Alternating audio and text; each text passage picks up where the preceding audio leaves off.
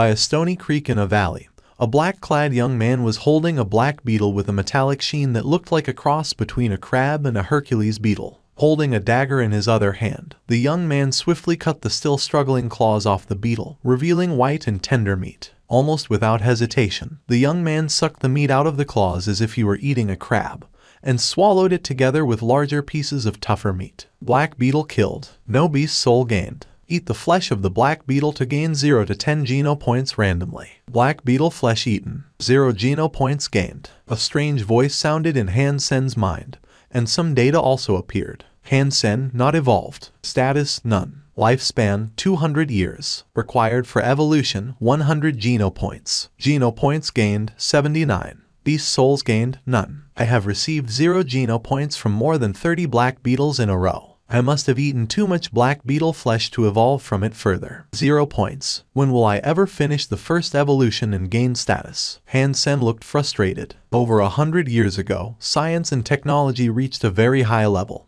and humans finally mastered space teleportation technology. Shockingly, when they tried to be teleported, they found that they were neither sent back to the past nor teleported to the future. They didn't even travel from one planet to another. A completely different world lay at the other end of the space teleport channel, a world that human beings could not have imagined. In this world, all scientific and technological means lost their function. A machine gun in this world was not even as useful as a steel knife. Missiles and nuclear weapons would not explode, same as a heap of scrap iron. No mechanical or electronic equipment would work either. All kinds of horrible creatures inhabited this world. Human beings, who used to stand on top of the food chain because of their wisdom and technology, fell to the bottom. But when people killed certain relatively weak creatures and ate their flesh, they were surprised to find that their own bodies changed considerably and evolved quickly in ways that science could not explain. What made people pleasantly surprised was that in this world, with the evolution of the body, their lifespans also increased, which was amazing news to all mankind.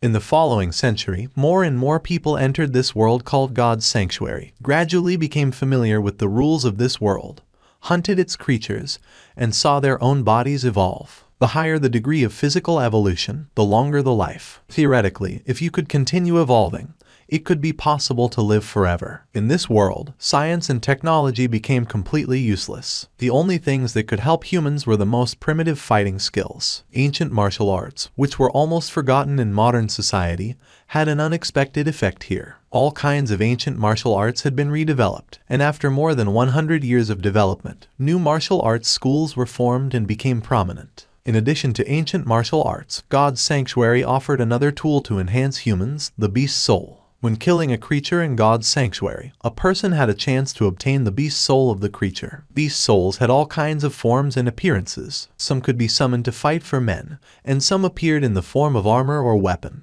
In addition, some beast souls could even help humans transform so they could take the shape of terrifying monsters, magical birds flying between heaven and earth, or insects drilling underground. Neither martial arts nor beast souls had anything to do with Han Sen. Han Sen was only able to kill some low-level creatures to eat their flesh and evolve, and he was having a difficult time in God's Sanctuary. But the more meat of low-level creatures he ate, the less effective evolution he gained. 3 months in God's Sanctuary and he still could not complete a physical evolution. Han Sen had tried to kill some of the more powerful creatures, but even the weakest primitive creature, the copper-toothed beast, almost took his life. He had to rest for nearly a month before returning to God's Sanctuary. By this time, Han Sen had eaten all kinds of ordinary creatures around him, and it wouldn't help to eat their flesh anymore. If he didn't risk hunting more advanced creatures, he would never evolve. When he was about to try to kill a copper-toothed beast, Han Sen saw something climbing out from the ripples of the creek. He originally thought it was a black beetle, but immediately noticed something different. All black beetles had black shells, but a bright golden color caught his eye. Han Sen gazed at the creature climbing out of the water. It really was a black beetle, but different from the ordinary ones because of its golden body as big as a basketball. It was like a sculpture carved from gold, and its eyes were crystal clear like gems. It did not even look like a living thing unless observed carefully. Why is this black beetle so strange? Han Sen stared at the golden black beetle. Recently he had killed countless black beetles and knew everything about them. Their vision was poor, but their hearing was very sensitive. As long as he remained still, even in close proximity, a black beetle would not notice his presence. Han Sen stared at the strange beetle, and unexpectedly, it climbed toward him. Without hesitation, when the golden black beetle crawled next to Hansen, he held down the golden black beetle's shell with one hand and swiftly cut into its fragile joints with the dagger in his other hand. He made 6 clean cuts vertically and horizontally to remove all 6 claws of the beetle. The golden black beetle struggled and flipped over. Taking this opportunity, Hansen pierced his dagger into a white mark on its belly and turned it sharply. The golden black beetle suddenly stopped moving. Sacred blood creature black beetle killed. Beast soul of sacred blood black beetle gained. Eat the flesh of sacred blood black beetle to gain 0 to 10 geno points randomly. Hansen was stunned by the sudden voice in his head, and he could hardly believe it was true. Sacred blood creature and sacred blood beast soul, were those even real? The creatures of God's sanctuary were divided into 4 parts: ordinary creatures, primitive creatures, mutant creatures, and sacred blood creatures. Different geno points could be gained by eating flesh of creatures of different types. At that time, there were 4 God's sanctuary phases known to men. With each physical evolution completed, access to the next space would be permitted. The more powerful the geno points used in evolution, the higher the likelihood of surviving in the next space. Sacred blood beast souls were without any doubt the best beast souls. Any sacred blood beast soul could be sold at an enormous price. When Hansen finally realized what had really happened, he was almost trembling. Holding the dagger to pick open the shell of the black beetle, he filled his mouth with meat as tender as jelly. Flesh of black beetle eaten. 1 sacred geno point gained. Flesh of black beetle eaten. 1 sacred geno point gained. The strange voice continuously sounded in Hansen's mind and made him feel on top of the world. He gained a total of 7 sacred geno points. 7 sacred geno points were beyond his wildest dreams. With his background, he needed to risk everything even to kill a primitive creature, let alone a sacred blood creature. The shell of the sacred blood black beetle was also precious material, so Hansen picked up all the claws and stuffed them into his pocket, together with the upper and lower shells. Technically, he could max out and get 10 sacred geno points. He already had 7 from the meat, and the other 3 should be in the shell. If he were to sell the shell, he could probably afford a nice private aircraft and leave Interstellar Alliance with the money he received. On the way back to Steel Armor Castle, everyone was pointing at him, gloating and laughing, and no one would come near him. Everyone in the sanctuary was looking at him as if he were a monster. Normally, when an ordinary person went to the sanctuary, even if he were poor, if his martial skills were not too bad, he could always find some companions and kill a few primitive creatures together, and he would be nowhere near as miserable as Hansen. However, in the entire Steel Armor Castle, no one was willing or had the courage to have anything to do with Hansen. More than 3 months ago, Hansen had entered God's sanctuary for the first time. The moment he stepped outside Steel Armor Shelter, he saw a giant white wolf unicorn standing with its back towards him around the corner of the rampart. Without hesitation, Hansen grabbed his dagger and fiercely stabbed the unicorn in the ass. This stab turned Hansen and Qin Xuan together into the biggest laughingstock in Steel Armor Shelter. Yes, the white wolf unicorn was not a beast, but a human like Hansen himself. She was just transforming using a beast's soul. Qin Xuan was also the most powerful woman in Steel Armor Shelter. She was likely to finish her first evolution with sacred geno points and embark on the path of evolution. A new guy stabbing Qin Xuan's rear end became the biggest joke in Steel Armor Shelter. Although no one dared to mention this to Qin Xuan's face, secretly everyone was laughing their asses off. And Ass Freak became Hansen's well-known nickname in Steel Armor Shelter. Then Qin Xuan declared that whoever spent time with Hansen would become her enemy. In Steel Armor Shelter, few people could afford to be Qin Xuan's enemy. Even if they could afford it, no one would risk antagonizing Qin Xuan for the sake of a nobody and Ass Freak. That was why Hansen had such a difficult time, but he didn't really blame Qin Xuan. It was his fault in the first place. He was too nervous the first time he came to God's sanctuary. Plus, he had never seen creatures in his previous world or Transformers before, which all led to the unforgivable mistake. Hansen was already grateful that Qin Xuan did not kill him in anger. The only lucky thing was that the teleportation into God's sanctuary was always random, and there were no familiar faces in Steel Armor Shelter, so no one knew his real name. Hansen returned to his room, made a fire, and started boiling the black beetle claws and shells in a pot. Without tools and know-how, he could only use the most primitive methods to process the shells and extract the geno essence. The shell of a sacred blood creature would take more than an hour or 2 to cook, so Hansen covered the lid and took out the black crystal to take a closer look. Still, no clues whatsoever. Suddenly, Hansen caught a glimpse of the caged green-scaled beast the size of a civet cat in the corner of his room and suddenly had an idea. Like black beetles, this green-scaled beast was an ordinary creature. Han Sen used to prey on them and bring them back to cook and eat to increase his geno points. But later, green-scaled beasts no longer increased his geno points, so Han Sen didn't eat the last beast and forgot about it. Surprisingly, it was still alive. He grabbed the moribund green-scaled beast from the cage, hesitated for a moment, and was about to feed the black crystal to the beast. To his surprise, seeing the black crystal, the dying green-scaled beast gathered all its strength to stretch out its tongue, roll the black crystal back into its mouth and swallow the whole crystal. There is indeed something magical about the black crystal. Han Sen was stunned and found that the green-scaled beast seemed considerably more lively after swallowing the crystal, its 4 claws scratching and head moving to bite Han Sen's hand, which was on its neck. Han Sen threw the green-scaled beast back into the cage and carefully watched it. The beast, which hadn't fed for days, completely recovered its vitality, thrashing and scratching wildly in the cage, just like it had when it was first caught. Han Sen sat across from the cage and watched the movements of the green-scaled beast. He had a guess, and if he was right, he might have obtained something incredible, something more exciting than a sacred blood creature. But Han Sen was afraid he was wrong, so he could only stare at the green-scaled beast anxiously, hoping to see the change that he desired. Han Sen suddenly heard iron breaking from the cage of the green-scaled beast. He quickly turned around and saw the green-scaled beast had bitten off an iron bar of the cage and stretched out his head from the inside. Its light green scales had now completely turned a dark green color. Its teeth had become sharp and the tips of its 4 claws were like iron hooks. The beast was about to come out of the cage. Han Sen was pleasantly surprised and pulled out the dagger from his waist. He rushed to the front of the cage and stabbed the dagger into the lower belly of the green-scaled beast. With a turn of the dagger, the green-scaled beast stopped struggling.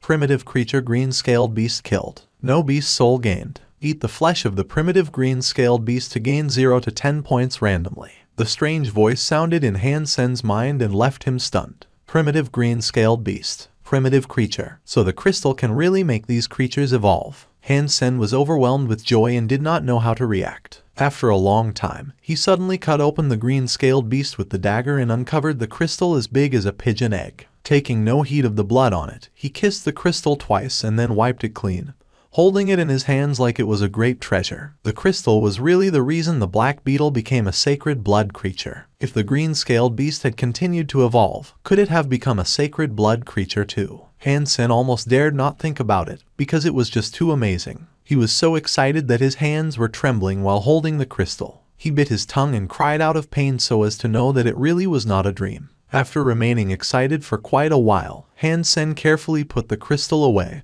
gobbled up the shell broth, and gained another sacred geno point, bringing his geno point count to 8.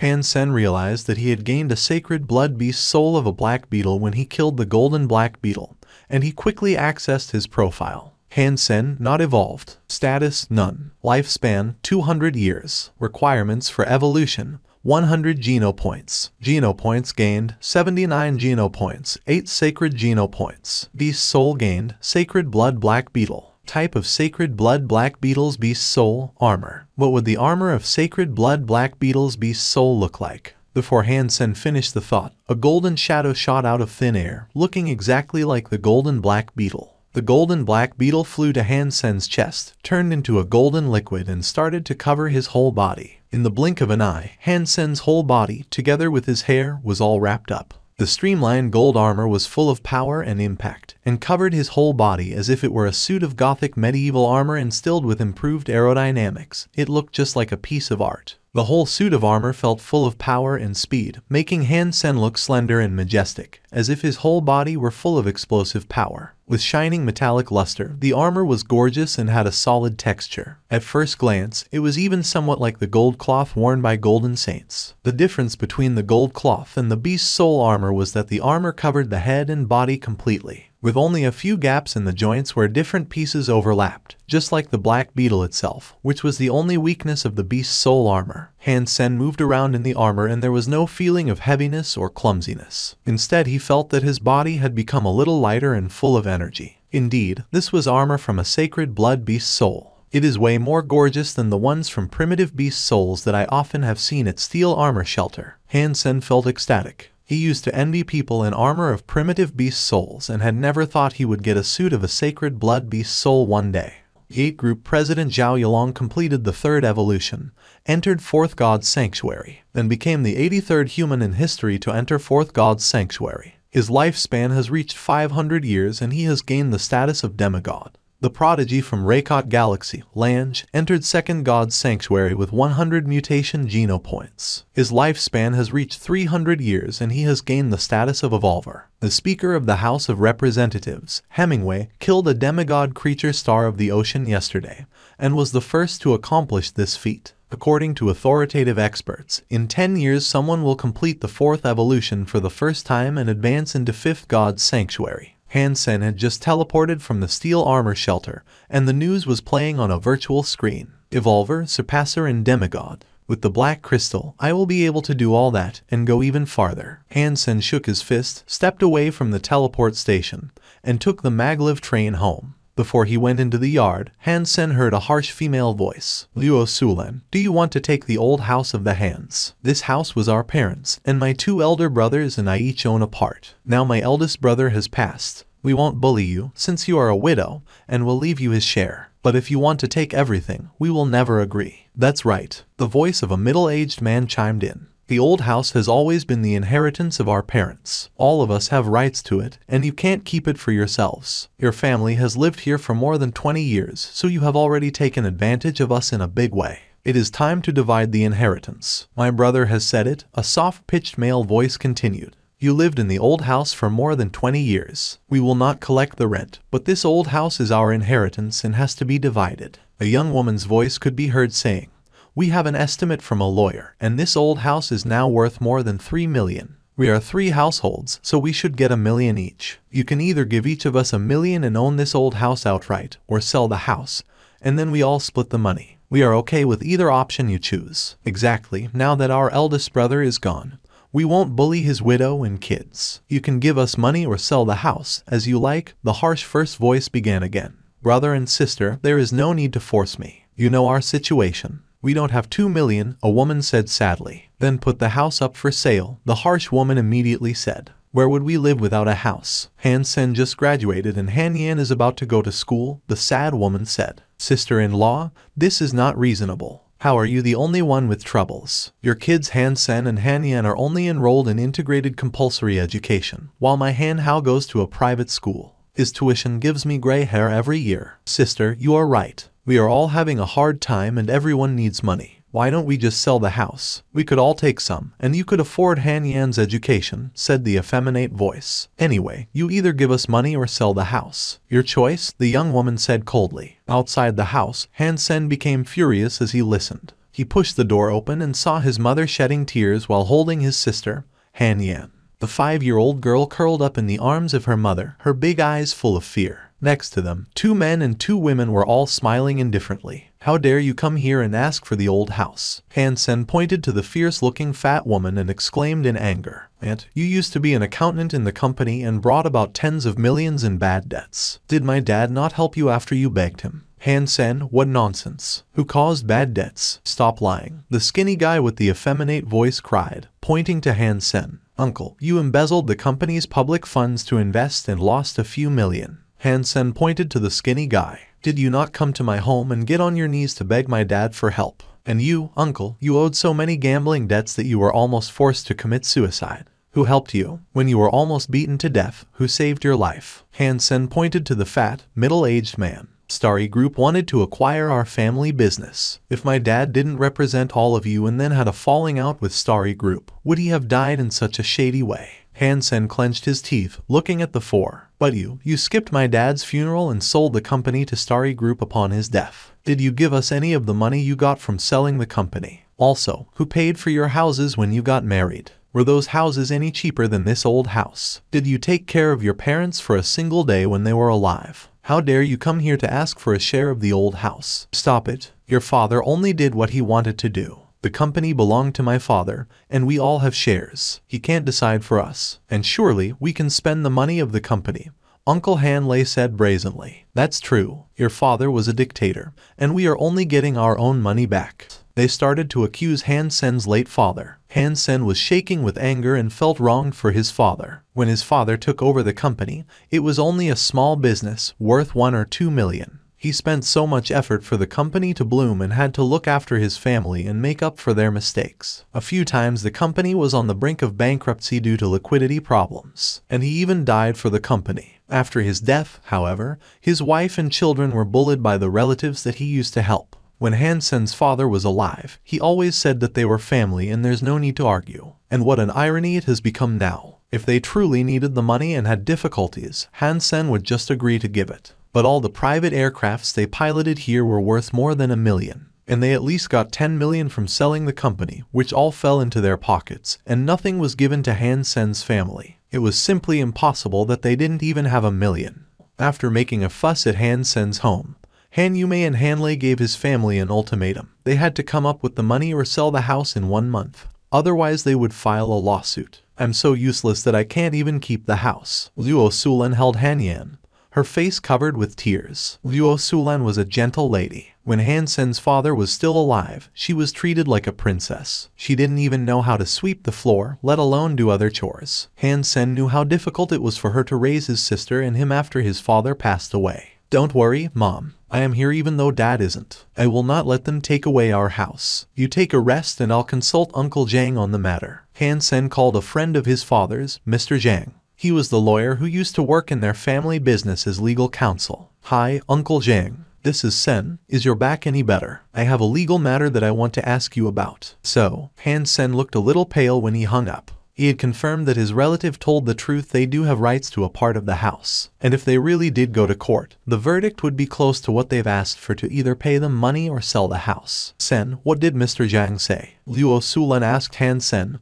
looking at him nervously. Don't you worry, Mom. I have checked with Uncle Zhang and there is a solution. You just make sure Yan is okay, and I'll take care of this. The house will not be taken away by anyone, Hansen said with a smile. That's good. That's great. Luo Sulan breathed a sigh of relief. Now Hansen had no power or influence. The only solution was to come up with $2 million in a month if he wanted to keep the house. Although he felt it was unfair, without power there was nothing left to do. 2 million Levo dollars was an enormous amount for a young man who just finished integrated compulsory education. In the past, Hansen couldn't have earned 2 million in a year, let alone in a month. But now everything was different. In fact, if he had not already cooked the shell of the sacred blood black beetle, the shell alone would be worth 1 or 2 million. Even without the shell, he still had the black crystal that could make creatures evolve. As long as he had that, 2 million was nothing.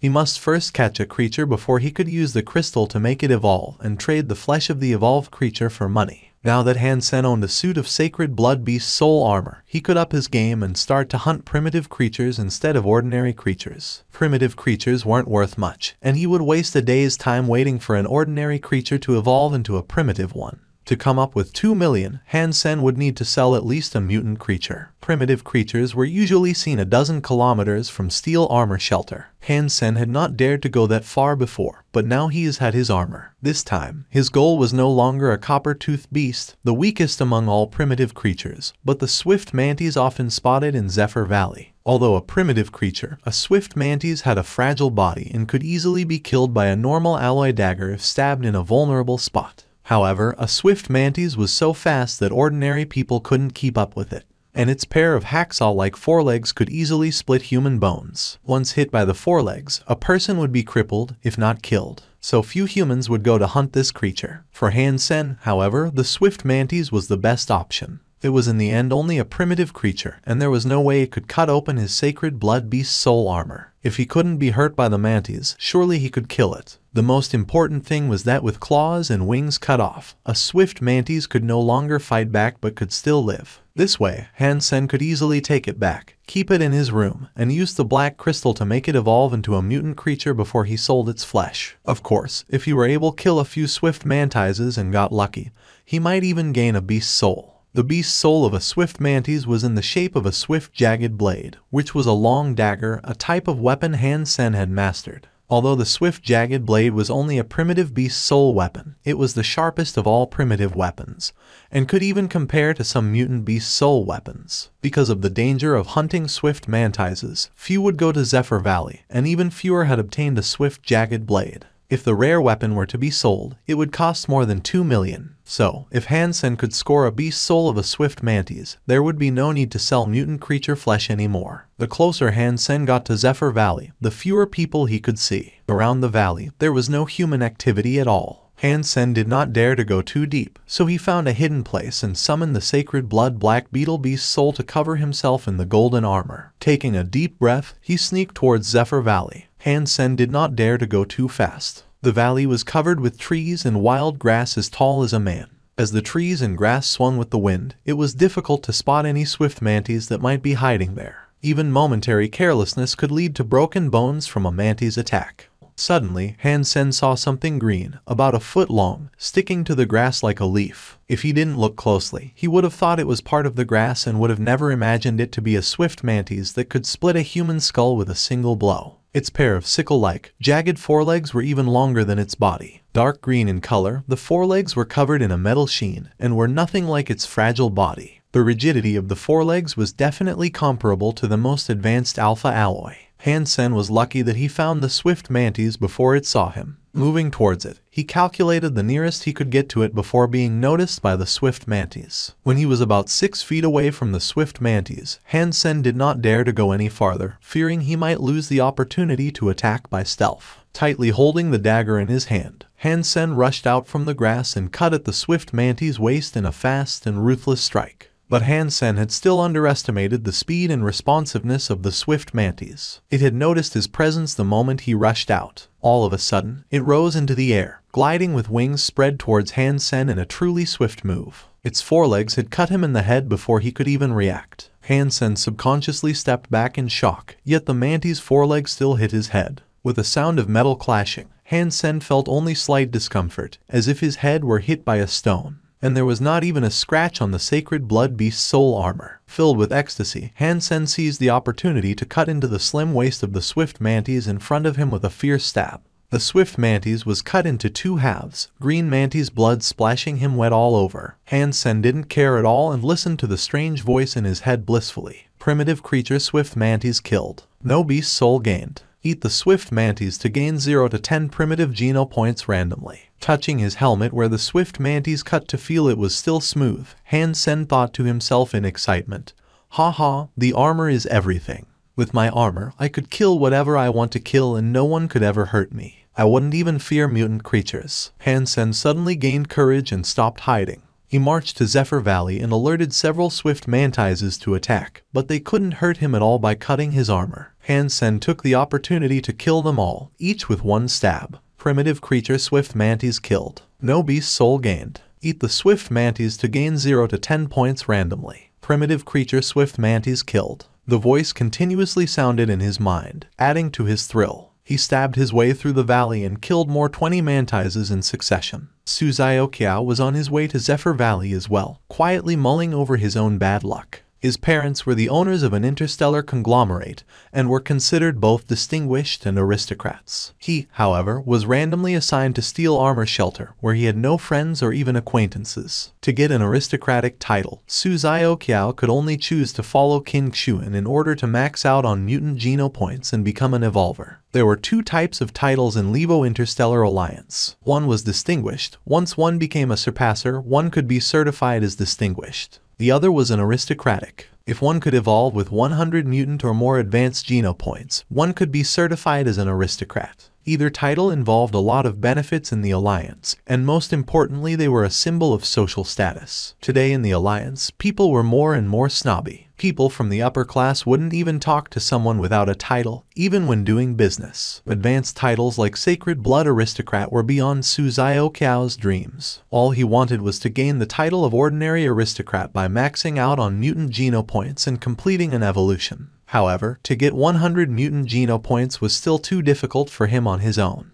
He did bring a lot of money to Steel Armor Shelter, but money could only buy ordinary and primitive creature flesh, as very few people would sell mutant creatures. Only people who aimed to max out on sacred geno points like King Xuan would sometimes sell the mutant creature flesh they had. However, it wasn't money that she wanted, but loyalty and service. Suzaokiao was now running errands for King Xuan, exploring the places less known to people and looking for traces of sacred blood and mutant creatures to gather information for her. With the information, she could then gather a team to hunt down these creatures, and the team members would get mutant creature flesh in return. Suzayo Kiao had been exploring for a month and found no traces of mutant creatures, not to mention sacred blood ones. Running out of supplies, he had to return to Steel Armor Shelter. When he passed Zephyr Valley, he thought there might be mutant creatures around, as the area was so sparsely populated. After he sneaked in the valley, he felt something strange. He didn't see any swift mantises, not even one. A mile into the valley, all he saw were some messy traces on the ground. Someone must have wiped out the swift mantises, Fist Guy or Son of Heaven. No, although there are signs of fighting, there should be more damage if it were a group of people. Surprised, Suzayo Kiao sped into the valley, wondering what had happened. As he expected, there were many green blood stains from swift mantises along the way.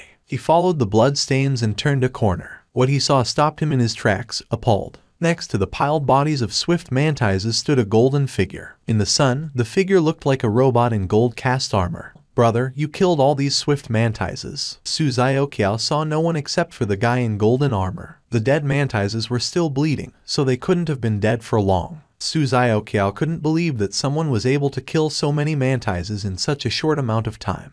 Although the swift mantis was only a primitive creature, considering the sharpness of its forelegs and its speed, even those who had maxed out on primitive geno points didn't dare to provoke it. After all, there were too many weak spots on human body, and no one wanted to risk losing his life or getting severely injured from a mantis cut. There were at least 3 dozen dead swift mantises on the ground. Even Qin Xuan would need some helping hands to achieve this. Suzayo Kiao wouldn't believe that someone could have done it alone. Want some? 1,000 Levo dollars each. Han Sen was just considering what to do with the mantises. He was on a killing spree and forgot the fact that there was no way he could eat so much mantis meat. And even if he could eat them all, only the first few could gain him geno points. 1,000 each. Are you sure? Suzayo Kiao looked at him, surprised. Although many people were able to hunt primitive creatures, they were in short supply, especially the ones that most people had never eaten, like swift mantis. After all, people's energy was limited, and there was a limit to how many geno points the meat from the same type of creature could offer. Suzayo Kiao calculated and figured that he could double or triple the price if he could transport these mantis' bodies back.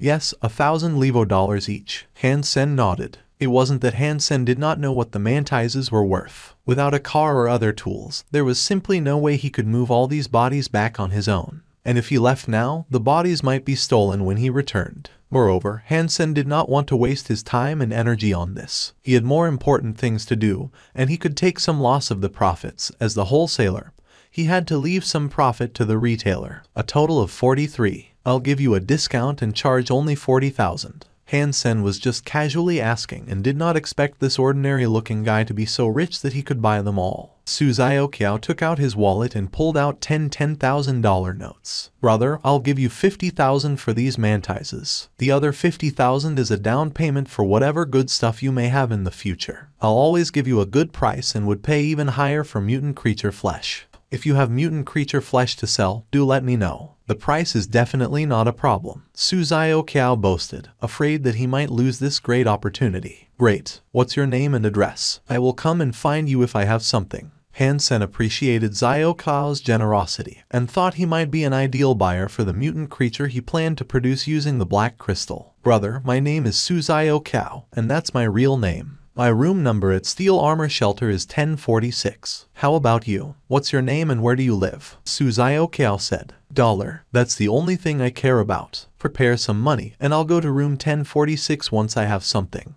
Han Sen put the money into his pocket, waved goodbye to Zayo Kiao and left Zephyr Valley. Having been through his father's death, Han Sen did not want to have too many exchanges with others. He just wanted to take care of his mother and sister and do his own thing.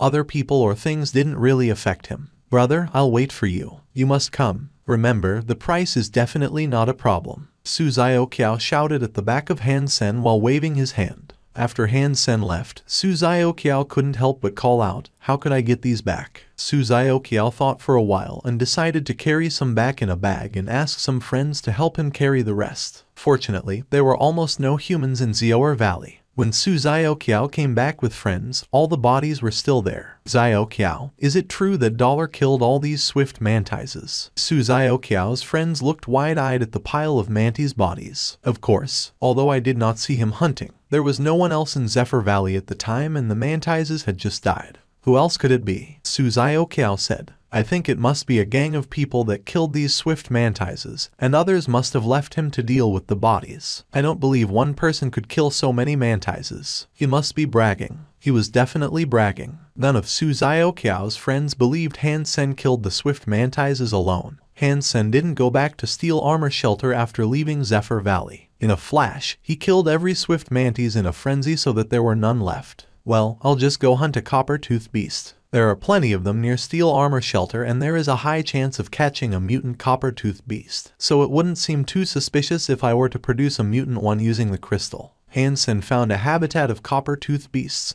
and wanted to catch one that was alone. Only able to find a small group of copper-toothed beasts, Han Sen went ahead and killed all of them but one, taking advantage of his tough armor. Primitive creature copper-toothed beast killed. No beast soul gained. Eat the flesh of copper-toothed beast to gain 0 to 10 primitive geno points randomly. Primitive creature copper-toothed beast killed. Primitive beast soul of copper-toothed beast gained. Han Sen's eyes widened in surprise. The 43 swift mantises and thousands of ordinary creatures he had killed didn't render a single beast soul. Now he had killed only 2 copper-toothed beasts and gained a beast soul. To get a beast soul requires pure luck. Han Sen was filled with joy. Although it was common, the beast soul of a copper-toothed beast was quite nice to have. The copper-toothed beast was one of the weakest among all primitive creatures, but its beast soul was popular. Han Sen summoned the new beast soul, and a porcupine-like shadow with bronze fangs shifted into a bronze crescent spear in his hand. The crescent spear had a bronzy sheen and a menacing look with its crescent-shaped spearhead. Type of primitive beast soul of copper-toothed beast, weapon. Han Sen played with the spear for a while, looking quite fierce. He was taught basic spear skills at school. Han Sen was interested in all kinds of weapons, so he learned well. Han Sen put away his spear before he grabbed the living copper-toothed beast and went back. On his way back, he found a lonely spot to remove his armor. Looking like himself again, Han Sen went back to Steel Armor Shelter, carrying the knocked out and tied up copper-toothed beast on his shoulder. At the gate of the shelter, a gang of about a dozen people were marching out, all riding on different tall beast soul mounts, headed by a man wearing steel armor and carrying a blood-red sword on his back. The man was riding a triceratops-like beast soul mount, looking mighty and majestic, attracting envious glances from all around. In Steel Armor Shelter, there are 3 outstanding persons who aim to complete evolution by maxing out on sacred geno points. This man, Son of Heaven, was one of them. Han Sen didn't know his real name and identity, but he was definitely a king in Steel Armor Shelter. Carrying the copper-toothed beast, Han Sen stepped aside to let the gang pass. However, Son of Heaven stopped his mount when passing by him. Crack! Son of Heaven looked at Han Sen and slashed him on the shoulder with a leather whip. The copper-toothed beast fell on the ground, and Han Sen's clothes were ripped apart. A wound started to swell on his shoulder and back. Who had the nerve to sell you this primitive creature? Son of Heaven asked in a cold tone, looking down at him condescendingly. In Steel Armor Shelter, everyone knew that Son of Heaven was wooing Qin Xuan. Ass freak who stabbed Qin Xuan in the rear naturally became his enemy. He was also one of the reasons why Han Sen was miserable. When learning Qin Xuan was stabbed, Son of Heaven not only had Han Sen beaten up but also let everyone know that whoever would dare to do business with Han would become his enemy for life. I hunted it myself. Han Sen stared back coldly, fist clenched but standing still. Not only had Son of Heaven gained a lot of geno points, but he also had collected many beast souls. Since he had help from his gang, Han Sen wouldn't be able to touch the guy even with his best effort. Even with his sacred blood armor, he would be beaten to death before he approached Son of Heaven. If I find out that someone dares to sell to you, I'll make sure you both die in pain. Son of Heaven looked around and rode away. Ass freak, don't make trouble, or else I don't mind teaching you another lesson. Han Sen watched the gang going away with fire burning in his eyes. He picked up the copper-toothed beast quietly and walked towards Steel Armor Shelter, with everyone watching him with derision. Stronger, I need to become stronger. With scorching anger in his chest, Han Sen knew he was far too weak to fight the gang on his own. The black crystal, however, was his biggest opportunity. Son of Heaven, just get rid of him for good, Luo Tanyang said coldly. Son of Heaven smiled and said, Qin Xuan is a stubborn girl. She doesn't like people to intervene in her business. Since she did not kill Han Sen, she might be upset if I did. "What an unwise woman," another henchman of Son of Heaven, Peerless Sword, said. "It's her honor that you, bro, would chase her while she just puts on airs. If it weren't for you, I would have killed her already. Don't put King Xuan down. She is quite something in both God's Sanctuary and the Alliance. If she becomes mine, it will be a huge advantage to me," Son of Heaven said grimly. End of discussion. "We need to get to Sunset Slope before Fiskai's gang. That sacred blood creature has to be ours." Han Sen returned to his room, tied the copper-toothed beast to a cage and put the black crystal in front of it. The beast gobbled up the black crystal greedily. After an entire day, Han Sen noticed some changes to the copper-toothed beast. Its fur had been gray-black like a wild boar, and its fangs had been bronze. Now its fur also started to show a bit of bronze luster, and the fangs had become brighter in color. However, this was not a true mutant copper-toothed beast, which ought to look like a bronze statue. Although this one did show some bronze luster, it was still quite different from a mutant one. It seems that the evolution from a primitive creature to a mutant creature is a more complex process than from ordinary to primitive, so it requires more time than one day, Han Sen pondered. After more than 2 days, its bronze color thickened, but the copper-toothed beast still didn't look like it was going to evolve anytime soon. Han Sen had to let the beast evolve at its own pace and go kill some primitive creatures for money. Plus, he could also use some primitive geno points. Even if one didn't choose to use the primitive geno points to complete evolution, the more primitive geno points one gained, the stronger the body would become. And the same went for ordinary and mutant geno points. If one could max out on ordinary, primitive and mutant geno points, one's physical conditions would still be far beyond the average level, even without evolution. With the black crystal, it wouldn't be difficult for Han Sen to max out on all 4 types of geno points. At the moment, he wanted to max out on the other 3 before he focused on sacred geno points. Han Sen left his room and walked into the shelter, feeling slightly different. Today the streets seemed to be a lot less crowded than usual. What's going on? Han Sen walked past the plaza and found fewer stalls there than usual as well. People there were all whispering something to each other. Han Sen listened for a while and started to figure out what had happened. A few days ago, someone had spotted a new sacred blood creature near the Sunset Slope. Somehow the 3 gangs in Steel Armor Shelter all found out about it and gathered at the slope. But the outcome was terrible. The sacred blood creature ran free while a lot of men were killed. Today, King Xuan, Son of Heaven and Fiskai had reached an agreement to hunt the sacred blood creature together. They also recruited a lot of lone wolves in smaller groups, forming the largest campaign in Steel Armor Shelter in recent years. The 3 gangs were determined to kill this creature. Han Sen suddenly had an idea, so he turned around and ran out of the city. When there was no one around, he summoned the Black Beetle Beast's soul and covered himself in armor. After running for 2 hours, he came to a stone hill west of Sunset Slope. Having finally climbed to the top of the hill, Han Sen took a look in the direction of Sunset Slope. Among thousands of people fighting and yelling, there was a monster with the head of a cow, the upper body of a human and the lower body of a horse. It was holding a double-edged golden axe and pushing its way through the crowd. No one could withstand the fierce blow of its axe. Han Sen happened to see the monster swinging the axe at Son of Heaven, who even had his blood-red sword. Son of Heaven did not dare to block the axe. He stepped on his own mount and leaped back a few feet. Roar! The monster's double-edged axe hit the Triceratops-like beast's soul mount and split it in 2 halves. That broke Son of Heaven's heart. A mutant beast's soul mount was very rare, with the same value as a small interstellar spaceship. How is this sacred blood creature so strong? Han Sen was shocked. The sacred blood creature ran and killed thousands of people in a flash, and no one was able to fight back. Even people as strong as King Xuan, Son of Heaven and Fiskai didn't dare to engage in a frontal attack. Hit by all sorts of alloy arrows and beast soul arrows, the monster still didn't even get a scratch. When it swung the axe, no one could get close. Such a mighty creature corresponded to Han Sen's impression of a sacred blood creature. The sacred blood black beetle he killed was way too weak compared to this monster. It was only a little stronger than an ordinary black beetle and didn't even feel like a sacred blood creature. People were expecting to trap the sacred blood creature, but now a key buffer was lost as the Mount of Son of Heaven was killed. The sacred blood creature was charging madly, waving the golden double-edged axe and leaving screams, blood, and limbs behind. It took it only moments to rush out of the siege to the mountain. At the foot of the mountain, it even smugly turned around and stood on its back legs, mooing like a cow before it ran into the mountain. It wants to escape. Son of Heaven furiously summoned a green eagle-shaped beast soul, which turned into a green iron bow in his hand.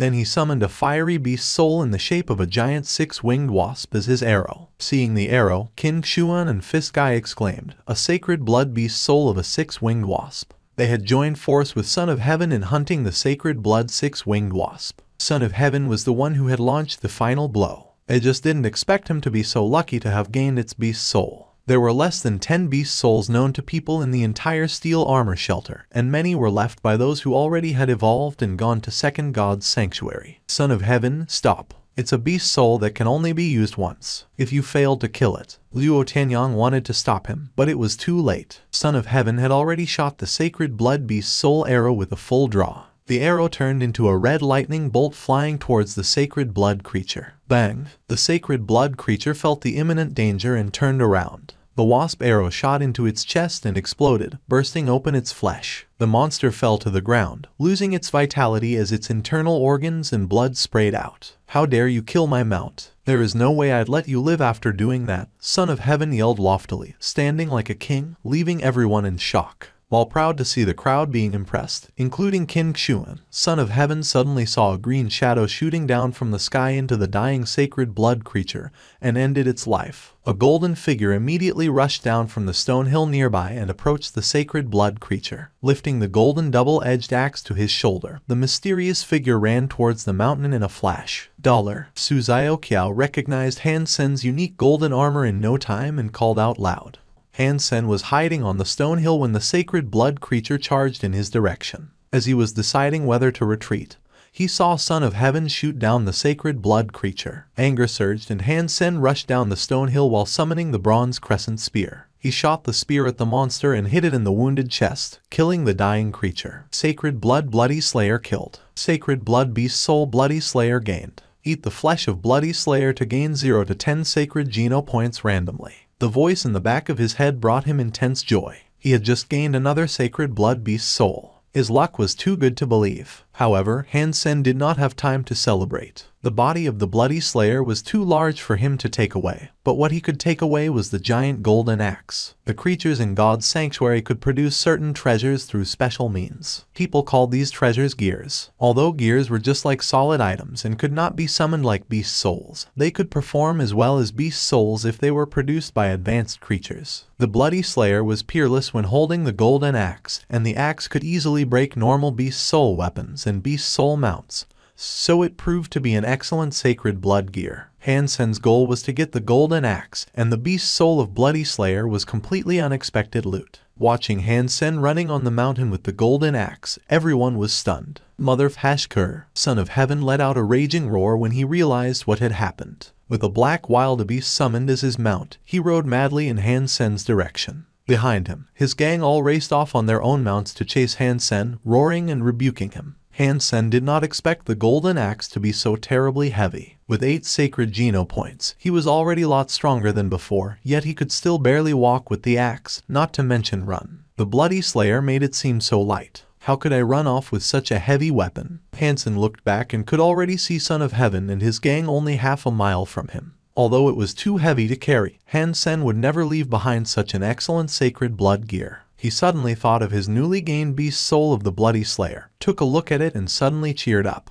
Type of sacred blood Bloody Slayer's beast soul, shapeshifting. Without thinking, Han Sen summoned the beast soul of Bloody Slayer, and a majestic shadow galloped out, looking just like the monster, only missing the giant axe. The beast soul ran towards Han Sen and was instantly integrated with him. His body was transformed into a Bloody Slayer, and the black beetle armor changed its shape accordingly, still fully covering Han Sen's body as a Bloody Slayer. After all, beast soul armor was not as rigid as man-made ones and could change according to the shape of the body. After shapeshifting, Han Sen felt so energetic that the golden axe was now nothing to him. Running with 4 hoofs, he also became incredibly fast. Han Sen surged up the mountain at full speed and disappeared, far outpacing the gang. Everyone was speechless as everything happened so fast. Then he smirked as they watched Son of Heaven and others who were still chasing Han Sen. #T. Who was that guy? He's got some nerve jumping into the boiling pot. And what loot? In addition to the golden axe, he gained a sacred blood beast soul. Can you imagine how much it must be worth? You think you could buy a sacred blood beast soul just with money? Ha, Son of Heaven must be so mad. A sacred blood beast soul. It would have been his but was taken away.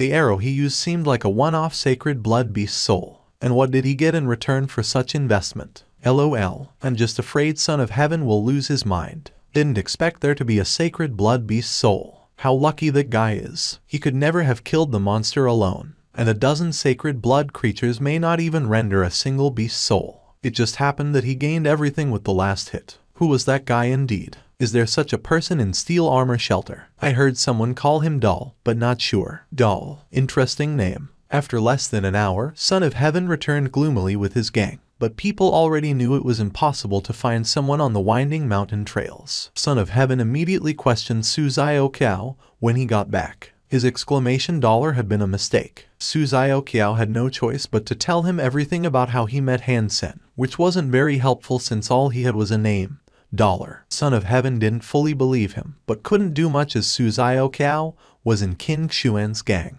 He bitterly led his gang back to Steel Armor Shelter and locked down the shelter, swearing to find Dollar and cut him into pieces. Most people did not learn the name Dollar, while Doll became popular. For a while, Doll, Son of Heaven, Sacred Blood Creature, and Sacred Blood Beast Soul became the most popular topics in Steel Armor Shelter. Hansen was digging a pit at the foot of the mountain, planning to bury the giant golden axe there. Although he escaped the manhunt of Son of Heaven by shapeshifting into the Blood Slayer, there was a limit to how long he could shapeshift. As one of the most powerful beast soul types, shapeshifting beast souls could directly impart significant changes to a human body, which could be unbearable for those with weak genes. The stronger the creature one wanted to shapeshift into, the more geno points and bodies were needed. In general, for primitive beast souls, the number of minutes the body could withstand the shapeshifting was equal to the number of primitive geno points gained.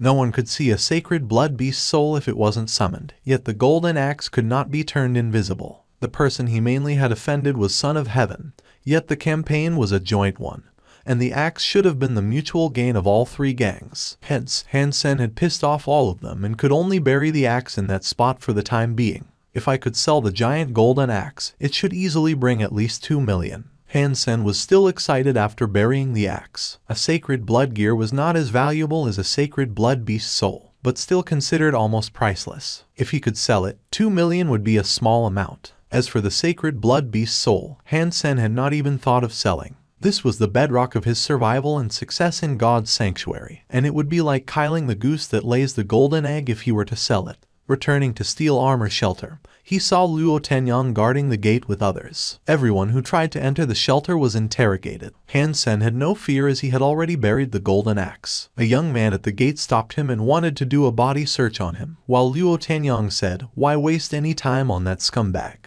How is it even possible that he would be Dollar? F#K off." The young man pushed Hansen away and turned to search other people. Hansen looked at Luo Tenyang with a sneer and went into the shelter. Everyone in the street was talking about what had happened at Sunset Slope. Listening to people calling him Doll, Hansen thought, "Damn Suzayo Kiao. Who told you to call me Doll?" He was happy to know that Son of Heaven was furious and strode back to his room. In another room, Suzayo Kiao stood in front of Qin Xuan, almost in tears. "Xuan, you need to believe me. I've told you everything I know. I really did not know Dollar, but only saw him once in Zephyr Valley and bought some swift mantizes from him, which I gave to my bros as gifts. Just ask around if you don't believe me. They even helped carry the mantizes back from the valley. I am not blaming you. I just want you to contact Dollar. Tell him I am willing to buy his sacred blood beast soul and gear, and ask him how much he wants." Qin Xuan said quietly, "But I really do not know where he is." Suzayo Kiao said sadly, "Then go find him. Don't let anyone know about this and go look for him secretly. If you manage the task, I'll reward you." Qin Xuan showed Suzayo Kiao out after she gave the order, not waiting for his reply. After he left, Qin Xuan frowned to herself. Who could Dollar be? Is he someone in Fist Guy's gang? Or was the whole thing orchestrated by Son of Heaven? If he really is on his own, can I get him on my side? If I can't, it would also be nice to purchase the sacred blood beast soul and gear. Almost at the same time, Fist Guy sent his men to look for Dollar in secret, trying to buy the sacred blood beast soul and gear from him. Although it was a joint action, the only one who suffered a loss was Son of Heaven. If it had not been for his sacred blood wasp arrow, the bloody slayer would have run away and there would have been nothing for Qin Xuan and Fist Guy. Now they could share some flesh of the bloody slayer, so it had gone well for them. However, Son of Heaven lost a mutant beast soul mount and a sacred blood wasp arrow, while being robbed of the sacred blood beast soul and gear. Anyone in his place would have been exasperated. The entire steel armor shelter was looking for dollar, yet no one connected him to Ass Freak. Son of Heaven also put a price on his head, and even offered to pay a reward for any substantive information. The price was so good that even Han Sen wanted to offer himself for the reward. Primitive green-scaled beast flesh eaten. 1 primitive geno point gained. Han Sen squatted in the bushes, watching a deep pond near him while chewing meat jerky made from the green-scaled beast. Up until this point, he had gained 91 ordinary geno points, 26 primitive geno points, 0 mutant geno points, and 8 sacred geno points. The copper-toothed beast was still slowly evolving, so Han Sen could only go out to hunt some primitive creatures, hoping to gain more primitive geno points. Because the black beetle armor would draw too much attention, he could only go deep into the mountains where nobody goes, fearing that Son of Heaven would know where he was. Fortunately, God's sanctuary was so vast that there were many places where humans had never set foot, so it was rather easy for Han Sen to disappear. While staring at the deep pond, Han Sen suddenly heard a distant voice of a man and immediately tensed up. Soon, Han Sen saw a young man walking towards the pond in ragged clothes. He was covered with cuts and bruises all over and looked extremely tired. "Friend, there are iron-toothed crocodiles in the pool." Han Sen came out of the bushes and cried from afar. He meant well in warning the young man, but was also afraid that he might alert the crocodiles that he wanted to hunt. This young man looked very tired and seriously injured. If he drank from the pond without knowing the crocodiles were there, he could have gotten killed by the iron-toothed crocodiles hiding under the water. The young man saw Han Sen and became ecstatic. "What is this place, and how do I get to Glory Shelter?" he asked, staring at Han Sen. "Glory Shelter?" Han Sen hesitated, looking at the young man strangely. "We are in Techi's mountains north of Steel Armor Shelter, and I do not know where the Glory Shelter you mentioned is. I have come so far that I'm now in the territory of another shelter." The young man whispered to himself, looked up at Han Sen, and said with an almost commanding tone, "Take me to the shelter." Han Sen frowned, as the tone of the young man wasn't very polite. Quietly he said, "You go south from here. If you don't walk too slowly, you can reach the shelter before dark. I have to hunt, so I can't accompany you." Han Sen was preparing to go back into the grass, not expecting the young man to suddenly hit him in the back. Losing balance and falling to the ground, Han Sen knocked his head on a rock and started to bleed. "What are you doing?" Han Sen covered his wound and stood up, glaring at the young man. "All I want is obedience, not bulls #T. Take me to the shelter." The young man looked at Han Sen coldly. "F#KU. Han Sen summoned his bronze crescent spear and poked it at him. "Rubbish basic spear skills taught in integrated compulsory education. Even though my beast souls were all ruined on the way here, scum like you can't compare to me." The young man looked at Han Sen contemptuously, raised one palm and slashed it at Han Sen's spear. The young man's hands looked nothing like hands of a man, but rather like they were sculpted out of a whole piece of white jade, giving off an incredible sheen. Crack! The beast's soul spear was cut in half by his palm as easily as a steel knife cutting through wood. Hyper-Geno art. With only half of the spear in his hand, Han Sen was horrified. Science and technology were of no use in God's sanctuary, but ancient martial arts played an unexpectedly important role. With all the Geno points gained, humans were able to perform some mythical ancient martial arts in the real world. Nonetheless, it wasn't the so-called Kai but the power of genes that powered the ancient martial arts. Hyper-Geno arts were deeply rooted in ancient martial arts, full of mysteries that couldn't be explained by science. Their practice methods were mostly monopolized by the upper class. The most advanced Hyper-Geno arts were the least accessible. For those who graduated from a public school of integrated compulsory education like Han Sen, Hyper-Geno arts were never an option. "This is your last chance. Lead the way or die." Again, he raised the jade-like palm as if he was an executioner about to perform his duty. If Han Sen didn't comply, he would cut his head off. "Kiss my ass." Han Sen summoned the black beetle armor and covered himself, kicking the young man with a leg sweep. "You asked for it." The young man's face darkened, his jade-like palm chopping towards Han Sen's leg. Clank! Han Sen's leg was knocked away, and there was a white mark on the golden armor. The young man was also forced to step back from Han Sen's kick. Surprised, he looked greedily at Han Sen's armor. "Must be sacred blood beast soul armor then. A scum like you having such a nice thing is just a gift sent from heaven. Hand over your armor and I'll spare your life." Han Sen turned around and launched another kick in rage. The young man grabbed Han Sen's leg and twisted it, wrestled him down and came down hard on his back with a knee. "Ugh!" Han Sen uttered a scream, feeling his spine about to break. Scum is always scum, even with a sacred blood beast soul. The young man continuously hit Han Sen on the back of head, knocking his head into a rock. He cried ferociously, "Surrender the sacred blood beast soul. It's not meant for scum like you, asshole." Han Sen's blood was burning.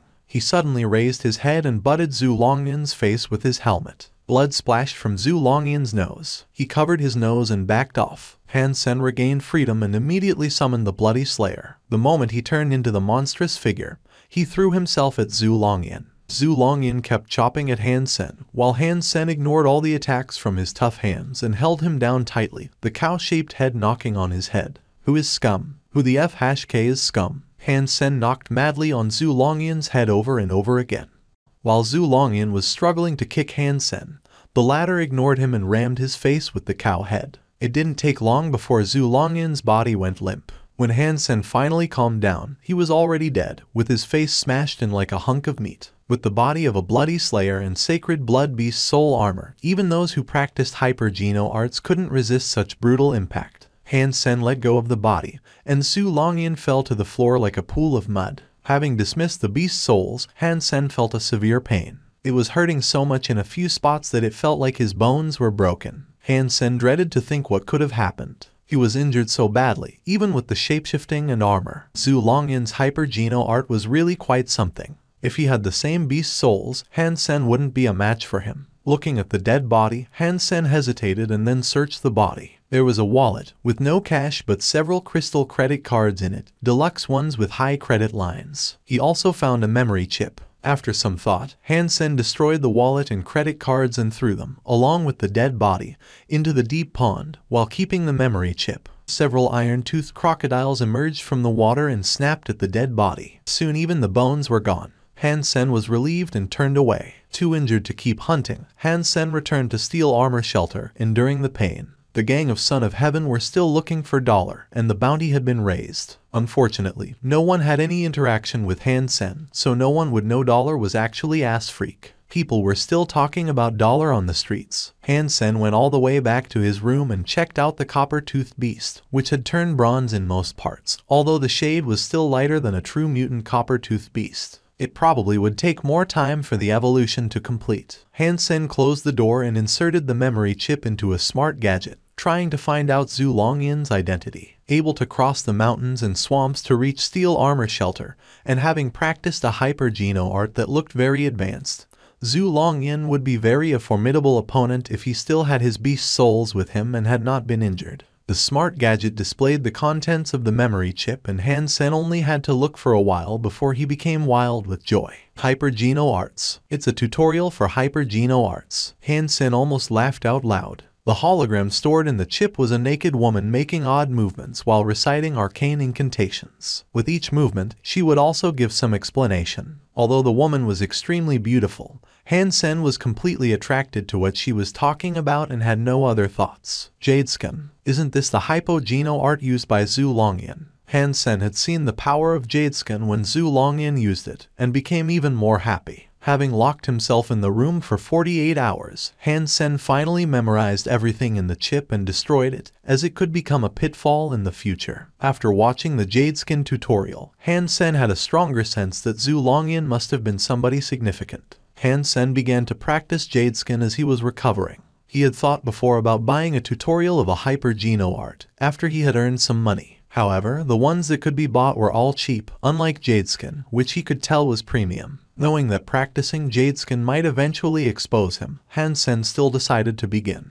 If he missed Jadeskin, he might never have the opportunity to practice a premium hyper-geno art. Having practiced for several days, Han Sen felt his body had become cooler, and his body temperature was indeed 35 degrees Fahrenheit lower than normal. It was not a discomfort, but rather a refreshing feeling. Han Sen felt more fit, as if his body cells were full of energy. His body temperature didn't change further as he kept on practicing. Han Sen became more and more fit and his skin more and more smooth.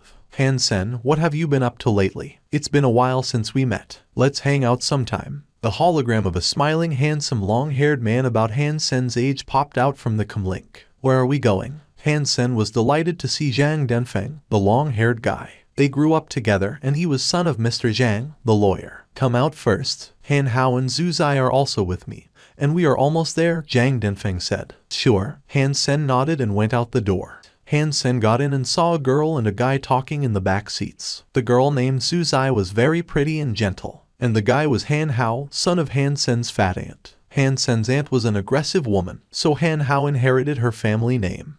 Han Hao took a look at him and continued to talk to Suzai, ignoring Han Sen. Suzai, you should see it. Dollar just waved his hand and turned into a monster with horse legs, a human upper body and a cow head in golden armor. Son of Heaven and his gang could do nothing but watch him gallop away.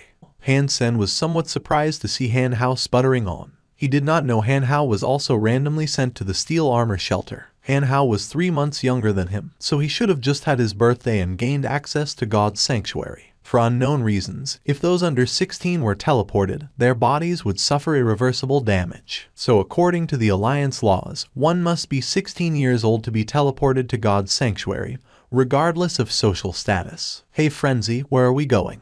Han Sen asked Zhang Denfeng. Although Zhang Denfeng was a good-looking man, he became crazy whenever he was in a fight, hence the nickname. Zhang Denfeng's face lit up. Starlight Martial Hall. My idol Tang Zhenliu is going to be in an exhibition fight held there. He was the chosen last year, and his broadsword skills are so fierce. Zhang Denfeng was full of yearning. In this era where everyone was focused on evolution, stars no longer came from acting, singing, sports and esports, but from fighting. In God's sanctuary, once every year the martial hall of each shelter would open at the same time, and those in the top 100 could have their names on the martial steel in the martial hall. The champions from each shelter would be eligible to compete among themselves. And the same happened in all 4 phases of God's sanctuary. The top 10 from each phase could have their names on the sacred steel, which was public to everyone in the same phase, and gain the title the chosen. And the 10 chosen would become the hottest stars of the year. In recent years, Qin Xuan had always been the champion of Steel Armor Shelter, but her name was never on the Sacred Steel, so she was never among the top 10 of First God's Sanctuary. Ranking number 5 last year, Tang Zhenliu was known for his fierce broadsword skills. He was very popular among young people and even more well-liked than the top 4. He was paid as high as 10 million Levo dollars for any exhibition match. Knowing his popularity, Han Sen was nevertheless shocked when he saw a full house at Starlight Martial Hall,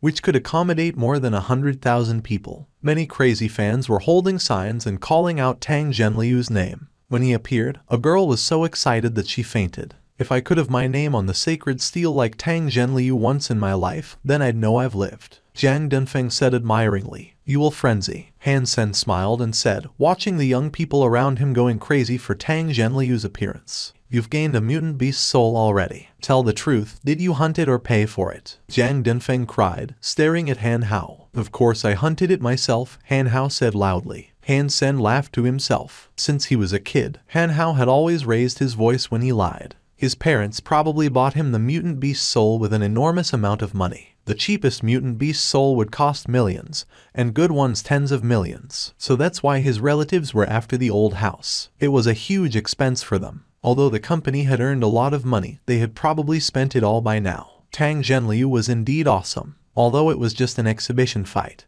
his broadsword skills were so swift and fierce that his broadsword almost became invisible. After watching for a while, Han Sen knew that Tang Zhenliu must have practiced premium hyper-geno arts and learned his weapon skills from masters, and he was no competition to Tang Zhenliu. Tang Zhenliu won the fight and summoned a beast soul to perform, shapeshifting into a 3-meter-tall Tyrannosaurus creature, and smashing a huge stone with its head, arousing a burst of screaming. Sacred blood beast soul of raging Dementor. I would do anything for a beast soul like this. Zhang Denfeng stared at Tang Zhenliu, who turned into a monster with a watering mouth. This is nothing. This beast soul is nothing like the one Dollar has. Han Hao sputtered about Dollar as if it were himself. It would take a showdown to tell. Tang Zhenliu was Denfeng's idol, so he was upset to hear that. I don't know how good Dollar was, but his sacred blood beast soul was robbed from others, and it was not a chivalric act. Even if he had a great beast soul, he would not be comparable to Zhenliu. Han Sen blushed with shame and thought,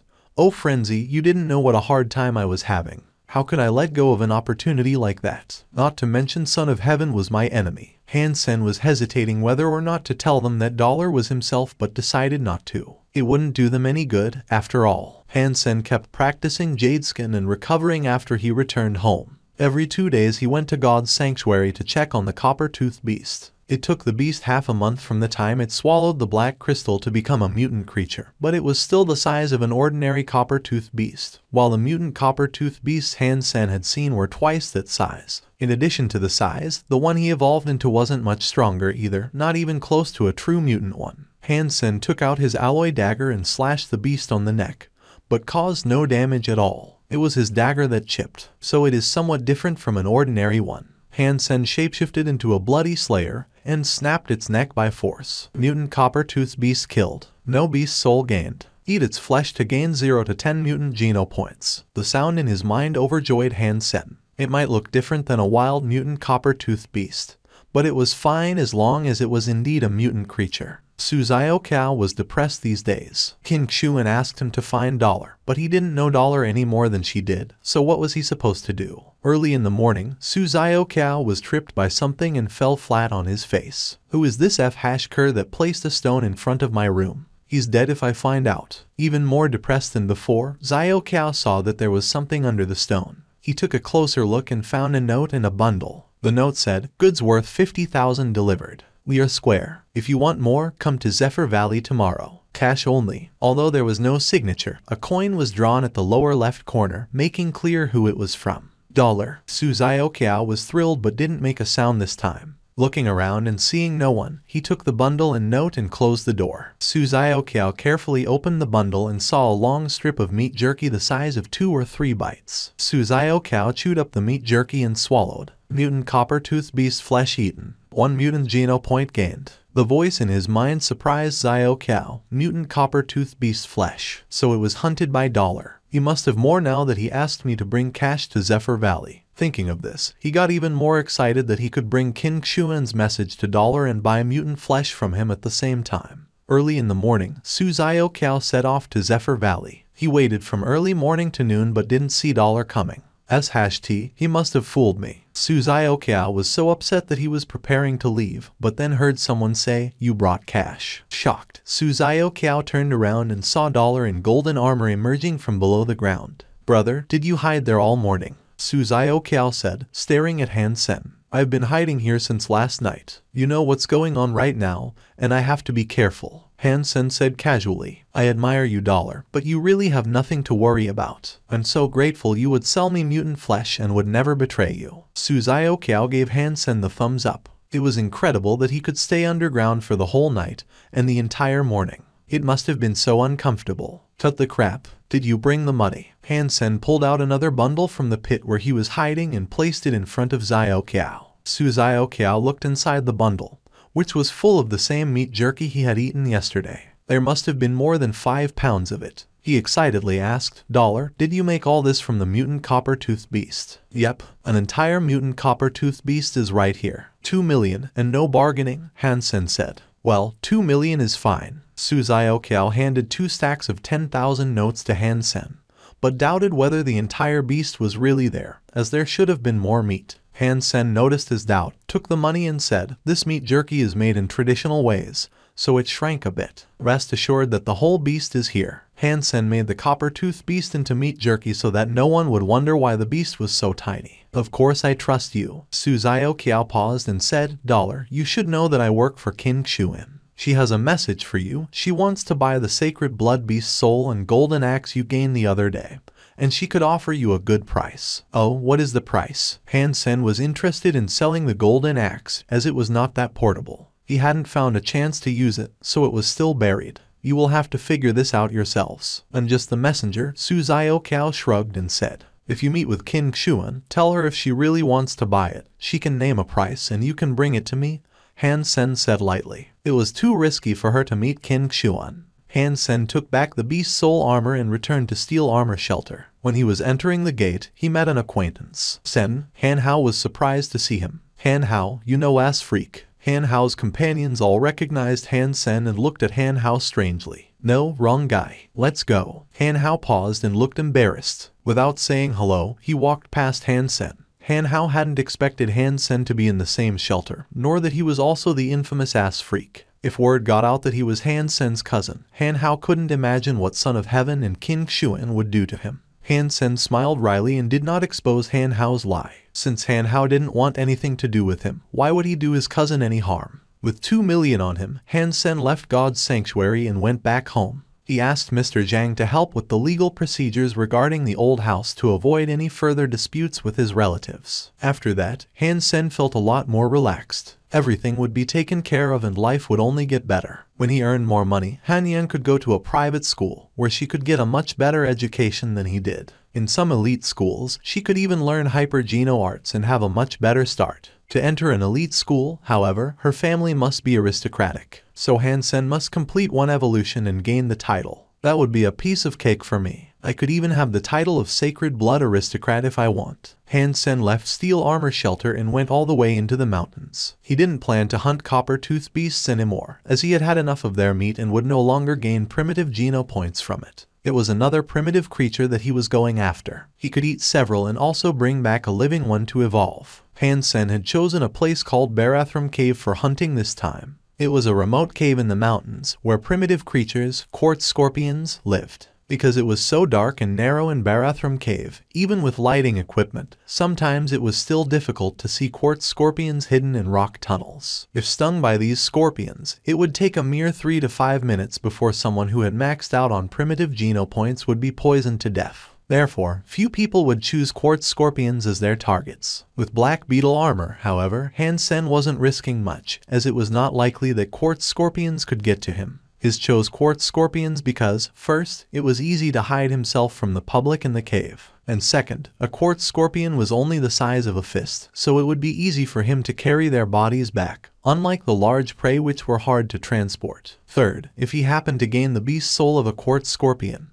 he would also make a fortune, as it was a weapon like a military knife which was poisoned and incredibly sharp. As a primitive beast soul, its price was almost as high as a mutant one. At the mouth of the cave, Han Sen made sure he was alone and summoned his armor, entering Barathrum Cave prepared. As modern lighting equipment didn't work in God's sanctuary, Han Sen brought a self-made torch, with which he could only see several feet in front of him. With mica and the rocks reflecting the light, he could hardly see the hidden scorpions. Clank! Han Sen soon felt a hit on his foot. He looked down and saw a deep blue scorpion the size of his fist stinging him on the feet with its tail. Fortunately, Han Sen's feet were also wrapped in armor, and the scorpion tail couldn't hurt him at all. Han Sen stepped on the quartz scorpion and crushed it. Protected by the black beetle armor, Han Sen killed all quartz scorpions he saw on the way.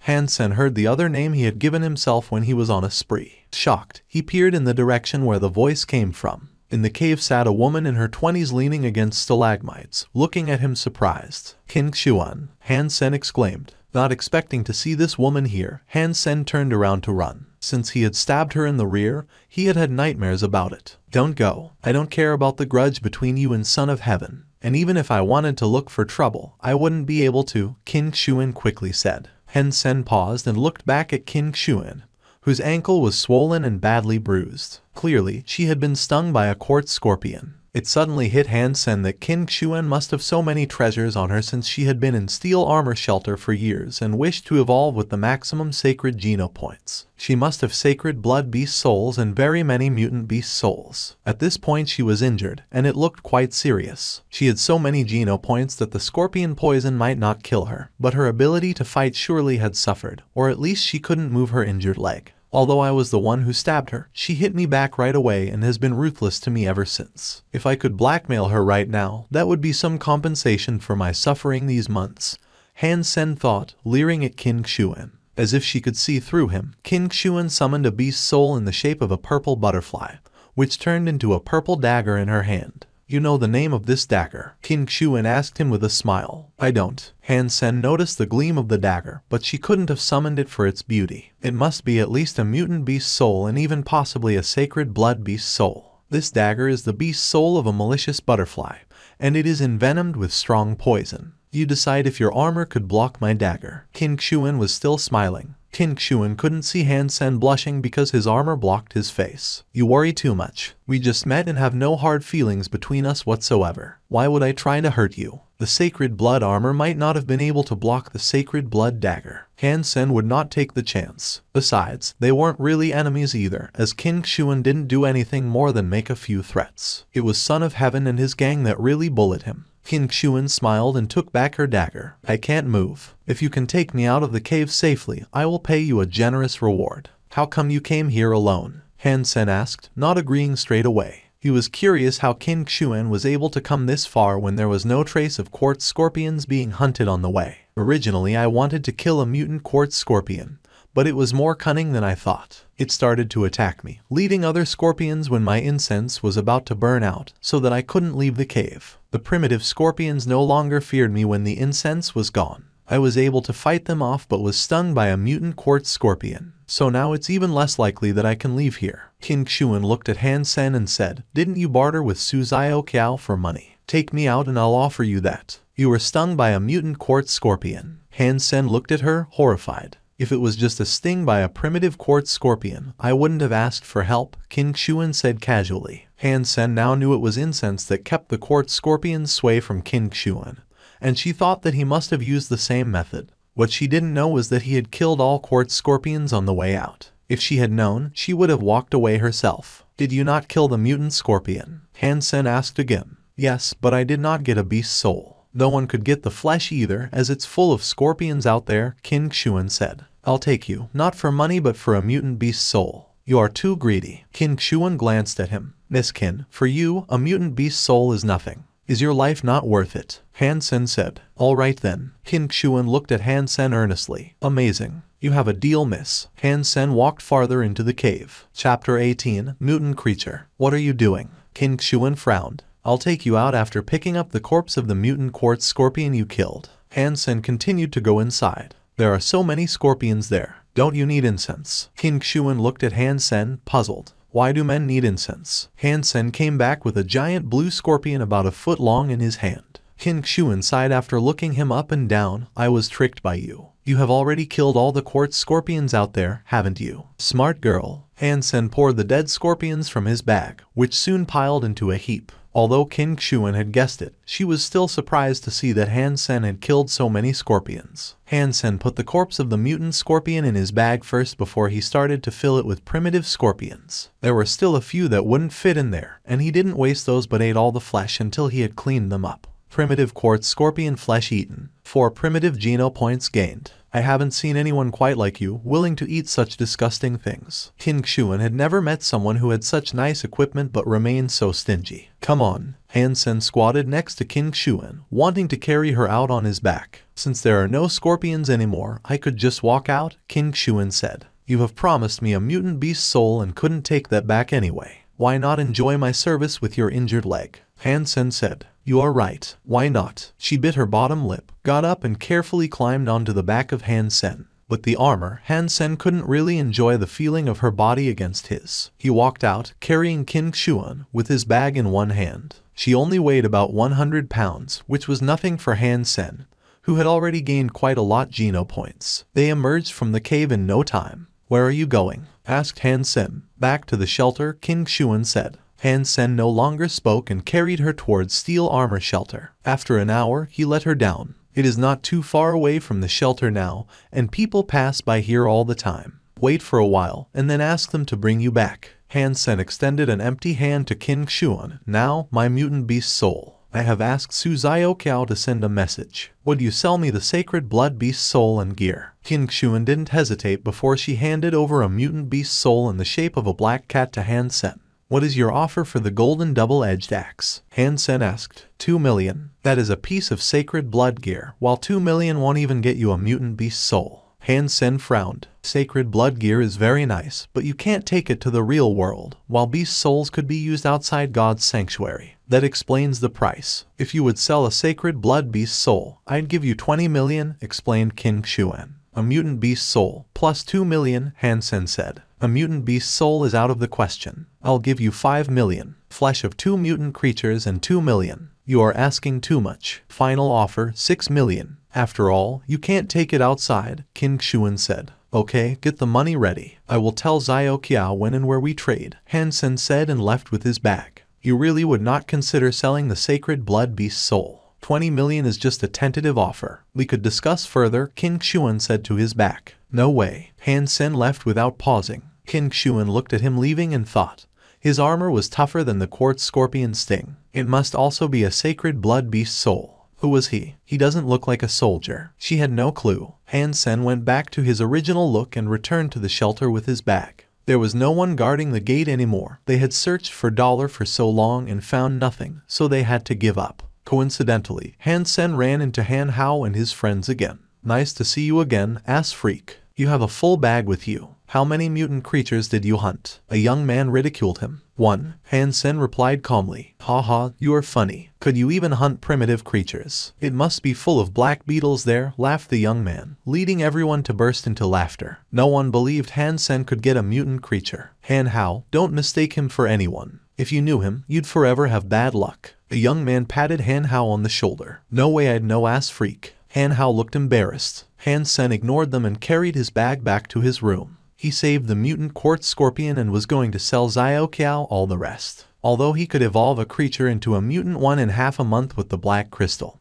he'd rather use the crystal to get sacred blood creatures. In the middle of the night, Han Sen placed a bag of dead quartz scorpions and a note at the door of Su Xiao Qiao's room before knocking a few times. Then he hid in an alley close by and made sure Xiao Qiao took the bag and note inside. It turned out to be a nice collaboration, and Han Sen got the 6 million promised by Qin Xuan and another 80,000 for the scorpions. He went back to his room with boxes of cash and almost jumped with joy. Even when his father was still alive, he had never seen so much money at once. Han Sen left God's sanctuary with the money, since the only thing he wanted to do right now was to share the joy with his mother and sister. Their adversity had finally ended. The 2 million he earned before was all used on solving the issue of the old house, and he could eventually have the 6 million to himself, which was a totally different feeling. Although the money was not even enough for the rich to buy a luxury airplane, for Han Sen it was already the most money he had seen in his life. Mom, Yan, I have something to show you. Han Sen pulled them into his room and poured the cash onto his bed. Where did you get so much money? Luo Sulan was first frightened instead of being surprised, fearing that her son might have done something dangerous. Mom, I was lucky to have killed a mutant creature and gained the beast's soul, so I traded it for this money. Han Sen did not dare to tell the truth, afraid that Luo Sulan might get worried. He didn't dare to leak anything about the black crystal, as the precious stone may land its innocent possessor in jail. His whole family could be wiped out if word got out. Luo Sulan said ruefully, Sen, you should not have sold it. It could be of great help to you, and we could always get by. Mom, no worries. I will have another chance. I've eaten the mutant flesh and gained mutant geno points. In the future, it'll be much easier for me to hunt, and everything will get better. But Luo Sulan still felt bad, as it was not that easy to kill a mutant creature. For ordinary people, it would be great luck to hunt one, just like winning the lottery, so there may never be a second time. Yan is about to start school, and I'm not letting her to go to a public one like I did, Han Sen said. Luo Sulan looked at her children with tears in her eyes. It's all my fault. I didn't take good care of you. Mom, you are a great woman, and you are the one who raised us. Let me contribute a little as well. Han Sen picked up Han Yan. Yan, let's go out to eat. You can have whatever you want today. Han Yan's face lit up. I want to eat sapphire ice cream. Sure, let's go have sapphire ice cream. Han Sen pinched Han Yan's small nose. Sapphire ice cream is too expensive. You don't need to splurge with the money. Save it to buy some meat. Just once. Han Sen went out, holding Luo Sulan's hand. Don't tell others you have hunted a mutant creature or you sold a mutant beast's soul. I don't want anything bad to happen to you. Luo Sulan urged her son. Since Han Sen's father had the accident, Luo Sulan had changed. She no longer wanted Han Sen to be in charge but just to be safe. Mom, relax. I will not say a thing. You keep the money and decide what to do with it. Han Sen went out of the house holding his sister with one hand and his mother with the other. Sapphire ice cream was famous throughout the alliance and was also very expensive. Even the cheapest type cost more than 10,000. Their neighbors' kids were always having sapphire ice cream, and Han Sen also had tried it a few times when he was younger. However, when Han Yan was born, they were already bankrupt, so they couldn't afford such luxuries anymore. Having the impression that the ice cream was delicious, Han Sen could no longer remember what it tasted like. When the three came to Sapphire, all the seats were taken and there was a long line to buy ice cream. Let's go upstairs. Before Han Sen entered the store, he saw through the window that the second floor was almost empty, so he thought the ladies could go upstairs and have a seat while he would stand in line alone. At the stairs, he was stopped by a waiter. I am sorry, you cannot go up, the waiter said. Why? Aren't there any seats upstairs? Han Sen frowned. Contemptuous and impatient, the waiter pointed to a notice on the wall. You should have heard about our rule even if you have never had our ice cream before. Han Sen looked at the notice, which said, the distinguished and aristocrats only, and understood what he was referring to. So the second floor was an area exclusively for people with privileges, and ordinary people weren't even allowed to enter. No wonder the second floor had much better decorations yet was so empty. We don't need to sit down. We'll just wait here, and you go get Yan ice cream, said Luo Sulan, trying to spare Han Sen. And going. Han Sen smiled and went to the back of the line. He seemed to be indifferent, but was suddenly possessed by an aspiration. What's so special about the distinguished and aristocrats? Soon I shall have it all and more. The stupid notice will never get in my way again. There still were no empty seats when it was his turn to buy the ice cream, so Han Sen had to order takeout. Before leaving, he took another look at the notice, the distinguished and aristocrats only. The next morning, Han Sen was on the train going to the teleport station, with many passengers sharing his destination. Most people could not afford a teleport device, so they had to enter God's sanctuary using a public teleport station. Today, the conductor seemed to be in a bad mood. While Han Sen was deep in thought about what to do in God's sanctuary, a violent shake of the train left everyone who was standing falling to the sides. Since he wasn't paying attention, Han Sen also involuntarily staggered a few steps forward and fell on something soft. Subconsciously wanting to seize something to regain his balance, he felt strange because what he was holding onto was even more soft and tender. Then he found that he had bumped into a woman in military uniform, and his hands were on her chest. Bastard! The woman scowled and elbowed him fast and hard. If she were to succeed, Han Sen would have lost half his face. He subconsciously raised an arm to block the hit, felt a strong hit on his arm, and involuntarily stepped back several steps. The woman turned around and viciously stared at Han Sen. She exclaimed with just one look, "You ass, King Xuan." She didn't finish her sentence, but Han Sen cried in fear. This woman in uniform happened to be the woman from whom he had gotten the nickname Ass Freak. Han Sen did not expect King Xuan also to be on Roka planet, and it seemed that she had enlisted in the army. Being in the military was nothing uncommon in the Alliance, as all legitimate residents of the Alliance needed to serve at least 5 years when they turned 20. When Han Sen turned 20, he would also become a soldier if there were no special reason for him not to serve. King Xuan recognized Han Sen, but didn't initiate a fight. She just looked at him with a cold and slightly disgusted look. Han Sen thought ruefully, she must think I'm a pervert now. I don't even blame her. I did stab her in the bottom, and now, if I were her, I'd assume the same.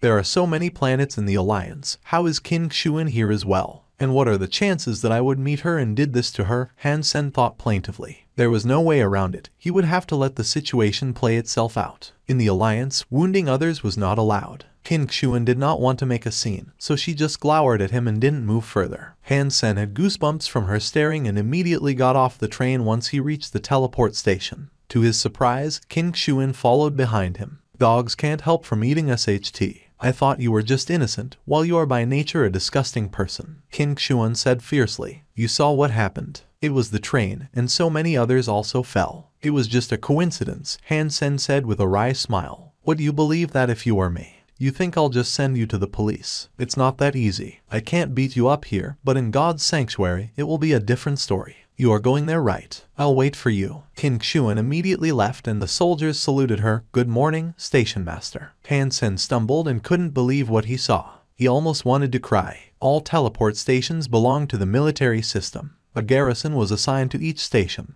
and the station master was the garrison's chief executive. Han Sen had heard that the old station master was to be transferred, and he couldn't believe that King Xuan would be the new station master, not even in his wildest dreams. Han Sen had a bad feeling about the whole thing. As the station master, King Xuan would know his whereabouts very well, and it wasn't even possible for him to use a different teleport station. There are 3 public teleport stations on planet Roka, but the other 2 were too far away, and he couldn't waste 2 days on traveling. Han Sen entered God's sanctuary when King Xuan went to her office. He decided to wait until she left the shelter before he teleported back home. Han Sen gave King Xuan no chance to intercept him. Taking some meat jerky made from the mutant scorpion, Han Sen left steel armor shelter. Did I use up my luck when I found the black crystal? Han Sen thought, depressed. He did not go far before seeing Son of Heaven and his gang standing outside the shelter chatting. Han Sen wasn't interested in meeting up with them and went the other way. However, Luo Tianyang called him from behind. Ass freak, come here. Reluctantly, Han Sen had to turn around toward Luo Tianyong, perplexed. I'm calling you. Come here and you'll get lucky. Luo Tianyong waved to him, smiling maliciously. There is no need. I'm not strong. I can only deal with ordinary creatures and can't even fight primitive creatures. I am afraid I cannot help you. Han Sen knew it was never good when Luo Tianyong called him. Cut the crap. Do you want a beating? I said come. Luo Tianyong gazed at Han Sen with his face dark. In addition to Han Sen, Son of Heaven and his gang were also joined by a few thugs they paid to come along. The group left Steel Armor Shelter and marched into the mountains. Although they expected nothing good to happen, they still wanted to take the chance for the sake of the generous reward. In the past, if Han Sen had not been blocked by King Xuan and Son of Heaven, he might also have risked his life for the bounty. Now Han Sen had no reason to take such risks, but it was clear that Son of Heaven and Luo Tianyong wanted to use him as a stepping stone, which made him want to kill them both. Han Sen quietly followed them, guessing what they were about to do. When recruiting people, the gang had said they were hunting a mutant creature, and it was only because there were also many ordinary and primitive creatures that they needed more hands. Han Sen of course couldn't take this seriously. To kill a mutant creature, the regular gang was more than enough. The dozen people around Son of Heaven could all kill a mutant creature on their own, let alone Son of Heaven himself. The extra hands were completely unnecessary, according to their story. Luo Tianyong and others casually killed the creatures they encountered along the way, and gave the meat to the hired people casually, which made everyone quite happy. The group had been going for 6 or 7 days, and the gang still had no intention of stopping. On the 8th day, they halted at a mountain pass. Very far from the shelter, there was no human activity. They encountered many different creatures. Son of Heaven and his gang had killed a lot of primitive animals on the way, and kept some of the flesh as food. It seems that we are almost there. What on earth are they up to? Han Sen had not heard anything, but judging from the grave look on their faces, this couldn't be a simple operation. They rested for a day at the campsite and crossed the mountain pass the next morning.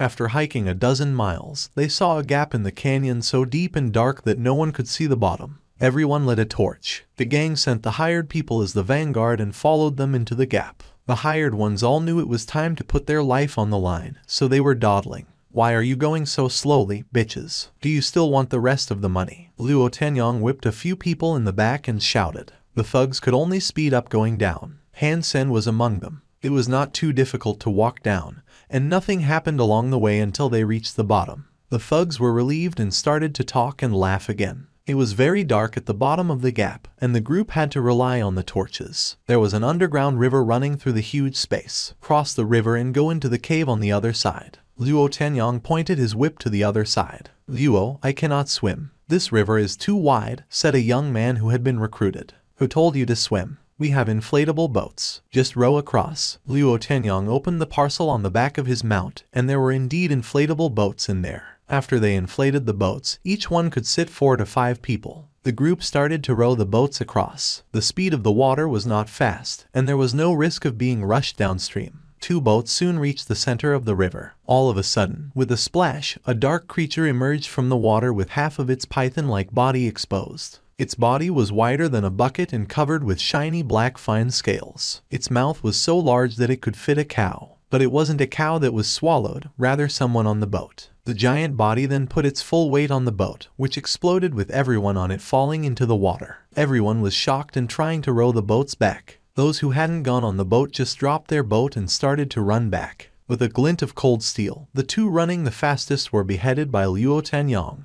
and another gang member. Luo Tianyong pointed the knife with blood on it at the rest and cried ruthlessly, "There is but one monster, so whoever reaches the other side can live. And I'll kill anyone who took the money and tries to run away. To live or to die, it is up to you." Everyone was intimidated by Luo Tianyong's vicious act and started to row towards the other side. Assholes, you just want to feed the monster with humans, Han Sen cursed in his heart. Those who fell into the water before were trying to swim to the other side but were suddenly pulled into the water by something. It was so dark that no one saw what happened to them, but their fate could be imagined from the thick scent of blood. The hired boys dared not move forward, and Luo Tianyong used his knife again to force them. They didn't want to stay in the river, so they had to row hard. Han Sen lit the surroundings with his torch while rowing the boat. In case the monster came out of the water, he had to summon Sacred Blood Beast soul armor at once to save his life. The monster again collapsed a boat, and everyone on it was screaming. Then what could be heard was only the waves rolling. Row harder if you want to live. Han Sen yelled at the two on the boat with him who were petrified as he was rowing his heart out. King heartless bastards. He swore quietly. The two men were revived by Han Sen's shout and started to row desperately. From time to time there were screams and splashes. Countless men must have been buried in the snake belly. There was no doubt that this giant snake was a sacred blood creature. Aquatic creatures were hard enough to kill, let alone a sacred blood creature. With his normal gang, Son of Heaven didn't even dare to hunt it, but was only trying to fill out the group so that they could safely reach the other side. Han Sen took a look at the other side as he was rowing. After they passed the middle of the river, the torch could light up the other side a little bit. Since Han Sen had started to practice jade skin, his body function seemed to get a lot better. Vision was also a lot stronger than before, and he seemed to have gained night vision as well. Now he could clearly see a cave 6 to 9 feet wide on a cliff. Although there was no path, the cave must have been the gang's destination. Han Sen was looking at the cave when he heard a loud splash. His heart sank as he saw the giant snake popping out of water less than 6 feet from their boat, its mouth moving towards the boat and its fangs showing. Without thinking, Han Sen jumped into the water and summoned his armor underwater. Like a fish, he struggled to swim across the river. The whole process of crossing the river was tragic. It wasn't clear whether the black snake was insatiable or just determined to kill humans, but only 2 boats reached the other side, and only 7 people lived. All the others were in the water and most likely dead. The snake didn't show up again. Son of Heaven. Although the snake was a sacred blood creature, it was not intelligent. Now it is full. We should not have too much risk crossing, said Luo Tanyang, smiling. Go over. Son of Heaven gave the order, and the gang went over in 3 boats. As expected, the snake didn't attack anymore and they all landed safely. Luo Tanyang whipped the 7 survivors, who were forced to walk inside the cave, trembling. They regretted so much that they had coveted the bounty. What was money good for if they died here? But they did not encounter any other creatures along the way. In half an hour, they reached the end of the cave. At the end of the cave there was a pool, and next to the pool was a gravel nest 30 feet wide. In the middle of the nest there lay 2 eggs the size of ostrich eggs with black patterns. Son of Heaven was overjoyed. Haha, awesome. Eggs of sacred blood creatures, and there are 2 of them. Now my sacred geno points could go over 80. Even so, he did not lose his caution and winked at Luo Tanyang, who was equally excited. The latter understood immediately and forced the survivors to fetch the eggs. Trembling, they walked into the gravel nest and carried out the 2 eggs. However, before they were able to leave the nest, the pool started to bubble, and bang! A huge snake head stuck out, the dark red snake eyes staring at the egg thieves. Damn, throw the eggs over, Son of Heaven shouted to them. But they were dumbfounded by the snake up close and did not reply him. Useless mother of curs. Son of Heaven scolded and summoned his red sword, running forward. The gang all summoned their weapons and followed him. Rushing in front of the survivors, Son of Heaven grabbed the eggs and ran towards the mouth of the cave. The snake was originally concerned about its eggs and didn't move. Seeing Son of Heaven running away with them, it went into a rage and left the pool, chasing the gang madly. Block it, cried Son of Heaven, while he kept running without pause. Luo Tanyang was even more ruthless. He grabbed 2 shivering survivors and threw them at the snake. Catching one in the mouth, the snake swallowed him without chewing. The rest of the gang all followed suit, using the survivors as human shields, which temporarily resisted the snake's attack. They took advantage of it and retreated. Son of Heaven ran fast, holding the 2 snake eggs. It took him no time to arrive at the mouth of the cave. When he was excited, a golden fist appeared in front of him and hit him on the face. He hadn't expected someone hiding behind the cave mouth and was unprepared for the attack. Blood spilling and nose crooked, he fell back with his hand covering his face. The 2 snake eggs suddenly flew out from his arms. A golden figure jumped up, caught 1 egg with each hand, and ran toward the river. Son of Heaven fell to the ground, clutching his face. He immediately managed to climb up, saw the unique golden armor and recognized who it was. After jumping in the water, Han Sen had swiftly swum to the shore in the chaos. Han Sen reached the river and suddenly saw waves roaring. A huge black-scaled snake appeared from the river. K. There is another one. Han Sen looked back and saw the other snake chasing the gang. You are so ked. Son of Heaven hated Dollar's guts and gloated that he was stopped by the snake. Han Sen quickly had an idea as the snake in the river glared at him. He pushed hard with his right hand secretly, and then threw the snake egg at Son of Heaven. Catch, we will each keep 1 egg, and let's deal with the snakes together first. Who agreed to that? I will get both eggs and kill you. Thinking Han Sen was terrified, Son of Heaven sneered and caught the egg. But the egg broke when it hit him and the egg was all over him. Son of Heaven was stunned.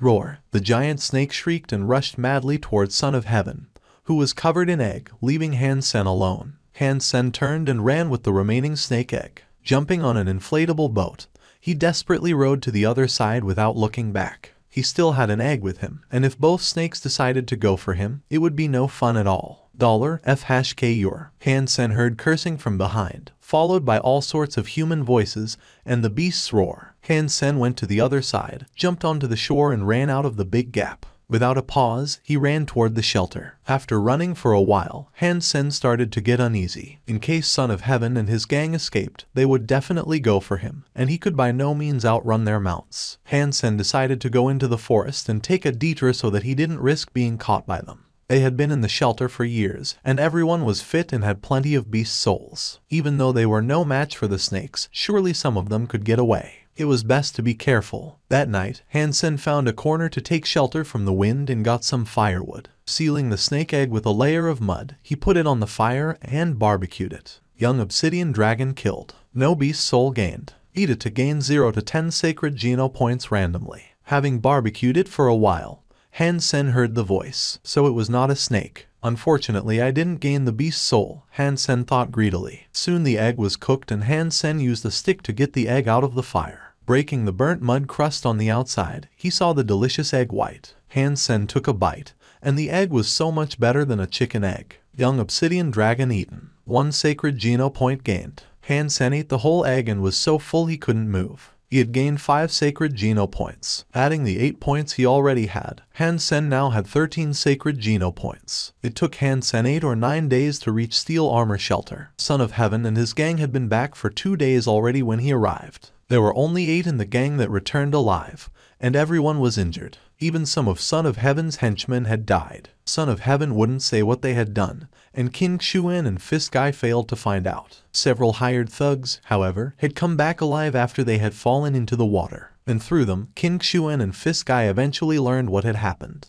They still had no idea what had happened after the hired men fell into the water, so just took for granted that the gang was hurt by the obsidian dragons. Their guess was only half right, because the egg thrown by Han-sen also contributed a lot to the gang's predicament. After all, they wouldn't have had to fight the dragons if he hadn't done that. Son of Heaven was afraid of being ridiculed, and did not tell what happened later, while secretly he launched a new search for $. It is a pity that Son of Heaven and Luo Tanyong didn't die. Han-sen learned what had happened and felt relieved. He was afraid that Son of Heaven might suspect something, seeing he had returned alone. Now that there were other survivors, Han-sen naturally had nothing to worry about, and caught a primitive copper-toothed beast on his way back to the shelter. If Son of Heaven and his gang came to interrogate him, he could just say he was rushed downstream and got lucky. Han-sen was thinking too much, because Son of Heaven did not have the time to ask him and didn't make the connection at all. More than half a month was spent on the expedition. Han-sen teleported out of God's sanctuary to see his mother and sister. However, at the gate of the transport station, King Xuan was standing at the exit, looking at him coldly. "You sure can hide. It's been more than half a month since I saw you. Do you think I'll spare you from the punishment you deserve? Miss Qin, what do you want?" Han-sen looked at her, depressed. King Xuan was now the station master,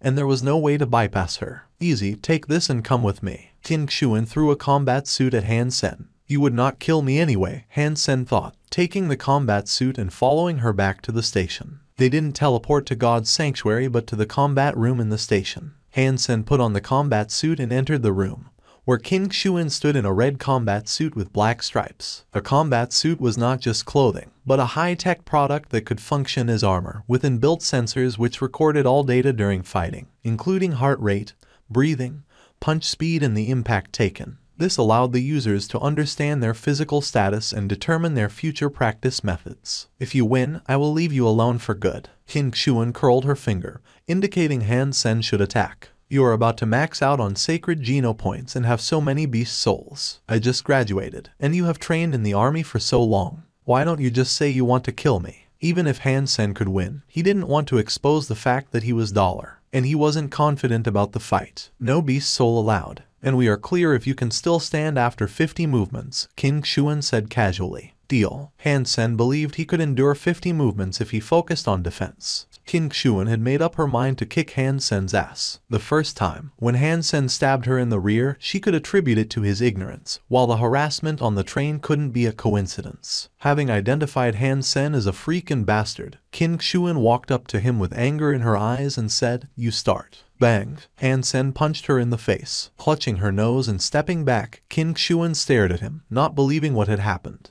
Han Sen was not like any man she had seen. She let him start and he just immediately punched her, which was completely beyond her expectations. That's why she was not prepared for it. They were standing close to each other, so she was hit on the nose. In her understanding, in a showdown, the two opponents should go to the middle and take their positions. And men always acted as gentlemen in front of her. Even if they were weaker, they'd still want to show their masculinity. No one was like Han Sen, who threw a punch without a sign, hitting her face where she wasn't even covered by protective gear. "I'm sorry, so sorry. Have we not started?" Han Sen repeatedly apologized. He thought he'd let her beat him to let out the anger and wanted it to end sooner. He didn't expect that he could hit her nose, which soon turned red. "We had started, and we'll continue, you." Bang! Kim Xuan had more to say, but he acted hearing continue and hit her on the nose again. She was in so much pain she had to squat on the floor. "You said continue, so I thought." Han Sen quickly explained. "I'll kill you." Kim Xuan jumped from the ground. Not caring about the rules anymore, she moved forward and started to beat Han Sen up. Resisting Kim Xuan's beating, Han Sen found his fighting skills were much weaker than Kim Xuan's, and he couldn't even play defense. He barely got through a dozen punches and was beaten down. Weigh less than 50. "See you next time." Kim Xuan turned away, leaving behind Han Sen, who was wounded all over. Han Sen stood up with a wry smile on his face. Wearing a combat suit, he wasn't injured seriously. It was just some pain he would have to put up with. The worst part was he seemed to have enraged Kim Xuan even more. After Han Sen left the station to return home, Kim Xuan took a shower and was about to delete the video and data of the fight right away. She was the station master and the strongest woman in Steel Armor Sanctuary. There was no way she'd let people see the video of herself being punched in the nose by Ass Freak. Before deletion, Kim Xuan watched it again, and she was momentarily shocked. She thought that the reason she was hit was that Han Sen took advantage when she wasn't prepared. After carefully reviewing it several times, Kim Xuan suddenly found that although this was a very important reason, it couldn't fully explain her being hit. Was it? Thought Kim Xuan, and repeatedly watched the part when he hit her and compared the data collected by the combat suit. So, his fist fighting skills are really poor, just about the normal level of a compulsory education graduate.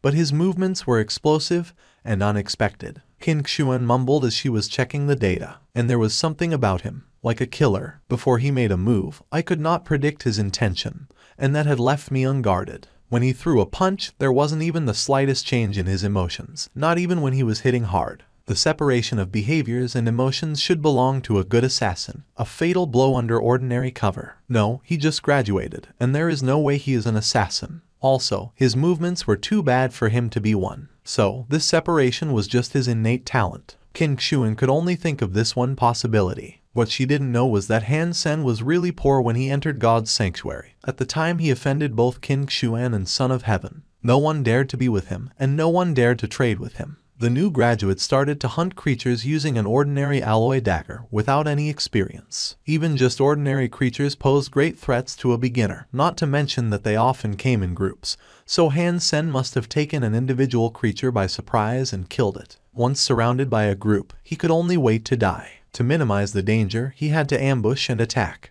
And the most important part was not to alert the creatures, who had more acute senses than men. In the first month, Han Sen was honing these skills. In failure after failure, he learned to hide his emotions and intentions so that the creatures sensed no danger even when he approached. It was like playing dirty, but it was also the only way for him to survive at that point. Later, he had to keep practicing and improve his skills in order to kill primitive creatures, and gradually they became part of his instinct. Although Han Sen's fighting skills were not even close to advanced, he was no worse than a great assassin in his explosiveness and timing. Like an assassin, his skills were also honed between life and death, and the only difference was that it was the creatures instead of men that he killed. He seems to have great strength, speed, and explosiveness, which indicates that he has fairly high geno points, unless he is practicing hyper-geno arts. Kim Xuan looked at some data, but didn't worry too much about it. Han Sen's data was indeed better than average, but data like this can be seen anywhere in the shelter. It was only a bit unexpected that it belonged to Han Sen. Talented but vulgar and despicable. I'll just teach him a lesson next time, thought Qin Xuan bitterly. Because of Han Sen's sneak attacks, she labeled him as despicable again.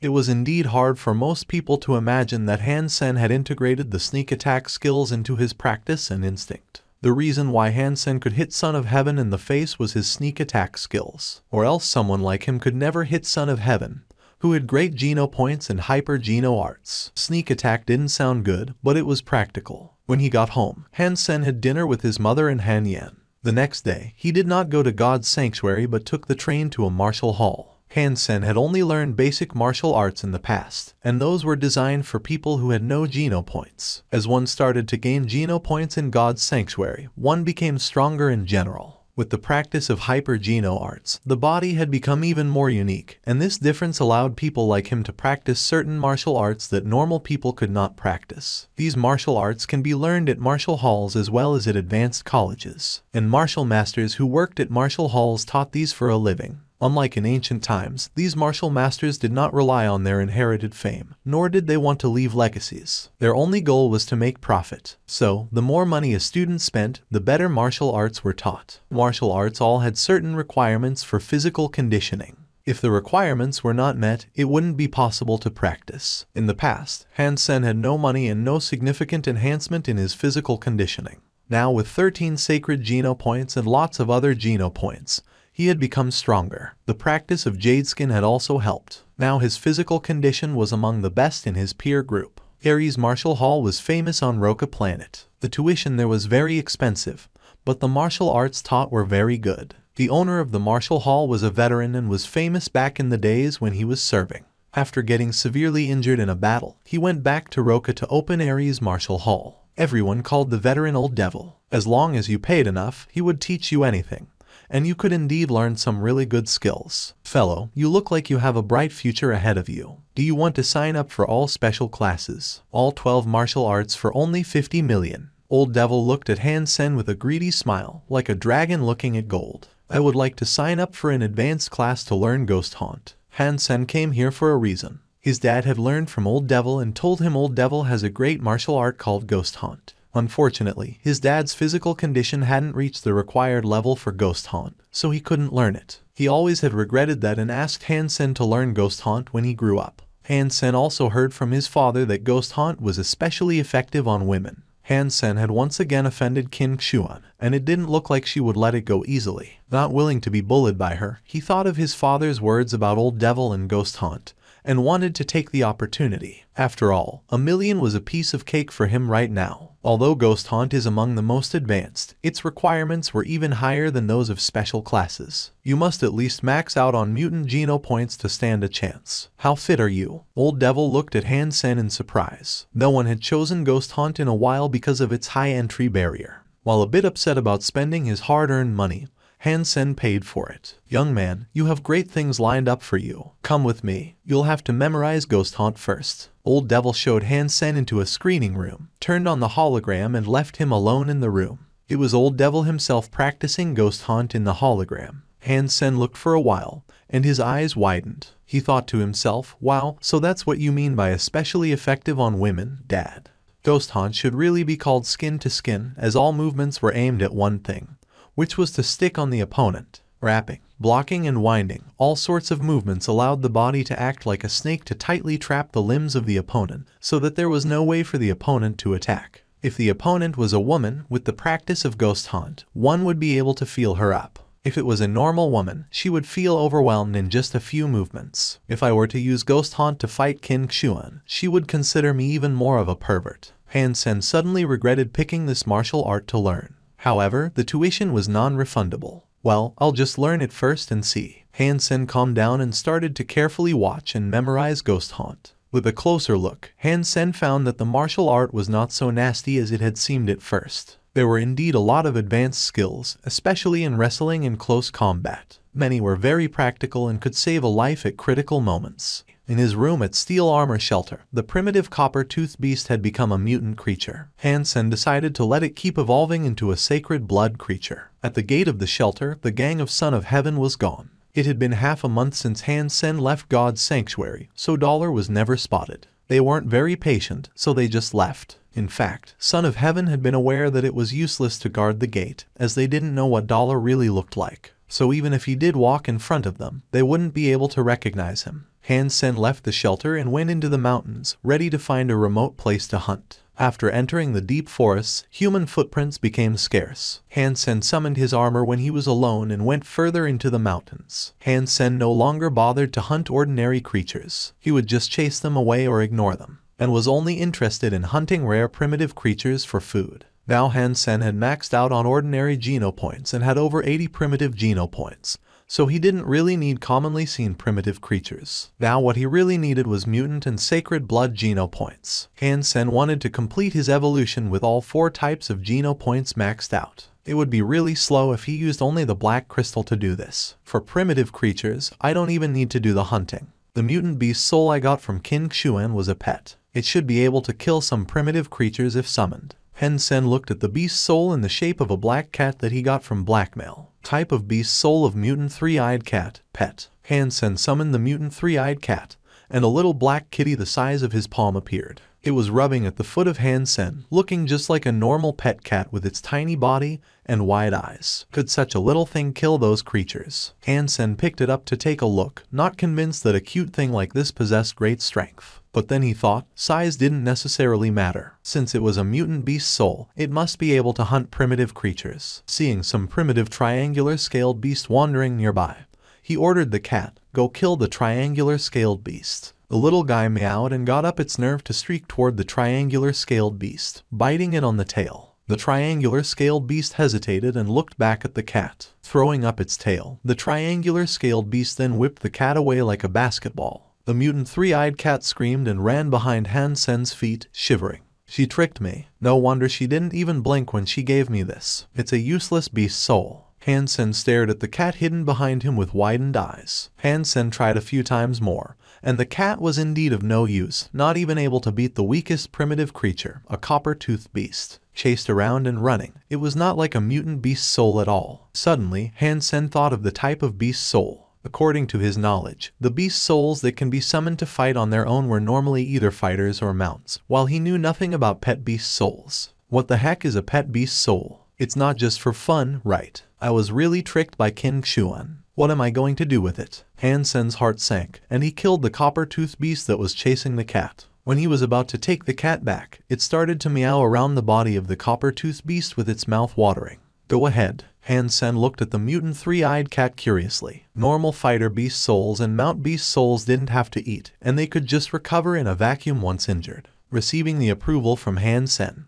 the cat rushed to the corpse and started gnawing, but it was clear that its teeth and claws were not sharp enough to break down the skin. Depressed, Han Sen peeled the skin off, sliced the meat with a dagger and fed it to the cat. And this little thing sure could eat. The copper-toothed beast was at least twice its size and it managed to eat all the flesh. Lying on the ground with a full belly, the cat could barely move and Han Sen was almost worried about it. Helplessly shaking his head, Han Sen took the cat back and decided to research the use of a pet beast soul on Skynet when he got back home. Mutant creatures were not so easy to find. Han Sen had been in the mountains for more than half a month and did not encounter any mutant creatures. He did find quite a few primitive creatures new to him and now had more than 90 primitive Geno points. Hunting alone in the mountains was quite boring, so Han Sen would summon the cat to play with and feed for fun when he was resting. The protection from the black beetle armor allowed him to practice ghost hunt even when hunting primitive creatures. Although he was still not skilled at it, he noticed the strengths of this martial art, especially in wrestling. It was very easy to use and would incapacitate the creatures in a short time. However, close combat can be dangerous, and there were a few times when he used the wrong movement and could have been killed by the creatures. For over a month in the mountains, he had not found a single mutant creature, while he made a lot of progress in using ghost hunt. Later, Han Sen no longer needed to rely on his armor when hunting primitive creatures. One of his biggest gains was that he finally maxed out on primitive Geno points. Thinking of the fact that he was struggling for ordinary Geno points just a few months ago, he was suddenly in a great mood and started to make a fire and barbecue some meat. Help, help. Han Sen was sharing the barbecue with the mutant 3-eyed cat he named Meowth when he saw a guy in ragged clothes running toward him, crying for help. He quickly got up and looked over there. With just one look, Han Sen abandoned the meat on the ground, took back Meowth and started to run. "Buddy, please help me. I'll give you money, however much you want," cried the man while running. "You can keep your money." Han Sen did not turn his head and ran desperately. You first needed to be alive to spend money, and there were at least 100 Momo beasts chasing him. Although Momo beasts were only primitive creatures, they each weighed more than a dozen tons and had the toughest skin. If hit or trampled by one, his internal organs would probably be shattered even with his armor on. Not to mention there were so many of them. Even if King Xuan, Son of Heaven and Fist Guy were all here, they'd have run under such circumstances. "Buddy, not so fast. Give me a hand and I will thank you." Behind Han Sen, the man was out of breath. "I'm in danger as well. Just pray." After running for a while, Han Sen saw a cliff ahead of him with green vines hanging, grabbed a vine and started climbing up. The benefits of the gain Geno points and practice of Ghost Haunt were showing. Han Sen was in the air with just a bit of climbing and jumped on a large stone platform extending from the cliff. Seeing Han Sen climbing up, the man also ran over and wanted to follow him. The man was either too weak or too tired, so he slipped down after a few tries. "Buddy, help." With the Mamo beast less than 30 feet from him, the man was about to cry out. "Hang on." Han Sen grabbed the vine the man was holding onto and started pulling hard. Overjoyed, the man climbed with all fours, leveraging Han Sen's strength. When he was 30 feet from the ground, he heard Mamo beasts running into the cliff. Han Sen and the man felt as if even the mountains were trembling. With pulling and climbing, the man was finally on the platform. Once on the platform, the man lied down as if he were paralyzed, while breathing heavily, unable to speak. "Friend, what on earth did you do to them?" Han Sen looked down at the Mamo beasts running into one another. They wouldn't even leave after they got up, roaring at the platform. But they couldn't climb up as they were even bulkier than elephants. "Do not mention it. Worst luck ever." The man calmed down, fished out a packet of cigarettes from his pocket, lit one and offered one to Han Sen. "You saved my life and I, Lin Beifeng, will always remember. I will show my gratitude after returning to the shelter. Best with cash." Han Sen looked at the cigarette and knew the man must be rich. A packet of Schwarzwald cigarettes cost more than 10,000, and there was no need to be modest with such a wealthy guy. "Buddy, what's your name?" Lin Beifeng threw a lighter at Han Sen. Han Sen. Han Sen caught the lighter and lit the cigarette. Made from the tobacco produced from Schwarzwald, the cigarettes were harmless to the body and especially refreshing. For those who were risking their lives in God's sanctuary, the Schwarzwald cigarettes were definitely heaven sent. "Sen, trust me, when we are back at the shelter, you can have as much money as you want. Problems that can be solved by money are no problems for me." They chatted for a while, and Han Sen understood what had happened. Lin Beifeng was not only rich, but super rich. He was also lucky to be assigned to a shelter where he had very close acquaintances. So he bought a whole lot of mutant beast souls, armor, weapons, mounts, fighters, etc. He also hired a group of people to hunt with him, wanting to hunt a sacred blood creature. With his great luck, they indeed caught a sacred blood creature, but what happened after was not so lucky. The people he hired either died or escaped, and he just went running into the mountains. After all sorts of danger, he had managed to survive, but lost almost all the beast souls he bought. If it was not for Han Sen, he would have been killed by the Mamo beasts. "Sen, how far is our glory shelter from here?" asked Lin Beifeng. "It's your glory shelter." Han Sen laughed. Lin Beifeng was shocked. "Sen, are you joking? I came from Steel Armor Shelter, and it takes 2 weeks to return there. That's #T. I'm really in the range of another shelter." Lin Beifeng was very depressed. He had friends in Glory Shelter, and it was easy for him to buy flesh and beast souls. But it was likely that no one knew him at a different shelter, so even with money it would be hard to buy advanced flesh and beast souls. "Hey, what did you do to the Mamo beasts? They are being so persistent." Han Sen looked down again and the Mamo beasts were still there, roaring and standing on their hind legs, trying to climb onto the stone platform. I was walking and got hungry, so I saw a young Mamo beast grazing," and said Lin Beifeng bitterly. "It was unfortunate. It seems that we are trapped here for some time, so before they leave, let's be nice to each other." Han Sen laughed. "Right, let's do that." Lin Beifeng smiled agreeably and approached Han Sen. "Sen, I'm so thirsty. Can I drink from your water bag?" 10,000 per cup, Han Sen said, narrowing his eyes. "That's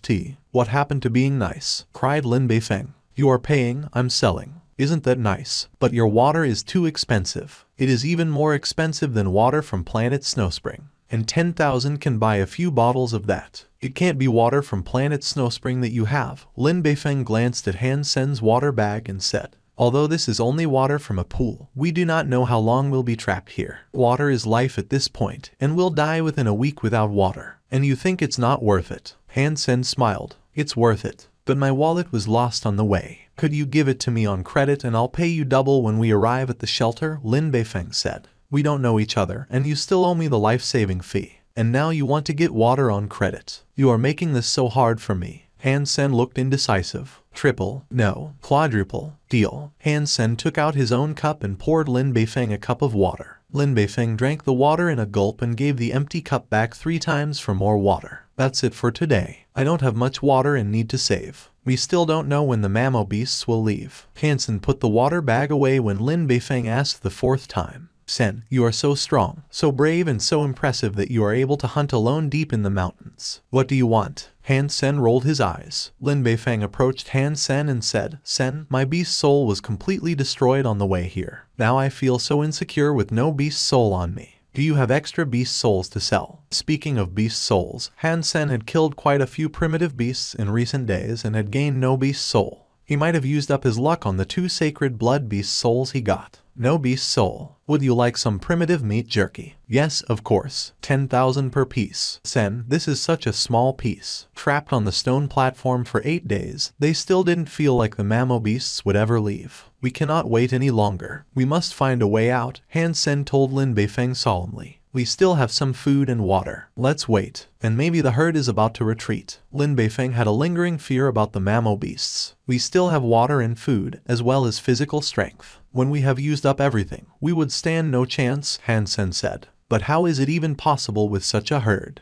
Lin Beifeng said bitterly. So we will have to climb up. Han Sen pointed to the cliff above. Lin Beifeng looked at the cliff standing straight into the clouds and suddenly shuddered. Are we capable of doing this? We have to. It beats waiting to die, and we don't have to climb over. If we could climb up a bit and find somewhere to stand, we could just walk around and go down on the other side of the cliff, Han Sen said. Sen, I agree, Lin Beifeng quickly said. Great. We will start to climb now using the vines. Han Sen grabbed a vine, made sure it was tough enough and began climbing. Sen, you are so fit. You must have maxed out on mutant geno points. Lin Beifeng stopped climbing as he felt his arms hurting too much, while Han Sen was still climbing briskly. Hang in there. There is a rock sticking out up there, and we can go there and rest. Han Sen looked down at Lin Beifeng. Sen, I can't. Shall we just go back down? You stay here. I will go up first and then pull you up with the vine. Han Sen started to climb with all 4s, and he was so fast it looked like he was walking on the ground, which stunned Lin Beifeng. It took a little while for Han Sen to reach the rock and use the vine to pull Lin Beifeng up. I'll climb up to the rock above and have a look. If there is no way out, I'll just go down to eat and drink. Maybe we could outrun the mammo beasts, Han Sen decided, and kept climbing. The stone was farther and larger than Han Sen had imagined. It was half the size of a basketball court. When he got on the stone, Han Sen's eyes suddenly widened. On the stone was a nest made with tree limbs and vines. It looked like a huge swallow's nest, almost taking up a better half of the stone. An egg at least 3 feet tall lay in the nest. Wow, such a big egg. How big would the creature that laid it be? Han Sen shuddered. The creature was not here now, but he dared not think what would happen if it came back. If the egg belonged to a sacred blood creature, Han Sen would not want to miss it. After some hesitation, Han Sen approached the egg and cut a hole in the egg shell with the tip of his dagger. Fishing out a straw from his pocket, he stuck it in the hole and started sucking. Suddenly the sweet juice filled Han Sen's mouth. Sacred blood creature Stormbird's egg eaten. No sacred geno point gained. Although no sacred blood geno point was gained, the fact that the egg was indeed a sacred blood creature left Han Sen in joy.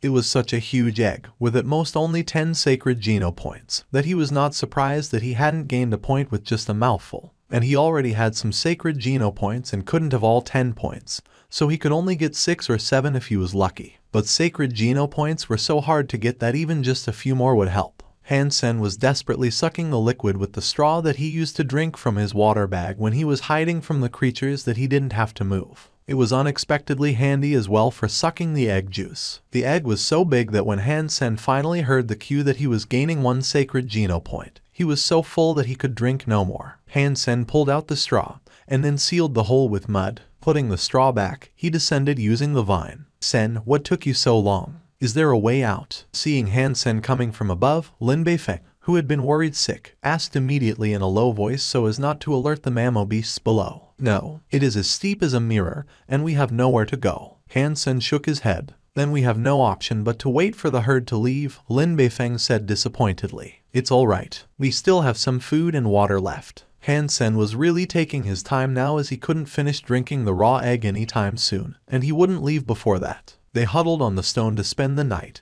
and the next morning Han Sen climbed up to eat more egg. He made sure there was no creature in the nest before he went up and broke the seal to drink from the egg. Sen, why are you climbing up again? Lin Beifeng wondered when Han Sen came down. There are sacred blood creatures above, and I was having a feast up there. Do you want to go together? Han Sen laughed. You can keep it. Lin Beifeng glanced at him and didn't believe a word he said. Even if there really were sacred blood creatures, Han Sen was more likely to be their food.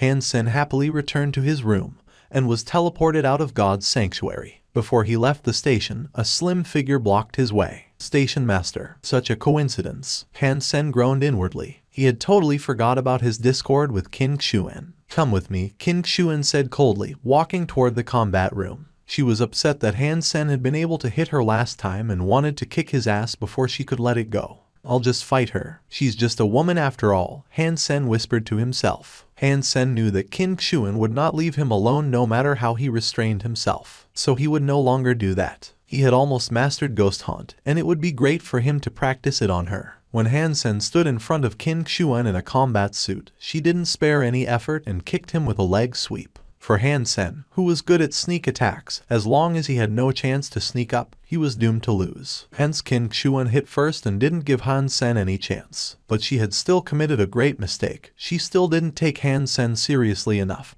and did not regard him as an opponent. All she wanted to do was to kick his ass. That's why she didn't use even half her strength. In her mind, he was still the ignorant ass freak, a rookie who could be bullied by anyone in the shelter. Qin Xuan did not really want to harm Han Sen, so she wasn't hitting hard. But what she didn't know was that Han Sen now had 18 sacred Geno points and was practicing Jade Skin. Although not as fit as her, the gap between them was not so big either. Seeing her leg sweep, Han Sen moved to a spot where Qin Xuan couldn't reach and twisted her leg with his arms. She immediately lost balance and fell to the ground. Han Sen immediately pressed himself against her and locked her limbs down. Qin Xuan hadn't expected such nifty moves from him, and when she realized her mistake, she was trapped and couldn't wriggle free. Feeling anger and shame, she struggled and failed because of the clever techniques of Ghost Haunt. If she struggled with all her strength, her arms would be dislocated or even broken. Trapped by Han Sen, she blushed and still couldn't believe Han Sen had taken her with the first move. She wanted to teach him a lesson,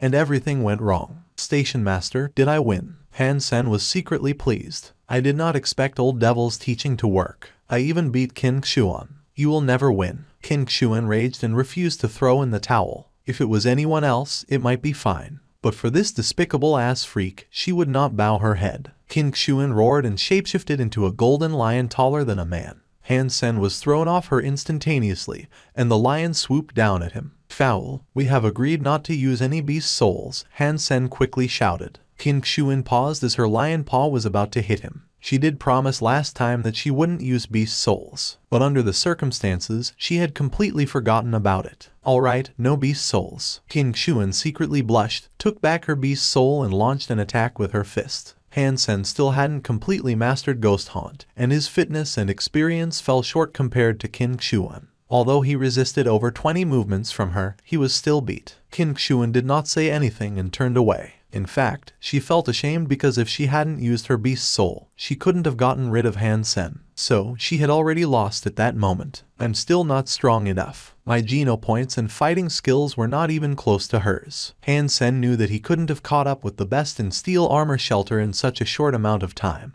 while he was still a little disappointed that he couldn't even take 30 movements from her. Qin Xuan was still blushing after a shower. She was truly abashed that she was put in such a tough situation by ass freak. Something is wrong. Although his wrestling skills were not bad, he couldn't have locked me down without great fitness. How did he gain so many Geno points? Thought Qin Xuan suddenly. She quickly called out the data collected in Han Sen's combat suit. Qin Xuan clenched her lips and cursed bitterly. That bastard. He must have maxed out on his mutant Geno points already. He was just playing weak to make me underestimate him. Ass freak, I'll never make peace with you. From then on, every time Han Sen passed the teleport station, King Shuin would always call him into the combat room. Han Sen was glad to oblige. Wrestling skills such as Ghost Haunt really need much practice, and with a training partner as good as King Shuin, he could not really hone his techniques. Some pain was nothing compared to his gain. If it was not for King Shuin, Han Sen could only practice when risking his life, which was far more dangerous than his fights with her. Of course, Han Sen was careful so that she didn't notice he was using her. Each time he would get on her nerves on purpose so that she would keep calling him to the combat room. King Shuin picked on Han Sen many times but still didn't get over it. Every time she saw his smiling face, she would get mad and have an urge to beat him up. It almost became a habit of hers. The copper-toothed beast fed by Han Sen had become purple in color and bigger in size 2 months after it had become a mutant creature. Whether I could keep rising in the world all depends on you. Please become a sacred creature soon. Han Sen looked at the purple color of its skin and thought it was about time. Judging from the situation, it would take about 3 months for a mutant creature to evolve into a sacred blood creature. This period was neither too long nor too short. It was almost impossible for most people to hunt a sacred blood creature in just 3 months. Even King Shuin might not have been able to hunt a sacred blood creature for a year. Now with this black crystal, Han Sen could have an entire sacred blood creature to his own every 3 months, which was simply incredible. Just give me enough time, and I could easily evolve with all 4 types of Geno points maxed out. By then I will gain the title of Sacred Blood Aristocrat for sure. Han Sen was getting excited. He did not see King Shuin at the teleport station on his way home.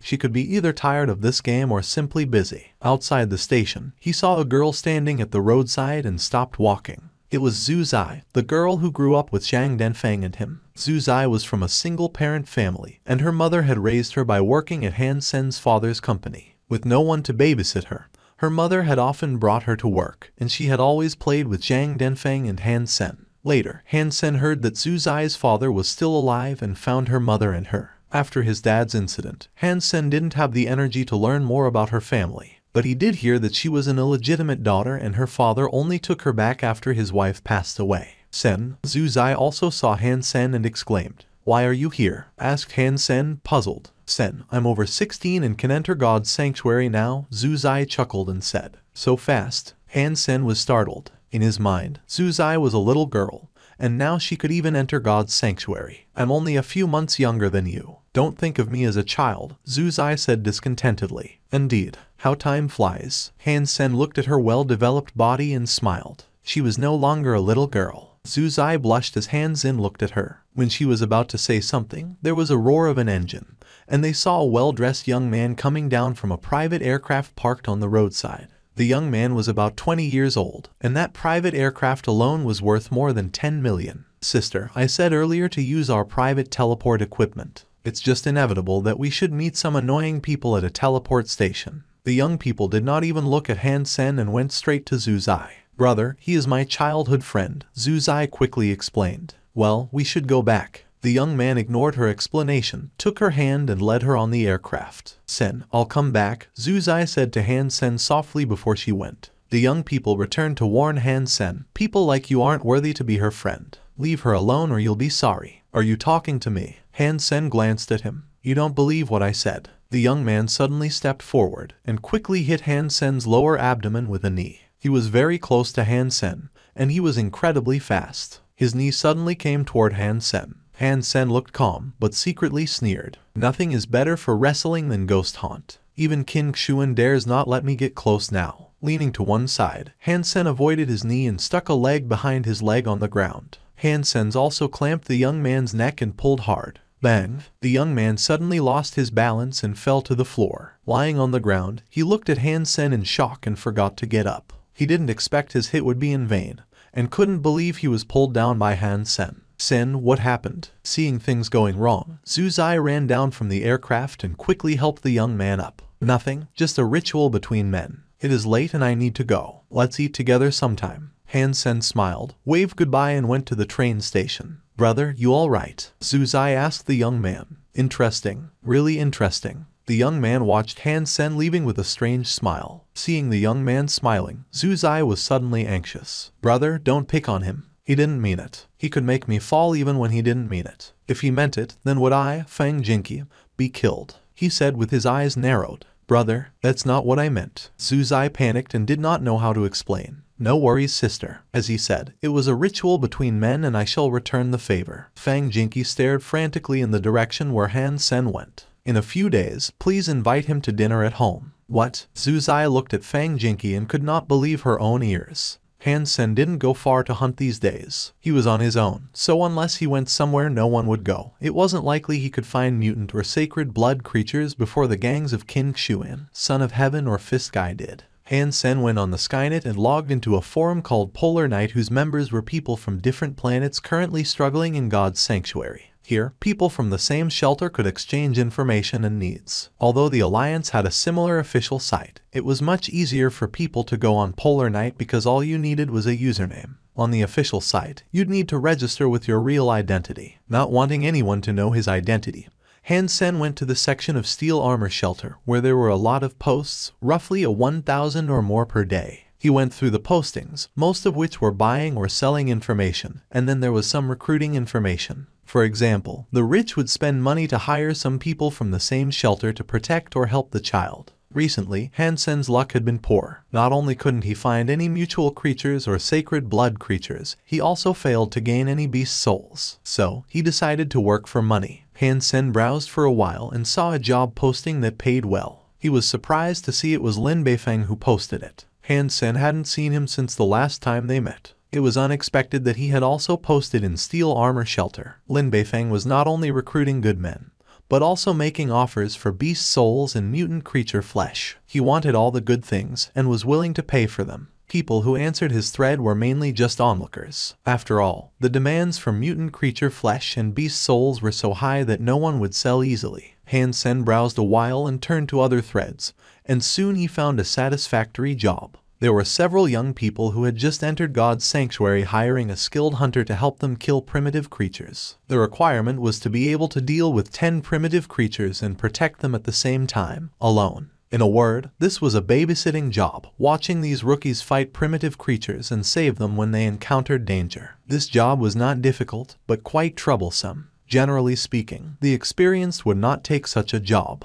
But these young men were paying well, 10,000 to protect them each day, and one contract was for at least half a month. Han Sen sent a text message to the number they had left and didn't leave voicemail or send an image of himself. He didn't want his personal information to leak out, and that was why he had chosen Polar Night. He could have gone to the official site, where everything was regulated and protected by law, but he would need to sign the contract with his real identity. After a while, he received a reply, which said they had to see how well he could fight before deciding to hire him. Han Sen had no problem with that and agreed to meet at a certain time and place in Steel Armor Shelter. After agreeing to meet, Han Sen did not close the window but continued to browse the trading section. After his bronze crescent spear was destroyed, he had wanted to hunt himself a weapon beast soul, but he had had no luck with a beast soul at all. Han Sen wasn't trying to buy a weapon beast soul but a man-made alloy bow and arrow. Alpha alloy weapons could now easily kill primitive beasts, but not mutant creatures. They were not cheap either, and normally even more expensive than primitive beast souls. Han Sen could use most of the weapons, but he had worked hard on archery since he had planned to hunt alone at a distance before he entered God's sanctuary. But he overlooked something. He couldn't afford any good bow and arrows, and without those, he couldn't even pierce the skin of any creature. Now he had earned some money and it would be possible for him to purchase an alloy bow and arrows, and he wanted to start hunting with archery. It was, after all, both a safe and powerful way of hunting. The most important thing was that, in God's sanctuary, only the one who launched the last hit had the chance to gain the beast's soul, and archery must be among the top 3 methods when it came to the potential windfall. Archery required special training, so most people preferred swords and knives. There weren't many posts about selling a bow and arrows. Han Sen was trying to save money, so he wanted to buy some second-hand goods. The alpha alloy bows all cost more than $1 million, which was too expensive for him. The silver lining was that due to the unpopularity of archery, there were not many competing buyers either. Han Sen noticed a post from 7 days ago written by someone who was about to go to the second God's sanctuary and planned to sell all his belongings. All the stuff was sold except for an alloy bow and 6 alloy arrows, a bow from the Black Vader series and arrows from the Saber series. Han Sen had practiced archery for a while and carefully studied all types of bows and arrows. To make weapons, the alloy didn't necessarily need to be the stiffest, because if it was too stiff, the edge could chip. However, stiff alloy didn't wear out easily. Bows and arrows were no exceptions. There were 3 types alloy used in a Black Vader bow. 2 were mixed to make the bow itself in order to guarantee its flexibility and stiffness at the same time. And the alloy used in making the string was even more special. Its manufacturing methods monopolized by a few interstellar metal production companies. The Black Vader series was a classic series of alloy bows, and the prices were overwhelming. The cheapest one, Wanderer's Bow, cost 2 million, with no arrows or quiver included in the price. Hansen played with his new bow, Doomsday, for quite a while and fell in love with it. When it was almost time for him to meet his young clients, Hansen took his bow and arrows and entered God's sanctuary. When he arrived where they were supposed to meet, he saw dozens of people surrounding several young men in biological armor and realized that he wasn't the only candidate. Walking around to earn 10,000 easy dollars per day seemed to be a great deal for many. After all, a primitive creature was only worth several hundred, and it also took energy to hunt and move the dead creature around. Hansen frowned at the crowd and was ready to turn away. He just wanted to find an easy job to earn some money. With such competition, he'd rather look for another job.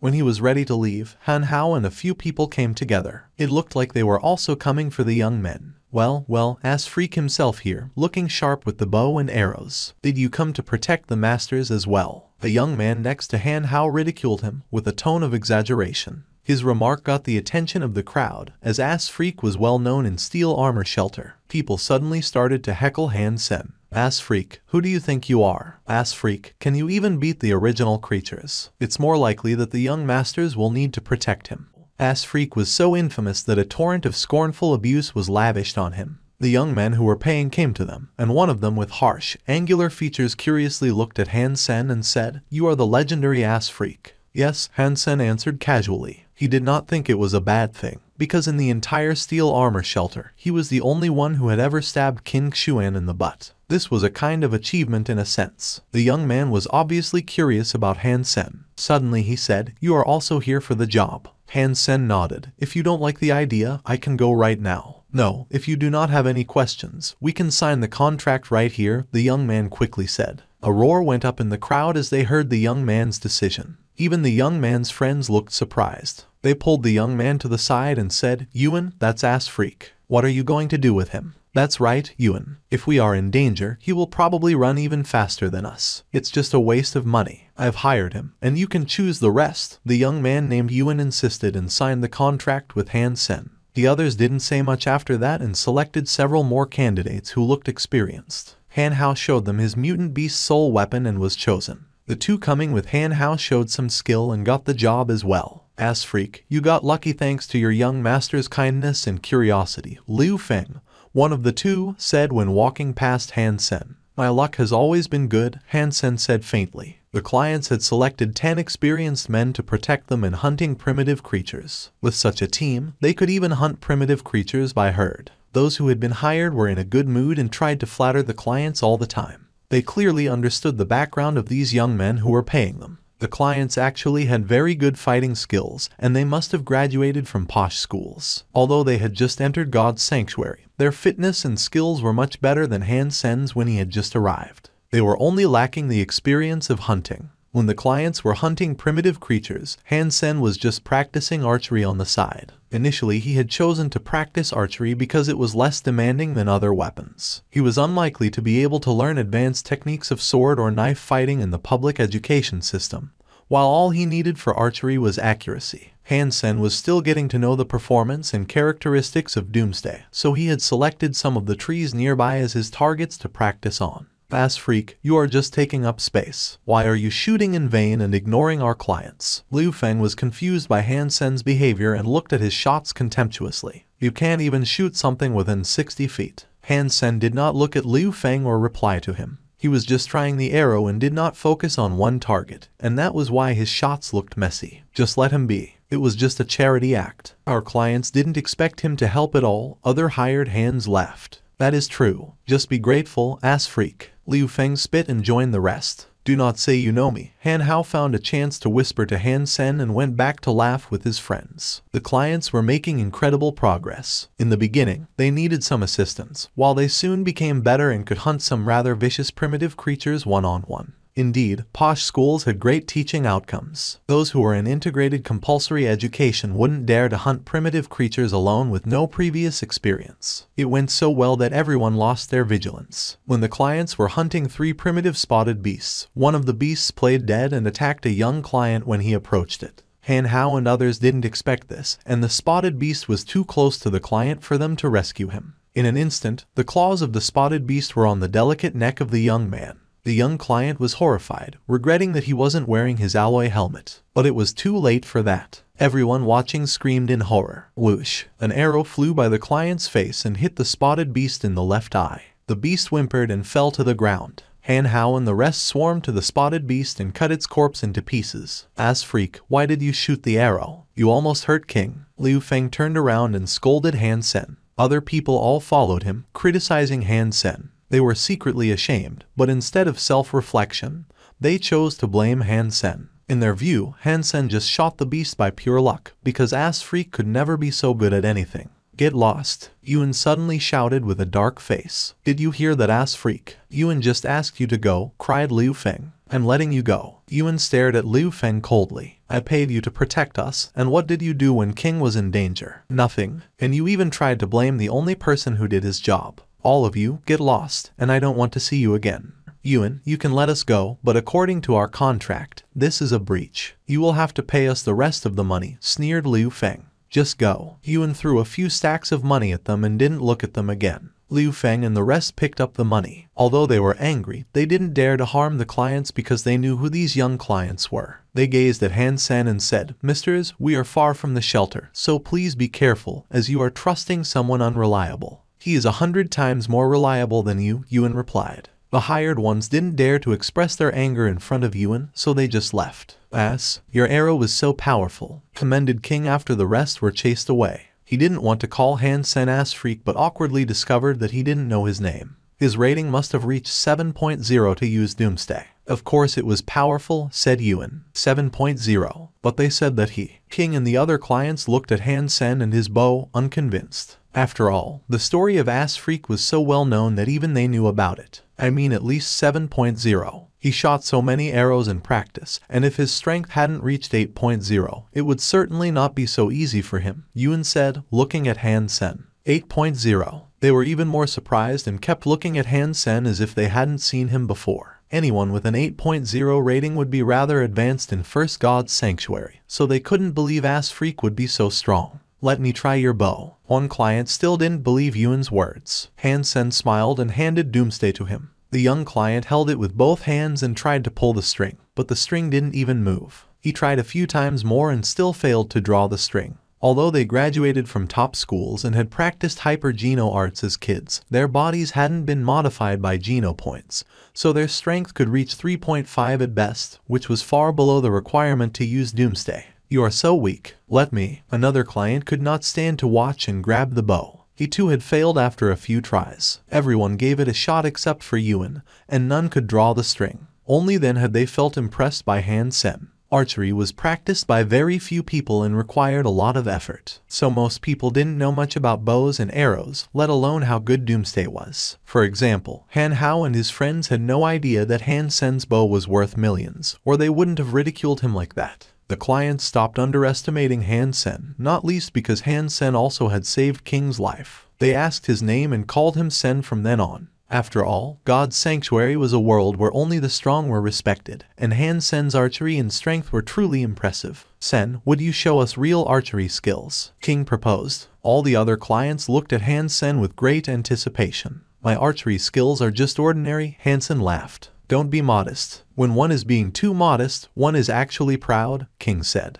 "Okay, I will try to shoot then." Han Sen also itched to exercise his skills. Since he received Doomsday, he hadn't tested its limits yet. The clients were overjoyed. Han Sen looked around and walked to a hillside. He aimed at something and slowly drew a saber arrow. As he drew the string, blue and swollen veins popped on his arms. The arrow left the string in the blink of an eye and disappeared in the woods. Did he miss? King and others didn't hear any prey being hit and thought he had missed. "It is too far away. The woods must be at least 400 yards from here. It is understandable to miss," said King. "Come on, let's go and find out," Han Sen said and walked down the hill into the woods. The clients followed with suspicion. 100 meters into the woods, they saw a spotted beast nailed on a tree with an arrow through its head. No wonder we did not hear a thing. The arrow directly destroyed the nerves of the spotted beast and it didn't even have time to shriek. Everyone was so impressed. It was at least 400 yards from where Han Sen had been standing, and the beast was killed with just one shot. Han Sen's archery must be among the best in First God's Sanctuary. After that, all the clients worshipped Han Sen and did everything he said. Han Sen protected them for half a month and received 150,000 in cash. The clients wanted to sign a long-term contract with Han Sen, but he declined. He was only short of money at the moment. In the long run, he still needed to focus on his own evolution. Han Sen returned to Steel Armor Shelter alone and was stopped by those who had been chased away by Yuan at the gate. These men were led by Liu Feng, and Han Hao was also among them. "Ass freak, you have really pissed me off. How can you make it up to me?" asked Liu Feng, cracking his knuckles while slowly approaching Han Sen.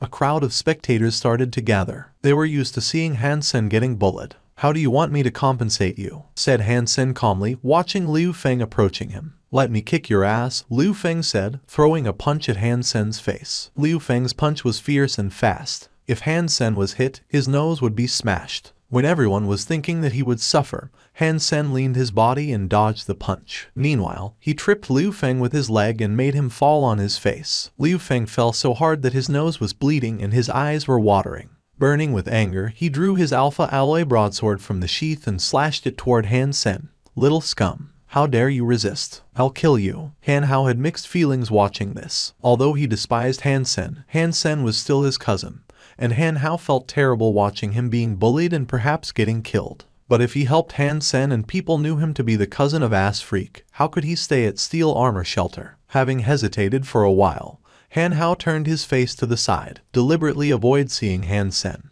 Han Hao thought that he would immediately hear Han Sen's screams, but the screams he heard were not from Han Sen, but from Liu Feng. Han Hao quickly turned to see what had happened and couldn't believe his own eyes. Liu Feng's alpha alloy broadsword was now in Han Sen's hand and Liu Feng himself was pinned to the ground with his arm twisted behind himself, screaming while too scared to struggle. Han Hao did not see how it happened, but others all saw clearly. They were so surprised that they stood there with their mouths wide open. When Liu Feng slashed his broadsword at Han Sen, everyone thought Ass Freak was doomed. But as soon as Liu Feng wielded the alpha alloy broadsword, Han Sen grabbed his hand and twisted, bringing Liu Feng to his knees. Han Sen then knocked his back with a knee and held him down to the floor. No one could believe that Ass Freak would have such fine movements and were all in a daze. There was no sound except for Liu Feng's screams. "What are you doing? Kill this bastard." "Ouch," Liu Feng shouted to the onlookers while screaming. Crack. His arm was broken by Han Sen before he could even finish the sentence. Covered in cold sweat, Liu Feng was deathly pale. Liu Feng's friends saw this and rushed to Han Sen, raising their weapons. Han Sen was still holding Liu Feng's alpha alloy broadsword in his hand, and used it to block the first alloy weapon swung at him.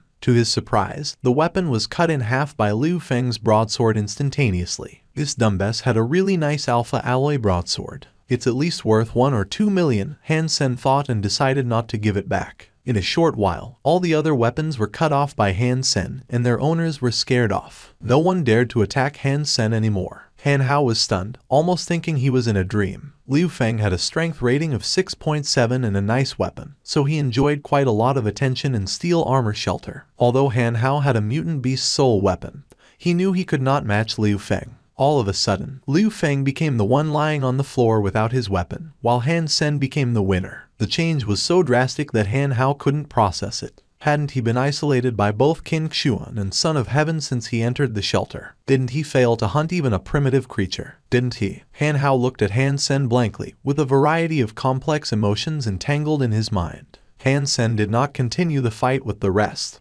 but went back to take Liu Feng's sheath away, hung the sheath on his own belt, and returned his new broadsword to his new sheath. "The next time you want compensation, just come to me," said Han Sen as he strode toward the gate of Steel Armor Shelter. The onlookers all looked at him as if it was the first time they saw him. "Stop." Someone approached riding a beast soul mount when Han Sen was about to enter the gate. It was Luo Tianyong, Son of Heaven's henchman. "Luo, Ass Freak broke my arm and seized my broadsword. You have to avenge me," shouted Liu Feng in delight at the sight of Luo Tianyong. "Douchebag." Luo Tianyong first glanced at Liu Feng and then at Han Sen. I was wondering who was so daring to hurt my guy. So, it was you, scum. Luo Tianyong took out his alloy whip and whacked it at Han Sen. Han Sen paused and wielded his broadsword at the whip. When the two weapons collided, Han Sen and Luo Tianyong both shuddered. Luo Tianyong suddenly shouted, "How come you have such strength?" Luo Tianyong's own strength rating had reached 9.6. Although with this whack he did not use all his strength,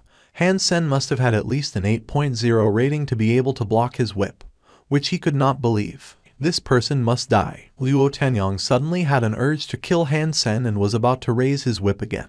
When he looked at Han Sen, however, he stopped and his whole body became tense. Han Sen had put away the broadsword and held Doomsday in his hands. Drawing the string to the fullest, he pointed the arrowhead at Luo Tianyong. Although Luo Tianyong did not recognize Doomsday, thanks to his rich experience of fighting, he could smell danger from Han Sen and his bow, and stayed completely still. The two were into a deadlock. Luo Tianyong did not dare to move, and Han Sen did not have the confidence to kill Luo Tianyong with only one shot. Even time seemed to stand still. The onlookers were completely shocked. When Han Sen beat Liu Feng and his friends, they simply couldn't believe it, and now he was even well matched with Luo Tianyong. Luo Tianyong was one of Son of Heaven's henchmen.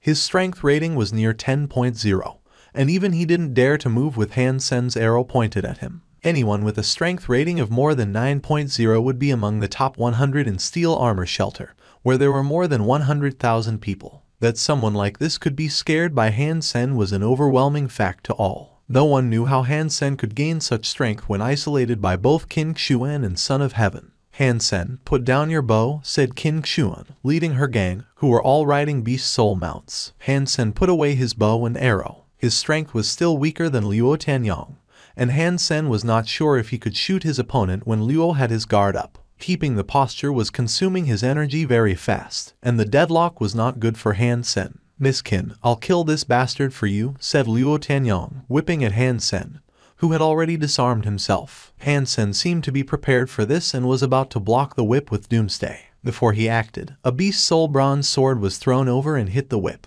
The strength of the throw was so fierce that the whip fell from Luo Tianyong's hand. "I will discipline my guy, and you can mind your own business." Qin Xuan looked at Luo Tianyong coldly and summoned back her sword before she rode into the shelter. "Follow me." Qin Xuan turned back and commanded Han Sen. Han Sen quickly caught up with her and followed her gang into the shelter. The entire Steel Armor Shelter was suddenly in an uproar. As Freak beat Liu Feng and his friends, was well matched against Luo Tianyong and was, most importantly, declared by Qin Xuan to be her guy. All the news had driven everyone mad. No one understood what had happened, it was all guesswork. Did they develop a love affair from the stab? I have to learn from As Freak and stab a beautiful and capable woman in the ass. Maybe I can become rich and powerful. Qin Xuan looks so serious, but she is actually a flirt. Rumors spread across the entire Steel Armor Shelter, and Han Sen was once again put under the spotlight. However, Han Sen's strength was not really the focus. People cared more about whether he was Qin Xuan's boy toy.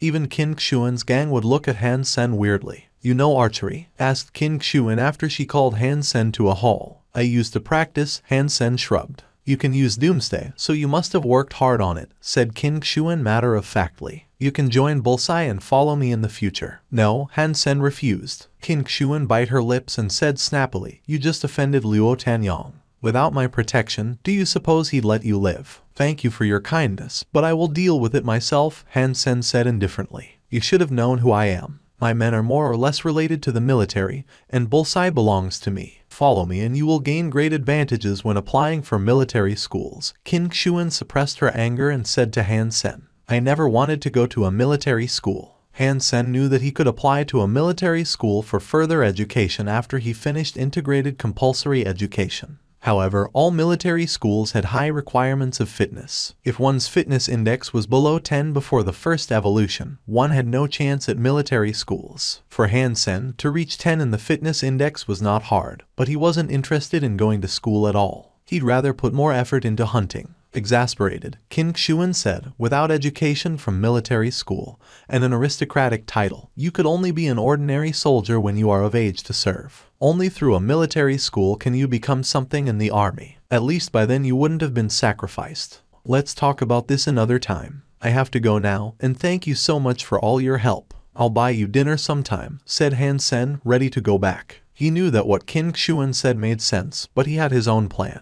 He wanted to get an aristocratic title before he turned 20 and went to serve, because aristocrats had certain privileges in the army and would not be sent to the front. Stop. Have I excused you? King Xuan stared at Han Sen fiercely. Station master, please, that's not my thing, said Han Sen bitterly. It's fine if you don't want to go. King Xuan suddenly smiled at Han Sen and said, if you do not go, each time you enter the teleport station, I will fight you. Looking at her evil smile, Han Sen's heart sank. He knew that King Xuan hadn't tried her best at all when fighting with him in the past, because he was no match for her at the moment. Judging from her expression, he knew if he declined, he would really have a hard time in the future. I'll just join Bullseye then, Han Sen said, depressed. King Xuan snapped at Han Sen. Do you have any idea how many people in Steel Armor Shelter want to join my gang? And you just acted like I've asked you to take poison. Freedom is priceless, and to lose my freedom is exactly like taking poison.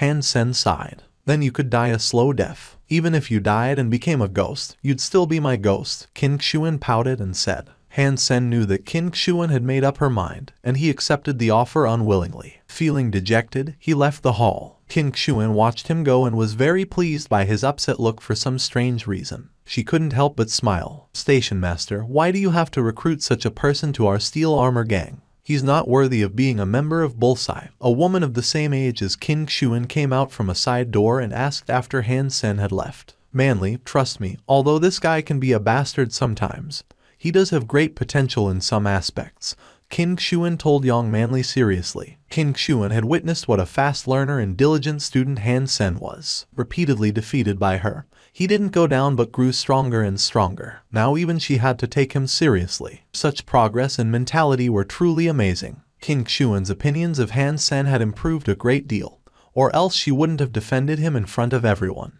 Han Sen returned to his room and teleported back home before King Xuan had the chance to leave God's sanctuary. He was not the least interested in going to a military school. Before, it would have been a great option for him, because he could learn hyper-geno arts there. Now, with Jadeskin, he didn't have to waste his time in a military school at all. It would be much wiser for him to spend time hunting and increasing his geno points. As for Bullseye, Han Sen had even less interest in joining. Son, today I have something important at work. Can you take Yan to school? Luo Sulan knocked on the door and asked Han Sen. School has started already. I did not know that. No worries, Mom. I'll take her, Han Sen quickly said. School started a few days ago, and you were in God's sanctuary, so I didn't want to bother you, said Luo Sulan. Which school is it? Asked Han Sen. It is St. Paul, and I used the money you left to pay the tuition. Luo Sulan felt slightly uneasy, as she had spent almost all the money on Yan's school. Great. St. Paul is the best on planet Roka except for the posh schools. Han Sen was very happy. He didn't have an aristocratic title for the moment and couldn't send Yan to a posh school. But a good private school is still much better than integrated compulsory education. After chatting with his mother, Han Sen took Han Yan on a maglev train to school. The entrance of St. Paul was almost blocked by private aircrafts, and some of them were deluxe. Almost all rich people without an aristocratic title would send their children to St. Paul. And almost all students here were from affluent families. Walking his sister to school, Han Sen saw a middle-aged fat guy getting off an aircraft with a flirtatious woman on his side and an 8-year-old boy in his arms. He paused, as the middle-aged fat guy happened to be his uncle, Han Lei. What are you doing here? Han Lei was surprised to see Han Sen here. Taking Yan to school, replied Han Sen. Yan is coming to St. Paul. Han Lei looked at Han Sen and Han Yan, unconvinced. Since a few days ago, Han Sen said, ready to walk Han Yan into the school gate. Han Lei thought for a while and ran in front of Han Sen. He grabbed Han Sen's wrist and raged, I knew it. My elder brother managed the company for so many years, he must have embezzled lots of money. You were just lying to me about not being able to come up with 2 million, while you are now spending millions to send Yan to St. Paul. I'm telling you, this money belonged to the whole family. Just like the house. We must split it, or I'll. Or what? What can you do about it? Han Sen looked at Han Lei coldly. He was completely disappointed in his relatives and wouldn't give them a cent more. Boy, watch it. And your uncle. Han Lei flinched with Han Sen watching him, but he didn't plan to let Han Sen walk free. Uncle? Han Sen smiled dismissively. Well, please go home and review the legal documents we signed and see if you have the right to anything we own. From now on, do not think you can take a penny from us ever again. The reason why Han Sen gave them 2 million so promptly was to draw a line between his relatives and his real family. To get the 2 million, his relatives all signed a document prepared by Mr. Zhang which made it impossible for them to take anything from Han Sen's family in the future. That is fraud. I'll go find your mom right away. How dare you hide money from us? Cried Han Lei angrily. Uncle, don't even think about it. I have the right to kill a trespasser. Han Sen looked at Han Lei gloomily. Little brat, how dare? Han Lei threw a punch at Han Sen furiously. With a blank expression, Han Sen grabbed Han Lei's arm and threw Han Lei over his own shoulder. Han Lei shouted out in pain. Uncle, if you want to die, welcome to our house. Han Sen stared at Han Lei coldly. Han Lei opened his eyes wide, as if he didn't know Han Sen. The look on Han Sen's face had terrified him. Han Lei was an evolver, although just by maxing out on primitive geno points. He didn't really do much in Second God's Sanctuary, but he was still an evolver. It was abnormal that Han Sen, who hadn't evolved at all, could give him a shoulder throw easily. His nephew suddenly looked like a different person. Han Sen suddenly smiled and pulled Han Lei up. I'm sure my aunt doesn't know about this woman and child. I think I should talk to her, Han Sen whispered, while Han Lei was still shocked by his sudden change. You think my wife will believe you? Han Lei said madly. That doesn't matter as long as she believes this. Han Sen showed Han Lei the comlink on his wrist. He turned the video camera on the moment he saw Han Lei.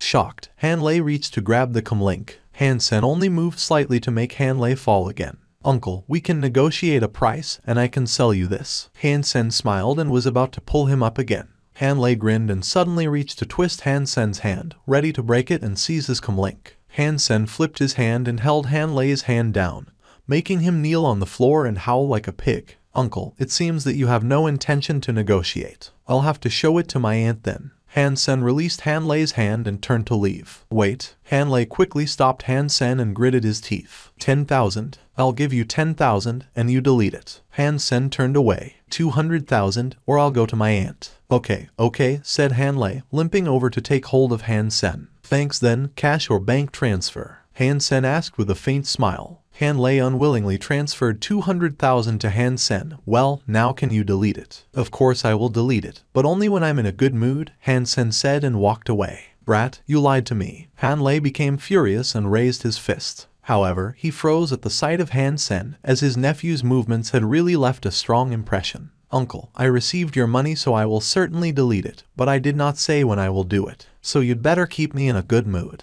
Han Sen patted Han Lei on the shoulder and stopped smiling. He whispered, also, do not let me see you in my home again, otherwise I will kill you. Han Lei shuddered, and for some reason, he knew Han Sen meant it. *T. The brat has become so evil. Han Lei cursed as Han Sen moved away. Ashamed that he was terrified by a boy, Han Lei was still nervous deep down and changed his mind about going to Han Sen's home. After sending Yan to school, Han Sen was in a great mood. On his way back, he saw a physical test center and went in, wanting to know his current physical fitness level.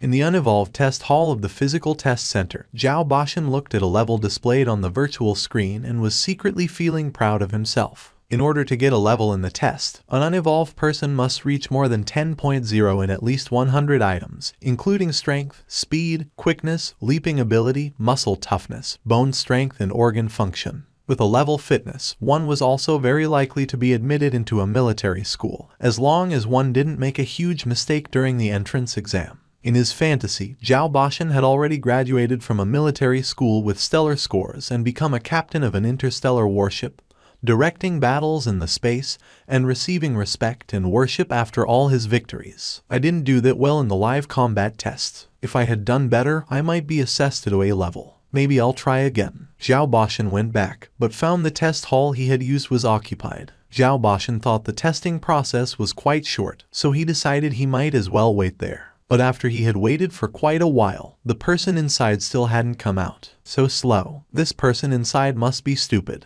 If I had gone to a different hall, I would have finished by now. Zhao Bashan was quite upset but not willing to give up. Zhao Bashan gave it some thought and paid to observe the test. Suddenly, the holographic image was projected in front of him. I wonder how dumb this person could be to take so long. Zhao Bashan looked to the golden figure in the holographic image. That person in the image was about to take the final test, the robot channel. The robot channel was the last part of the entire test. In the 300 feet long one-way channel, one had to beat a combat robot with biochemical alloy shell every 6 feet, and the performance of combat robots was stronger and stronger toward the end. As an unevolved, being able to cross the 180 feet line was pass, 210 feet line was good, 240 feet line was excellent, 270 feet line was advanced, and going all the way was super. Zhao Bashan had earned a good score himself, but he might be able to pass the 240 feet line if he put in more effort. This is weird. How come it took him so long? Zhao Bashan felt strange, as all the tests before this one should have taken the same amount of time.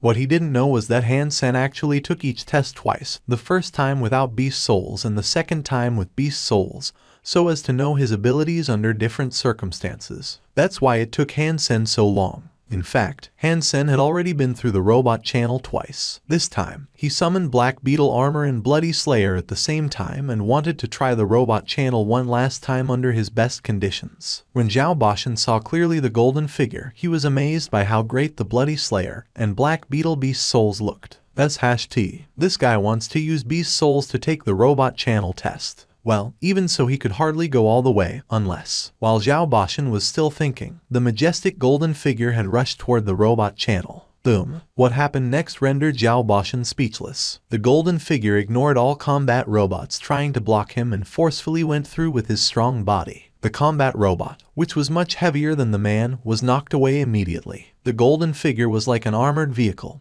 brutally hitting his way through the combat robots. Even the robots' biochemical alloy shells were smashed. Nothing could stop that figure. 30 feet, 60 feet, 90 feet, 180 feet, 210 feet, 240 feet. Zhao Bashan knew that the performance of the combat robots placed behind the 240 feet line was beyond the ability of average unevolved persons. But they were smashed by the golden figure as if they were a pile of clunkers. The robot channel that was viewed as a cruel test by most unevolved became an easy path for the golden figure. Unmatched strength. All combat robots in the channel, including the last one, were knocked away within seconds. Zhao Bashan opened his mouth and didn't recover from shock for a long time. When he looked at the virtual screen, it already changed to SSS level. OMG, who is this fierce fellow? Zhao Bashan saw the door of the test hall open and the person in the hall was gone. Zhao Bashan immediately chased him out, but the center was so crowded and he had no idea who that person was. The video. Zhao Bashan ran back to the hall, paid to play the recorded video, and made a copy. Having watched the video a few times, he regretted that he didn't see the golden figure's performance before the last test. Zhao Bashan suddenly had an idea. He logged into his account and uploaded this copy to the official forum, and named it 788 Robot Channel Conquered. In the beginning, Zhao Bashan's video didn't attract much attention. After all, there were so many videos online about the robot channel test. 7.88 seconds was also considered a gimmick, as those who could pass the test within 10 seconds would be among the very best of the unevolved. Even stars like Tang Zhenliu could finish the test in just under 10 seconds and couldn't improve any further. If someone really finished it within 7.88 seconds, he or she would surely be a star. Therefore, it would be impossible for it to be uploaded by an unknown account. Almost everyone who saw the title would choose to skip the video, and it could soon be lost in the massive number of videos. Only a few who were bored would play the video. However, those who had seen the video were all impressed by the brutal method used to pass the test and chose to forward the link to their friends. Coincidentally, someone from Steel Armor Shelter also watched the video and recognized the man in the video as Dollar from Steel Armor Shelter. Immediately after he finished watching the video, he posted a new thread titled SSS Level.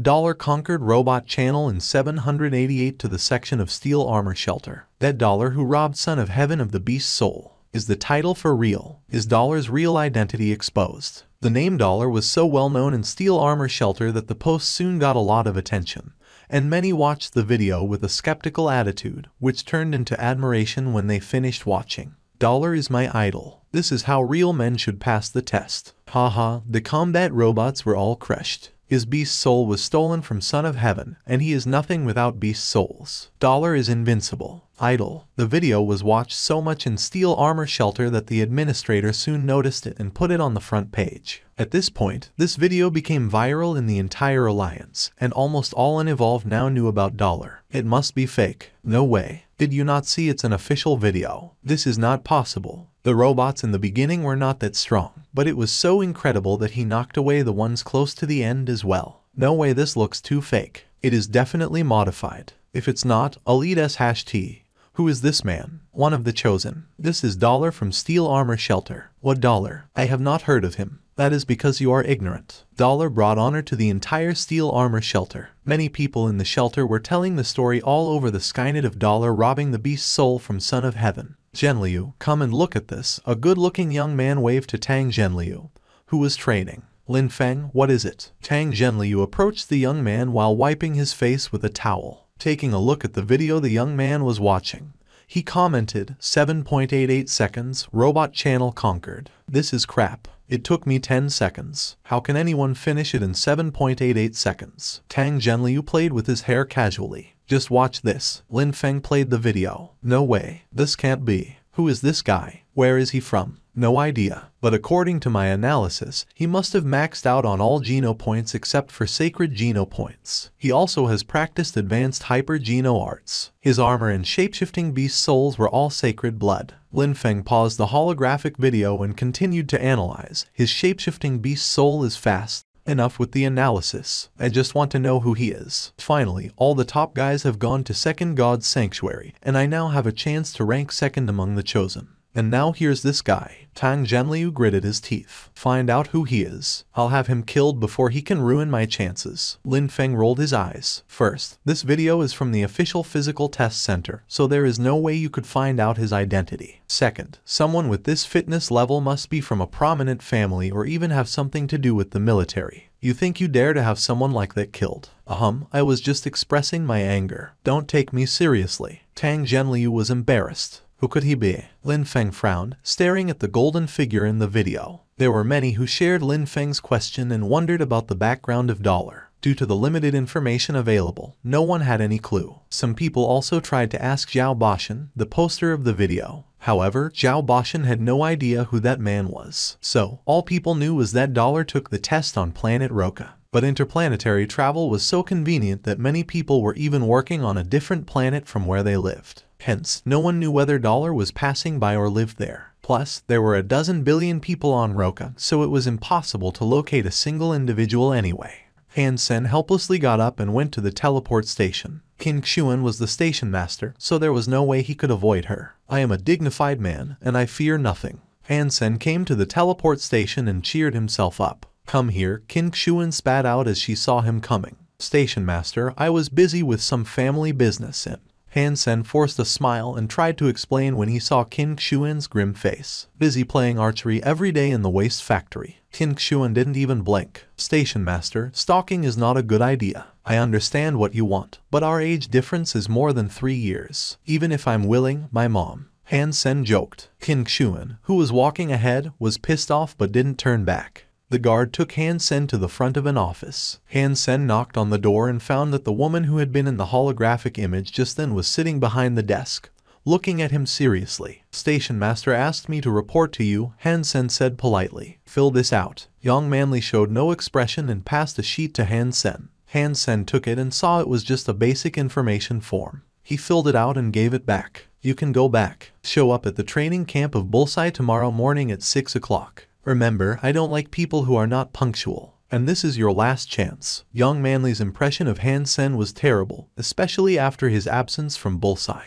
Han Sen could tell that Young Manly did not like him. When he was ready to go, Young Manly answered a comlink call and Qin Xuan's holographic image popped out. Manly, come to my office right now. Qin Xuan saw Han Sen there and said, bring him with you. Han Sen followed Young Manly to Qin Xuan's office and saw Qin Xuan watching a video from the Skynet. Manly, come see this video. Qin Xuan replayed it. Standing on the side, Han Sen secretly thought, this is the video of me taking the physical test. Someone paid to record this. People must have found out that I'm Dollar. There were so many halls in the test center, and it cost money to watch others taking the test. He thought no one would care about a nobody like himself and did not expect this to happen. If Son of Heaven knew Dollar was Han Sen, he would be in a lot of trouble. Starry Group was powerful in the alliance, and there was no way Han Sen could compete with them. Dollar, you know who he is. Young Manly was somewhat surprised to see the golden figure in the video. No, the video only covered the robot channel, and he was wearing Beast Soul armor the entire time.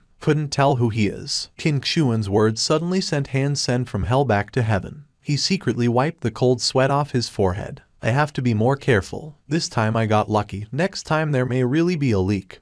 Han Sen secretly warned himself. Excellent. Young Manly only said one word after watching it. Son of Heaven told me about this video. After watching this, we can be certain that Dollar's armor is a sacred blood beast soul, and he must be from a prominent family because he is definitely practicing an advanced hyper-geno art. Another clue was that he took the test on planet Roka. We must find him. He can be of great value to us, King Xuan said. Young Manly thought about it and said, there are no prominent families on Roka. Maybe he was just passing by and has left by now. I agree. Let's give it a shot. He's worth it, said King Xuan. Han Sen was frightened that King Xuan and Young Manly might find out the truth. Han Sen cleared his throat and said, Dollar was just relying on his sacred blood beast souls. He had no real skills. There's no need to look for him. Young Manly gave Han Sen a hard look and said, what do you know? The ability to get the beast souls is enough proof of his ability. Also, those beast souls can be of great use to Bullseye. What ability? Han Sen thought. It's just pure luck. Manly is right. His armor brings amazing defense,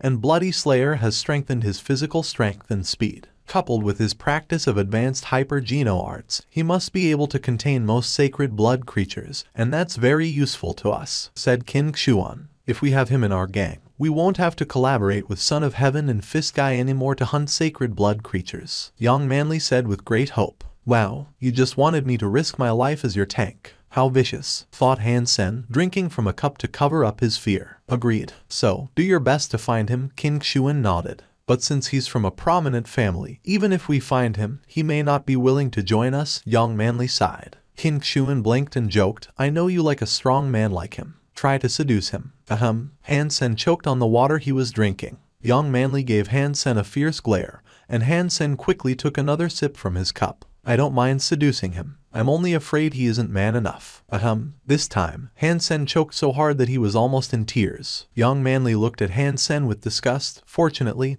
Dollar won't be a scum like him. Hey, yelled Han Sen. Young Manly shut the office door and completely ignored him. Station master, your minion is too arrogant. I'm your guy and she shouldn't talk to me like that, Han Sen said with anger. Transfer me to another team. I don't want to be in Bullseye where she is the leader. Han Sen was a little worried that Young Manly would see that he was Dollar if he stayed close to her for a long time. King Xuan patted Han Sen on the shoulder. You were a scum, but you can change. Follow Manly's lead. Although you may never be like Dollar, you could stop being a scum. There is still hope. Sending Han Sen out, she did not give him a chance to speak again. Han Sen left the teleport station, went back home and checked out the video on the Skynet. He then found out that the video had more than 100 million hits. Han Sen made sure that he couldn't be identified from the video and felt relieved. Seeing the compliments under the video, he was quite pleased with himself. Looks great indeed. The next morning, Han Sen entered God's sanctuary and saw the copper-toothed beast had become purple all over except for the tip of its tail. He was happy to know it was about to become a sacred blood creature in a day or two. Watching the beast over and over again, Han Sen left for the Bullseye training camp. When Han Sen arrived, he met an acquaintance, Su Xiao Kiao. Han Sen was surprised to see Su Xiao Kiao, who was wiping the bows and arrows at the shooting range. Ass freak, how do you know me? Su Xiao Kiao was also surprised. How do I not know you? Everyone was calling Dollar Doll because of you. Han Sen smiled while secretly hating Xiao Kiao. Thanks to him, Han Sen had such a strange nickname. Su Xiao Kiao was very proud. If it wasn't for me, Dollar wouldn't be as popular as he is now. Good job. Han Sen gave him a thumbs up while thinking, you little bastard. Brother, why did you choose to enter Bullseye? Su Xiao Kiao asked Han Sen. Because you can stand away from the creatures to reduce risks. Safety first, laughed Han Sen. Great minds think alike. Su Xiao Kiao felt like he finally met someone who understood him. The only good thing about Bullseye is safety. I wouldn't come here in a million years if it wasn't for this. The team leader Manly looks great but she is a sadist. You know what we call her behind her back. Nazi. Su Xiao Kiao and Han Sen suddenly shuddered as they were talking. They turned back and saw Manly standing near them. She must have heard everything they said. Han Sen and Su Xiao Kiao were petrified. Su Xiao Kiao quickly put on a smile. Manly, I was just teasing the new guy. In fact, you are so charming that. Use a 7.0 practice bow. You each have to shoot 1,000 arrows. Don't leave until you are finished, said Young Manly coldly and turned away. My god, 7.0 practice bow, 1,000 arrows. Why doesn't she just kill me? Su Xiao Kiao's smile collapsed. She won't be here anyway. She wouldn't even know how many arrows we shoot, said Han Sen. Brother, you are too naive. Of course Nazi has thought of this. There are people who are in charge of counting arrows. You can't shoot standing over the line. Nor can you miss the target, Suzayo Kao said in desperation. We will take our time then. She didn't say when we have to finish. Hansen patted Suzayo Kao on the shoulder. With a strength rating of 9.1, 1,000 arrows with a 7.0 practice bow could be a difficult task.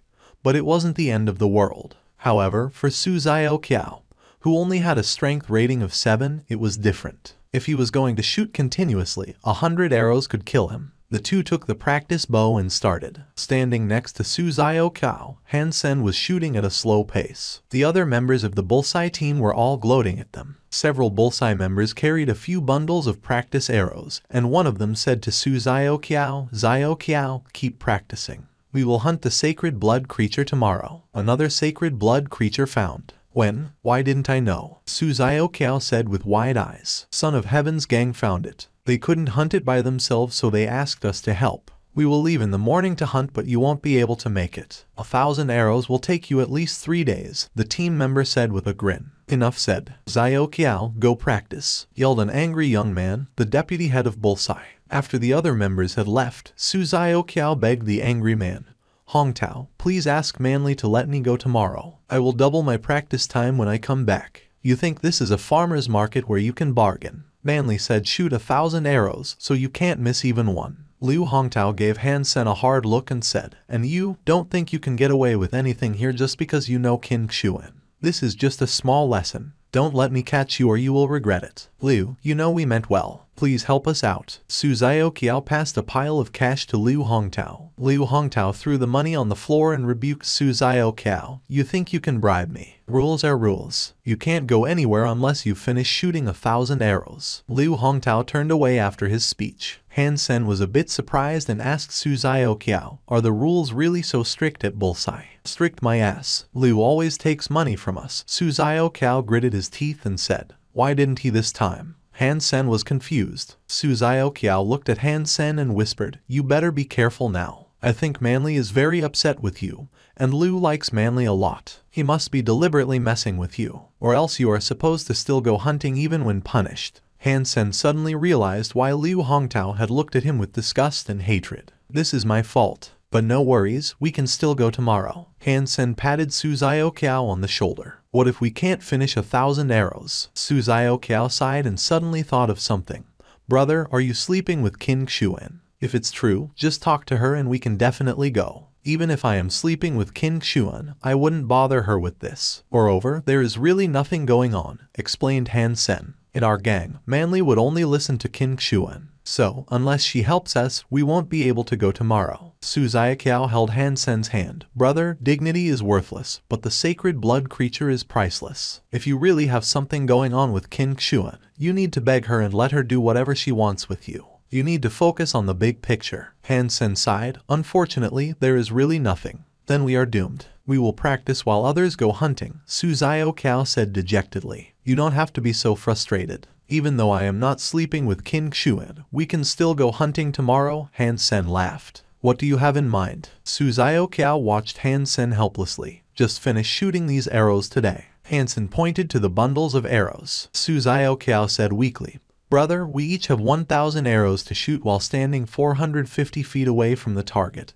and those that miss the target will not be counted. We need at least 3 days to do that. Not necessarily. Hansen tried the practice bow, which was much lighter than Doomsday. A 7.0 practice bow means that you use the bow to practice rapid shooting with a strength rating at 7.0. For Doomsday, you only draw the string with a strength rating at 7.0. He picked up an arrow and shot it toward the target. Instantly, it ended up on the bullseye. Hansen didn't pause but kept shooting. While he didn't hit the bullseye each time, all his arrows were on the target. Suzayo Kiao had thought it was impossible to finish practicing today. Yet Hansen had shot 36 arrows in a short while and didn't seem to need a break. Brother, great job. 10 arrows in a row with a 7.0 bow, praised Suzayo Kiao. Any archer knows that rapid shooting consumes a lot of energy, and a normal archer can only shoot a dozen arrows in a row, while those who shoot 24 arrows in a row must be a lot stronger than what the bow requires. Hansen just smiled and said to Suzayo Kiao, don't just stand there. Let's finish the 2,000 arrows and go hunt the sacred blood creature. Ignorant, Liu Hongtao, who was supervising them, said with contempt. Being able to shoot 36 arrows was impressive, but 1,000 arrows was not so easy. Even if Han Sen had a strength rating over 8.0 or 9.0, he couldn't keep shooting at this pace. His arms and fingers would be wasted, so there was no way he could join the hunting tomorrow anyway.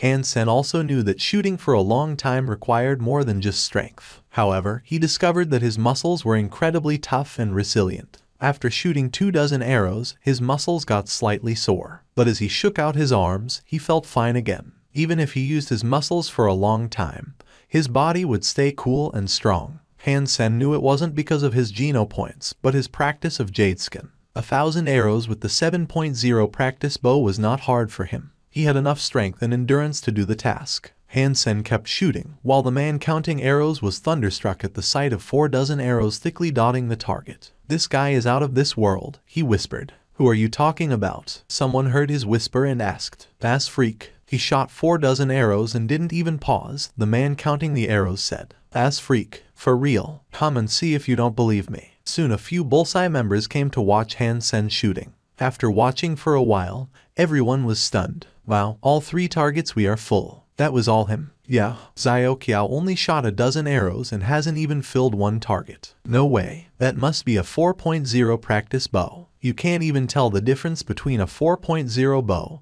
and a 7.0 practice bow. They look nothing alike." The man counting rolled his eyes. More and more Bullseye members came around. Liu Hongtao could not help but stand up, staring at Han Sen, who was still shooting. More arrows. Han Sen hadn't had such fun with archery in a long time. When he was practicing alone, he could only shoot the few arrows he owned and then stop to collect the arrows from the target himself. Now he could shoot as many as he wanted and as long as he wanted. "Buddy, great job. This is the 2nd bundle." Su Xiaoqiao untied another bundle of practice arrows, grabbed a bunch of arrows and stuck them in Han Sen's quiver. Just started warming up. Han Sen smiled and shot another arrow. "Brother, if you shoot all the arrows and we can go hunting tomorrow, I will do anything for you. I'll even do your laundry," cried out Su Xiaoqiao. "Forget about laundry. How about cash?" laughed Han Sen. "Talking about money would hurt our friendship," replied Su Xiaoqiao. Han Sen paused every 50 arrows and used only his right hand to draw the string, instead of using both hands in turn.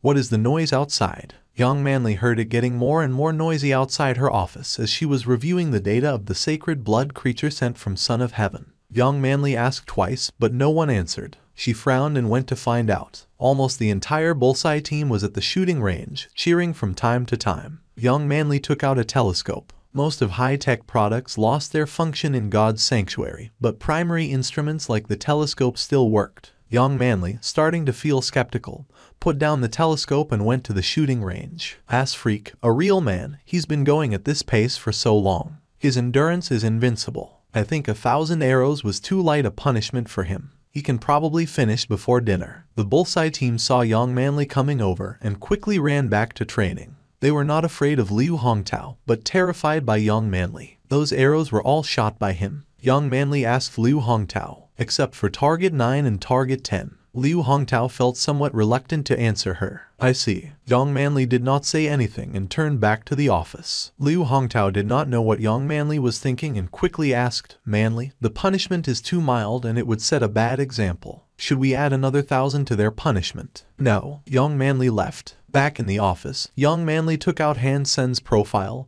and reviewed it. Great endurance, good Geno point counts, strength rating is probably at 9.0. Integrated compulsory education graduate with excellent scores. Young Manly carefully read the profile, pondered for a moment and muttered, "I'll give him a chance, even just for the station master." Han Sen stopped after 500 arrows and rested for 2 hours before he resumed shooting. Although he could continue, he was afraid to scare everyone, so he took a break. By midnight, Han Sen and Su Xiaoqiao had shot 2,000 arrows. Han Sen had become famous in Bullseye and all members had changed their view of him. Anyone who could shoot 1,000 arrows in a day deserved respect. "Sen, I'm not easily impressed, but you are amazing." Although most of the arrows were shot by Han Sen, Su Xiaoqiao was also sore and tired. He put his arm around Han Sen's neck and gave Han Sen a thumbs up. "Don't mention it. Do you know what kind of sacred blood creature we are going to kill tomorrow?" asked Hansen. I'm so handsome that Manly's assistant couldn't resist my charm and told me everything, Su Zioqiao said triumphantly. So what is it? Hansen didn't care for his bragging.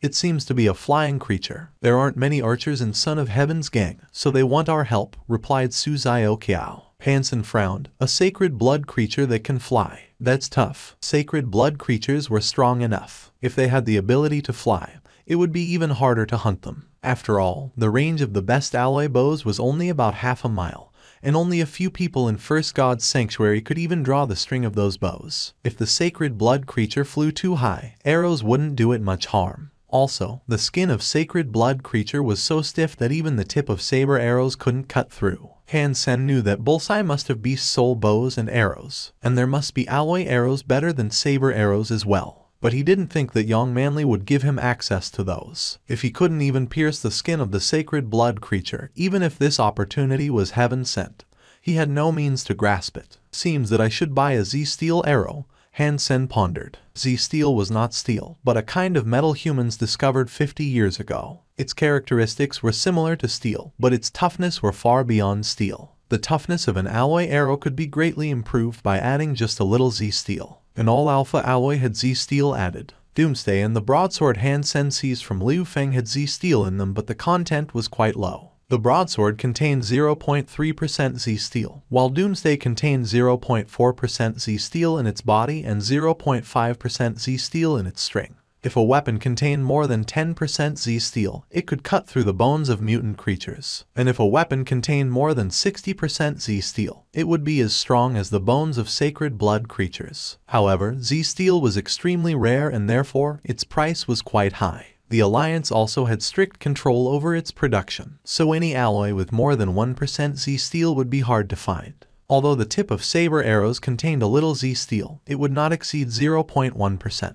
Hence, to hunt a sacred blood creature with saber arrows was next to impossible, even if he could shoot the arrows directly into a wound. Hansen's ideal arrow was the Z-steel arrow, which was 1% Z-steel. However, it was so expensive that even with all the money he had at the moment, which was around $300,000, he could only afford one arrow with about 0.6% of Z-steel. If he couldn't find the right second-hand goods, he would have to buy a new one at the store. In Polar Night Forum, there was a post that claimed to sell weapons with 1.2% Z-steel. Hansen noticed that the post was from an owner whose store had no license or legal permit. On the webpage of the store there were only holographic images of the products and a comlink number. Hansen took a closer look and saw that there were holographic images of weapons in the making, which proved that the weapons were all handmade. After reviewing the images, Hansen dialed the number on the webpage. Someone answered, but didn't allow video chat. Hansen could only hear his voice. "How can I help you?" the owner asked in a low male voice. "I saw on the forum that you sell weapons. Do you have arrows with higher percentage of Z-steel?" Hansen did not expect that the content of Z-steel could really reach 1.2%. He'd be happy if it reached 0.8%.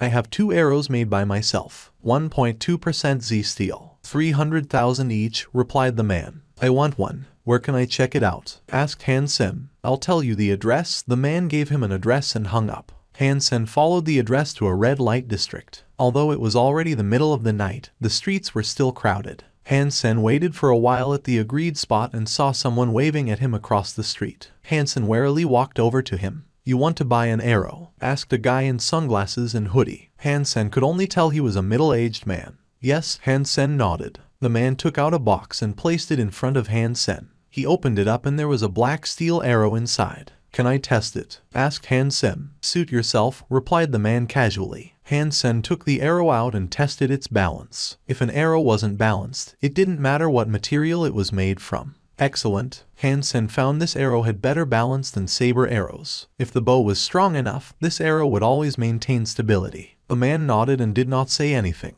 Hansen pulled out his broadsword and asked the man, "Can I test it with my own weapon?" Without his permission, Hansen didn't dare to test it that way. But technically speaking, if the arrow contained more than 0.7% Z-steel, his broadsword wouldn't even leave a mark on it. The man looked at the broadsword in Hansen's hands and again said, "Suit yourself." With his permission, taking the arrow in one hand and the broadsword in the other, Han Sen fiercely slashed the broadsword at the arrow. Clang! Han Sen checked the arrow and was pleased to see there were no mark on the arrow, while his broadsword was chipped. Although he wasn't sure if the Z steel content reached 1.2%, he knew it was great stuff. Great stuff. I'll take it. Hansen took out the $300,000 he had brought with him and paid the man. Of course, it was made from the bearing steel of old interstellar warships.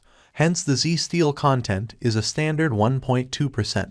Also, the machine-made weapons are no match for my products. Let me know if you need something in the future, the man said and disappeared in the back lane. Han Sen returned home and tested the arrow more thoroughly. It was truly great, similar to the name brand arrows, and only 1/10 of the price. I was really lucky to find a true craftsman. Han Sen hadn't had high hopes because a lot of sellers of handmade weapons only produced mediocre products. For weapons like arrows that required a lot of skills to make, it was even less likely to find good ones from independent sellers. Han Sen was very satisfied with this arrow. Just the tip of the arrow showed incredible craftsmanship, as it must have been manually polished to be so sharp. Han Sen had briefly learned weapon making at school, but his work was not the high caliber of this weapon maker. It is a good arrow, but unfortunately I can only afford one. If I don't hit the target, there won't be a second chance. Han Sen checked his bank account and found he had less than $100,000 left. Han Sen slept for a while and teleported to God's sanctuary early in the morning. In King Xuan's Steel Armor Gang, Bullseye was the smallest team. Few people among civilians were interested in archery, so most Bullseye members had military background and could enter military schools if their scores qualified. When they entered God's sanctuary, they would report with the military force into the shelter they were assigned. King Xuan's Steel Armor Gang was the military force and steel armor shelter. The Alliance didn't have much power over God's sanctuary, but it still maintained some control. In each shelter, the largest gang typically had military background. King Xuan led her people to the agreed place, and Son of Heaven's gang was already there. Compared to Steel Armor Gang, Son of Heaven's gang seemed rather unorganized. Luo Tianyang gave Han Sen, who was in the crowd, a cold stare, and judging by his look, Han Sen knew their business was not finished. After the two sides joined, Son of Heaven's gang led the way, marching into the mountains. The two gangs had marched more than half a month before they reached a mountain Han Sen had never been to. On the way, Han Sen had truly understood there was strength in numbers. No creatures could block their path with the rain of arrows from the archers and the charge of the cavalry. Of course, the scouts would inform them if there were herds of strong creatures ahead of them.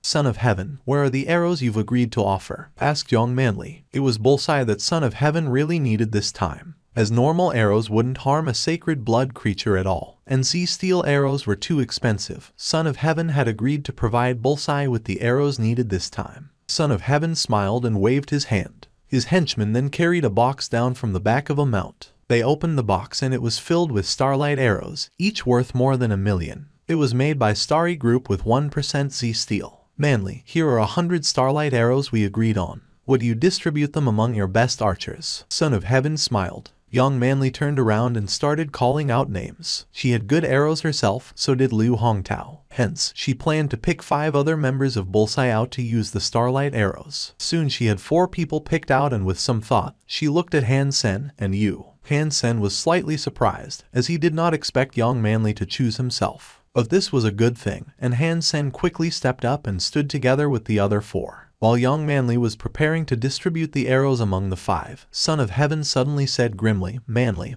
are you sure about the archers? What is the problem?" Young Manly looked to Son of Heaven. "How is someone like him qualified to use the starlight arrows?" asked Son of Heaven coldly, pointing to Han Sen. "I chose him, and that's why he's qualified," replied Young Manly. Son of Heaven looked at Han Sen disgustedly and said to Young Manly, "I am not questioning your decision, but this person just will not do. Please replace him." Young Manly frowned, but she knew this campaign was dominated by Son of Heaven since he had provided everything.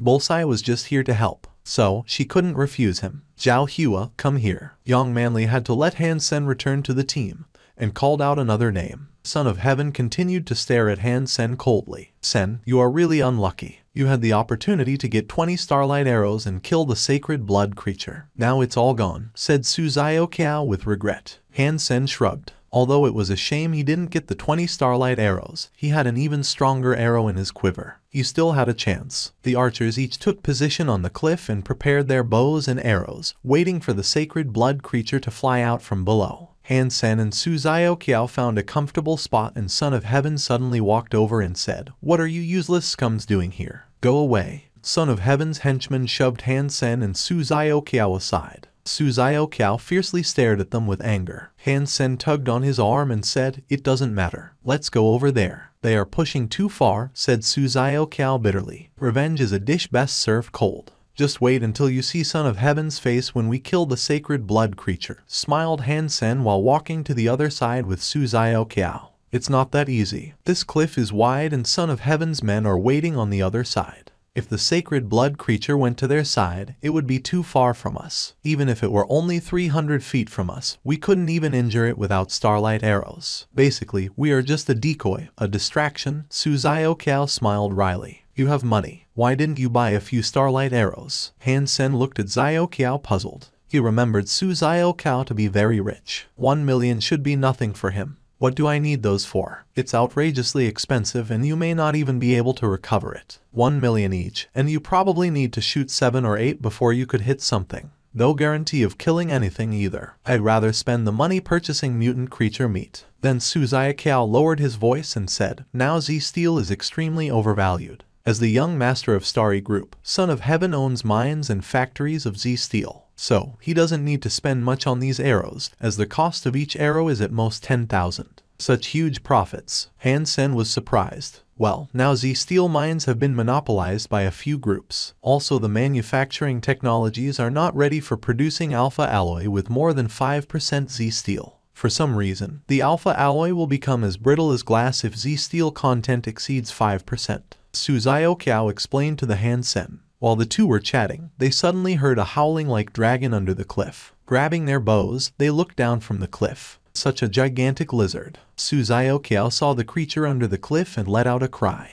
Han Sen also saw what the sacred blood creature looked like, a huge lizard covered in purple scales, flying out from the deep valley with a pair of feathered wings. The sacred blood creature was closer to where Han Sen was, but still about 250 feet away. With the order of Young Manly, everyone started shooting down at the sacred blood creature that was trying to fly up from the valley. The arrows rained on it but couldn't even hurt the feathers on its wings, let alone the scales on its body. Even the starlight arrows could only leave some sparks before they fell. As the tips of the arrows were turned, its features remained intact. Han Sen had already put his arrow with 1.2% Z steel on the bow, but did not shoot it out. This was the only arrow he had and it would be useless if he didn't have the best angle. Its feathers and scales were too tough. "Our arrows are useless unless we could shoot it in the eyes." Su Xiaoqiao also shot a few arrows, which were completely wasted. As Su Xiaoqiao was talking, Son of Heaven had summoned his eagle beast soul bow, and a beast soul arrow in the shape of a wolf tooth. Aiming at a wing of the sacred blood creature, Son of Heaven made his shot. Han Sen saw that the beast soul arrow Son of Heaven used this time was much inferior to the sacred blood 6-winged wasp arrow he used last time, so it must either be a mutant or primitive beast soul. The beast soul arrow flew across the sky like a black lightning bolt, cut through the purple feathers and nailed on the wing of the creature, making the creature utter a roar. Young Manly also summoned a white pigeon-like beast soul bow, along with a blue swordfish-like beast soul arrow. As she made the shot, the arrow also pierced the purple feathers and blood started to flow down the arrow. Neither Son of Heaven's arrow nor Manly's arrow was one use this time.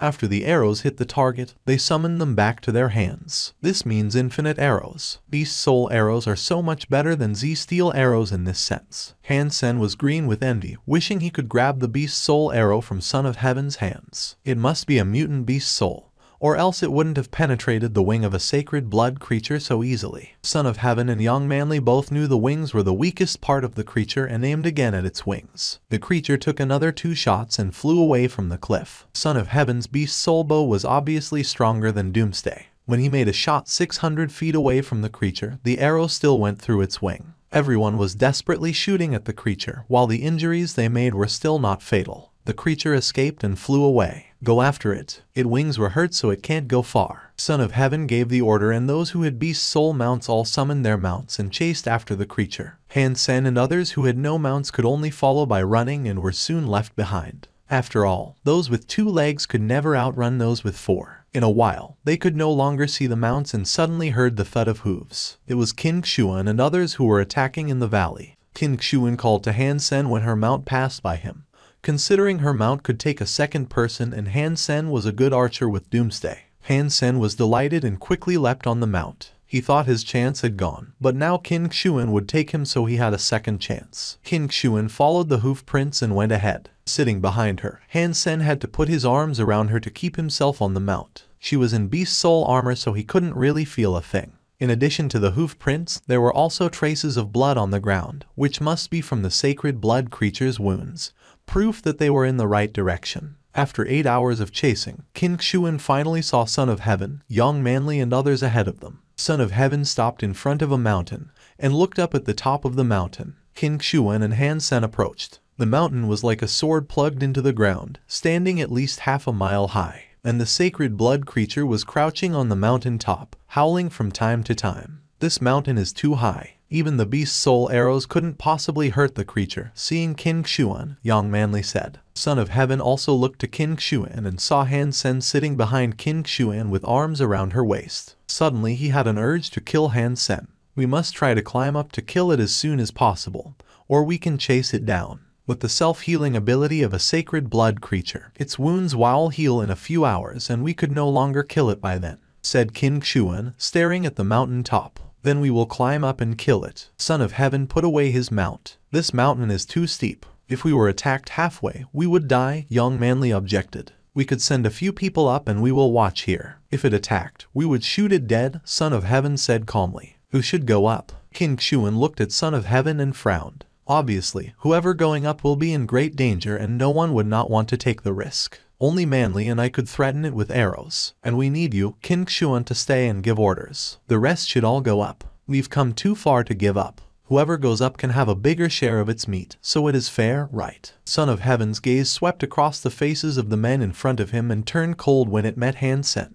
Son of Heaven's proposal was a risky one, but it was indeed their best chance to kill the sacred blood creature. The creature was now lying on the mountain top bleeding, its wings hardly moving. If they missed this opportunity, they might never be able to kill it. Finally, Qin Xuan agreed with Son of Heaven, but she decided to go up the mountain, leaving Son of Heaven and Young Manly, the only two mutant beast soul arrow owners, at the foot of the mountain. Xuan, no need to go up yourself. Just give orders from down here, Son of Heaven advised. There are no orders to be given. Since I have no mutant beast soul arrow, I might as well go up. Qin Xuan started climbing as she spoke. The crowd was divided into 7 groups, and each group was climbing toward the mountain top from a different direction. Han Sen immediately followed Qin Xuan. He noticed Son of Heaven's cold stare at him and knew Son of Heaven was about to stab him in the back. Probably it would be Han Sen himself instead of the sacred blood creature who got shot at first. Hence Han Sen had made up his mind to follow Qin Xuan everywhere, so that Son of Heaven had no chance to play dirty. Indeed, Han Sen was right. Son of Heaven had the idea of shooting Han Sen dead from the moment he proposed everyone to climb up.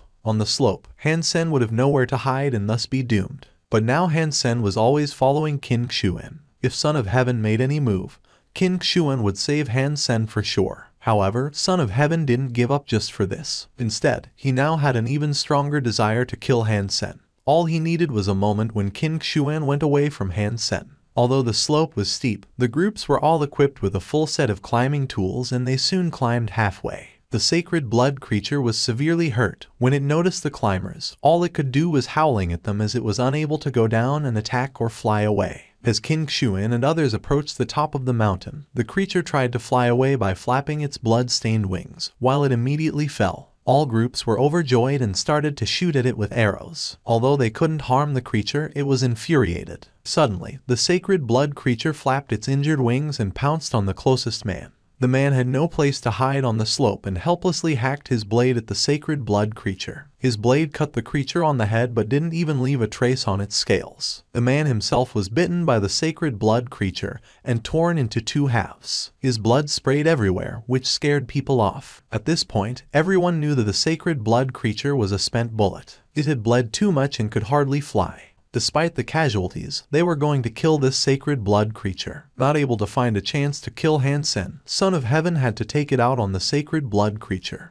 We cannot let it climb up. Qin Xuan summoned her beast soul and shapeshifted into a golden lion, climbing up using the holes left by the creature. Han Sen was anxious. If Qin Xuan went away, he would become the target of Son of Heaven. Han Sen reached out to grab the lion's tail and was suddenly dragged up. King Xuan gave him a fierce gaze, but he pretended not having seen it and still held on to her tail. King Xuan had no time to beat Han Sen up and just chased after the creature at full speed. Seeing the sacred blood creature going out of his shooting range, Son of Heaven put away his bow and arrows and suddenly shapeshifted into a black ape more than 9 feet tall. Son of Heaven quickly ran to the slope and started climbing at a speed much faster than the other climbers. It was as if he were running on the ground. "Let go," cried King Xuan. She couldn't keep up with the sacred blood creature as Han Sen was tugging at her tail. Han Sen quickly let go of her tail. Son of Heaven was in a rush to kill the sacred blood creature, so he had no time to harm Han Sen. Son of Heaven is a real asshole. He has such a strong mutant beast soul, yet he still sent us up and put us in danger. Han Sen felt jealous as he saw the ape climbing up at an incredible speed.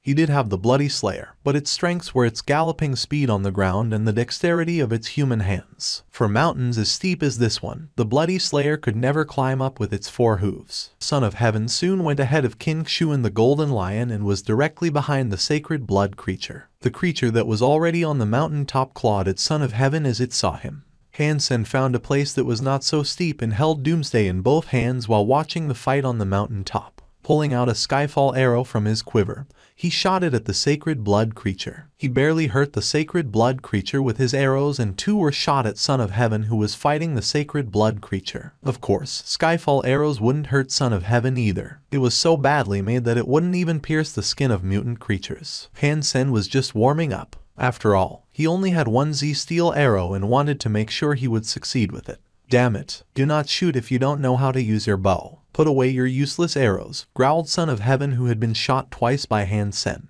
King Xuan rushed to the top and started to attack the sacred blood creature. Others also climbed back to the top and started shooting at the creature. Although the sacred blood creature was dying, it was still powerful. Howling on the mountain top, it forced everyone back. Neither Son of Heaven nor King Xuan could approach it. Suddenly, Son of Heaven shapeshifted back into his own body. He had only shapeshifted for an hour, although he could have shapeshifted longer than that with his Geno points. As Han Sen was wondering what Son of Heaven was trying to do, he saw Son of Heaven summoning his red beast soul sword and slashing it at a bloody wing of the creature. King Xuan also shapeshifted back into herself, summoned her malicious butterfly dagger, and stabbed it at the creature. Several others on the mountain top also used their own weapons to attack the sacred blood creature. The creature was injured heavily, and Son of Heaven made a foot-long wound on its wing.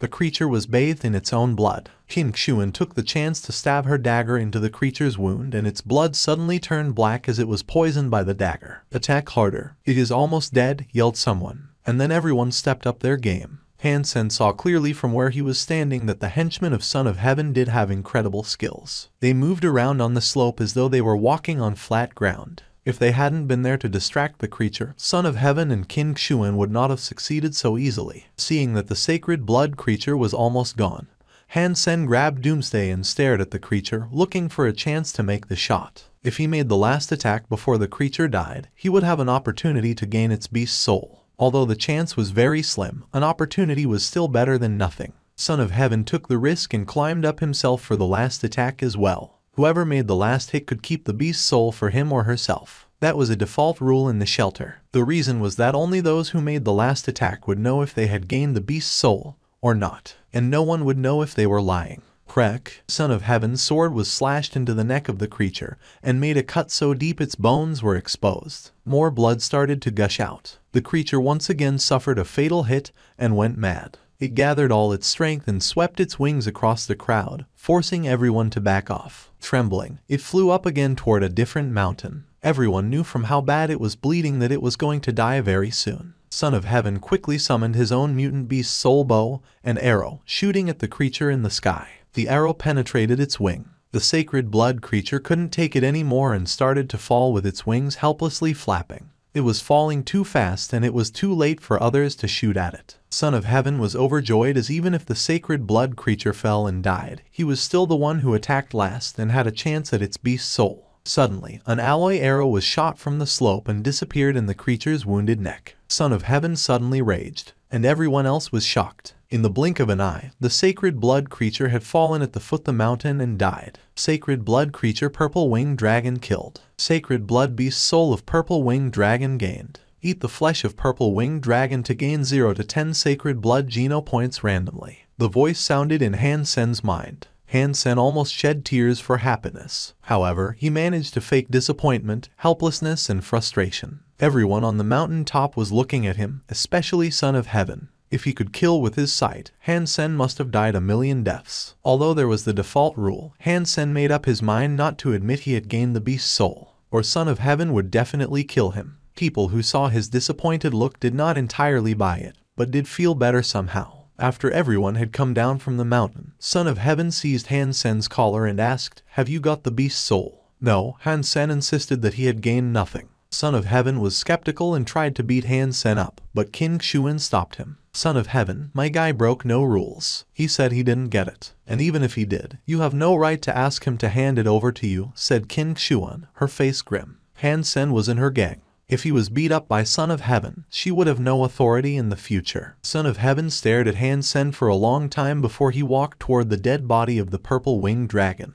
pulled out Han Sen's arrow, and snapped it into two halves. After wrapping up the dead body of the purple-winged dragon, everyone returned to Steel Armor Sanctuary and King Xuan called Han Sen into her office. "Did you get the beast's soul?" King Xuan stared at Han Sen. "Station Master, I really did not get the beast's soul. Had I known this I would never have shot the arrow," said Han Sen wryly. King Xuan didn't believe him. "Stop acting. If you have gained the beast's soul, I will not take advantage you either. If you want to sell it, I'm willing to pay. I can even pay you up front." "Station Master, I'd be a fool if I don't want to earn the money. I really did not get the beast's soul. If I could show you I would." Han Sen looked depressed. King Xuan felt Han Sen's emotions were authentic. She frowned and said to him, "Forget about it then. Do not go anywhere alone and stay in Bullseye these days. Son of Heaven might try to kill you." "I will behave." Han Sen nodded. Back to Bullseye, Su Zioqiao put his arm around Han Sen's neck and asked, "Sen, I heard that you made the last attack. Did you get the beast's soul?" "I wish, but unfortunately I don't even own a primitive beast soul, let alone a sacred blood one." Han Sen shrugged and said, "Right, beast souls are very hard to come by. We can't all be as lucky as Dollar." Su Zioqiao sighed and said, he did not have too much doubt. After all, the probability of gaining a beast soul was too low. "Recently you must be careful not to leave the shelter. Although you did not get the beast soul, Son of Heaven wouldn't let you off the hook easily," said Su Zioqiao. "I know." Han Sen patted Su Zioqiao on the shoulder, thinking, he seems a nice guy. Back in his room, Han Sen could not help but smiled and started to review his new beast soul. Type of sacred blood purple-winged dragon's beast soul, flying. The introduction was brief, but reminded Han Sen of so much he had heard about this type of beast soul. A flying beast soul meant the beast soul could turn into wings that could give its owner the ability to fly like a bird. Flying across the sky without the need for tools such as aircrafts was certainly a dream coming true. The most important part was that with the ability to fly, one's survival would become so much easier in God's sanctuary. A flying beast soul also allowed one to go where ordinary people couldn't reach. Flying beast souls were super expensive, even more so than the shapeshifting beast soul of the same level. Also, flying beast souls were so rare in God's sanctuary that you might not even be able to buy one even if you had the money. Amazing. A sacred blood flying beast soul. I wonder how many of these exist in the entire first God's sanctuary. Han Sen was so excited that he almost jumped up. Primitive flying beast souls had a low speed and didn't allow the users to go very high. It could only bring people 10 feet above the ground. Mutant flying beast souls were better but still slow and clumsy. Sacred blood flying beast souls were much better than the others. But Han Sen had never seen even mutant flying beast souls in Steel Armor Sanctuary. Of course, this had something to do with the fact that there were less flying creatures near Steel Armor Shelter. The room was too small for Han Sen to summon the wings. When he calmed down from excitement, his eye fell on the copper-toothed beast that had turned completely purple and shiny as if it had been polished. Sacred blood. The copper-toothed beast has evolved into a sacred blood creature. Han Sen was filled with unspeakable joy, staring at the beast. For 3 months, Han Sen had been anxious about the result.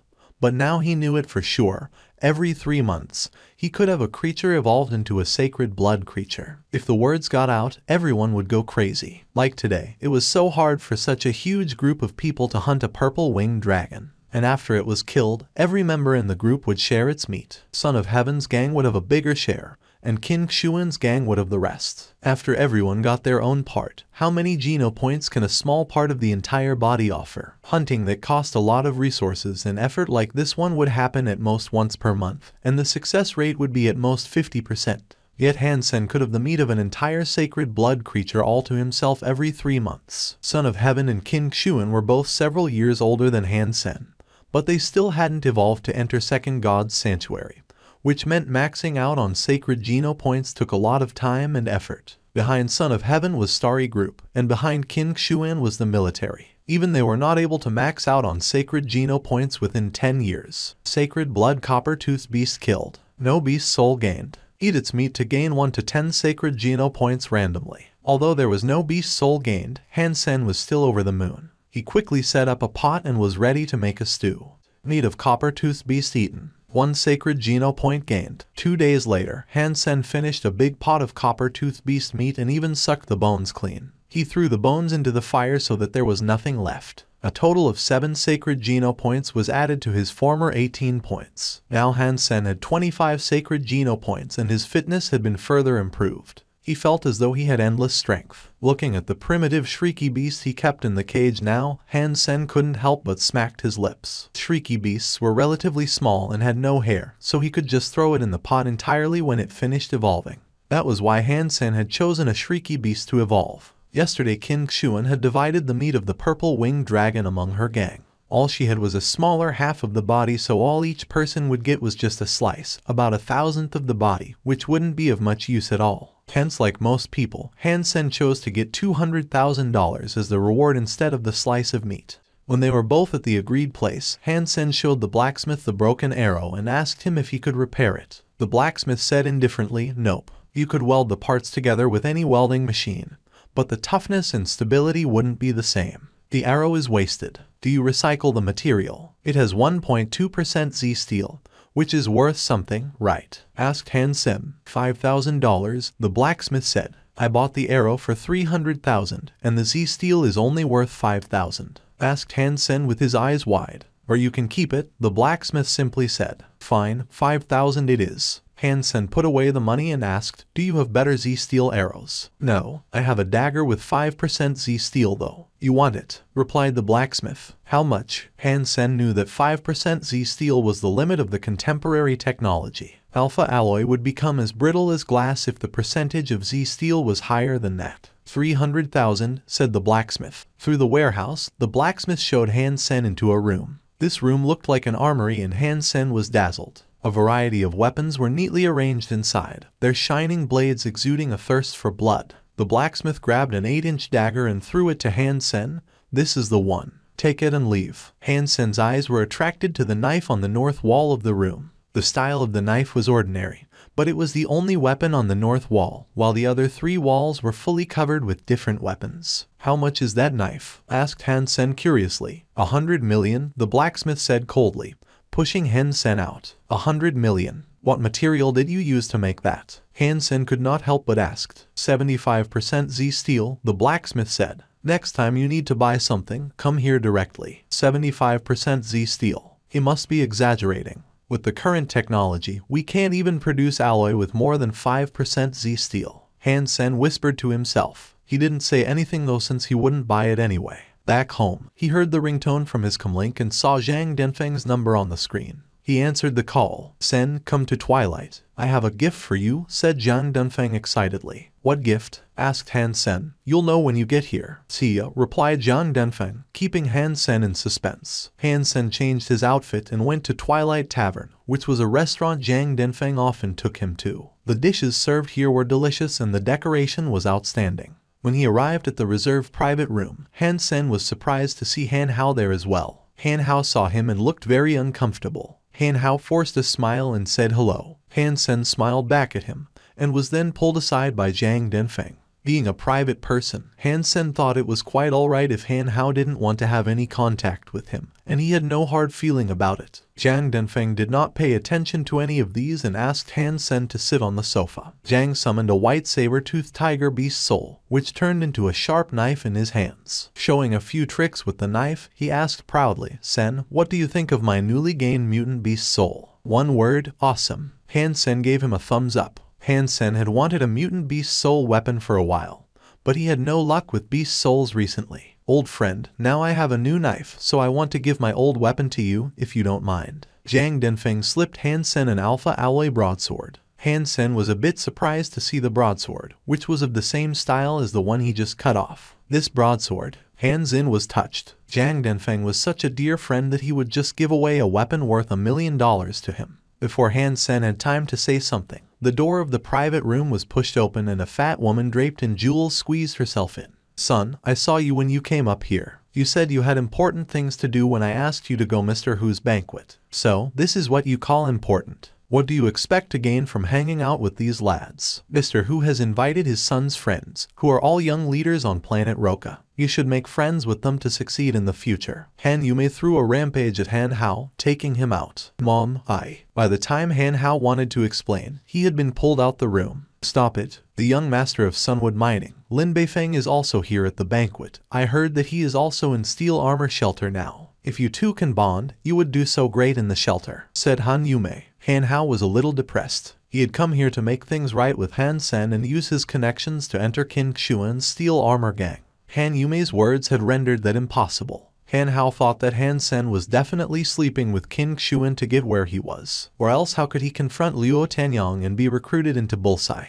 Although Han Hao was disgusted by a gigolo like his cousin, he wanted to use Han Sen's connections to enter Steel Armor Gang himself. That was why he didn't show up at the banquet and came to Zhang Denfeng's gathering instead. Surprisingly, Mr. Hu's banquet was also held in this building, and Han Yume happened to see him. Hence he had no time to mend his relationship with Han Sen. Never mind. The young master of Sunwood Mining, Lin Beifeng, happens to be in my shelter, and now he has come to planet Roka for the banquet. This is indeed a great opportunity. I heard he is an upstart and spends money like water. It would be great if I could cozy up to him, thought Han Hao, as he straightened his clothing and followed Han Yume to the banquet hall. Your aunt is outrageous. Zhang Denfeng was upset. It does not matter. They are strangers to me, said Han Sen casually. He then asked curiously, who is this Lin Beifeng she was talking about? Han Sen also knew a guy named Lin Beifeng who had traveled through the mountains and ended up in steel armor shelter. Han Sen had even saved his life. Just one lucky dude. Zhang Denfeng started to tell Han Sen about Sunwood Mining. Sunwood Mining used to be a small company with several mines, and later they bought a garbage planet to deposit their waste,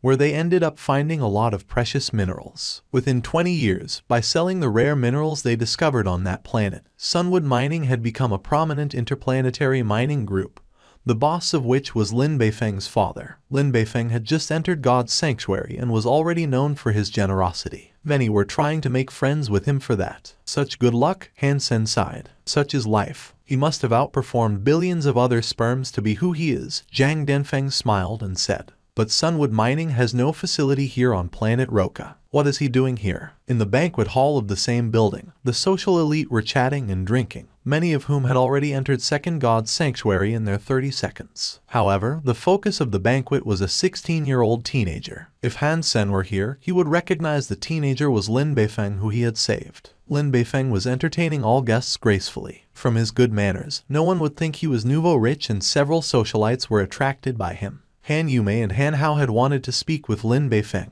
but they found no chance as there were too many people who were more powerful than them at the banquet, and everyone wanted to talk to Lin Beifeng. Naturally, they didn't dare to offend these people by cutting in. The banquet was over when Lin Beifeng was stepping outside the building. They finally found an opportunity and wanted to approach him. At the time, Han Sen and Zhang Denfeng also happened to come over. When they saw Han Hao, Zhang Denfeng wanted to greet him, so Han Sen had to follow. Before Zhang Denfeng could finish his sentence, Han Yume pushed him and Han Sen aside and said harshly, "You two stay away from my son. Especially you, Han Sen. You are already notorious in steel armor shelter, so do not implicate your cousin. Don't even say you know him, or I will come after your family." Han Yume then walked toward Lin Beifeng with Han Hao. Zhang Denfeng was stunned and asked Han Sen, "What? You and Han Hao are in the same shelter?" Han Sen nodded. "Let's go to a quiet place and I'll explain to you." Having heard Han Yume's words, Han Sen knew that Han Hao had told her about what had happened in steel armor shelter. Han Yume and Han Hao finally managed to approach Lin Beifeng. As Lin Beifeng happened to be looking in their direction, Han Yume said hurriedly, "Mr. Lin, this is my son Han Hao. He's in the same shelter as you." Lin Beifeng acted as if he hadn't heard her and directly went past her and her son.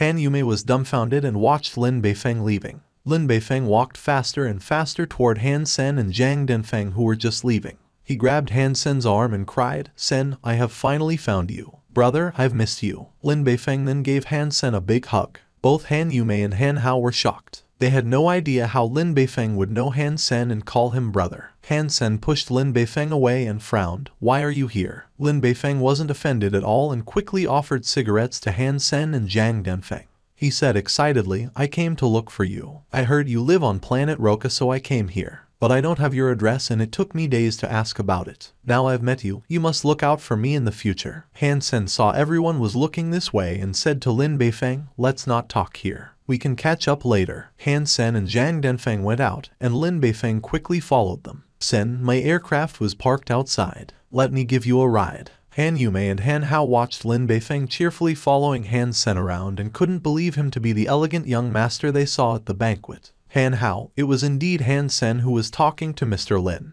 Han Yumei still couldn't believe her eyes and asked Han Hao after they were out of the building. Han Hao clenched his teeth and said, "Yes, it's him." "Why on earth did Mr. Lin know him and respect him like that?" asked Han Yumei. "Well, there is nothing remarkable about him. He's just a gigolo, using a woman's connections, putting his cousin down." Han Hao was green with envy. "What? Didn't you say that he offended a powerful lady in steel armor shelter and was having a hard time?" asked Han Yumei. "If you weren't King Xuan's boy toy, how would Mr. Lin know someone like him?" Han Hao then bitterly recounted Han Sen's experience, adding his imagination here and there. No wonder he could come up with $2 million. "A gigolo. I've always known he was a scourge, a disgrace to our name. Our ancestors would be so mad had they known," said Han Yumei viciously. Filled with jealousy and hatred, the mother and son left the building. Seeing Lin Beifeng opening the door of the aircraft for Han Sen and Zhang Denfeng, their faces darkened further. Han Sen understated everything and didn't say much about Han Hao, as he knew Zhang Denfeng wouldn't let Han Hao off easily had he told Zhang Denfeng what had really happened. Zhang Denfeng thought they were always good brothers and friends because they grew up together and certainly would not accept what Han Hao had done. Walking on the way to the Maglev train station, Han Sen was wondering what he should take with him to Dark Swamp.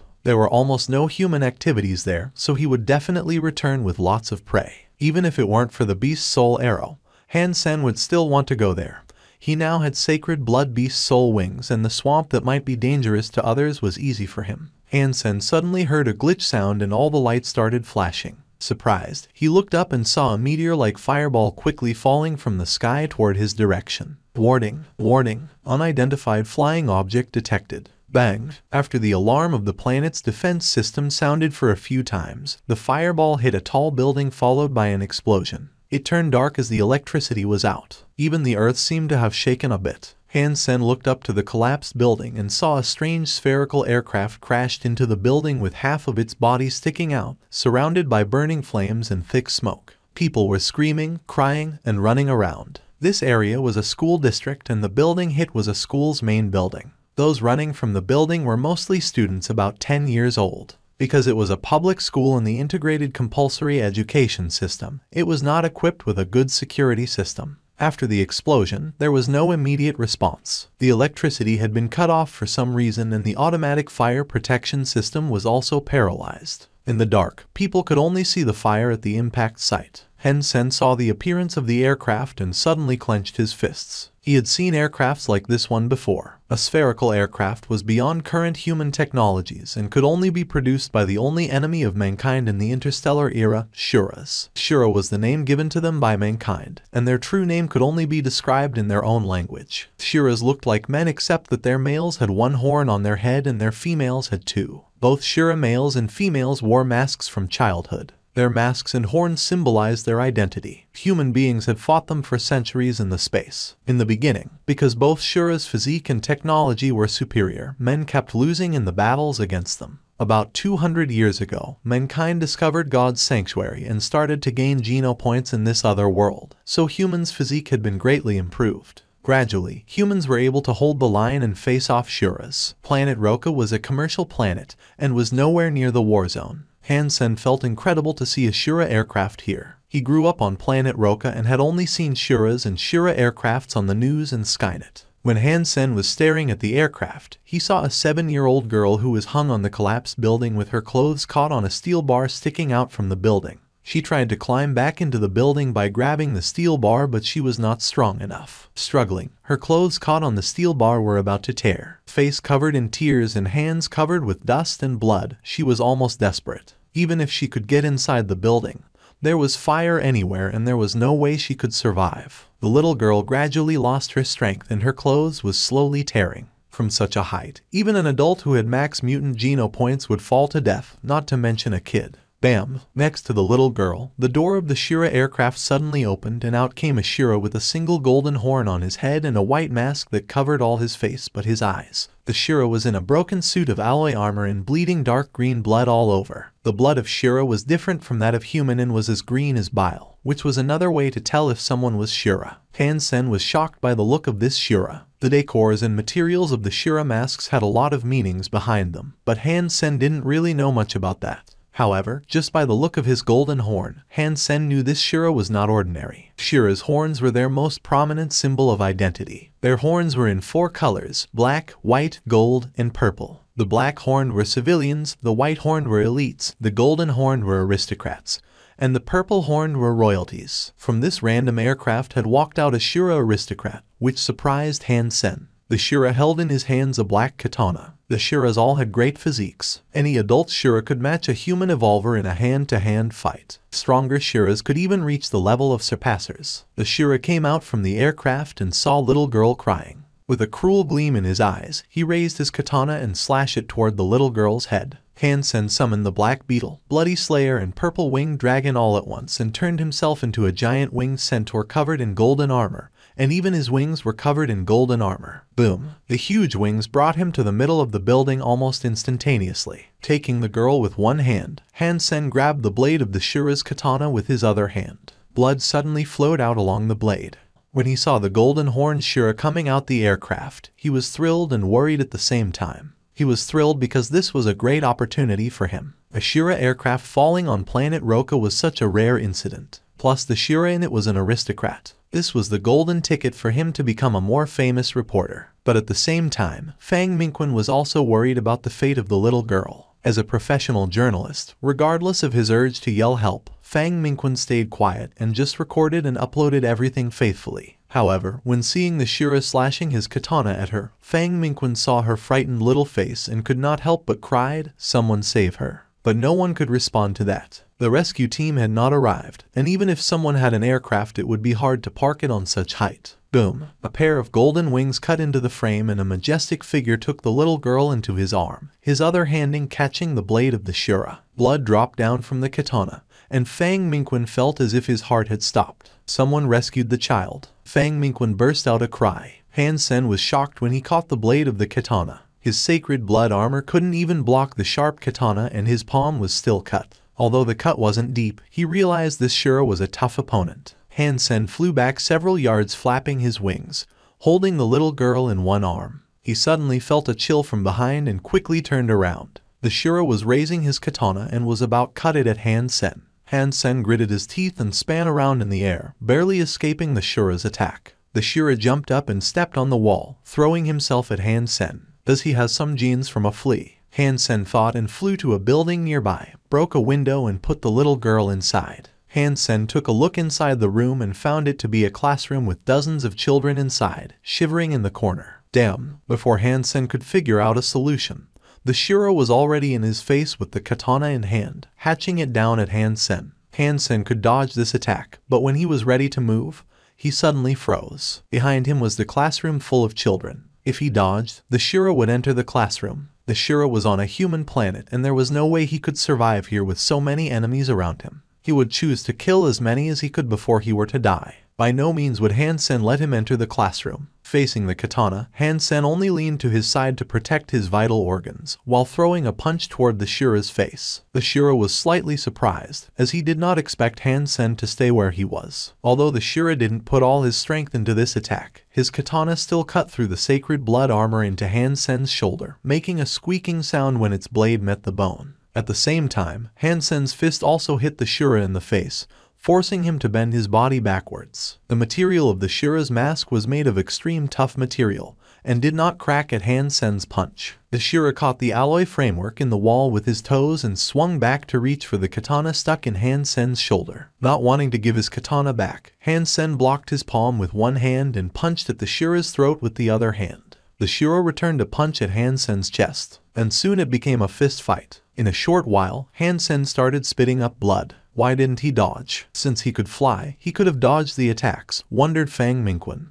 Fang Mingquan's new program didn't have much popularity yet, but there were still some old fans who had followed him here. Seeing the webcasting was on, many of them had chosen to watch. When they saw the Shira was to kill the little girl, they were all praying that someone could save her. And when Han Sen showed up, they were all thrilled. However, what they didn't understand was why Han Sen didn't choose to dodge the katana and thus lost his advantage. He could have dodged as he could fly. Fang Mingquan suddenly realized something and focused the lens behind Han Sen. Everyone suddenly saw that the room was a classroom with dozens of shivering children in it. Fang Mingquan and the audience had thus realized why Han Sen didn't dodge. If he had dodged, the Shira would have entered the classroom and caused unimaginable damage. Although the Shira was stopped outside the classroom, Han Sen had been severely injured in the shoulder and were still bleeding, which rendered him the losing side. But this was an adult Shira with a golden horn. Even if he hadn't practiced any skills yet, his physique would be as strong as an evolver, if not stronger. The audience recognized him and left many comments under, reminding more people that it was Dollar. Fang Mingquan had long recognized Dollar. After all, he was working in journalism.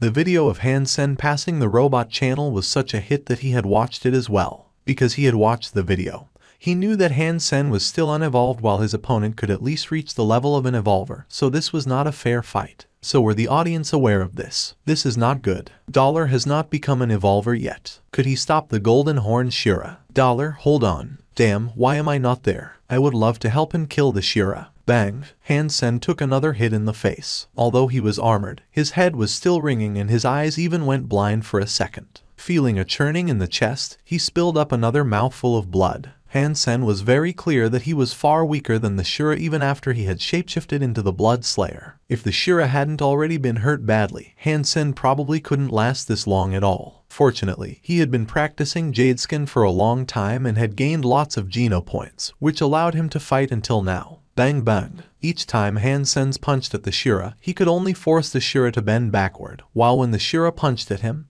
he would definitely bleed. But Han Sen knew that he could not step back. Seeing the malice in the Shira's eyes, Han Sen knew he had been eyeing the children in the classroom. Using his majestic body to block the window, Han Sen was hit in the head several times. He suddenly lost control of his body and leaned his shoulder toward the Shira, which allowed the Shira to pull out his katana from Han Sen's shoulder. Blood was splashing as the black blade was pulled out. Die. The Shira scowled as he hacked at Han Sen, both hands on the katana and eyes bloodshot. It was a gut-wrenching scene for Fang Mingquan and the audience to watch. The tender-hearted ones could not even bear to watch. Step back. You have tried. No one will blame you. Some even said, as they could not bear to see Han Sen killed by the Shira. But with a gleam in his eye, Han Sen moved forward instead of backward when the katana fell, and threw himself at the Shira. Although the katana had hit Han Sen on the head, as the distance was shortened and the Shira's body had bounced off in the middle of his hacking. The speed of the katana was not high, and it only broke Han Sen's helmet and left a shallow wound on Han Sen's scalp.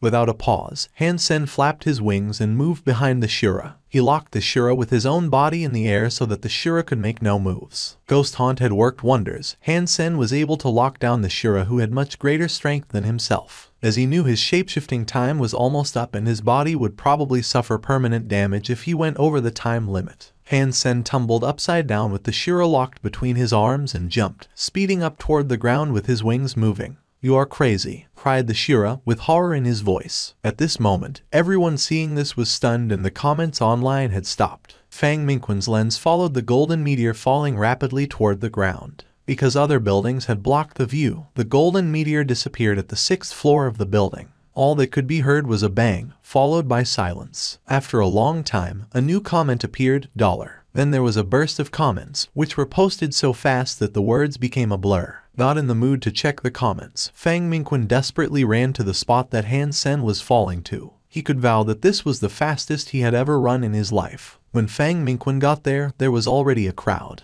The Shira was on the floor with his limbs twisted and there were even spider cracking on the pavement made of high-tech materials. But he did not find the majestic golden figure here. Dollar did not die. Where did he go? As the comments were posted under the webcasting, Fang Mingquan looked around and asked people nearby, and no one had seen Dollar. The spot was in an alley and no one was here before they fell. Fang Mingquan didn't find Dollar and stopped looking. He returned to his studio in excitement and started to edit the footage he took.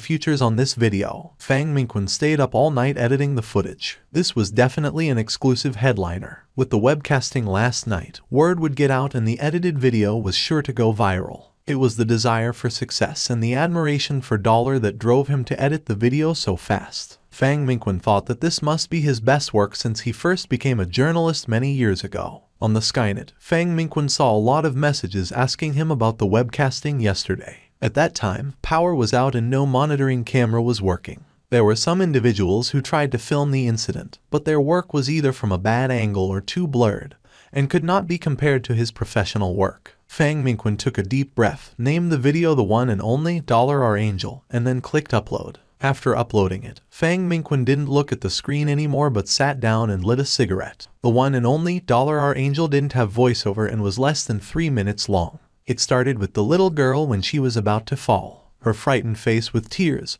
her widened eyes, and her blood-stained little hands grabbed people's attention from the beginning. The next moment, when people were still worried about the danger facing the little girl, out from the aircraft walked not her savior, but death itself. When the Shura wielded his katana at the little girl, no one could sustain their anger and despair. Suddenly, a golden figure appeared in the scene. The huge golden wings looked like they belonged to an angel. When the little girl was taken into his strong arm covered in golden armor, and the katana was stopped by him, everyone was overjoyed, their eyes welling up with tears. The following scenes were carefully edited. The Shura and Han Sen exchanged some blows and Han Sen broke a window so he could carry the girl into a room. The Shura was attacking Han Sen frantically but the latter did not dodge or run back. Fang Mingquan inserted the scene of dozens of students shivering in the classroom here so that everyone would understand why Han Sen had chosen to stay there. Fang Mingquan refined the fighting scenes and highlighted Han Sen's selflessness and bravery. He also edited out the less impressive scenes. While in fact Han Sen was miserable and much weaker than the Shura, in the video it looked like it was just a tough luck loss. The final scene was the suicidal fall. The entire video was very smooth. With the passionate background music added by Fang Mingquan, all the viewers wanted to fight the Shura themselves, even if it meant risking their lives. And the female viewers were covered in tears after watching the video. This video really went viral. In just a few hours, the entire alliance knew about it, and the hits had climbed up to a few 100 million. A strong and cruel Shura aristocrat, a golden angel, and the little faces that were full of fear all formed a story that moved every viewer in less than 3 minutes. Dollar's name was famous now in the entire alliance, as this video was far more popular than the video of Robot Channel, which did have its limitations. Men and women, young and old, everyone was spellbound by this video, and Dollar had become a bigger hit than the 10 chosen this year. This kid has some guts, just like me when I was his age. F#K Shuras. Poor children, they are lucky, because there's an angel guarding them. Dollar, you are my one and only. Dollar, you are my angel. More people were concerned about Dollar's life and death, because the video did not include the result and ended with a bang from the fall. Everyone was concerned whether Dollar and the Shura had both died. But Fang Mingquan did not plan to publish that, as other reporters must have written about it already, and it would not make a difference whether he wrote about it. In the meantime, the hero was also watching this video edited by Fang Mingquan. That's really me. Han Sen couldn't believe he looked so good. The way the video was edited made him blush a little. At that time, he was only doing what he could to help the children out. Although the fall in the end looked tragic, he was in fact able to kick the Shura off him and fly away when they were about to hit the ground. It was not quite as risky as it looked. The Shura was already badly injured and had died from the fall. Han Sen knew that he just got lucky. If the Shura hadn't already suffered severe injuries, Han Sen would probably have fled or died. Moving his body around, it still hurt so much that Han Sen had a hard time breathing. He didn't dare to go to the hospital, but luckily it wasn't too bad, for none of his vital organ was hurt. Having taken some medicine, he was recovering slowly but steadily. Han Sen had gained something from it as well. The katana belonging to the Shura was taken home by Han Sen, which was so much better than the weapons made by human. Shuras were much more advanced in making alloy weapons than human. Han Sen had heard since a long time ago that Shura's katanas were awesome. Even the black horned Shuras used better katanas than Z-steel weapons. Now what Han Sen had was a katana from a golden horned Shura, which should be the best of the best. There was simply no product of the same level as this katana. Han Sen wielded the katana and felt that it was frighteningly sharp, as it felt as if it could break the air. Han Sen no longer dared to try the katana out with any weapon, for he knew the katana was probably even sharper than his Z-steel dagger. The video was so widespread that Han Sen was also worried that people might recognize the katana,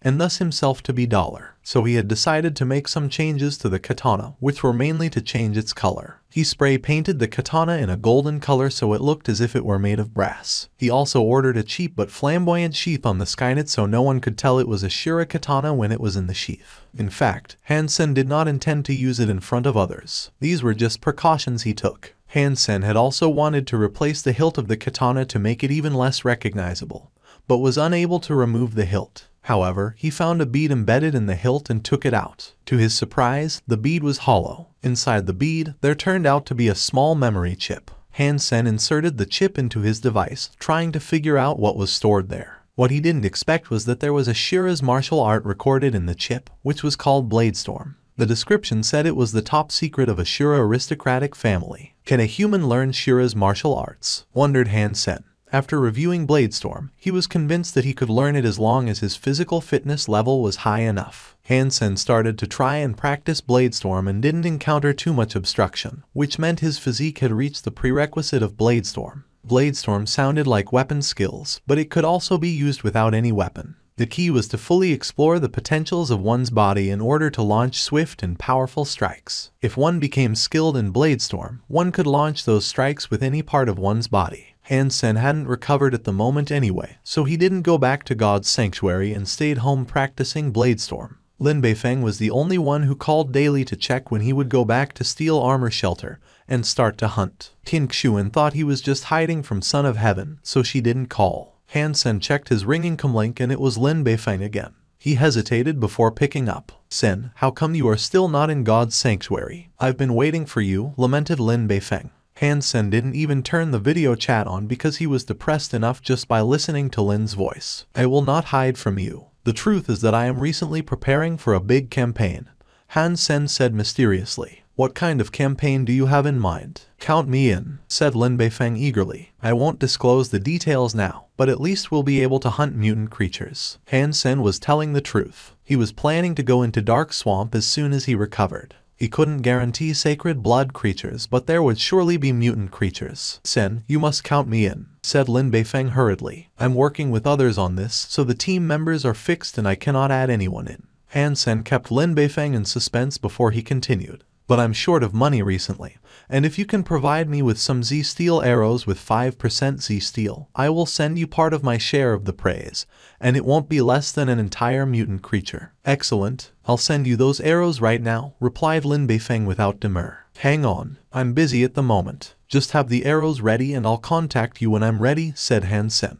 It's a deal then. Don't eat your own words. Lin Beifeng still felt insecure. You can rest assured that you will get your share. Han Sen had been concerned where he could get some nice arrows. Now that Lin Beifeng was willing to sponsor him, he was all set. It was mutually beneficial as well. He would give Lin some mutant creature meat when he came back. In the worst case scenario, if he couldn't hunt anything, he could still evolve any creature into a mutant one using the black crystal in a few days and pay Lin with that. Han Sen rested at home for a dozen days before he fully recovered. While he was resting, he did nothing other than practicing Jadeskin and Bladestorm. Eventually, he could start to use Bladestorm. Before Han Sen teleported to God's sanctuary, Qin Xuan called to ask him to go to the teleport station. When Han Sen came to station, Yang Manli gave him a cold stare and brought him to the office of Qin Xuan. Qin Xuan was taking care of some business when he came in, so Han Sen had to sit aside and wait. After dealing with everything on hand, Qin Xuan looked at Han Sen and said, I plan to recommend you to Blackhawk Military Academy. Recommend me to Blackhawk Military Academy. Han Sen wasn't sure what she meant, as one could apply to military schools oneself and take the exam. No recommendation needed. Qin Xuan knew what he was thinking and went on. Blackhawk Military Academy has special quotas every year for those specialized in archery. but even the specially recruited students must pass the entrance exam and fulfill certain requirements. You are good at archery, so it's alright if you are lacking in fitness. That's why I plan to recommend you. Entering military school at an early stage and going through formal training will do you good. Han Sen was wondering what to say to decline Qin Xuan. On the one hand, he wasn't really interested in going to military schools. On the other hand, he had to leave planet Roca if he was admitted to Blackhawk, and he couldn't leave his mother and sister behind. But Han Sen found Qin Xuan was very enthusiastic to get him into a military school. If he didn't give her a reasonable explanation, she probably wouldn't let go of the matter. Also, she meant well, so Han Sen also felt obliged to give her an explanation. Station Master, you are too kind, but I already have an ideal military school in mind and I'm afraid I have to let you down. Han Sen frowned. Oh, which military school do you have in mind? Asked Qin Xuan curiously, surprised by his sudden motivation. I want to apply to Roca Military School, replied Han Sen, sticking out his chest. Qin Xuan and Young Manly both looked at him as if he were an idiot. Young Manly said grimly, Blackhawk is in top 50 in the Alliance and you are comparing it to Roca Military School, which is not even among top 1,000. Qin Xuan advised, Han Sen, you should really think about it. Roca Military School is no match to Blackhawk whether in faculty or facilities. You can't even practice operating warframes and warships in Roca Military School, and you won't have good coaches in martial arts. If you graduate from Roca Military School, you won't have a bright future in the army. Why would you want to do that? Han Sen smiled wryly. He could not tell Qin Xuan that he would like to enter Roca Military School just because it was close to home. Young Manly said, you are not qualified to be recommended by the station master, but she broke the rules for you because she saw something in you.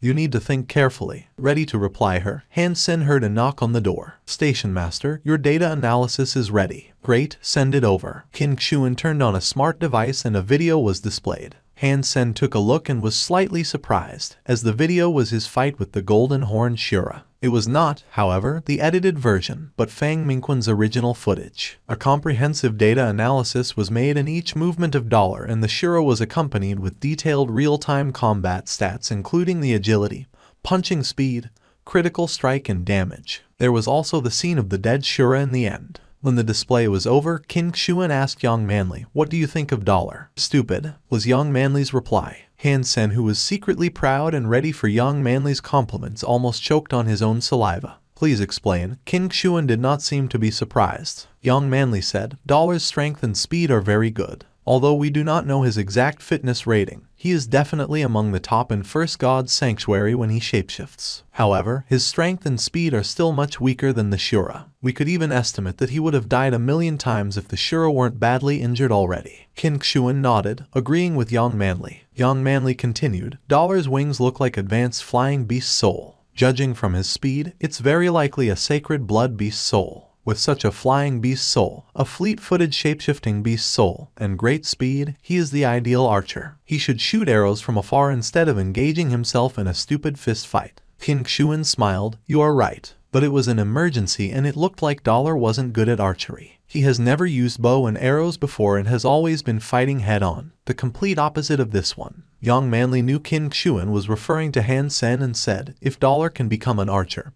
he will be the best archer in First God's Sanctuary. His moving and flying speed will help him maintain his distance from the enemy, and his strength will allow him to shoot fast and powerful arrows. That's why he would be perfect. Young Manly did not mention Han Sen at all. Apparently, she doesn't think Han Sen could even be compared to Dollar. Moreover, Young Manly might think Dollar's way of fighting was somewhat stupid, but it didn't change the fact that he was a respectable man, unlike Han Sen, who was a coward with some talent. Qin Xuan sighed. Unfortunately, there was a blackout in the area because of the damage caused by the Shura aircraft, so we didn't get anything that can reveal the identity of Dollar. Although we have Dollar's blood sample, everyone's genes are changing rapidly these days as they gain geno points. So, by comparing the DNA in the sample and in our database, it's almost impossible to find out who he is. He has appeared on planet Roca twice. Maybe it's not a coincidence. Young Manly thought about it and suggested, I have checked the population on planet Roca, and there isn't anyone that fits the profile. Roca is just a 5th-tier commercial planet. It's highly unlikely that someone like Dollar lives there, even less likely than winning the lottery.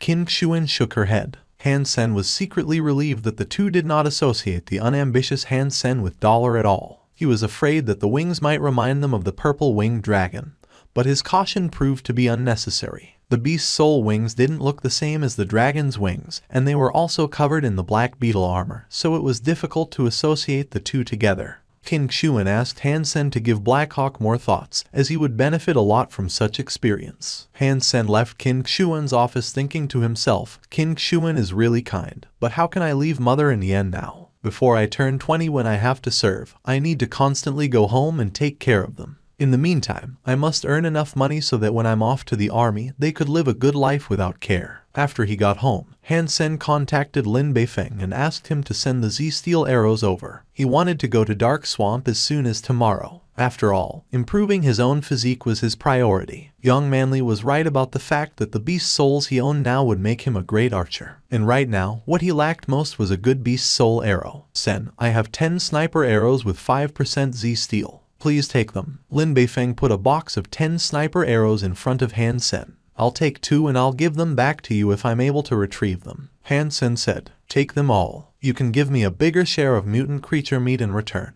Han Sen teleported into Steel Armor Shelter and sneaked out in the middle of the night, so that Son of Heaven's gang wouldn't notice him. Carrying his supplies, Han Sen picked up the paths less trodden and marched toward Dark Swamp. Others saw the swamp as hell, but it was paradise to Han Sen, who had the beast soul of purple-winged dragon. Without any surprise or risk on the way, Han Sen successfully entered Dark Swamp. He saw no one near the swamp, let alone in the swamp. Han Sen took no risk and found a spot with absolutely nobody there before he summoned the black beetle and purple-winged dragon beast soul. Wearing his purple wings and golden armor, Han Sen checked his equipment again and flew toward Dark Swamp. The environment of Dark Swamp was similar to the poster's description. There were indeed very few flying creatures. Occasionally he saw a few carrion birds, for which he didn't even use arrows. If any bird dared to get close, he would cut them into 2 halves with the Shura katana. There were many poisonous beasts and insects in the swamp. Having flown less than a day, Han Sen saw a mutant creature. It was a scary-looking 3-footed toad the size of a truck crouching in the mud, covered in lumps and exuding green gas. Han Sen was not interested in it at all. Even if he killed this thing,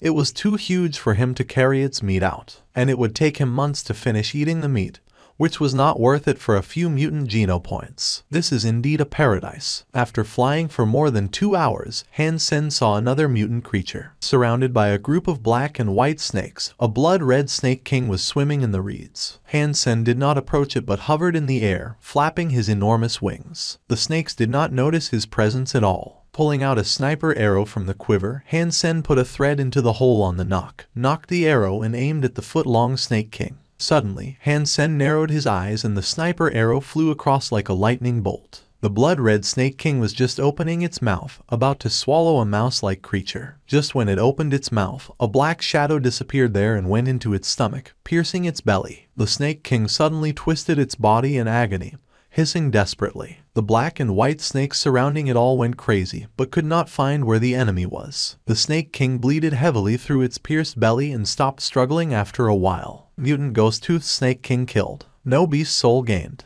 Eat its meat to gain 0 to 10 mutant geno points randomly. The wonderful voice sounded in Han Sen's mind. He excitedly pulled the thread and dragged the body of the Ghost Tooth Snake King up in the air. That thread was not much thicker than a hair, but as a high-tech product, it was very strong and could bear more than a ton. This Ghost-Toothed Snake King weighed just dozens of pounds and he easily pulled it up. Han Sen found a safe spot, picked up some branches and made a fire. Boiling a pot of water, he threw some pieces of Snake King meat into the water and cooked slowly. The snake was not too big. After thoroughly boiled, there were only about 2 bowls of soup left. Han Sen poured them out from the pot and gobbled the meat up. Ghost-Toothed Snake King meat eaten. 1 mutant geno point gained. After drinking the soup, Han Sen got another mutant geno point. Han Sen dried the rest of the snake meat and made it into meat jerkies to bring along with him. Although the snake wasn't too large, he couldn't finish it at once, so it became his field rations. Meowth was gnawing at a piece of snake meat jerkies, which wasn't quite enough for the cat, as the cat meowed at Han Sen again after finishing it, rubbing its fluffy body against him. Han Sen took Meowth back. Its insatiable appetite would make it gorge on an entire snake. Continuing to fly inside the swamp, looking at the various poisonous beasts and insects below, Han Sen felt more and more excited. The place was full of treasures. It was usually easy to find mutant creatures where human could not reach. Han Sen had seen 3 mutant creatures in 2 days. Aside from the Snake King, the other 2 creatures were both too large, so he didn't hunt them. Except for the necessary rest time, Han Sen kept traveling. His destination was the forest where mutant black stingers lived. Another 2 days had passed and Han Sen didn't have good luck. All he saw was a mutant creature that looked like a crocodile. But that guy was more than 10 yards long and very strong. Han Sen didn't bother and flew past it. On the 5th day since Han Sen entered Dark Swamp, he finally got lucky. In a not-so-large lake, the water was so clear that the bottom of the lake can be seen in the sun. The lake was only about 3 to 6 feet deep. In the lake, Han Sen saw groups of big silverfish, each about a foot long, with a jagged dorsal fin stretching from head to tail. And among the groups of silverfish, there were occasionally 1 or 2 golden fish of the same size, flashing their golden scales in the sun. Han Sen was so excited that he almost jumped up. There were 7 or 8 golden fish in the lake and they were all mutant creatures. Haha, Dark Swamp is truly my paradise. Han Sen took Doomsday off his back, knocked a sniper arrow, and shot it at a golden fish in the water. The sniper arrow was shot into the water on the back of the golden fish. When a golden fish swam up to the surface, Han Sen swiftly poked the katana down like how a fisherman would spear a fish. The katana cut through the scales of the golden fish into its body. Han Sen was overjoyed. He pulled the katana back and flew back up in the sky. After all, the katana was fixed on a branch. If he continued to fight with the golden fish, the brittle branch might break and he didn't want the katana to fall into the lake. The injured golden fish scurried madly in the water, hurting numerous silver fish in its way. Soon, it lost its strength and floated to the surface upside down. Mutant sawfish killed. No beast soul gained. Eat its meat to gain 0 to 10 mutant geno points randomly. Han Sen took out the dead fish and was so happy that he almost moaned out loud. He decided to strike while the iron is hot and used the same method to hunt 3 more mutant sawfish before the sun went down. Haha, 4 mutant creatures in 1 day. This is my blessed land. Han Sen found a safe place by the lake and cut off all the meat from the mutant sawfish. He cooked some and used salt to preserve the rest. Mutant sawfish meat eaten. 1 mutant geno point gain. Delicious fish in his mouth and wonderful news in his ear. Han Sen felt over the moon. Meow. Meowth was circling around the fire rapidly. In the fire, there were pieces of jelly-like sawfish meat. When heated up, the oil oozed from the fish, sizzling with a strong and fresh fragrance, making one's mouth water even from afar. Han Sen threw a large piece of cooked sawfish to Meowth and took one for himself. The fatty fish almost melted in his mouth, making him want to swallow his tongue. Sawfish, as a mutant creature, had way more tasty meat than ordinary fish. Even fish like groupers were a far cry from it. Even just barbecued plainly with just some salt and pepper, the sawfish didn't have a fishy smell at all. It was purely sweet and delicious. If this could be brought outside God's sanctuary, it would probably become the king of all fish. The ordinary dish wouldn't even have any market. 1 mutant sawfish could probably be sold at tens of millions. Such a shame. Han Sen threw another piece of sawfish at Meowth. Mutant creatures could not be brought away from God's sanctuary. Also, he didn't have the energy to take all the sawfish he had hunted out of Dark Swamp. There were more sawfish in the lake than he had imagined. He had killed 15 these days. After eating several, his mutant geno points could no longer increase from eating sawfish. Since he couldn't bring it all out, he decided to feed it to Meowth. My mutant geno points are 31 now. Such a fruitful trip.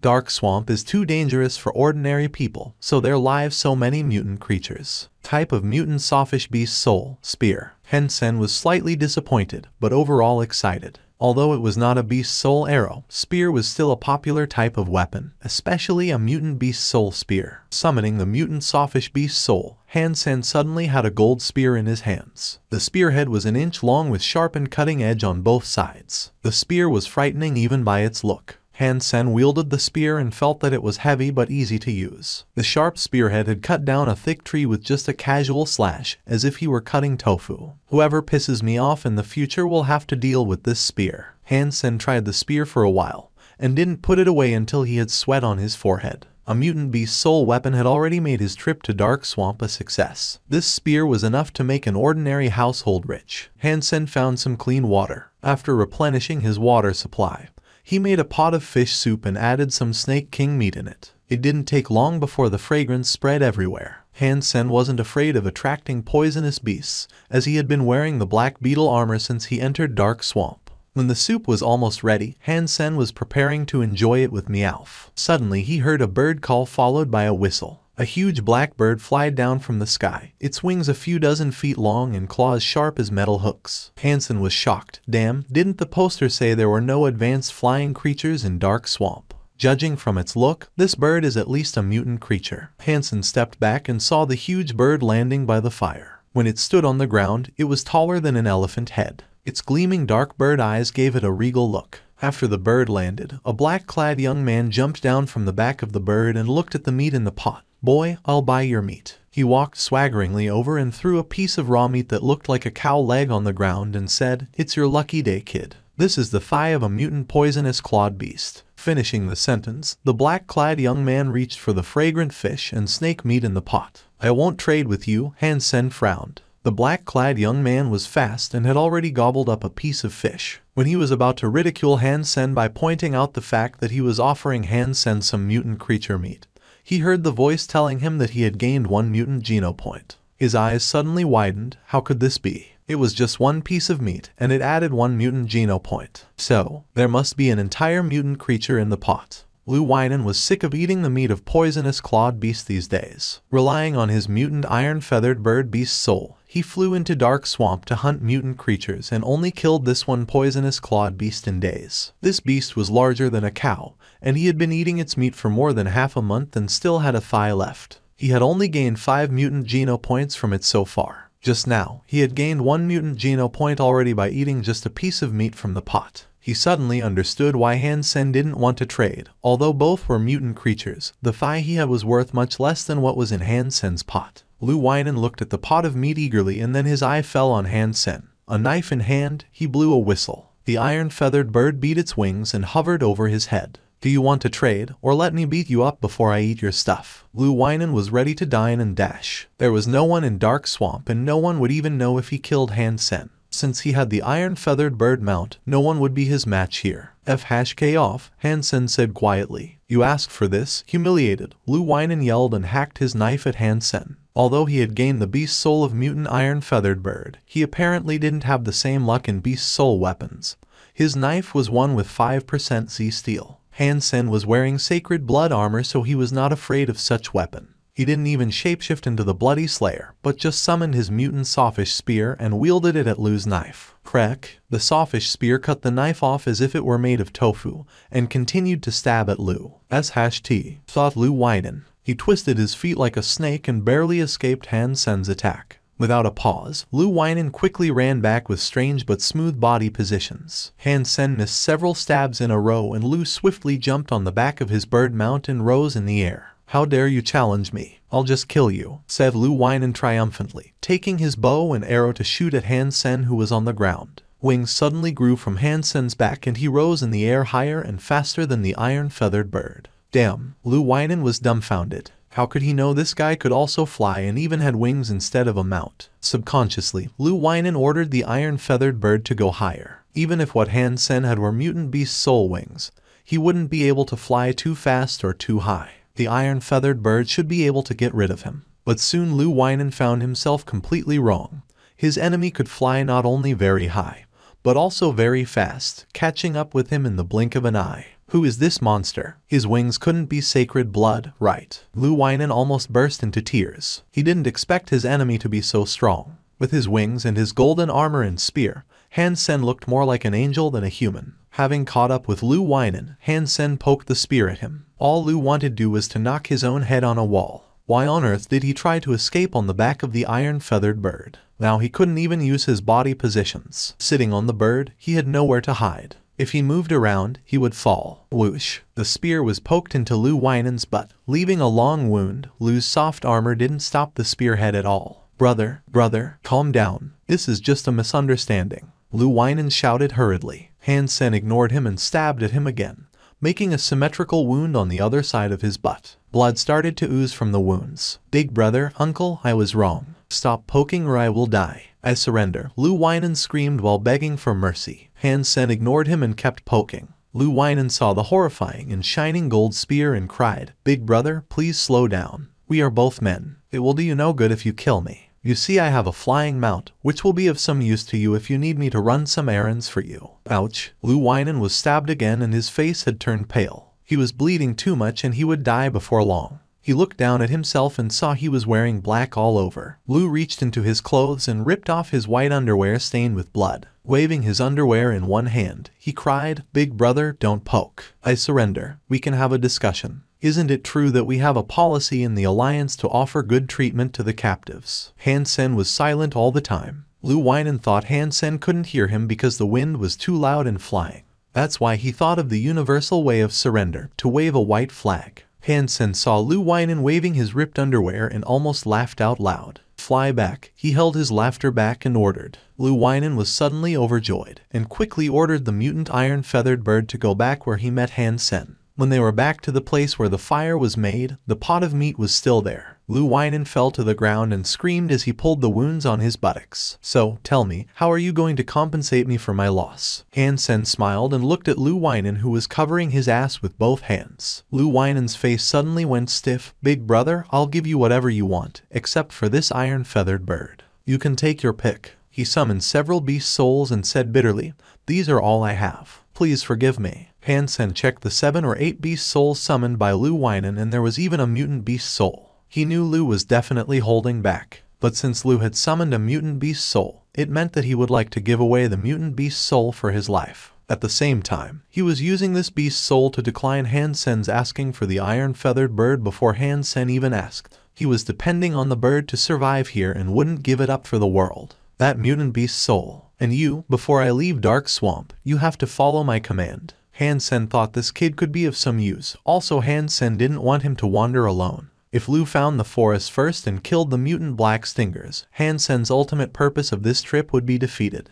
Lu Weinen agreed, but remained alert when he transferred the mutant beast soul to Han Sen, worried that Han Sen would kill him once having the beast soul. Fortunately, Han Sen did not attempt to kill him after receiving the mutant beast soul. He returned to the fire and used a cup to take out some soup. To Lu's surprise, Han Sen only took some soup and none of the meat. Although there would be some Geno points in the soup, most Geno points would remain in the meat. Why would Han Sen only drink the soup? While Lu Weinen was puzzled, he saw Han Sen had summoned a black cat and put all the meat in the pot into a bowl in front of the cat. The black cat meowed and rushed to the bowl, starting to gobble. Lu Weinen's mouth twitched. He just realized that the meat he just tried to snatch and paid a huge price for turned out to be cat food. Where did this guy come from? Feeding mutant creature meat to a cat? What kind of people would do that? Lu Weinen now really wanted to bang his own head on the wall. He just risked his life fighting for cat food. Thinking of the cat, he was shocked. Among all the beast souls known to men, only a beast soul pet needed to be fed, while mounts and other types didn't.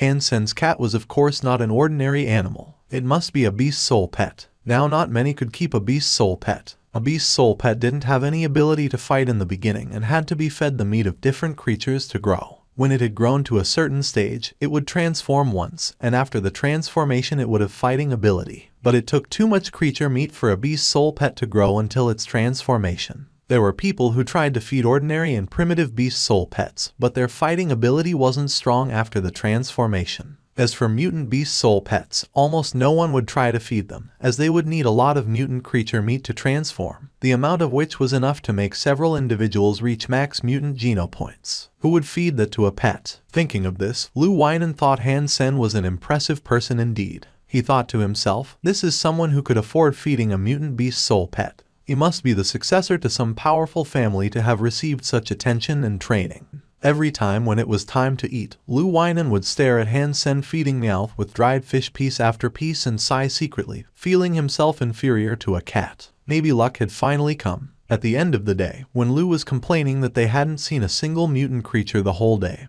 Han Sen spotted a black hornet the size of a fist in the grass. Black stinger. Han Sen was surprised and quickly made a gesture to Lu Weinen to remain silent and watch the hornet from here. Watch the poisonous hornet. Do not disturb it, and do not let it leave your sight, Han Sen said and flew into the sky to look around, as it was often foggy and dark swamp. He saw no tall trees or hornet nests in 20 miles. It seems that the black stinger's nest is not near. Follow it and we may be able to find its nest. thought Han Sen as he flew to Lu Winen's side and gestured him to quietly follow the black stinger. Lu Winen guessed what Han Sen wanted to do, and the two silently followed the black stinger. Fortunately, they could both fly, so it wasn't so hard to keep up with the black stinger. Following the black stinger, they flew dozens of miles and started to see more and more black stingers. Before long, Han Sen suddenly saw a huge tree standing in the swamp. Under its canopy hung a huge black hornet nest the size of a hot air balloon.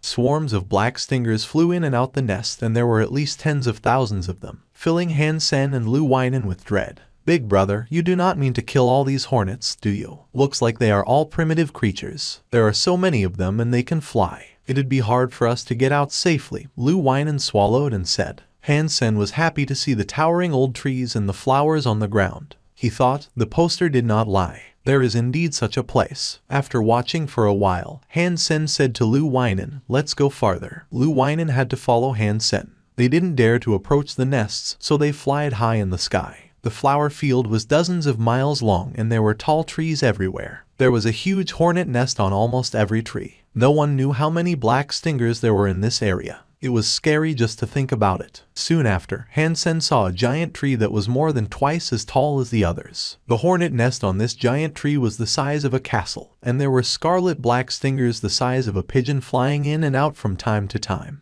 Lu Winen looked at the nest eagerly and said, "Are those scarlet hornets all mutant creatures? How many of them must there be?" Han Sen was also a bit dumbfounded. The poster said he had seen one. Although Han Sen had guessed there should be more than one, he didn't predict that there would be a whole nest of them. There must be a beast soul among so many mutant black stingers. Han Sen was excited, realizing it was difficult to handle so many mutant black stingers at the same time. The needle of the mutant black stinger was blood red and at least 2 inches long. It looked very sharp as well. No one could resist the poison on it if stinged. After all, they were mutant creatures. Han Sen didn't want to depend on his sacred blood armor completely. Once the armor was pierced, he would be risking his life. The only fortunate fact was that the closest primitive hornet nest was a mile away, so the primitive black stingers didn't dare to get too close to this area. "Comrade Lu, it's time to test your loyalty." Han Sen patted Lu Winen on the shoulder. Lu Winen suddenly changed his expression. "Big brother, you do not want me to lure the mutant black stingers away, right? I will die. Do not be so pessimistic." "Well, you do not really need to go there yourself. Just use your iron-feathered bird to attract their attention and I'll use that opportunity to ruin their nest. When the mutant hornets run wild and scatter around, we could just kill some of the single ones," Han Sen said with a smile. Han Sen said before Lu Winen could say anything,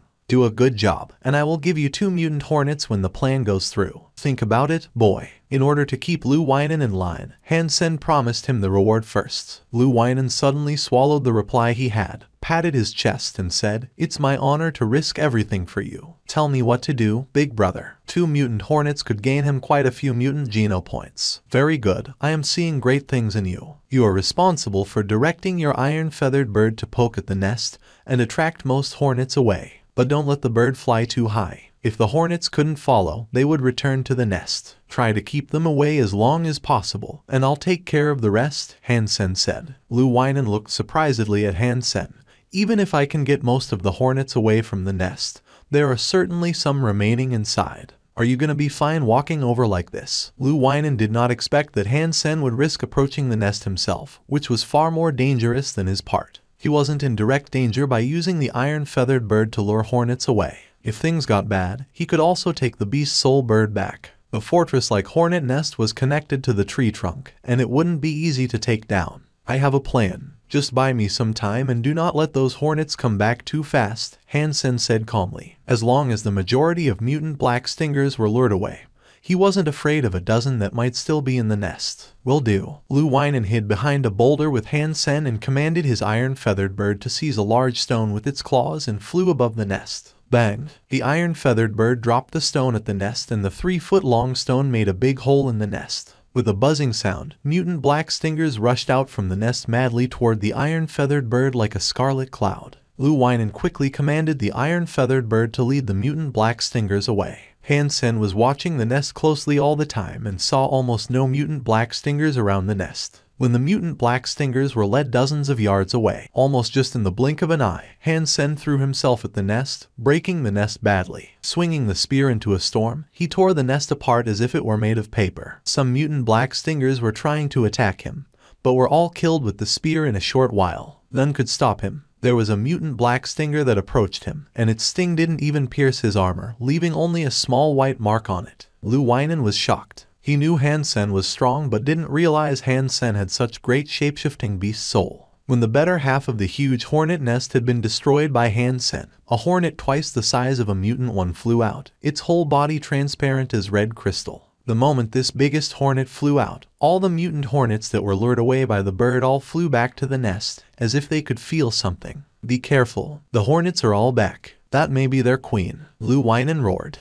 The queen hornet, which could be sacred blood, was eyeing Han Sen. His situation was critical. Looking at the queen hornet flying over, Han Sen narrowed his eyes, stepped back and threw the mutant sawfish spear at it. The queen was too fast and dodged the spear at a short distance. When Lu Weinen was lamenting the loss, Han Sen's majestic golden figure had rushed to face the queen, hacking a gleaming katana at the queen hornet. That katana was so swift that even the sacred blood queen hornet couldn't dodge it and was cut into halves by Han Sen. Sacred blood black stinger killed. No beast soul gained. Eat its meat to gain 0 to 10 sacred geno points randomly. With that wonderful voice, Han Sen rocketed into the sky without any pause. The swarm chased Han Sen into the sky, but could not to catch up with him or fly any higher than half a mile above the ground. Han Sen turned beautifully and made a big circle before he returned to the side of Lu Weinen. Lu Weinen was very impressed. From destroying the hornet nest to killing the queen to getting rid of the swarm, Han Sen's movements were so smooth and clean that he felt like he was watching an action movie. Awesome, really awesome. Lu Weinen gave Han Sen a thumbs up. It was sincere. Just my routine. Han Sen laughed but kept his eyes on the swarm. He didn't have the time to get the body of the queen hornet out, but it was fine. The nest was destroyed and the queen was killed. These hornets would go through a chaotic phase, which would be Han Sen's best opportunity. Sure enough, after suffering major blows, the swarm was a mess. Many mutant black stingers had left the swarm. You continue to harass the swarm with your iron-feathered bird, and I will go hunt the single black stingers. With the collaboration with Lu, Han Sen hunted more than 20 black stingers in a day. The only pity was that Han Sen still did not get a beast soul. Han Sen was not in a hurry. The iron-feathered bird was constantly harassing the hornets, which made it difficult for them to rebuild their nest. The two men had enough time to hunt. For several days, Han Sen had been hunting mutant black stingers. On the 4th day, he finally heard the voice saying, "Mutant black stinger killed. Beast soul of mutant black stinger gained. Eat its meat to gain 0 to 10 mutant geno points randomly." On the 5th day, Han Sen had hunted nearly 80 mutant black stingers. Han Sen gave Lu Weinen the 2 mutant black stingers he had promised. Lu used the bird to lure the swarm away several times and had done a good job. Han Sen was quite satisfied. Great. Lu Weinen nodded, regretting not having asked for more mutant black stingers. These days he ate a lot of mutant black stingers and now had 47 mutant geno points. With 4 more sacred geno points from the queen, his sacred geno points were now 29. It had been a fruitful trip and now he needed to prepare the dead mutant black stingers he had and trade them for cash. Brother, can we continue to collaborate? I'll follow your lead. No question asked. Lu Weinen quickly got up and said he had tasted sweetness from this collaboration and trusted Han Sen as well. He would never suffer losses from working with such a person. Looking at Lu Weinen, Han Sen pondered and said, I do not have much time to hunt together. If I'm recruiting people to join me, I will tie a piece of cloth with my name on it to the crooked tree on the west side of Steel Armor Shelter. If you are interested in participating, just go to Zephyr Valley and wait for me. Brother, you have not told me what your name is. Lu Weinen quickly asked. Go back and go on the Skynet. You will find out. Han Sen smiled, took his own package and flew away. Han Sen returned to Steel Armor Shelter, expecting trouble from Qin Xuan as he had disappeared for so many days. However, he did not see Qin Xuan at all. Not just Qin Xuan, there was almost no one on the streets. The entire Steel Armor Shelter seemed empty. Finally seeing a man hurrying through the street, Han Sen quickly stepped forward and asked, Friend, what's happening? Where is everyone? It's you, ass freak. The man recognized Han Sen at first glance. Han Sen rubbed his own nose. Friend, can you tell me where everyone went? The man was very easygoing. He smiled and said to Han Sen, where can they go? To the martial ring, of course. This year's martial arts contest has already begun. People are talking about it in God's sanctuary and on all the planets in the Alliance. You don't know about it. I have been sick recently and almost missed such a great event. Can I still register now? Han Sen asked. Haha, you must be hiding from Son of Heaven, the man smiled. Hurry, you can still make it. Thanks so much for the information. Han Sen thanked the man and trotted back to his own room.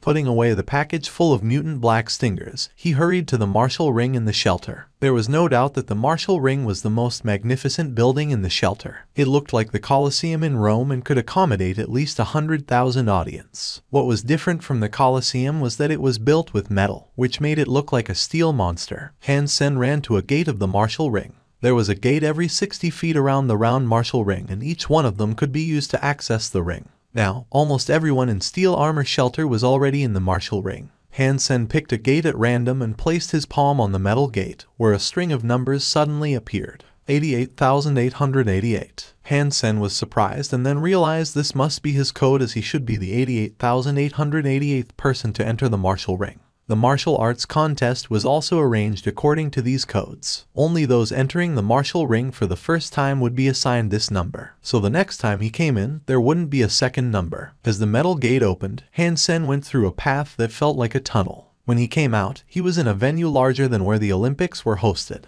The stands were full of people. Above the ring floated a huge crystal stele full of groups of codes. There were 100 codes in each group, which meant these 100 people were arranged in the same match. Han Sen had learned at school that the martial arts contest in each shelter operated automatically, and humans couldn't interfere in it. The preliminary round was conducted in groups of 100 people, and only the last one who stayed on stage was qualified to go to the next round. This was indeed a strict selection. Since so many people had registered, the match had only come to group 50-something on the third day of the preliminary round, so Han Sen probably wouldn't have to do anything until tomorrow. Han Sen looked around, searching for Qin Xuan and others. Before he could find Qin Xuan, he ran into Son of Heaven's gang. Don't let me see you in my group, or you will be dead. Luo Tianyang stared at Han Sen coldly. The last time they met, he was frightened by Han Sen, which was a disgrace to him. Son of Heaven also looked at Han Sen gloomily. Although he did not say it, Han Sen knew from his look that he would try to kill Han Sen at all costs if they were in the same match. I'm afraid I have to let you down. I do not intend to participate in the martial arts contest. Han Sen shrugged and said. Han Sen will certainly participate, but in Dollar's name, so that he could show his real strength. You are unworthy to be called a man. Shame on you, Luo Tianyang said contemptuously, setting the whole gang in an uproar. Son of Heaven ignored Han Sen and walked past him. While he was walking, he smiled and said, Qin Xuan, you have improved again. It seems that this year you will still be the champion. You are flattering me. Don't forget that Dollar is also in Steel Armor Shelter, Qin Xuan said casually. Han Sen turned and saw Qin Xuan, Young Manly and other major members of the Steel Armor gang. Young Manly was frowning at him. After talking to Qin Xuan, Son of Heaven led his gang away. Qin Xuan gave Han Sen a look, while Young Manly said coldly, originally I thought you were just timid, but I did not expect you to be such a coward. You don't have a man's dignity and backbone. Han Sen did not explain anything. Everyone thought he didn't want to participate because he was afraid of Luo Tianyang, which worked in his favor. No one would then question why he did not participate or why he wasn't there when Dollar appeared. I do not care how others see me. The most important thing is that my family and I can have a stable life, Han Sen thought to himself. Starry Group was so powerful that he didn't have the resources to counter them at the moment. If Son of Heaven knew he was Dollar now and tried to harm him in the alliance, even he wasn't afraid, what would happen to his mother and sister? I need to be more powerful. Han Sen came out of the martial ring, looking down. There was no point of staying as it wouldn't be his turn today anyway. After he teleported to the teleport station on planet Roka, Qin Xuan stopped him there and called him to her office. You are afraid of Son of Heaven? Qin Xuan stared at him. Her eyes were like daggers that could pierce his thoughts. Yes, Han Sen nodded. He had to be afraid. Hearing Han Sen's answer, Qin Xuan didn't show disappointment but continued to ask, because of your family. If you could be admitted, I guarantee that Son of Heaven would not dare to touch your family. How can you guarantee that? Han Sen stared at her. Every time we fought, I recorded and observed your combat data. I could tell you for sure that you have the talent to be a great sniper or archer. Your timing and prediction of your opponent are outstanding. Qin Xuan said. Han Sen did not speak. These words of praise were not what he wanted to hear. In the army, in addition to being the station master, I am also responsible for organizing a special squad. I think you are someone I need. As long as you join the squad, your family can get protection from the military. I can tell you for certain that if you become a member of the squad, Son of Heaven cannot use any unlawful means to hurt your family, said King Xuan. However, the prerequisite is that you have to be admitted to Blackhawk. Only then would I be able to nominate you to join the squad. Han Sen did not answer King Xuan immediately, but pondered for a moment. He looked at her and asked, "Is it possible for you to tell me the nature of this squad?" "No," King Xuan answered without the slightest hesitation. "Give me a little time. I need to think about it," Han Sen said. "Sure, I still have time. Think about it." King Xuan smiled and seemed very confident. Han Sen left the teleport station, returned home and rested for a day. He went back to God's sanctuary the next afternoon. Han Sen deliberately circled around Steel Armor Shelter before he put on his sacred blood armor and went in the shelter, attracting a lot of people's attention. "Wow, that's Dollar himself. Haha, Dollar made his appearance. Dollar, my angel, is here. Among all the people in First God's sanctuary, only Dollar is my idol." The whole Steel Armor Shelter became a hit. Although everyone knew Dollar was there, they were still pleasantly surprised to see Dollar making his appearance. Han Sen did not speak, but walked toward the Martial Hall. Soon, behind him gathered a lot of people. Some that had already participated in the contest returned to the Martial Hall following Han Sen. They all wanted to see Dollar fighting in person. The preliminary round was almost finished and there were just a few people on the stands. However, the Martial Hall became full again soon after Han Sen had arrived. Han Sen checked the martial steel and there were 2 more groups before him. He then found a front seat to sit down. It didn't take long for Son of Heaven, Fist Guy and King Xuan to arrive. Watching Han Sen closely, Son of Heaven would have killed him if they were alone. "Dollar, can we talk?" King Xuan approached Han Sen and asked. "What is it?" Han Sen replied in a hoarse voice. "I want to invite you to join Steel Armor Gang and you can put forward any condition." King Xuan said. Young Manly said on the side. "If you are willing to join Bullseye, I'll concede the position of team leader to you. You would make such a perfect archer." "Sorry, I am not interested in joining Steel Armor Gang or being an archer," replied Han Sen. "Dollar, I think we should be talking about nothing but business. If you had beast souls or meat of mutant or sacker blood creatures, I would gladly pay for them. For example, the beast soul of the Bloody Slayer." Fist Guy also approached Han Sen. "I do have some mutant creature meat to sell," Han Sen said to Fist Guy. Fist Guy's eyes lit up. "What creatures? How much?" "Some mutant hornet." The meat was all cleaned up. "There are 20 to 30 hornets," Han Sen said casually, but people surrounding him were shocked. 20 to 30. "You did not destroy an entire mutant hornet nest, did you? Where did you find them?" Fist Guy asked hurriedly. "Don't you mind where I got them? Just tell me if you are interested," said Han Sen. "Yes, of course I'm interested. If you really have them, give me a quote and I'll take them all," Fist Guy quickly said. "Fist Guy, what do you mean by taking them all? You think King Xuan and I are dead?" Son of Heaven scowled and said to Han Sen, "1 million each. I'll buy however many you have." 1 million. Son of Heaven, don't look down on others. "I'll bid 1.2 million each," cried Fist Guy. Son of Heaven gave Fist Guy a stare. 1.5 million. "Do you think you could keep up with me? Being rich does not mean you'd be willing to bid." 1.6 million, replied Fist Guy, not to be outdone. "Don't bid yet. I don't intend to sell these separately,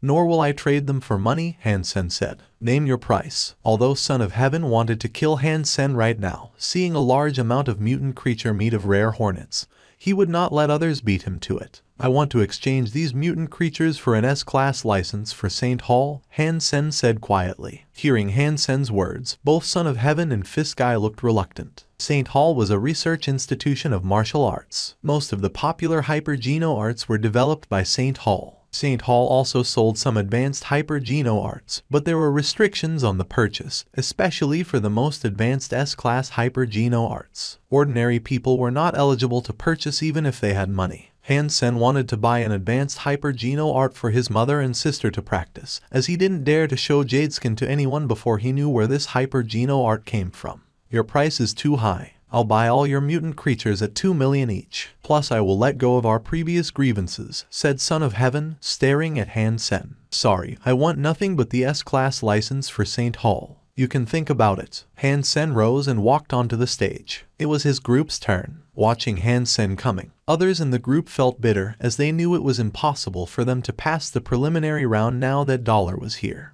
"Do not be afraid. Dollar is on his own and we can join forces to get rid of him first," a young man geared up and said. Exactly, let's get rid of the little angel first. Someone looked at Han Sen greedily, as if he were looking at a naked woman. Haha, dollar. I am a big fan, so I'll try to be gentle with you. Dollar, do not run, take my punch. Suddenly nearly 100 people on the stage all threw themselves at Han Sen while yelling frantically. #T. What the heck? Shouldn't my fans be protecting me rather than beating me up? Thought Han Sen bitterly. Although these people looked menacing, they weren't using any weapon. No one was trying to get involved in a desperate fight with Han Sen. Basically, the stronger persons had all registered relatively early. Those who had waited until this time to register were most likely relatively weak or new to God's sanctuary. Han Sen did not use any weapon either. Seeing the first person's fist almost in his face, Han Sen moved slightly and dodged the blow. Using his hand as a knife, Han Sen attacked back with Bladestorm. The man did not have time to react before he was cut on the back of his neck and fell directly to the ground.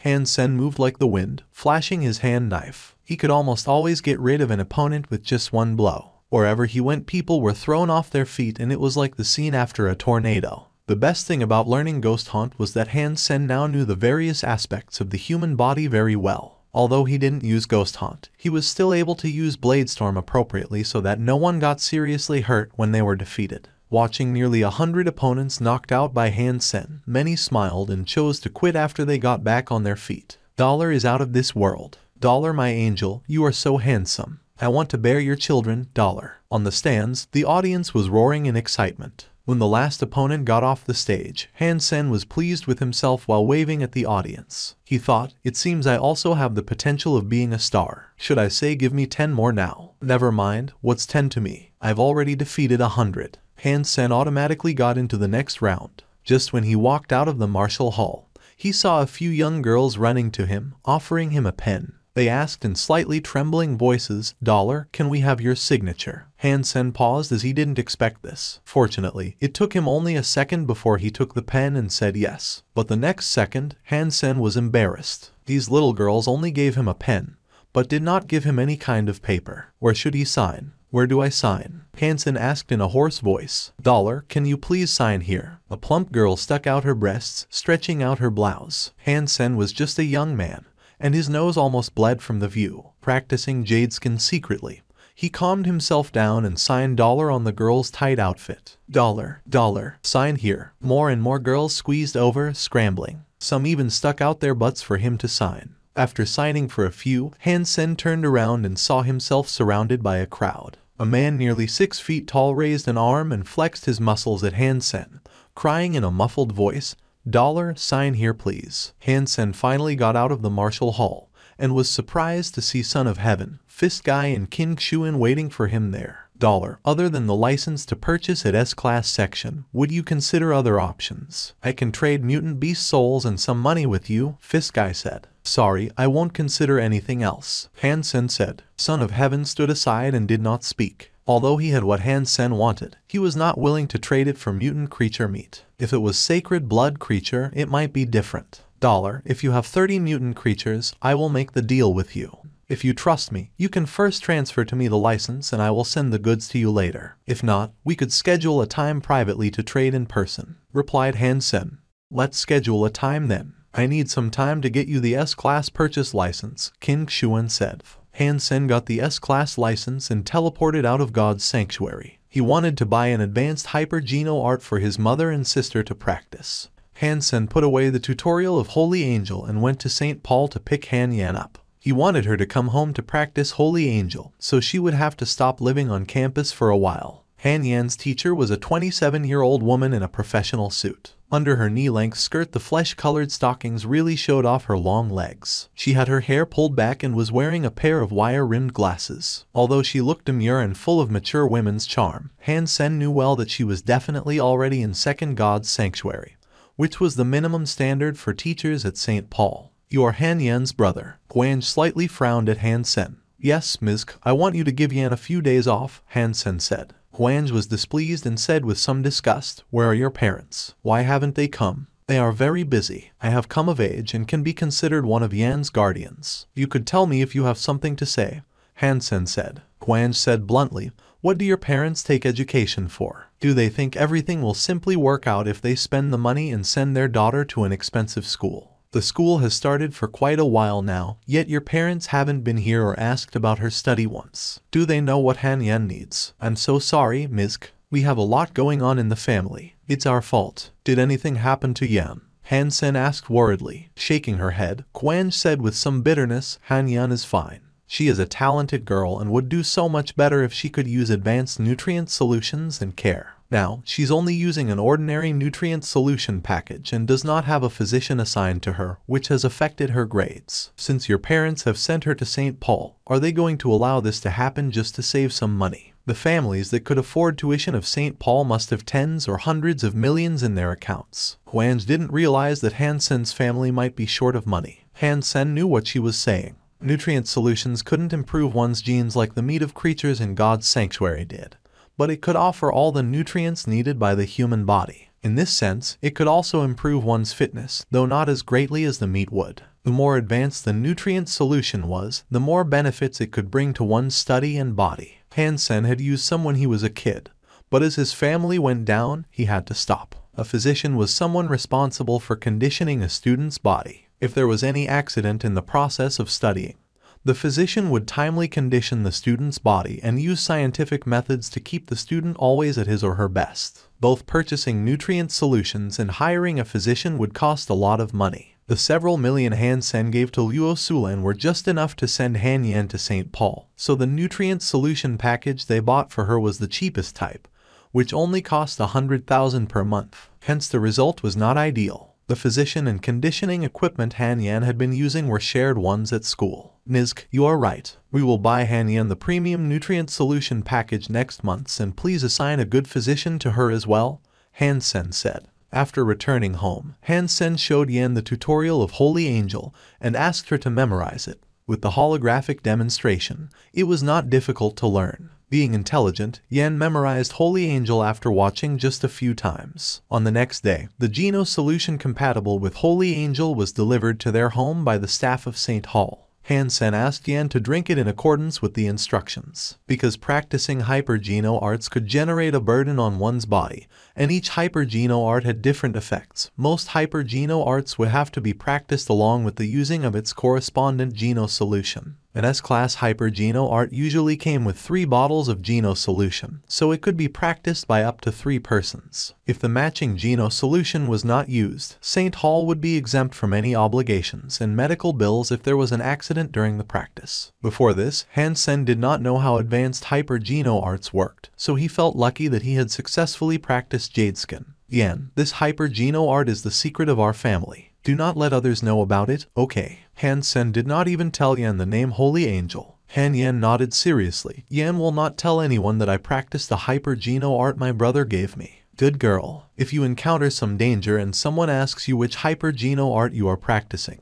tell him you do not know and it's taught to you by your brother, Han Sen said. Yan understands, Han Yan said solemnly. Excellent. Han Sen patted Han Yan's head, feeling pity for his sister. Children who grew up in poor families were better prepared to deal with problems. Han Sen had spent some carefree years when he was a child. When Han Yan was born, however, their family had been declining, so she had never lived a good life. For this, she was more mature than her peers. In the station master's office at the teleport station, young Manly placed a capsule in front of King Xuan. Station master, you are sure you want to use this? Young Manly looked at King Xuan who had picked up the capsule. I have to know why he is not willing to go to Blackhawk, and whether he wants to join my squad. King Xuan said, there are so many guys like him, cowardly, greedy and lecherous. There is no need to win him over. I think we should make every effort to get Dollar on our side instead.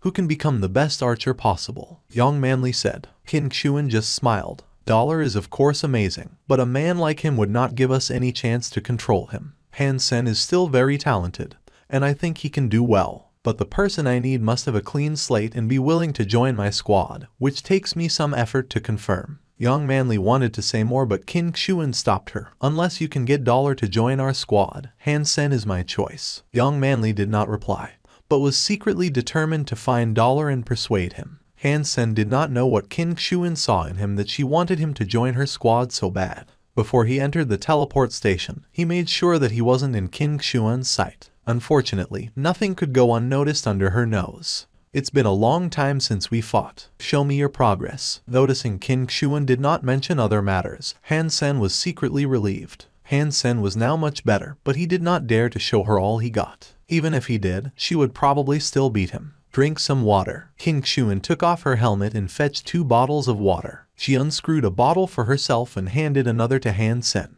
Han Sen had no suspicion and drank from the sealed bottle of water. Han Sen, do you think I'm pretty? Qin Shuan suddenly asked. Pretty? Of course you are. Han Sen was surprised and looked up at her, not understanding why she was asking this question. It was not her style. Do you think my lips are prettier or my eyes? Qin Shuan asked again. Han Sen felt dizzy. He could not help but look to the mouth of Qin Shuan, and gradually his sight moved up and fell on her bright eyes.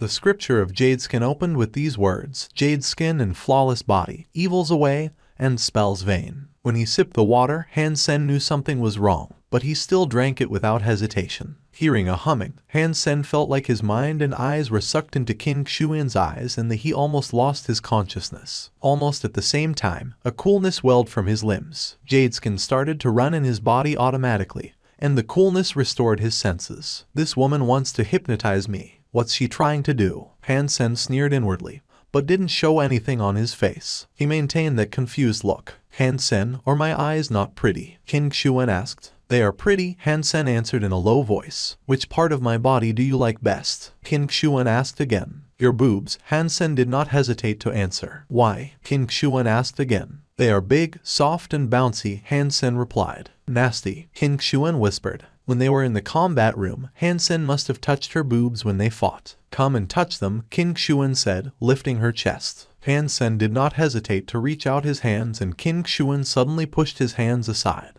Now she could confirm that Han Sen had been completely hypnotized by her, as any normal person would hesitate when hearing such an odd request, which Han Sen did not. Are you dollar? Qin Shuan's first question scared the hell out of him. Han Sen didn't realize Qin Shuan had connected some dots. Without time to think any further, he answered, no. Qin Shuan nodded, apparently not believing the two were the same person herself. She continued to ask, why are you unwilling to go to Black Hawk? Because it was too far away from home.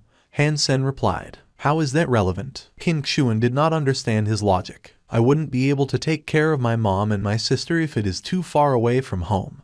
Han Sen replied slowly. Qin Shuan was a bit surprised and then her look softened. She asked, have you ever considered to join my squad? No. Why? Qin Shuan was slightly angry. I'm afraid of danger. I cannot die, replied Han Sen. Why can't you die? Qin Shuan looked at Han Sen, finding his reply curious. If I die, my mom and my sister will be bullied by my relatives, and I cannot let them be bullied. Han Sen continued to answer. Qin Shuan's expression became more and more gentle, and she continued to ask, why did you agree to join Bullseye? Because of you. Me. Qin Shuan was confused. Because I like you. Han Sen still had a dull face on. Qin Shuan blushed a little. Why do you like me? Because you are beautiful. Is there any other reason? Yes. What reason? Surprisingly, Qin Shuan was slightly excited to hear the answer. Because you are beautiful. Isn't this the same reason? Qin Shuan frowned. No. Why not? Qin Shuan looked at Han Sen, puzzled. Because the first time I saw you, I thought you are beautiful. The second time I saw you, you are more beautiful. I can't move away my eyes and want to look at you forever. Qin Shuan's cheeks turned crimson. She raised her arm and wanted to slap Han Sen out of it, but eventually didn't have the heart to do that and just gave him a pinch swiftly. Han Sen fell to the ground suddenly with an ouch, acting as if he had fallen under the bed in sleep. Qin Shuan subconsciously reached out her hand, but took it back and let Han Sen fall to the ground as she blushed at certain thoughts. What did you do to me? Han Sen suddenly climbed up from the ground and pretended to be frightened. You do not have to worry, I just wanted to know why you do not want to go to Black Hawk. Qin Shuan said softly. You hypnotized me. Han Sen was raged. One must go through this process to join the squad. The people we serve are special, so we must guarantee that every member had a clean slate. I myself had to go through the same thing. Qin Shuan looked at Han Sen and said gently, you can rest assured that your family will be protected by the military once you go to Black Hawk and join my squad. No one could hurt them. Han Sen looked uncertain and remained silent. Also, I can tell you that each shelter has the same kind of squad, providing service for special clients. This job wouldn't put you in great danger, and that's everything I can tell you. You can think about it yourself. After Qin Shuan left, Han Sen let out a long sigh of relief. From now on, Qin Shuan probably wouldn't suspect him again. This is an excellent opportunity. King Xuan would completely trust me after this, so she can become my cover. Others would think I got stronger and better because of her help and wouldn't suspect that I am Dollar. Then, I could gradually show my real ability using my own identity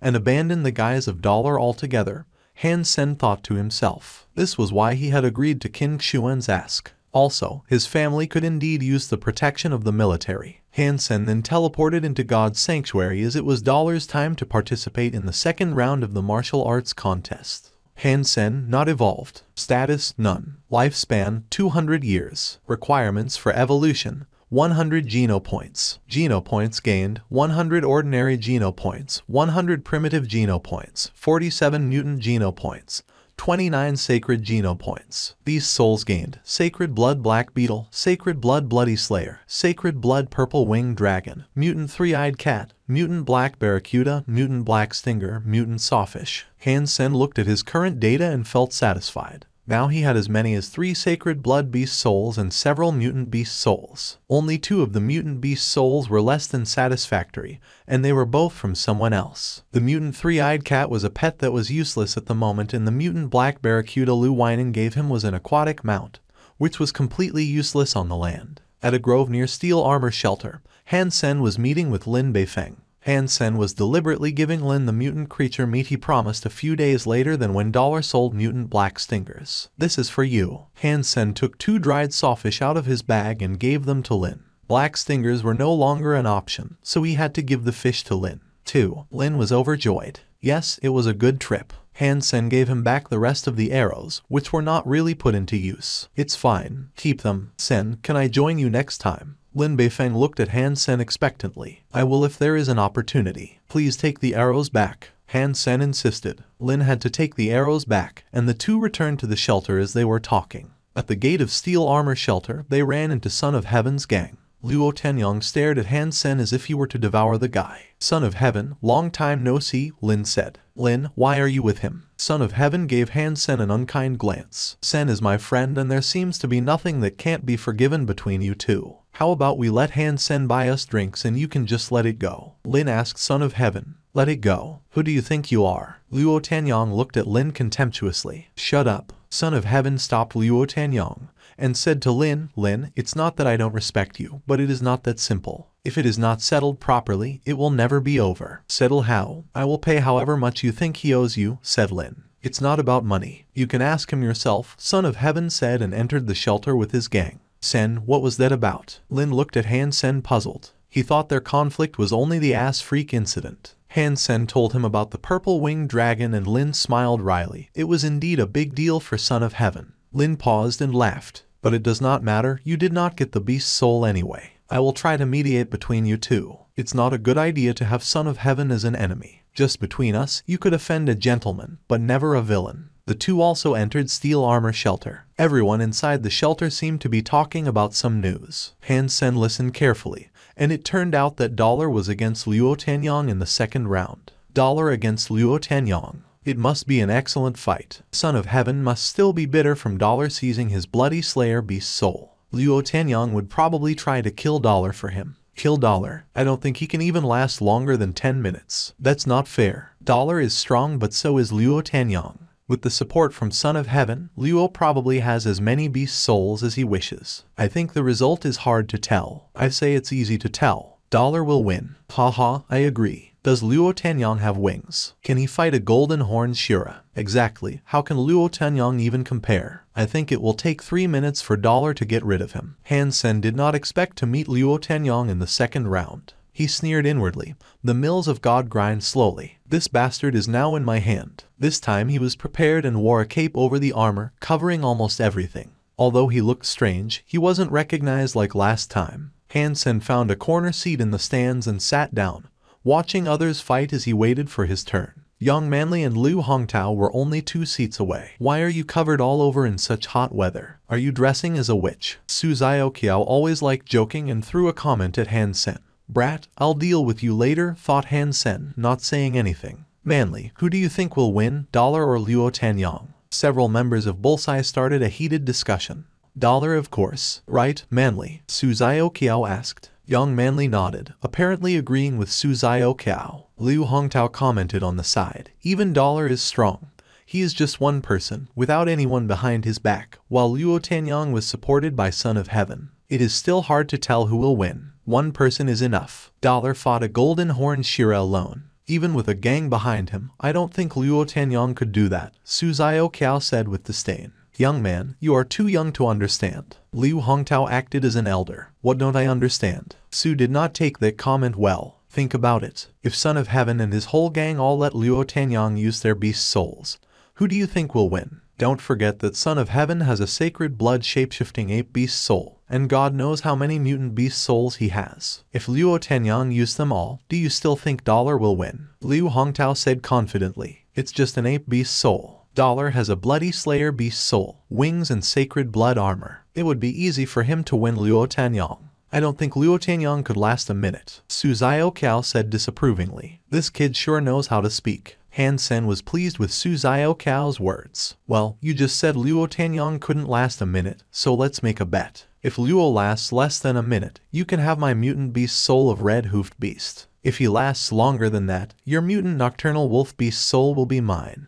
Do you dare to bet against me? Liu Hongtao looked at Su Xiaoqiao and said. Su Xiaoqiao suddenly got nervous. 1 minute was just a figure of speech. How was it possible for one to end the match in a minute after all? Like Liu Hongtao had said, Son of Heaven had Luo's back. With some beast souls here and there, Luo Tanyang could definitely stay on the stage longer than a minute. Several Bullseye members tried to smooth things over, but being unreasonable, Liu Hongtao said with a mean tone. I'm trying to teach him not to comment on things he doesn't understand. He could say whatever he wishes at home, but in the society, a wrong comment could get him killed. #T. You insist. A bet is a bet. I'm game. Liu Hongtao didn't have the best personality and not many liked him except for a few henchmen of his. Almost everyone was on Su's side. Well, I appreciate a young man that can stick to what he believes in. If you don't trust me, we can both transfer our beast souls to Manly and let her be our witness, so that we could both reassured, Liu Hongtao said and gave his beast soul of red-hoofed beast to young Manly. Liu, it's just a small difference. We all are in Bullseye, and there is no need to do this. Young Manly frowned. Manly, I'm doing this for his own good. If he keeps being insolent like this, he might get into bigger troubles elsewhere in the future. Su Xiaoqiao felt upset after accepting the bet. Although he was confident in Dollar and believed he could win, 1 minute was simply too short. If he had really borrowed the ape beast soul from Son of Heaven, the match could easily last longer than 10 minutes. The match between Luo Tanyang soon began and Su Xiaoqiao murmured his prayers. Dollar, it was me who spread your name. Please help me. Suddenly, the guy in cape sitting next to Su Xiaoqiao, who had been silent the whole time, suddenly stood up and walked toward the stage, leaving Su Xiaoqiao and others dumbfounded. The guy took off the cape while walking, revealing the golden armor underneath, leading to an uproar in the stands. Dollar, haha, the angel came. I know there's no way he would miss this. Su Xiaoqiao was so happy that he jumped up. My god, Dollar, you are truly amazing. Kick Luo's ass for my sake, please. And remember, keep it under a minute. 1 minute. Su Xiaoqiao was now certain that Dollar has heard the dialogue about the bet. That was to say Dollar knew he should defeat Luo within a minute,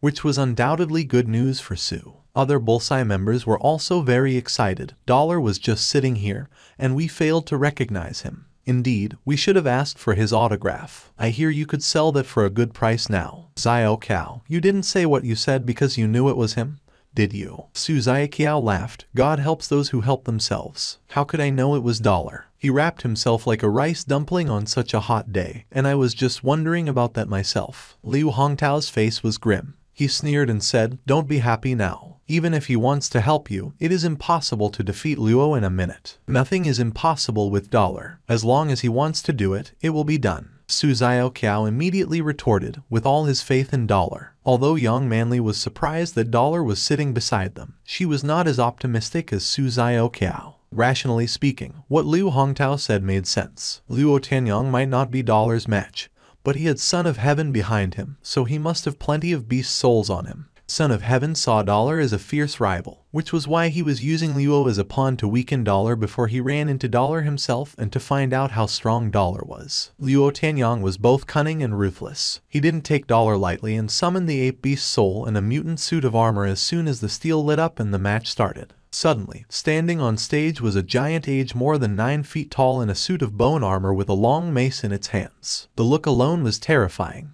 A wisp of a smile crossed Son of Heaven's face. That was why he liked Luo. Luo's ability was less than impressive in his gang, but Luo had always been careful and decisive. Son of Heaven had always believed that one must know one's limits, which Luo did. Being meek towards the brutal and brutal towards the meek might be viewed as a bad thing. But the way Son of Heaven saw it, it was also a wise attitude. Luo Tianyong's decision now was much to Son of Heaven's satisfaction, playing it safe and trying to survive. Of course, Luo Tianyong's life was not very important to him. But if Luo died, the ape beast's soul would be ruined as well. So, Luo must not die. That's it. Just do whatever you can and try to force Dollar to show all he got. If anything went wrong, just go off the stage and throw in the towel. Son of Heaven looked at the two on the stage and thought with a smile, Dollar, let me see what you've got. Liu Hongtao was amused by what Luo Tianyong did. I told you Son of Heaven would definitely give the ape beast's soul to Luo. You see, with that mutant bone armor, it would take Dollar at least an hour to beat Luo. What are you talking about? Can someone like Luo Tianyong even shapeshift for an hour? Su Xiaokao disagreed. His heart did freeze a little as he didn't think Luo would really have the ape beast's soul on him. Anyway, it would be easy for him to last 10 minutes, which means I could win 10 times, so it's a pity that you don't have 10 mutant beast souls. Liu Hongtao laughed. But soon, Liu Hongtao's smile disappeared. The moment the martial steel lit up, Dollar summoned the Bloody Slayer and ran toward the ape called Luo like a hurricane, a golden spear in his hand. In the blink of an eye, Dollar was in Luo's face, his spear stabbing Luo's stomach. Luo Tianyong roared and hacked his mace madly at the mutant sawfish spear, making the spear fly out of Han Sen's hand. Liu Hongtao was ready to applaud, but then he saw that Dollar calmly reached for a golden katana at his waist and slashed it toward Luo Tianyong, who was only inches away. The ape did possess great strength, but it was also clumsy. When fighting from afar, this disadvantage wouldn't show. But at such a short distance, there was no time for the ape to dodge. Crack! The 9-foot-tall ape was cut in half. Luo only gave a whimper before he turned into his own body and died. Blood flowed like a river. Everyone was blankly watching Han Sen, who put the katana back into its sheath and took back the spear calmly. Dollar killed Luo, who had shapeshifted into a sacred blood creature in less than 10 seconds. After the moment of silence, cheers broke out like a tsunami. Everyone was calling Dollar's name, bringing the whole martial hall to a boil. Su Xiaokiao was the happiest person among all. Twerking on the stands, he shouted, Dollar, Dollar, I love you, like a mouse loves rice. Liu Hongtao was dumbfounded. He sat there like a deflated balloon, not accepting the fact that Luo had died. Red-hoofed beast. My red-hoofed beast. How could this be? Liu Hongtao almost spilled out blood. Son of Heaven gritted his teeth very hard. He didn't care that Luo was killed, but his ape beast soul was one of the few sacred blood beast souls he had. It, along with all the mutant beast souls, was ruined with the death of Luo. Son of Heaven's heart was bleeding. Dollar, I'll make you regret you were born, Son of Heaven cursed inwardly. He very badly wanted to kill Dollar, but felt somewhat helpless about it. Before, there had been a chance to besiege Dollar with his gang. Now that Dollar had wings, that plan would no longer work. Now Son of Heaven regretted very much that he had used his one-use sacred blood wasp arrow. If he still had it, he would be able to kill Dollar, even if Dollar could fly. He thought more about it and realized that if he had never used that arrow, Dollar wouldn't have the Bloody Slayer beast soul. Without that shape-shifting beast soul, Dollar couldn't have killed Luo so easily. Thinking of this, Son of Heaven wanted to eat Dollar alive. There was something stuck in his chest which he could neither swallow nor spit out. I must find out who Dollar is. If I couldn't kill him in God's sanctuary, I will kill him in the Alliance. Son of Heaven was determined to have Dollar killed, or he could never let this go. His loss was indeed huge. Luo was dead, and he had lost many beast souls, including a sacred blood one, while Dollar walked free. Han Sen did not dare to get stuck in the crowd and simply flew away with his wings, not giving the audience any chance to approach him. Dollar killing Luo Tianyong was the headline in Steel Armor Shelter. People had posted the story on the Skynet. But without a way to record images in God's sanctuary, words alone didn't attract much attention. In addition, Luo Tianyong was a nobody, so no one cared. After all, this was only the martial arts contest within Steel Armor Shelter. His opponents in the next few rounds all quit before they fought and simply didn't show up. Killing someone in seconds was a brutal thing to do, and that someone had even shapeshifted into a sacred blood beast soul. No one had the courage to put their life on the line. Some people even accused Dollar of being a murderer and posted articles describing how cruel he was. Suzayo Kiao and other Bullseye members were pissed off by those articles and wrote about the bet between Su and Liu, leading to compliments from Dollar's fans. But it had not changed the fact that Dollar had killed someone. Later, someone posted anonymously that Luo Tenyang had mutilated and raped many victims using Son of Heaven's gang when he was alive. Many people from Steel Armor Shelter echoed the post and said it was a great thing that Dollar had done. Luo Tenyang was an animal. If I were Dollar, I would have killed him long before the martial arts contest. Well done. 32 likes. An animal who deserved it. Ignorant, all of you. Murder is murder, regardless of who was killed. Dollar is a murderer. Dollar is a piece of sh*t. Don't comment on something you don't understand.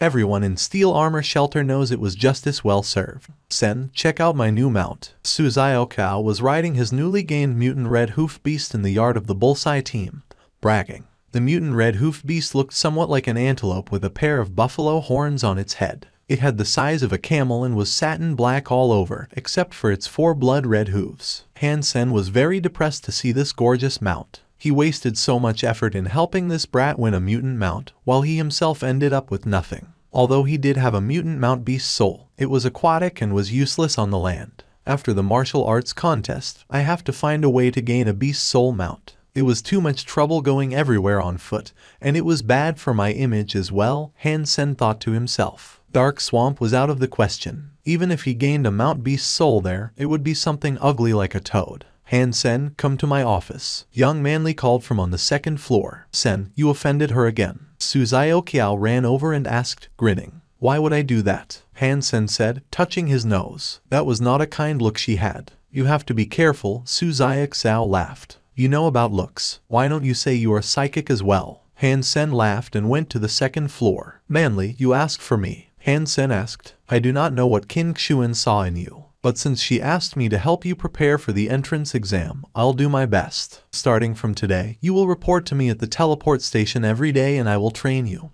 Hard. You better be prepared as you will suffer. Blackhawk isn't just any school. Young Manly paused and said casually, if you cannot bear it, you better ask Qin Xuan to allow you to quit. I will not stop you. When do I start? Han Sen asked. Now, said Young Manly before she got up and teleported to Planet Roka with Han Sen. Young Manly took Han Sen to the test hall at the teleport station, which was a military standard test hall that provided more accurate tests. The last time he took the test, he had approached 10 in all his numbers. Having gained lots of mutant and sacred geno points after that, his fitness index should be well beyond 10 now. Do the test, Young Manly commanded coldly. If you insist, Han Sen muttered and slowly walked toward the entrance of the test hall. Han Sen had made up his mind not to use his full strength, in case Yang could tell something was wrong. Fortunately, Han Sen was very confident in his control of his own body. The more he practiced Jadeskin, the more he was amazed by this hyper-geno art. He hadn't practiced it for long, but he already felt that he could adjust each bone and each muscle in his body. With Jadeskin, he could even change his heart rate, blood pressure, and body temperature to a certain extent. The more he understood Jadeskin, the more scared he felt. Soon, Han Sen completed all the test items and came out of the test hall covered with sweat. Young Manly had no idea that Han Sen looked so tired mainly because he was trying to control the test result. To control one's reflexes and heartbeat was extremely difficult in such sophisticated test items. If Han Sen hadn't practiced Jadeskin, he wouldn't have been able to hide his real physical condition at all. Young Manly looked through Han Sen's test results and said, less than 10 in all items, but close. 10 is just the standard of ordinary military schools. For Blackhawk, even for specially recruited students,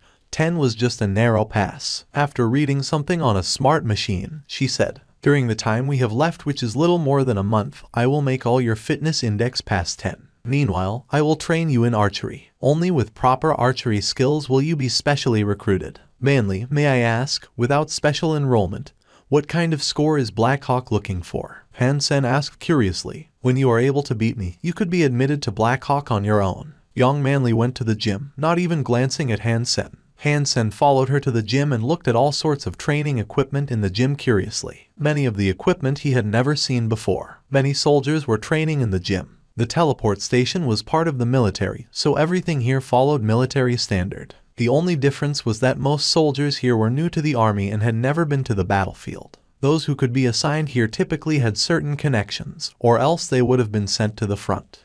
Young Manly led Hansen in front of a sealed device the size of a train compartment. The device was around 150 feet long. She turned it on and entered some data before she took off her jacket, revealing a black professional training suit underneath. The suit was made of a material unknown to Hansen, which had a form-fitting effect. Hansen noticed that Young Manly had a great body. Her legs were especially long and straight, seducing one to touch them. Look carefully, I will only show you once. For today, you need to finish this training every day before you go anywhere else. Young Manly said and went into the device. The moment Young Manly entered the device, all soldiers who were exercising came around and drooled over the holographic image displayed. Young's body is getting more and more perfect. I could play with those legs for 3 years. 3 years. I can play with them for 30 years. Check out her ass. These animals stared at the holographic image almost with their eyeballs popped out. Inside the device, Young Manly had started. There are many exercise items in the device and she finished them one by one effortlessly. The items didn't look very difficult either. Brother, what is this device? Looks like it is not that difficult. Hansen asked the soldier curiously. Not difficult. Kiddo, you are too naive. Young seems effortless because she's got great fitness index. If you were to do it, you would be too tired to finish 3 items. This is called gravity trainer. There are such devices on all interstellar aircrafts and warships and they are used to adjust the internal gravity. With the parameters set by Young, one would need at least 10 in fitness index to train.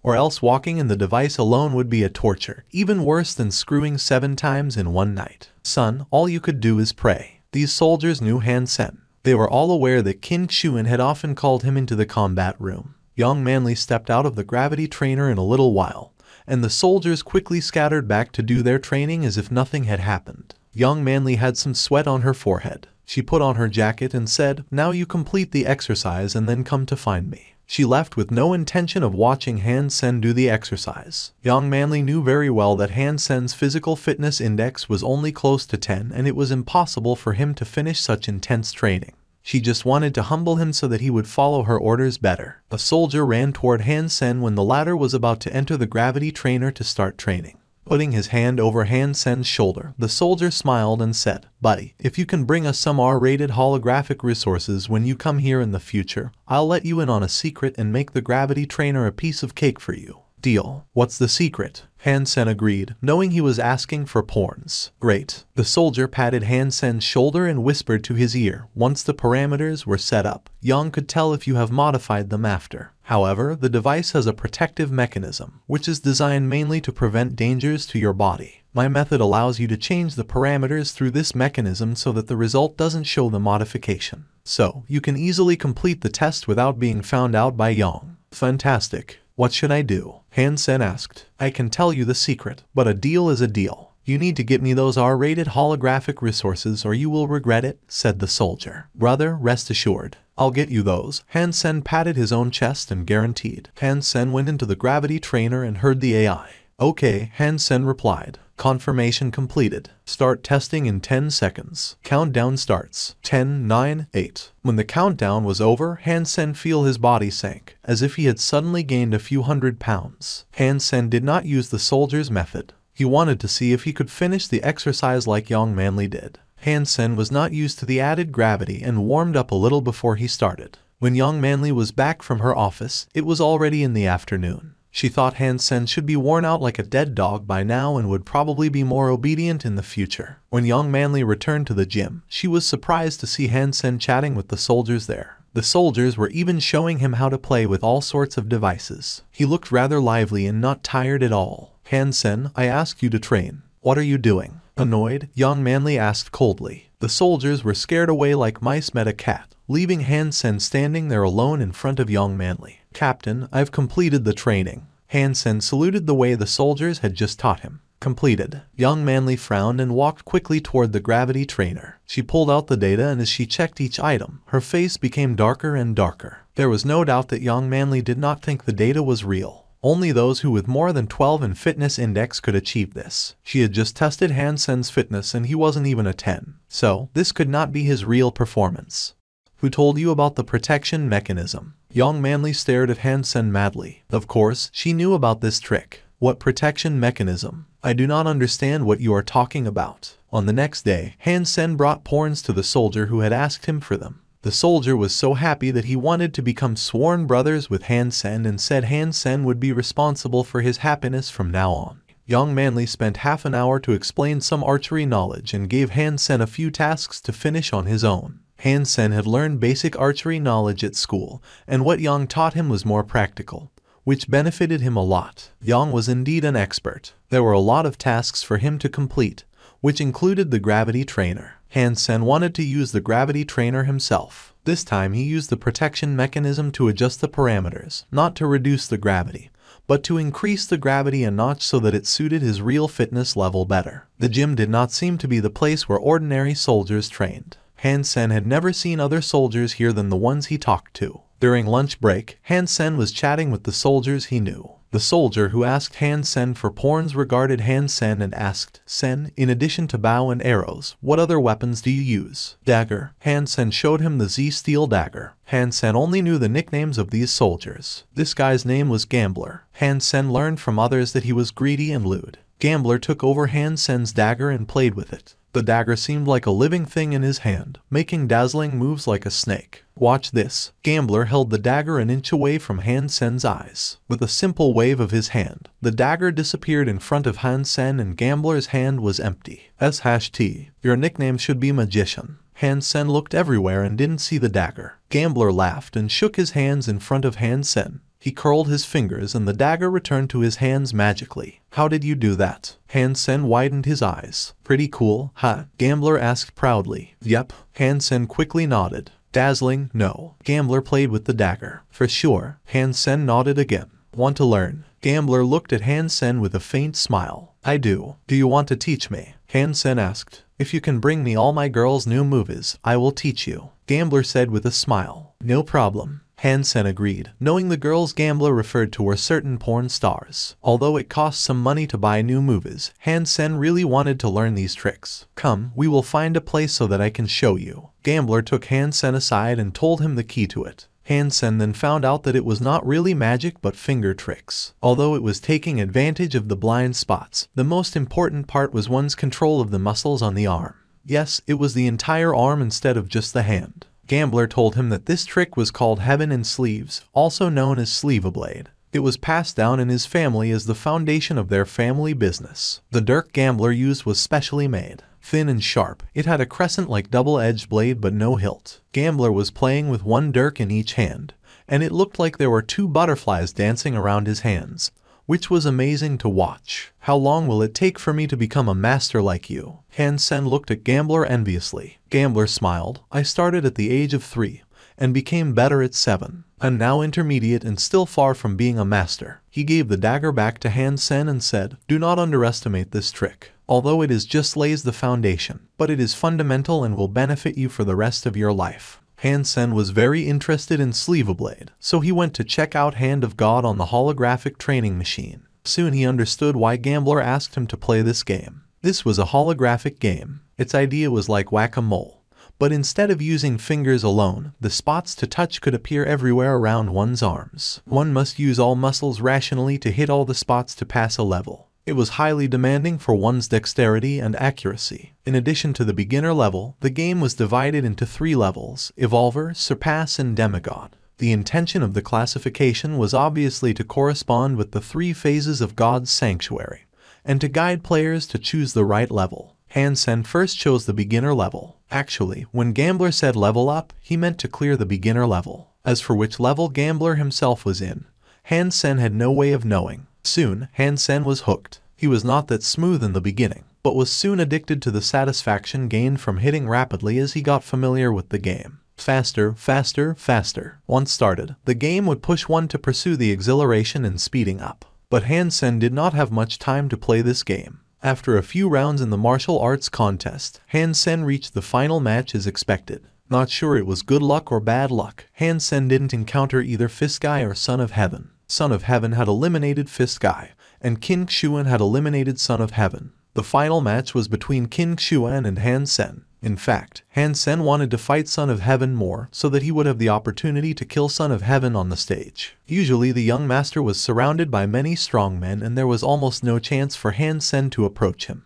On the day of the final match between Dollar and King Xuan, the stands were packed with at least a dozen 100,000 audience. Even many of those who didn't register came. In addition to it being the final match, it was popular also thanks to the fame of Dollar and King Xuan. King Xuan was undoubtedly the legend of Steel Armor Shelter. As a woman, she had been the champion of the martial arts contest for several years now, although she was never among the chosen. There was no doubt that she was the #1 in Steel Armor Shelter. In addition, she was also beautiful. All of these made her the goddess of Steel Armor Shelter. People loved, feared, and respected her. Dollar's recent rise was even more legendary. He came from nowhere, but there had been so many headlines and controversies about him. Both seizing Son of Heaven's sacred blood beast soul and killing Luo Tanyang made Dollar a somewhat negative figure. But smashing through the robot channel and fighting Golden Horn Shira made him an idol. When one legend met the other, everyone wanted to know about the outcome. Will King Xuan continue to be the invincible goddess? Or will Dollar become the new champion? Everyone was looking forward to this match. When King Xuan and Dollar almost arrived at the same time,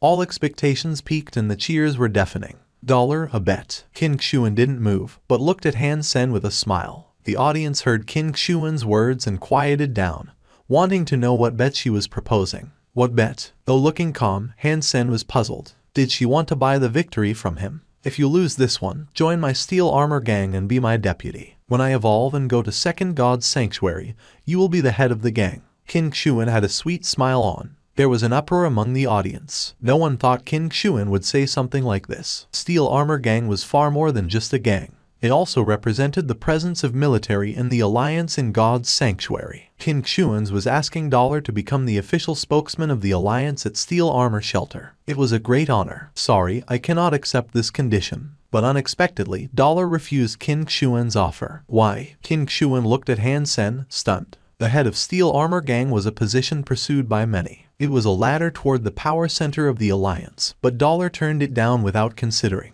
The audience also thought Dollar was crazy. How can he turn down such a great offer? There are 2 reasons, Han Sen smiled and said. First, you cannot beat me. The answer left many slightly shocked, while King Xuan asked, what is the second reason? I will go to Second God's Sanctuary earlier than you, so although I appreciate your kindness, I can't take your offer, Han Sen calmly said. His reply was arrogant. With her gang, King Xuan could gain Geno points a lot more easily than most people. While Dollar was on his own, he said he could evolve earlier than her. But no one felt that Dollar was mistaken. It seemed that everything was likely with Dollar and he shouldn't be questioned. King Xuan smiled. Well, then I would like to propose something else. If you lose, tell me who you really are. King Xuan's words had led to a burst of cheers on the stands. All the audience were dying to know who Dollar was. King Xuan's proposal was embraced by all. And if you lose? Han Sen grinned and asked. You can propose something as well. Smiling, King Xuan looked full of confidence. It was as if she would never lose. An S-Class license at St. Hall. Han Sen was obsessed with the Hyper-Geno arts in St. Hall. He had neither the money nor the license. Deal. King Xuan did not even lift her eyes before she agreed, as if an S-Class license was nothing to her. Then let's begin. Han Sen drew the Shura katana. He didn't dare to slack when fighting King Xuan, who had the most Geno points among all in the shelter. She was probably 10 sacred Geno points away from maxing out on everything. Han Sen had never seen King Xuan using her full strength, but he still thought he stood a chance. Han Sen's biggest advantage was his understanding of King Xuan. She would never thought that Dollar was in fact Han Sen, whom she had fought a million times. Although she was always kicking his ass, he had learned a lot of her fighting habits. King Xuan, on the other hand, knew nothing about Dollar. King Xuan stretched her hand and a beautiful purple butterfly started to dance in her palm, which turned into a purple dagger. Elegant and demure, she stood there like a goddess. Han Sen had seen her using this sacred blood poisonous butterfly dagger once, but it was on the purple winged dragon. The dagger wasn't really effective as the dragon was gigantic. However, it would be different for a person. Han Sen didn't know if he could stand the toxin if stabbed with the dagger. So, Han Sen wasn't going to give King Xuan any opportunity to attack. He wielded the katana using Blade Storm and the strike was so fast as if it could break the wind. It was a similar strike as this one that had ended Luo Tanyang's life. King Xuan smiled and moved away like a butterfly, dodging the fierce strike and stab her dagger at Han Sen's throat. Han Sen stepped forward and ignored the dagger. The katana was wielded at King Xuan again. That was a move that put both their lives at stake. If King Xuan did not dodge again, she would be cut in half since Han Sen was in sacred blood armor. he had a bigger chance at survival even cut by her sacred blood dagger. Scoundrel, Qin Shuan scowled, gracefully moved sideways and avoided Han Sen's attack.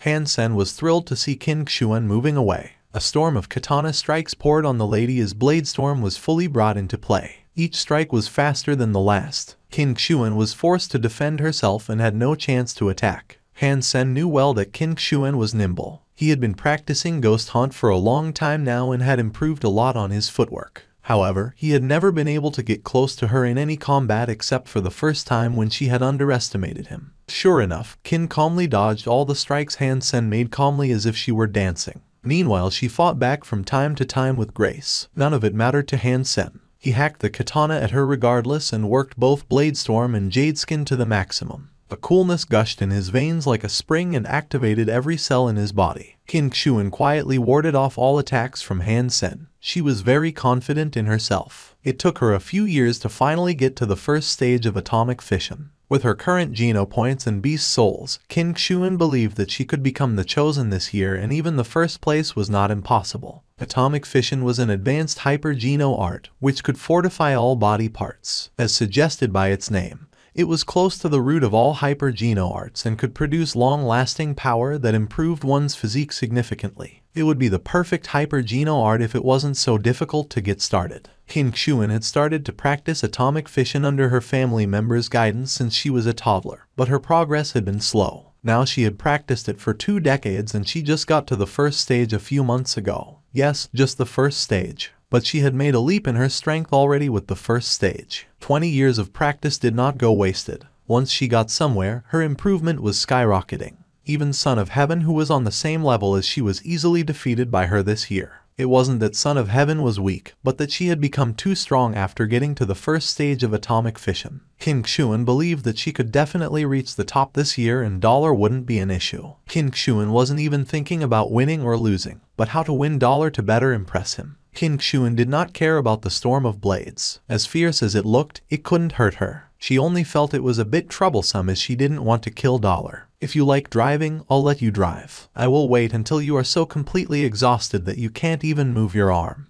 By then I will still be calm and appreciate your despair. Qin Shuan smiled and dodged another strike, thinking, as long as you lose to me this way, you will think I am invincible and never dare to fight me again. Qin Shuan intended to burn Han Sen out. The way Han Sen wielded his katana would consume his strength fast. Each strike brought all his potentials out at the cost of his stamina. For Qin Shuan's atomic fission, stamina was one of its key strengths. A metaphor would be that a nuclear power plant was much more efficient than a coal-fired power plant. As Qin Shuan kept avoiding Han Sen's attacks, she was patiently waiting for him to be worn down. The blood of the audience were set afire. Han Sen's katana was swift and fierce, and Qin Shuan's dancing was ethereal and elegant. Their movements were so fast that they became a blur. It was indeed a great match, and in the eyes of ordinary people, Han Sen was chasing Qin Shuan and seemed to have the upper hand. Cheers of dollar could be heard from time to time. It seems that the champion in steel armor shelter would be someone else this year. Of course, dollar is absolutely invincible. Haha, men are the master of this world.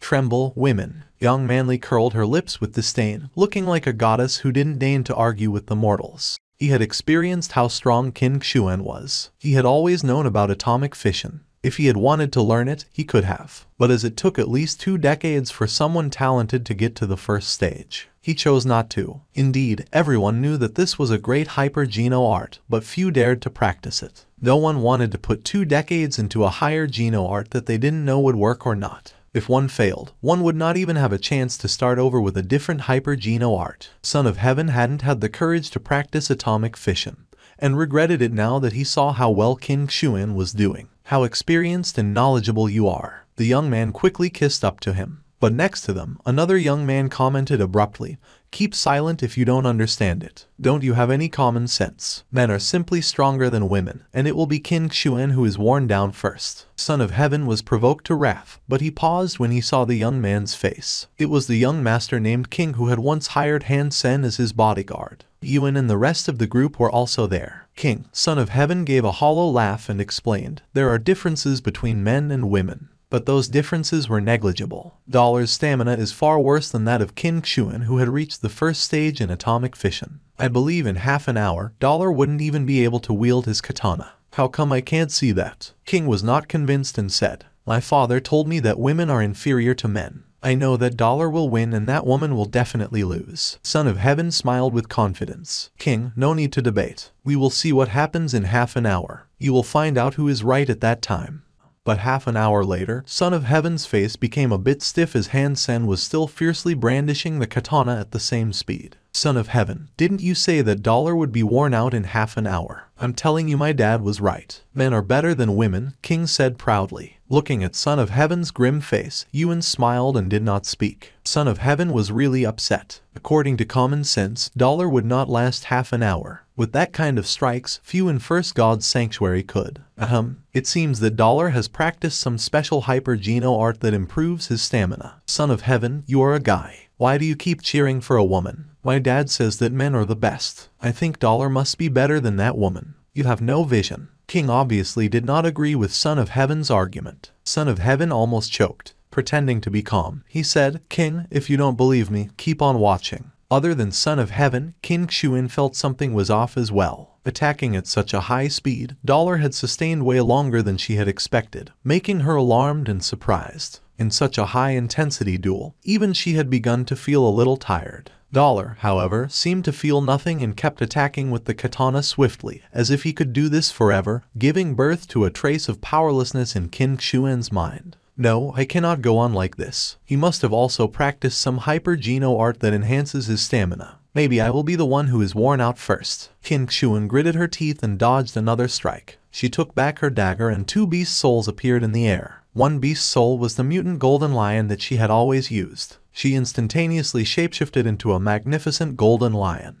And the other beast soul was a ball of blue liquid, which poured into the lion and turned its golden body blue. The lion also grew larger and looked fiercer. That is sacred blood water spirit. King Xuan actually got its beast soul. Son of Heaven was shocked to see that. He knew very well how scary a sacred blood water spirit was. It could coexist with another creature and make that creature exceptionally strong. King Xuan made the final attack to the water spirit when she was hunting it with Son of Heaven, who did not know she got the beast soul. It seemed that the beast soul had the same power as the creature it once belonged to. With the help of water spirit beast soul, the mutant golden lion had become stronger than normal sacred blood creatures. King Xuan could then fully display the power of atomic fission. Son of Heaven was surprised. King Xuan has become so strong. It seems that this year she could be among top 3 of the chosen. Han Sen knew King Xuan really well. He glanced at her expression and knew something was off. Just before she summoned the water spirit beast soul, he summoned his wings and flew up high.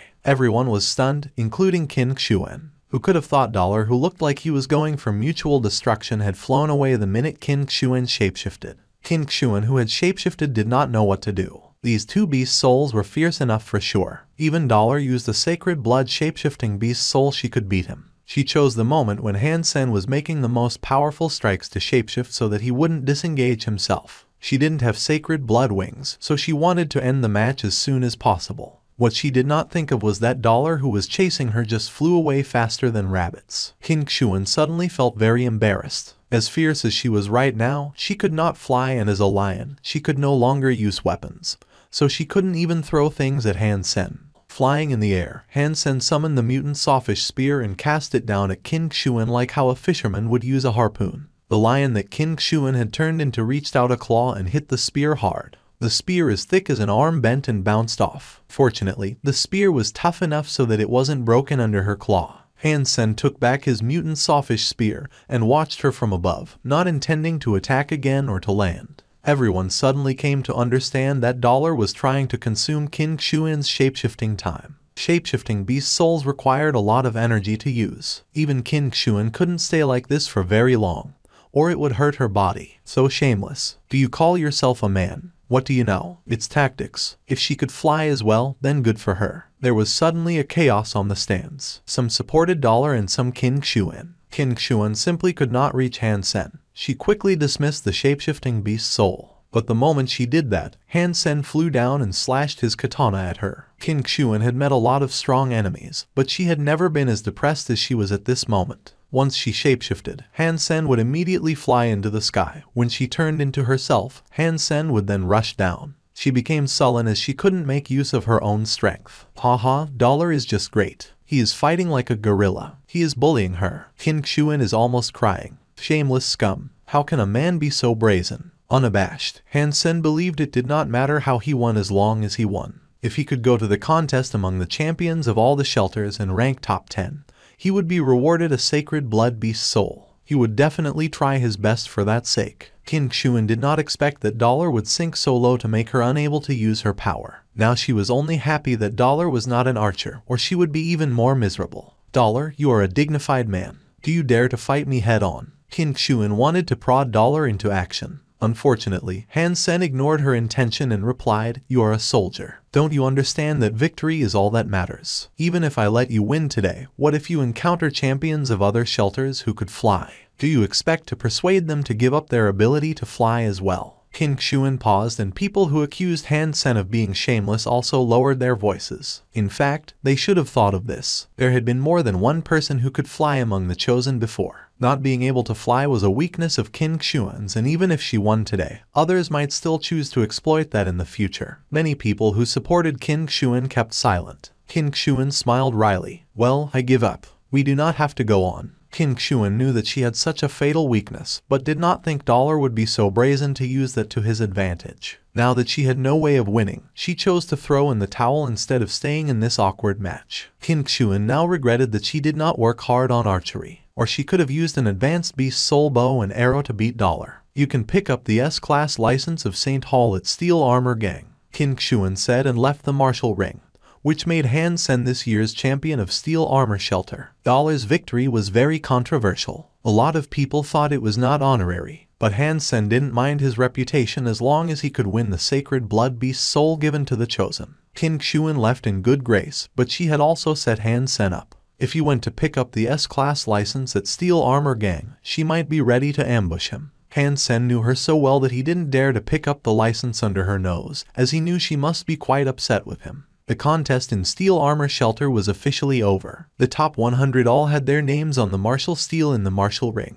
The first name there was Dollar. Han Sen hoped that no one would call him Doll again. However, many still did. All the shelter champions would start to compete in 10 days. By then everyone in First God's Sanctuary could see the match taking place in the chosen martial ring. The top 10 participants would each gain a random sacred blood beast soul, and be named the Chosen. If one had been the Chosen for the second or more time, one would no longer be awarded more sacred blood beast souls, but an upgrade to one's beast soul awarded the first time. Many of the chosen would just go into the entertainment industry and become a star. Countless agents and companies would try to sign the chosen with a large chunk of money. Unfortunately, the 10 chosen were normally the same persons from last year. Fresh faces would only have an opportunity once they evolved and went to Second God's Sanctuary. Han Sen decided to use the time to train himself in the teleport station. The gravity trainer was indeed a wonderful training device which had helped Han Sen a lot. He could push himself really far in a short amount of time inside it and practice Jadeskin much more efficiently. He would then complete the training tasks assigned by Young Manly and use the rest of the time to play Hand of God. Han Sen was not sure what Gambler meant by pass. He thought he had to clear all levels, but in fact what Gambler meant was just to pass the beginner level. That was why Han Sen felt terrible that he still hadn't been able to pass the beginner level in so long. This game is so demanding on my dexterity of the entire arm and my control of muscles and bones. If I use Jadeskin when I play, I should be able to improve my score greatly. Han Sen tried it, and his scores indeed boomed. On the 6th day, he was able to level up for the first time. Han Sen was still vexed with the fact that it took him so long to pass the beginner level, and he even had to use Jadeskin. However, if Gambler knew Han Sen had already passed beginner level, he would be so shocked that his chin should fall to the ground. He was not sure who it would be and answered the call hesitantly. Beyond Han Sen's expectation, popped up in the holographic image was Tang Zhenliu. Surprise. Tang laughed. "It sure is. What's up?" Han Sen asked. "I need a favor from you," Tang said. "Let's hear it." "I am just a nobody and may not be able to help you," Han Sen said with a smile. "You sure can. It has to be you, too. But no worries, you could name your price," Tang Zhenliu said. "What favor exactly?" Han Sen cringed. "Let's talk about it in person. Are you home now? I'll pick you up," Tang said hurriedly. "No need. Tell me the place and I'll go to see you." Han Sen felt strange. Tomorrow was when the contest would start. What was Tang doing looking for Han Sen rather than preparing himself? Is it about the contest? Han Sen guessed and felt it necessary to figure out what Tang was up to.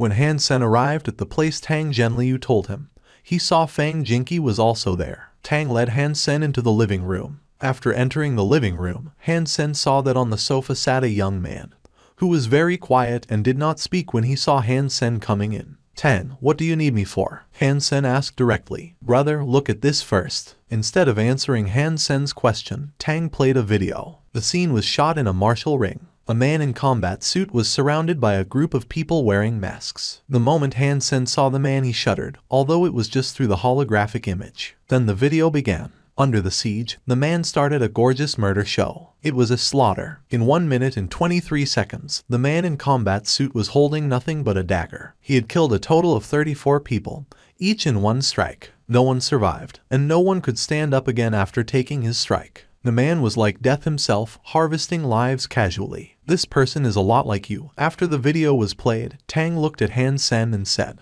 "That's not me," Han Sen said quietly. "Of course it's not you, but you fight in the same style. Before you strike, there is no warning or signs. But the strike itself was fast and fierce, with perfect timing. You are both assassins," Tang concluded. Although Tang had not fought Han Sen, he was a great fighter and discovered many things when he was playing that drinking game with Han Sen. So, Han Sen frowned. This person is called Yi Dongmu, grandson of Senator Yi, who is demigod. This year he is the champion of Tsar Shelter. In other words, he is one of my competitors. Tang explained. What do you want me to do? Disable him so that he cannot participate in the contest. I am sorry, but I do not have that kind of skills. Han Sen spread out his hands. Of course not. He is the grandson of Senator Yi. Even we couldn't approach him easily, let alone you. We could never assassinate him. In the Alliance, wherever he goes, he's always closely guarded. Tang said, "We have invited you here because we want you to imitate Yi Dongmu's tactics and spar with us. Truth be told, I really have no confidence to block his weird strikes, and you can help us get used to his style. What's in it for me?" Han Sen did not decline.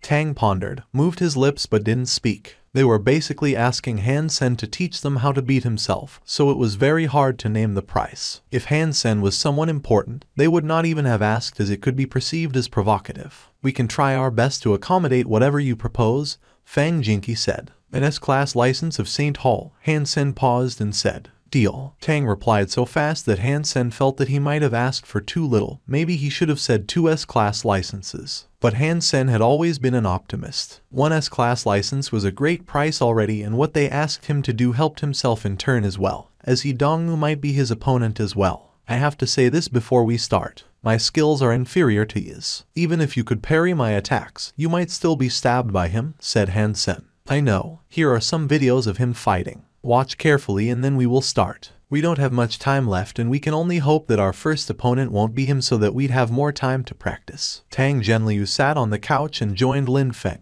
leaving Han Sen to watch the videos himself. Han Sen watched one video after another. None of the videos were shot officially. Han Sen felt this trip was worth it, because if he encountered Yi Dongmu without knowing his style, he might be killed in the match. Indeed, they shared the same style. The difference was that Han Sen had formed the style himself, while he clearly had a great mentor. Although time is limited, none of Tang Zhenliu, Fang Jinky and Lin Feng asked Han Sen to hurry. They let Han Sen repeatedly watch the footages. Han Sen sometimes would replay some details several times. He had taught him a lot through these videos, which meant more to Han Sen than an S-class license. In just less than 4 hours, Han Sen felt as if he had been through a revolutionary change. However, after full understanding Yi's way of fighting, Han Sen was surprised to find that although Yi's strikes looked terrifying, there were subtle defects to his style, and only those who deeply understood this style would be aware of these defects. Tang was getting impatient and wanted to interrupt Han Sen, but Lin Feng, the quiet man, stopped him.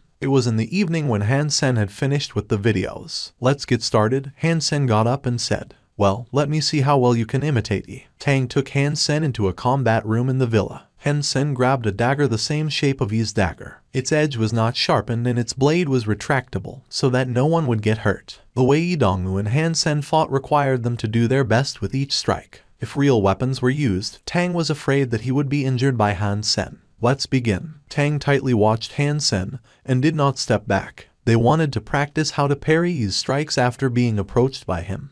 Han Sen approached Tang, holding a dagger backhandedly, a way he had learned from Yi. 2 feet away from Tang, Han Sen suddenly wielded the dagger and stabbed it at him from an unexpected angle. Fang Jinky was shocked, and the quiet man's eyes lit up. Tang was covered in cold sweat and it was too late to parry that attack with his broadsword. He abruptly turned sideways but was still stabbed in the waist. *T. Your strike was not that different from his, Tang called out, staring at Han Sen. Fang Jinky looked at Han Sen with a strange look and the quiet man's eyes also fell on Han Sen's hands. Han Sen was surprised himself as well. He was practicing Jadeskin madly these days, and practicing Hand of God had also enhanced his speed. In addition, he just saw Yi's way of fighting and had some new insights. Now his strike was so powerful that he couldn't believe it himself. Haha, God loves me. With you sparring with me, you will be no big deal. Tang laughed out loud. For a whole night, none went to bed, but the only one who was practicing with Han Sen was Tang. Fang Jinky didn't register in the contest and the quiet man was just watching and did not meant to join them. Having practiced for a night, Tang could not avoid Han's dagger as long as Han Sen was within a foot from him. Tang didn't develop a way to defend himself, while Han Sen was getting better and better. *T. I give up. There is no way to parry your attacks. Maybe I'm doomed, Tang said sullenly, as he saw it was about time to go to God's sanctuary for the contest, and there was no point in going on. Now you are able to deal with Yi, Lin Feng, who had been watching in silence, suddenly said. Lin, what do you mean? Asked Tang, sitting up straight and staring at Lin Feng. Yi Dongmu is not as good as him. You can't parry his strikes, but with Yi you would be able to avoid being stabbed in fatal parts. If your luck is not too bad and run into Yi in a few days instead of today, you could block Yi's strikes at a very small price. Hearing this remark from Lin Feng, Tang and Fang all looked Han Sen, appalled. They knew Lin Feng well and was shocked that he would speak so highly of Han Sen by saying that Yi Dongmu was not as good. Han Sen's background was much inferior to Yi and he was probably also older, yet Lin Feng said Yi Dongmu was not as good as Han Sen. If the remark was from another person, they would certainly have scoffed, but they knew Lin Feng and he was never wrong. Last year, the only reasons he was not the first place were that he hadn't broken the bottleneck in his hyper-geno art, and that he entered God's sanctuary 2 years later than his opponent. No need to look at him that way. I'm just saying his style is better than Yi Dongmu's, but his fitness was still inferior to Yi, of course. Lin Feng smiled and reached a hand out to Han Sen. I am Lin Feng. Very pleased to know you. You are an interesting person. Han Sen. A pleasure. Han Sen shook his hand, smiled and said, well, it is late. Let's shower and teleport. Tang interrupted the eye contact between Han Sen and Lin Feng. He turned to ask Han Sen, there is a teleport device here. You want to join us? No, I did not register so I will not go. Han Sen declined and left. Watching Han Sen leaving the villa, Tang asked Lin Feng, is he really so good? He's better than you think. If he had the same background as Yi, he would be 100 times more impressive than the latter. He understands the essence of assassination, while Yi only has some skills. His growth was limited by his background, but he will be well known in a few years, commented Lin Feng. Such high praise from Lin. He must really be something, Fang Jinky said. In a few years, will he surpass you? Tang was interested. In first God's sanctuary, I am invincible, said Lin Feng casually, exuding confidence. Han Sen went to the teleport station, entered God's sanctuary, dressed himself as Dollar and entered the martial ring. In the middle of the martial ring erected a giant sacred steel that was 100 times more magnificent than the martial steel. Under the watch of people from Steel Armor Shelter, Han Sen marched into the sacred steel, and was teleported to a huge martial ring, Chosen Martial Ring. In all the shelters of God's sanctuary, there was a similar sacred steel from which the image of Chosen Martial Ring was projected. At this moment, champions from all the shelters were entering Chosen Martial Ring from the sacred steel.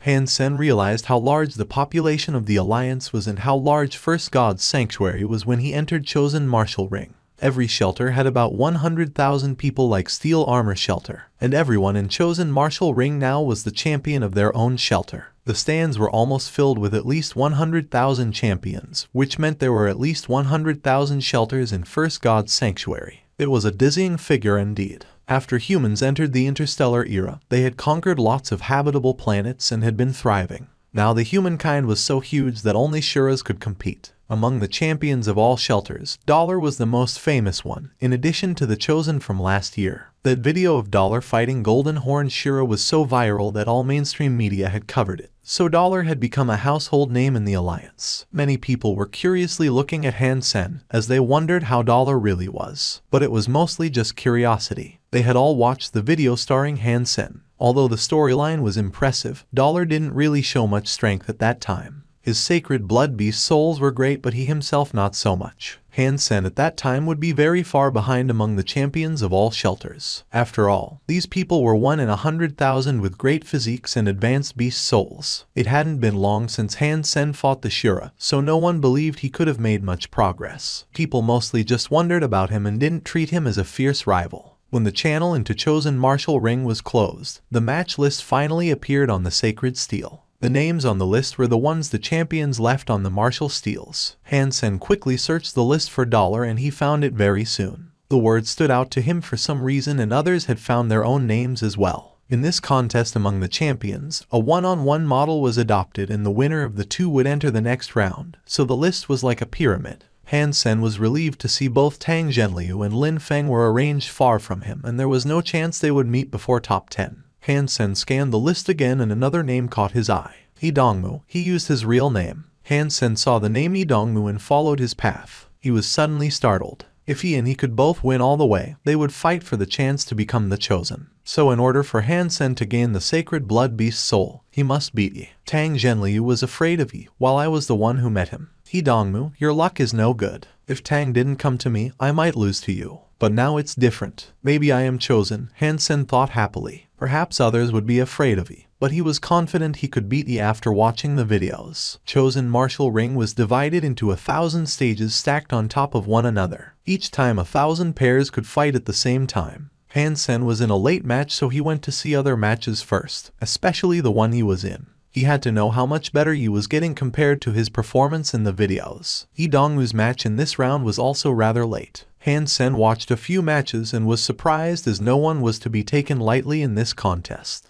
He also watched Tang Zhenliu's first match. His opponent stood no chance under his fierce broadsword skills. After Tang shapeshifted, his opponent was barely fighting back. Tang's techniques and strength were both outstanding in the contest. Lin Feng, whom Han Sen was paying even more attention to, also won his match, while Han Sen didn't really understand the way he won. His opponent was a nobody, but Lin Feng only won by a narrow margin. Han Sen could even imagine that in the reports next day, Lin Feng's opponent would be described as had a glorious failure. But for some reason, Lin Feng made Han Sen feel more threatened than Tang did. Finally, it was Yi Dongmu's turn. He was not well known at the moment. Although he was the grandson of Senator Yi, only a few people knew he was in the contest. After all, this was his first contest. However, his opponent was a celebrity who ranked number 10 last time, nicknamed Dragon Swordsman. Dragon Swordsman was very handsome and had great sword skills. With lots of female fans in the alliance, he enjoyed great popularity among all the chosen. Dragon Swordsman's match was naturally high profile. A lot of people thought that he had a chance of being top 3 this year and all the girls were cheering for him. Few paid attention to Yi Dongmu, his opponent. But 10 seconds from the match started, everyone was shocked. Before Dragon Swordsman drew his sword, Yi Dongmu's knife had cut his throat. Watching Dragon Swordsman clutching his own neck in pain and collapsing, the audience were silent. His female fans were covered in tears with hands on their mouths, not accepting what they saw. One of the chosen last year, Dragon Swordsman was killed in his first match. That would sure become the headline next morning. This was all it took for Yi to be known throughout the alliance. Han Sen was calm. Although Yi had made some progress, the well-born kid still did not understand the essence of assassination.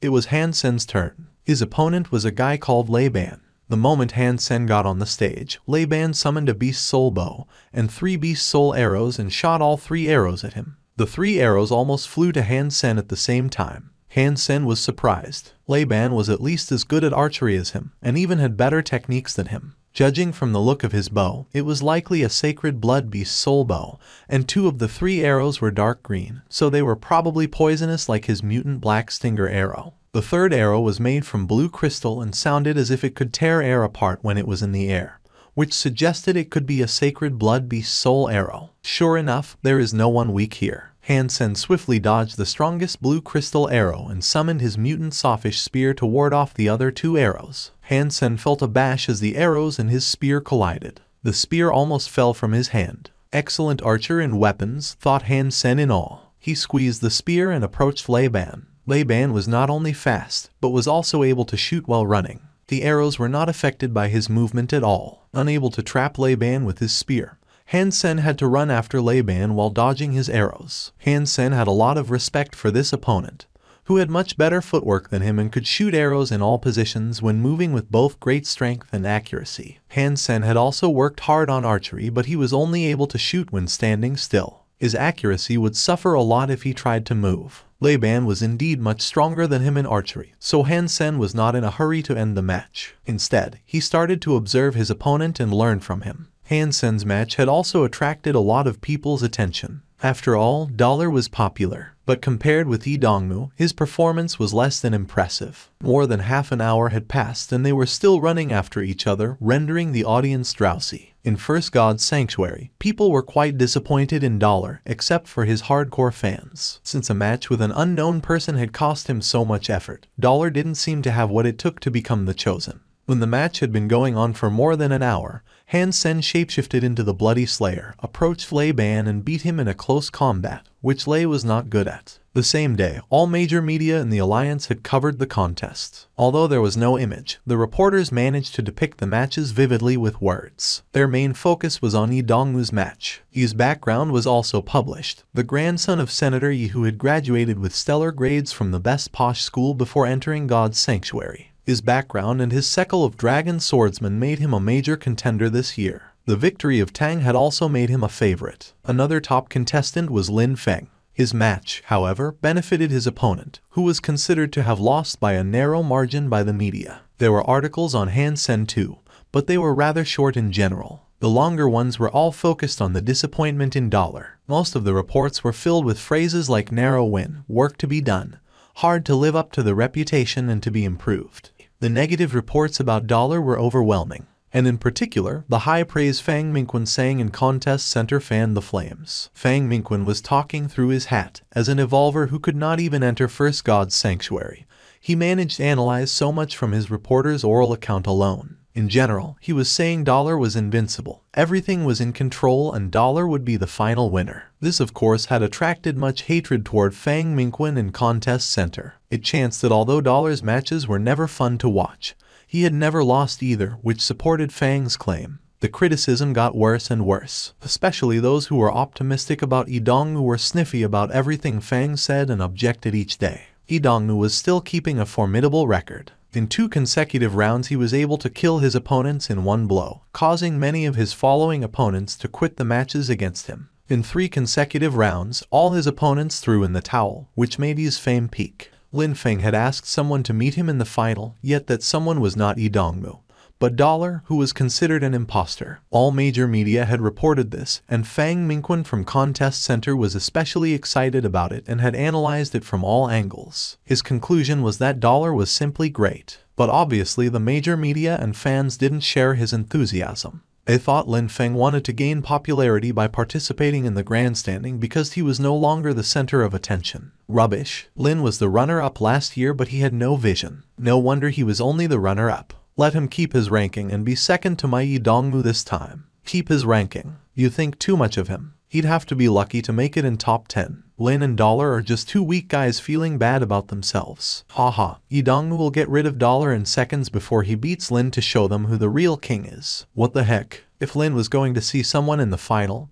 it should be Yi Dongmu. How is Lucky D relevant? The Skynet had exploded for this matter. However, Lin Feng and Han Sen, the 2 who had caused it, did not realize this at all. One was enjoying tea with Tang Zhenliu and Fang Jinqi, and the other was playing Hand of God in the gym of the teleport station. The next day, Han Sen had an easy victory once again. His opponent still had not recovered from a bad injury and failed to show up. Han Sen walked down the stage and wanted to see Lin Feng's match, but someone stopped him. I hope tomorrow you will have the guts to stand in front of me, because I will kill you. Yi Dongmu said coldly and walked past Han Sen without so much as throwing him a glance. Almost everyone who saw this went crazy. Yi Dongmu's words caused another storm on the Skynet. Basically everyone was guessing if tomorrow Dollar would dare to show up. The majority predicted that Dollar would quit. After all, the difference between the 2 was huge. Yi Dongmu's performance had been outstanding and he had even killed several celebrity rivals, including Dragon Swordsman, who had the 10th place last year. Dollar, on the other hand, had a rough journey, and he was here more for his luck than for his actual strength. Except for Fang Mingquan, who predicted Dollar would get a total victory, almost all TV personnel believed Dollar would either quit or die.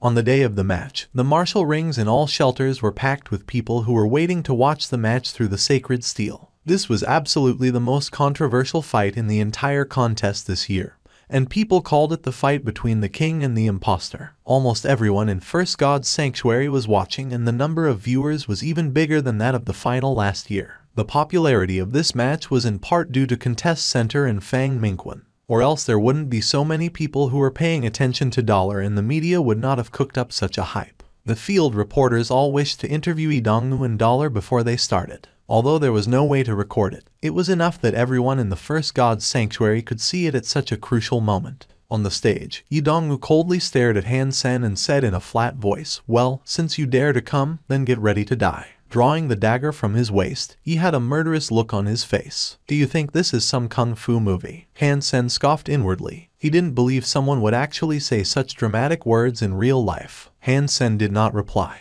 but shapeshifted into the Bloody Slayer, grabbed the hilt of the Shura katana and ran toward Lee Dong-woo. The Bloody Slayer had a great speed and was as fast as a fighter aircraft at its full speed. Instantaneously, Dollar was in his face. The viewers all wondered whether Dollar had lost his mind to approach Lee, who was best at close combat. Almost no one could avoid his fatal blow after being approached by him. Wow, Dollar is nuts. He not only approached Lee, but was also using a katana. At least use your spear so that you can keep the distance. A misstep by Dollar. He should have come with a bow and arrows. Even if he doesn't know archery, shooting down from the above is 1,000 times better than getting close to Lee. Lee's fans were overjoyed. This idiot wanders so willingly into Lee's lap. It would be hard not to beat him. Lee Dong-woo sneered and shapeshifted into a mutant monkey more than 6 feet tall with a thick tail, which greatly improved his strength and speed. Lee Dong-woo had a sacred blood shapeshifting beast soul as well, but it was not similar to the shape of a human body. If he could not use his skills and sacred blood dagger, the sacred blood shapeshifting beast soul would do more harm than good.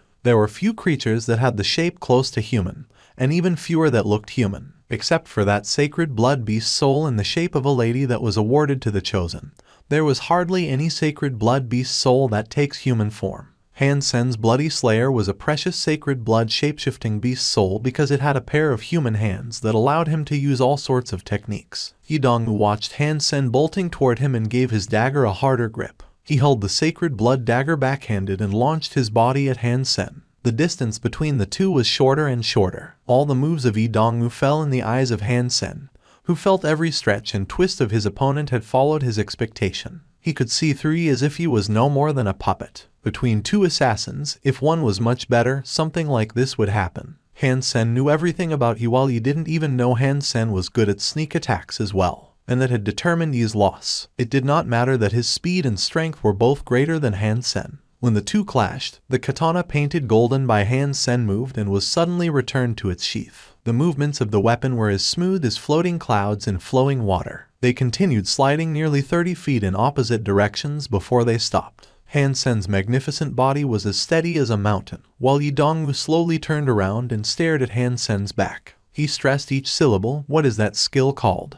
"Bladestorm." Han Sen replied without looking back. "I will fight you again, and next time I will not lose," he said and walked down the stage. The moment he went down, he fell to the ground with a thump. Blood was welling from a cut in his chest so deep that his bones could be seen. The entire First God's Sanctuary went quiet. Billions of viewers of the match opened their mouths but could not make a sound. No one could believe that the result would be like this. They could accept it if it was the other way. But Lee Dong-woo, who was invincible like a king, was defeated by Dollar in one blow, which was hard to swallow. Not to mention his fans. Even Dollar's fans had never thought that Dollar could win like this. Even the optimistic ones believed it would at least take Dollar quite some effort to win. But no one thought that he would lose in such a shameful way, and in his strong suit, close combat. Han Sen turned his head back and looked at Lee Dong-woo, who was struggling to get back on his feet. He said calmly, "Not bad. You survived a serious strike from me." Han Sen turned away. "Not bad. Not bad." This sentence blew all the viewers' minds. In the eyes of the public, Dollar's figure suddenly became more and more grand and brilliant.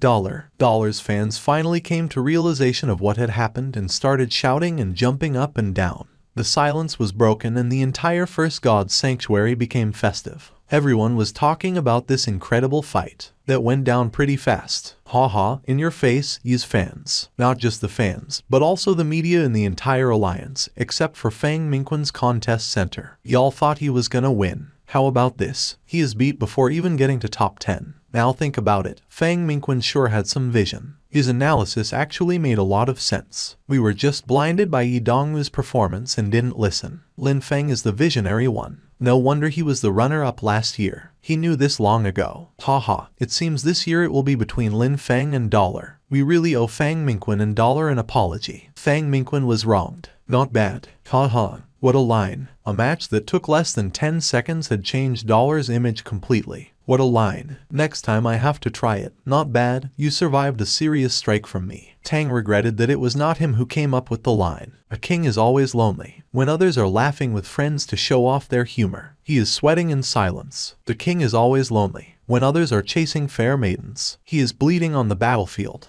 A king is always lonely. When the whole world is against him, he stared into the front. A king is always lonely. When he is abandoned by all, he is still firmly marching forward, only to realize his dreams afar. I just want to say, Dollar, please accept my allegiance. A loner like me wishes to follow you who are lonely too. You win, I will be with you. You lose, I will be with you. Fang Mingquan finished the article and did not leave his own name under. Instead he wrote from a loner to the king. When Fang Mingquan uploaded the article on the Skynet, it went viral at an incredible speed, triggering a huge response. Damn, I cried reading this. It reminded me of when I trained hard to be admitted to a military school. Others admired me for being admitted, while they had no idea about the effort I made. I had to train even when I had a fever. It was tough. Fang Mingquan wrote well. I was reminded of the days I struggled in God's sanctuary. This is simply my true portrayal. I am also a loner, spending at least 28 days in God's sanctuary each month. I just want to work harder so that my family can live better. But I am so tired and I need company. No matter what happens in the future, from this moment on, I am a fan of Dollar and Fang Mingquan's. If God gave me another chance, I would never have said anything bad about Dollar. +1, +10,086. Dollar, you are my king. A king marches in loneliness had made Dollar and Fang a tremendous success. As Fang became a real celebrity, Dollar had gained many hardcore fans who would not sway easily. Reading the piece himself, Han Sen felt touched, too. During the first 3 months when he had just entered God's sanctuary, the loneliness and helplessness he experienced were maddening. He had gone this far because of his dreams and the people he cared about. If it weren't for his mother and Han Yan, Han Sen might have given up on himself. Han Sen wanted to reply to the article, but he eventually let that thought go. Let us keep marching forward for what we truly cherish. No words could express my feeling. Han Sen silently logged out. Han Sen rested for a while, and decided to check if there was any hyper-geno art on footwork that suited him in St. Hall. Yi Dongwu's footwork was paired perfectly with his sneak attacks, and the footwork was what Han Sen lacked. If he could practice some footwork to work with his sleeve-a-blade skills, he could reach an even higher level in the combat. In the afternoon, Fang Jinky suddenly sent him a message to ask him to meet about something important. Han Sen went to Fang Jinky's villa and found out that Fang was asking him to join Fist Guy's team to hunt a sacred blood creature. Fist Guy could not deal with the creature with his own men, but he did not want to team up with Son of Heaven or Qin Xuan. He did find the weakness of the creature and have a plan that calls for a good assassin. He did not know someone like this, but he did not want to share the meat of the creature with the other gangs either. I know you are also in Steel Armor Shelter, so I've recommended you to him. If you join them, you won't get a share of the meat but will be paid with a mutant three-eyed beast mount. As for the beast soul of the sacred blood creature, we will follow the tradition. Whoever gets it could keep it. Fang Jinky paused and said, the pay is very good. If Fist Guy does not insist on having the meat to himself, the share you get could not possibly be of the same value as a mutant beast soul mount. Han Sen promised he would join Fist Guy. He had always wanted a mount and here came his opportunity to get a mutant one. Plus, he had a chance at the sacred blood beast soul as well. So why not? Fang Jinky gave Han Sen a coin and said with a smile, I only said that I would recommend someone good, but didn't name you. Take this to the agreed place and he will know. Han Sen nodded and took the coin. Fang Jinky took him to dinner before letting him go. Han Sen came to the agreed place and saw Fist Guy and his gang under a tree enjoying the cool, obviously waiting for someone. Ass freak, what are you doing here instead of following Qin Xuan around? A gang member saw Han Sen and ridiculed. Han Sen did not speak, but fished out the coin from his pocket and flicked it with his finger. The coin drew an arc and fell in the palm of Fist Guy. Holding the coin, Fist Guy looked at it and felt incredible. He asked Han Sen, you are the person Fang mentioned. No way, Fist Guy. This is the guy you told us about. Ass freak is the master your friend recommended. Brother, are you kidding us? Brother, are you playing with us? Fist Guy's men were talking at the same time as none of them believed Ass Freak was the man. Fist Guy was also upset. Fang Jinky said he would send him a master of assassination, but he did not expect it to be Han Sen. Fist Guy knew Fang Jinky well and knew that he would never mess around. Since Fang had recommended Han Sen, he must have his own reason. Fist Guy regarded Han Sen and said, Fang said that you are skilled in assassination. Better than average, Han Sen said. Better than average. We are going to kill a sacred blood creature. Can you manage that? Littlefinger said with distrust and curled his lips. This gang was different from the King Xuan's gang and Son of Heaven's gang. It had no military background and Fist Guy did not pay for the gang members. Fist Gang was formed by a group of friends and Fist Guy was their leader. The members all referred to each other with nicknames. Thumb, index finger, middle finger, ring finger, and little finger, plus Fist Guy were the backbone of Fist Gang. All 6 were here today, which showed the importance they attached to this sacred blood creature. Fist Guy had almost maxed out on his sacred Geno points and all he needed was the meat from this one creature to get there. Not having a mount, Han Sen was invited to sit together with Fist Guy on his mutant mount, which was as strong as a rhinoceros. The gang marched toward the southern mountains. Along the way, the gang had never stopped unless necessary. On the 3rd day, they finally stopped at a Grand Canyon. Han Sen estimated that if it were not for the mounts, it would have taken them half a month to get here. They could no longer ride in the canyon, so Han Sen followed the gang on foot. Along the side of the valley they walked down and saw a billowing river, which was still not their destination. Having walked for more than 2 hours, they finally saw a large cave on the side. It was dark inside and they lit torches before going in. Once they were in the cave, columns of stalactites caught their eyes. Be careful. Although we have cleared them up last time we came, the cave has a complex structure so there is no guarantee that we've got them all. Also there could be some new creatures hidden somewhere. Everyone pay attention, said Fist Guy solemnly. All answered aye and Thumb led the way holding a mutant beast soul shield in his hand. The rest followed him into the depths of the cave. Littlefinger was walking on the end with a pair of beast soul caudals in his hand, vigilantly looking around. Along the way Han Sen saw a lot of old bloodstains, which must be left from when the gang was here last time. Obviously their worries were unnecessary as they had encountered no danger on the way. The gang must have done a good job last time as there was not even a primitive creature. Pay attention, guys. We are about to see it. Do not make a noise, whispered Fist Guy who was directly behind Thumb after they had walked for 4 or 5 hours. In fact, these words were meant for Han Sen, as everyone else had been here before and knew that they were approaching the creature. They were tiptoeing like cats, making absolutely no sound. Han Sen nodded to Fist Guy, who then signaled Thumb to keep going. In a short while, they were at the end of the path and the space suddenly became huge. A stone hall appeared in front of their eyes. The stalactites hanging from the ceiling were about 30 feet long, which were not even 1/10 of the height of the cave. Unknown black vines were growing everywhere in the cave and the leaves on the vines were as black as ink. There were even black flowers dotted on the vines. Where they came from was like a tunnel that was connected to the hall's wall, and there were many entrances like this one. Fist Guy indicated silence to Han Sen with his finger and then pointed underneath them. Han Sen looked down and his eyes lit up. Han Sen saw that at the bottom of the cave, a black pangolin-like creature more than 6 feet long with its whole body covered within crystal scales was drinking water from a pool. That is the creature. Its hearing is no good but it has got excellent eyesight. Even a sacred blood beast soul weapon could hardly hurt its scales. Its biggest weakness is its soft belly, explained Index Finger unhurriedly, who was a refined young man. Even if its stomach is its weakness, it is on all fours and I can't really flip it over and stab there, Han Sen said. Of course not. As long as there is a sign of trouble, this guy will roll itself into a ball. And then it would be like a snail hidden inside the shell and its belly would be protected. Its scales could also flip up and become circular saw blades. When it rolls, it's like a spiked wheel and even the thickest armor would be cut open by that. And no one's body could stand that either. Littlefinger cut in. How is this a weakness then? Han Sen could not help but frown. Certainly we cannot attack it head on. Its strength is formidable and its speed is too high. No one could afford taking a hit from it. Fist Guy hesitated before he pointed at the pool at the bottom and said, our plan is that in a while, we will go out to drive it away,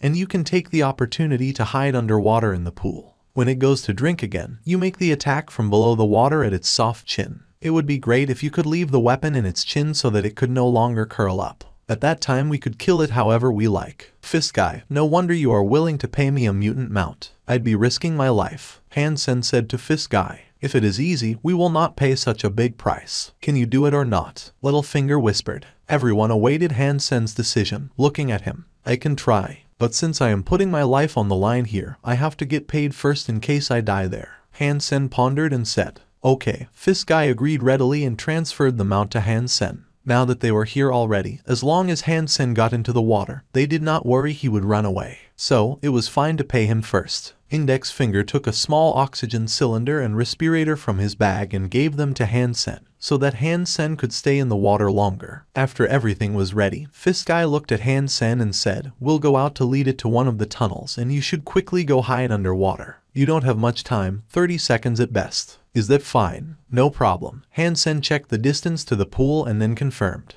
Well, although its bare skin is relatively vulnerable, you would still need at least a mutant beast soul weapon to pierce that. Do you have one? Fist Guy was a bit concerned. Han Sen nodded again. His Shira katana was comparable with a mutant weapon, but he was not dollar now so he did not bring it along. But Han Sen still had a mutant black stinger arrow and that would do. Everything was ready. Fist Guy and his gang members exchanged a look and everyone except for Littlefinger climbed away using the vines. They carefully climbed to other entrances to the hall, and then threw fist-sized iron balls at the drinking creature from each entrance. Dang, dang, dang. The balls hit the creature's black crystal scales and made noises of metal, not even leaving a white mark on the scales. But the sacred blood creature was obviously angered. In just a moment, it curled up its body and suddenly looked like a snail, a spiked one. The black scales were turning up and sharp as blades. The creature started rolling with a thudding and even the stone was cut deeply by its scales. It was fearsome indeed. In just an instant, it rolled several dozen feet. Not only its speed was incredible, it could also roll itself onto a steep stone wall. Like a spiked wheel, it rolled upward on the wall and was behind Fist Guy's men in an instant. They could not afford to relax and all hid in the respective tunnel next to themselves. The sacred blood creature followed Thumb into the tunnel closest to it. Come on, Thumb can't hold very long. Littlefinger urged Han Sen to go down.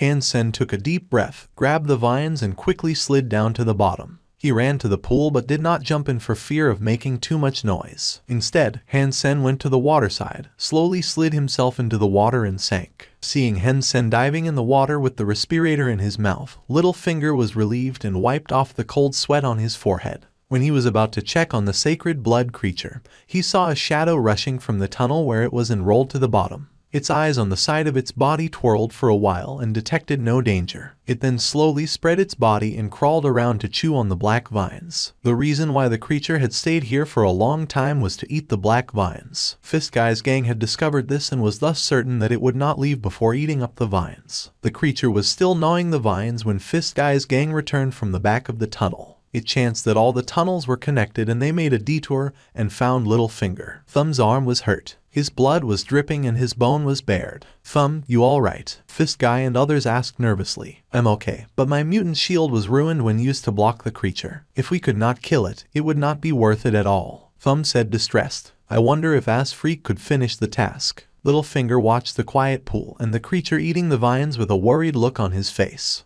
I hope he can. Looking down, Fist Guy was not sure either. One could never be sure about the result when one was about to hunt a sacred blood creature. The infamy of Ass Freak also added to their lack of confidence in Han Sen. The gang watched the creature nervously, but it did not have any intention to drink. After chewing on the black vines for more than half an hour, it lay down on a stone and fell into sleep. Fist Guy and others started to get anxious, as the oxygen cylinder they gave Han Sen was only the size of a palm and the oxygen was quite limited. When they were praying for the creature to get up, it eventually woke up and slowly climbed to the pool, as if their prayers had worked. It stretched its head above the pool and started to lap the water with its tongue. However, Fist Guy and the Finger brothers were not too happy about this, as where the creature stayed was far from where Han Sen was hiding. If Han Sen started to swim now, however, the waves he made would alarm the sacred blood creature for sure. What now? The gang members' hearts raced. Han Sen could not even touch the creature in such distance, let alone kill it. Unfortunately, the water below was too dark, and they could not see what Han Sen was doing under the water. Hearts in their mouths, the guys suddenly heard a screech from the bottom.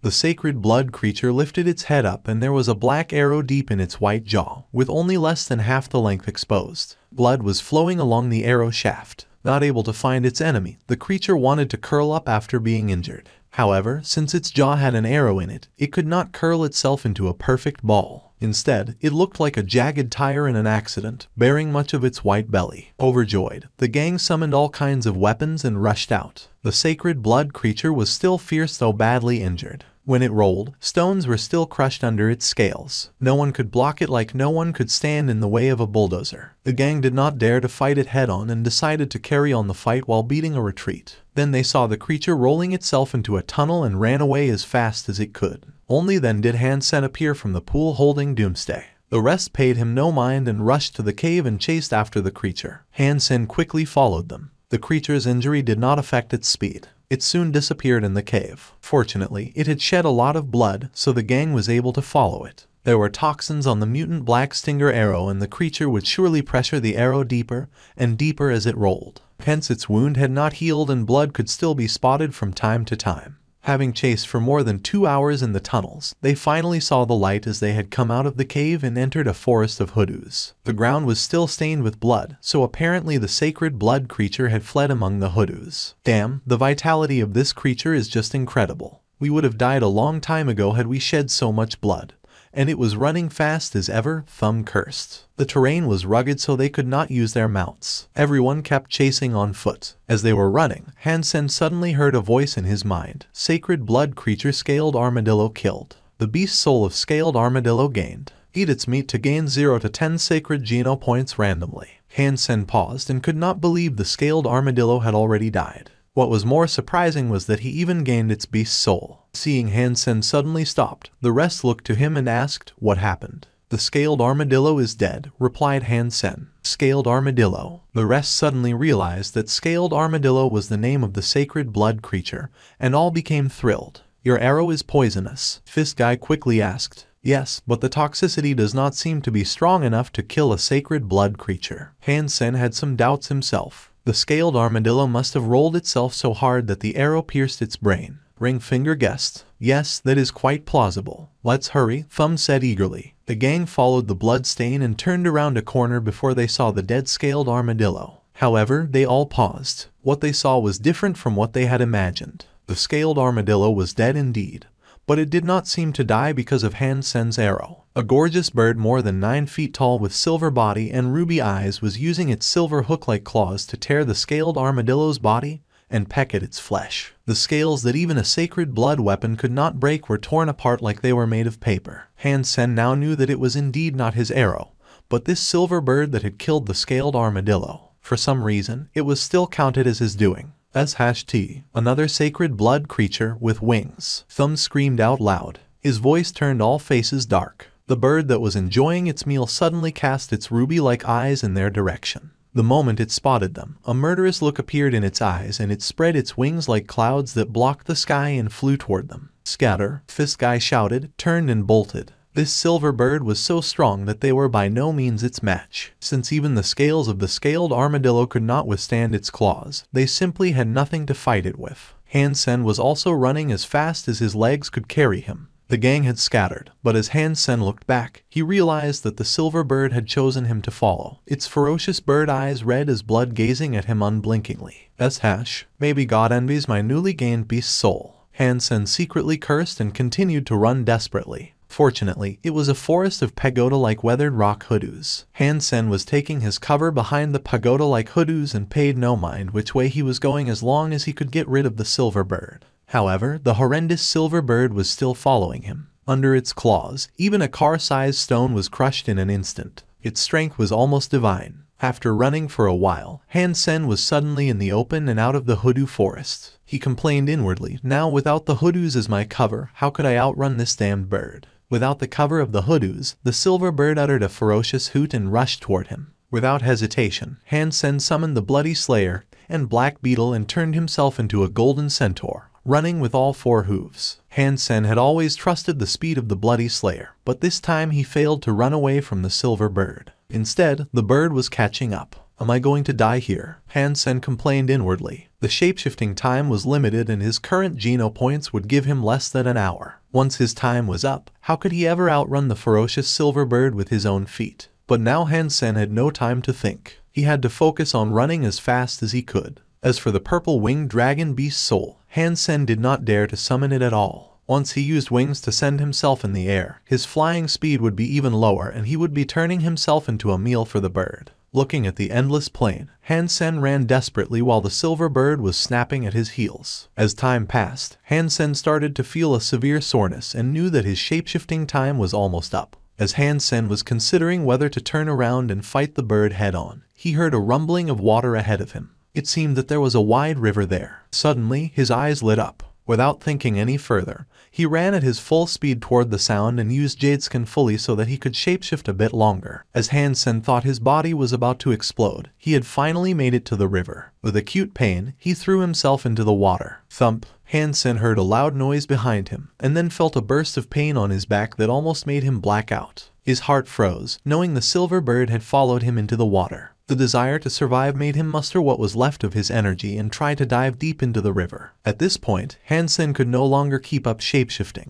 or else his body would break down. The moment he turned into himself, he felt he was pushed downstream at an incredible speed. He tried not to faint, as he could drown in such torrents before he was eaten by the bird. He summoned the mutant black barracuda, and a mutant mount more than 4 feet long appeared next to him. Holding tight on the mount, Hansen controlled it to dive to the bottom. When Hansen could no longer hold his breath, he sent the mutant black barracuda to the surface. Finally getting a little break, Hansen was glad to find the silver bird was nowhere to be seen. It seemed that it did not know how to swim and just clawed his back when he jumped into the water. His back was still in great pain, and his whole body felt like it was falling apart with spasms in his muscles. He felt like he was made into a plate of sashimi with his flesh being sliced off. The consequence of shapeshifting over time made Hansen helpless. Fortunately, he had his black beetle armor for protection, or else the creatures in the river that had sniffed the smell of blood would have torn him apart. Groups of strange fish more than 2 feet long hovered around him and tried to bite his body from time to time. With some physical strength recovered, Hansen started to observe the surroundings. With a long sigh of relief, Hansen climbed up into a tall tree's crown.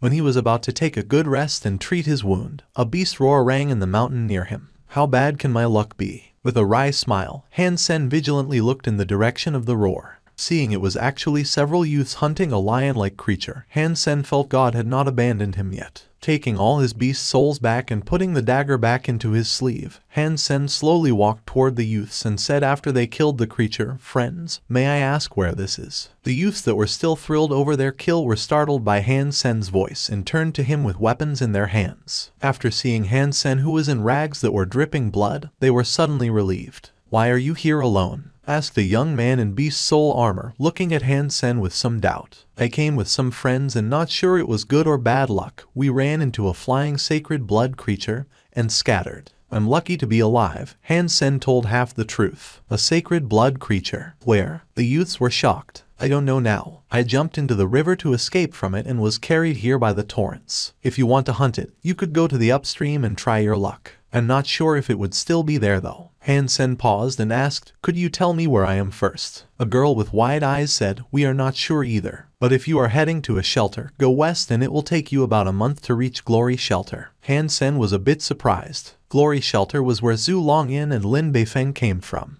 It chanced that he was near Glory Shelter now. He wondered how far the river had carried him. It was fortunate that he did not encounter any great danger on the way. The young man who spoke first suddenly said, "You don't look like you are in good shape. It so happens that we are heading back, so if you are willing to pay, we could take you with us." Hansen smiled. "Does it look like I have money with me? We can sign a contract here and you could pay when we are back in the shelter," replied the young man. "How much do you want?" Hansen pondered and asked. He was not familiar with this area. If he followed them, at least he would not get lost. 100,000. The young man regarded the bow and arrows Hansen was carrying and said, "It looks like you are injured. We can give you some medicine and food, meat of primitive creatures." The rest of the youths were a bit shocked by this price, as 100,000 was not a small amount. "Okay, but I would have to pay after we reach the shelter," said Hansen, spreading his hands out. This trip was fruitful enough and it was most important that he could reach a shelter safe and sound. 100,000 was not much for him at this point. "Deal." The young man happily took out pen and paper to draft a simple contract. After Hansen signed, he gave Hansen some food and water. After some self-introduction, the girl with wide eyes helped treat Hansen's wound. Once she lifted his shirt up and saw the wound left by the silver bird, she almost let out a yelp of surprise. A foot-long wound spread across Hansen's back, with flesh ripped apart. The injury looked scary. However, he had great physique and jade skin.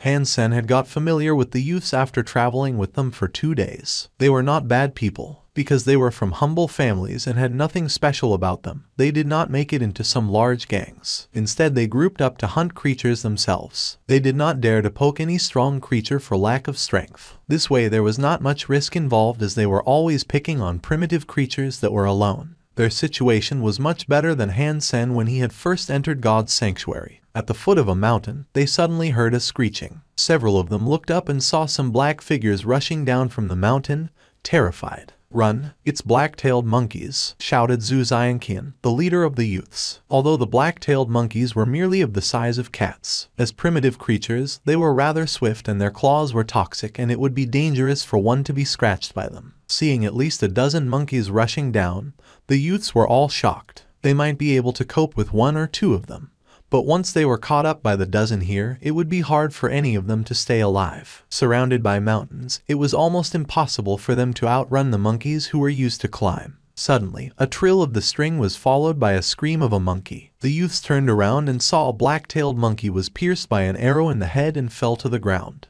And the archer was Han-sen on the side. "Han-sen, let's go. There are too many black-tailed monkeys here and we will be in trouble if surrounded by them," said Li Xiaogu, the girl with wide eyes, hastily.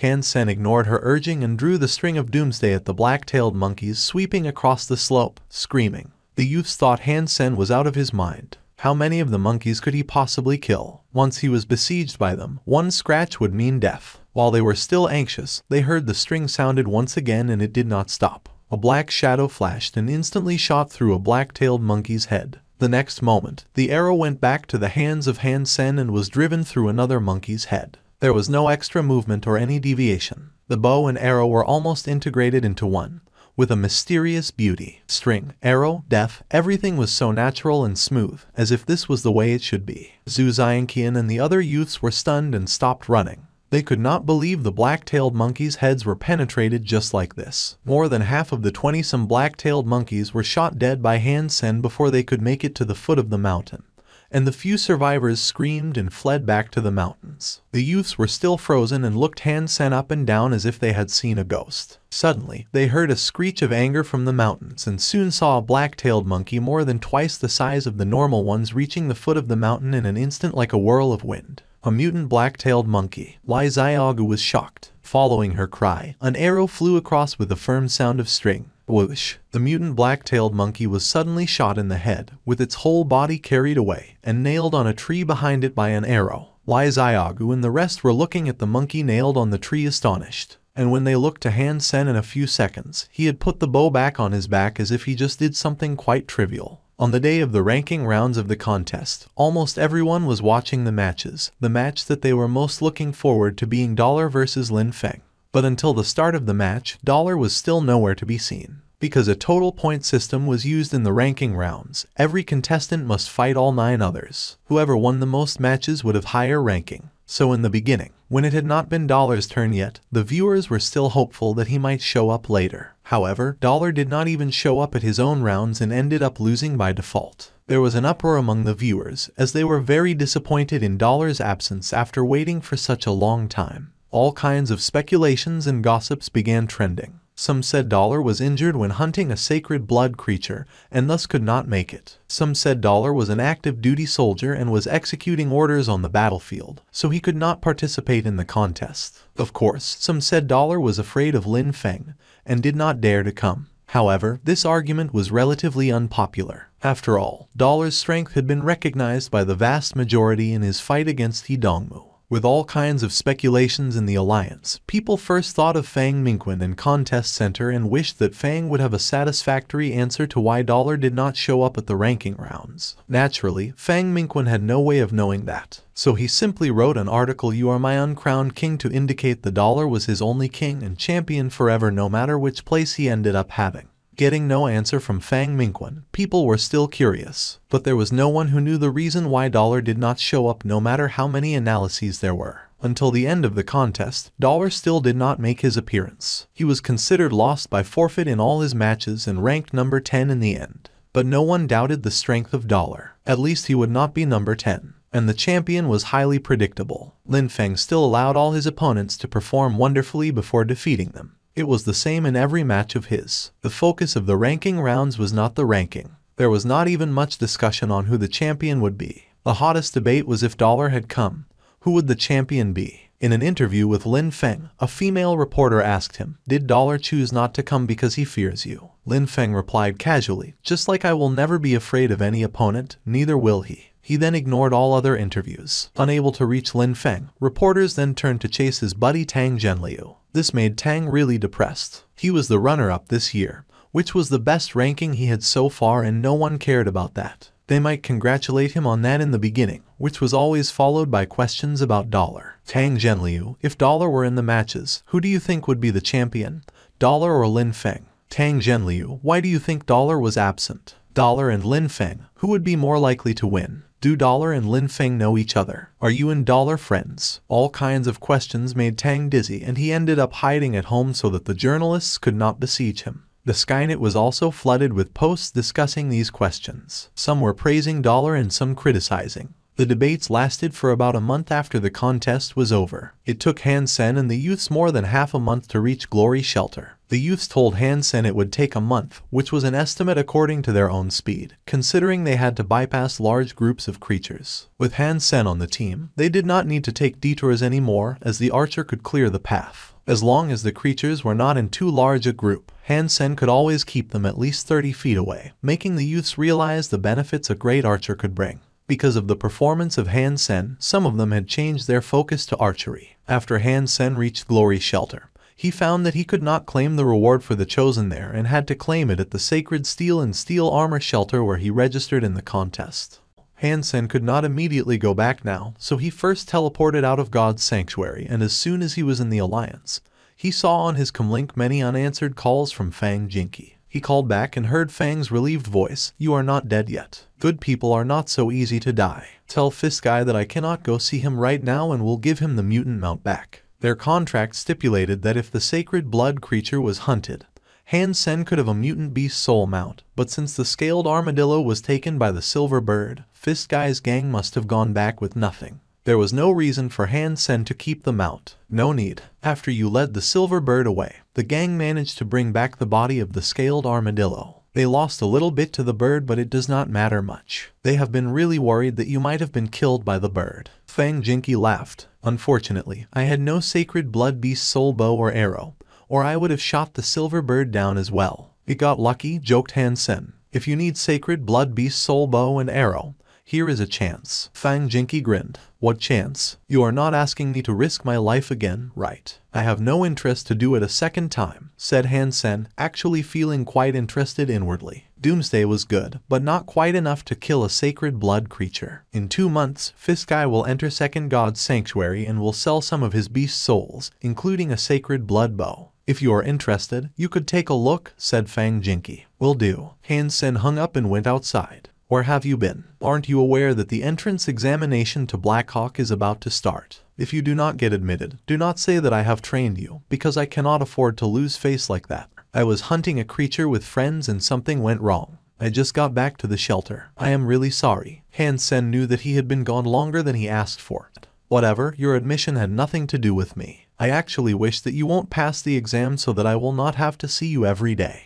Han Sen returned home and checked in with his mother before going to bed. He was not in a hurry to claim his sacred blood beast soul. He could claim it any time at Steel Armor Shelter before the next contest started. Entrance exam to Black Hawk was in just a few days, and he planned to take the exam before finding his way from Glory Shelter to Steel Armor Shelter. But he had to make it back to Steel Armor Shelter before Fiskai auctioned his beast souls. He was very interested in that sacred blood beast soul bow. In addition, the Shrieky beast should finish evolving into a sacred blood beast by that time, and he could not waste that. Thinking of beast souls, Han Sen summoned the beast soul of the scaled armadillo, which was a huge black round shield about 4 feet wide. The shield was covered in scales and spikes and looked quite fearsome. It was more for offense than defense, as whoever knocked over or cut by the shield would suffer severe injury. Really great stuff. If it's paired with the speed of the Bloody Slayer, even King Xuan would not dare to take a hit from it. When the entrance exam was about to begin, King Shuan as the station master could not leave the teleport station to accompany Han Sen to Planet Hawk where Black Hawk Military Academy was. Instead, she gave Han Sen an interstellar spaceship ticket and asked him to go take the exam.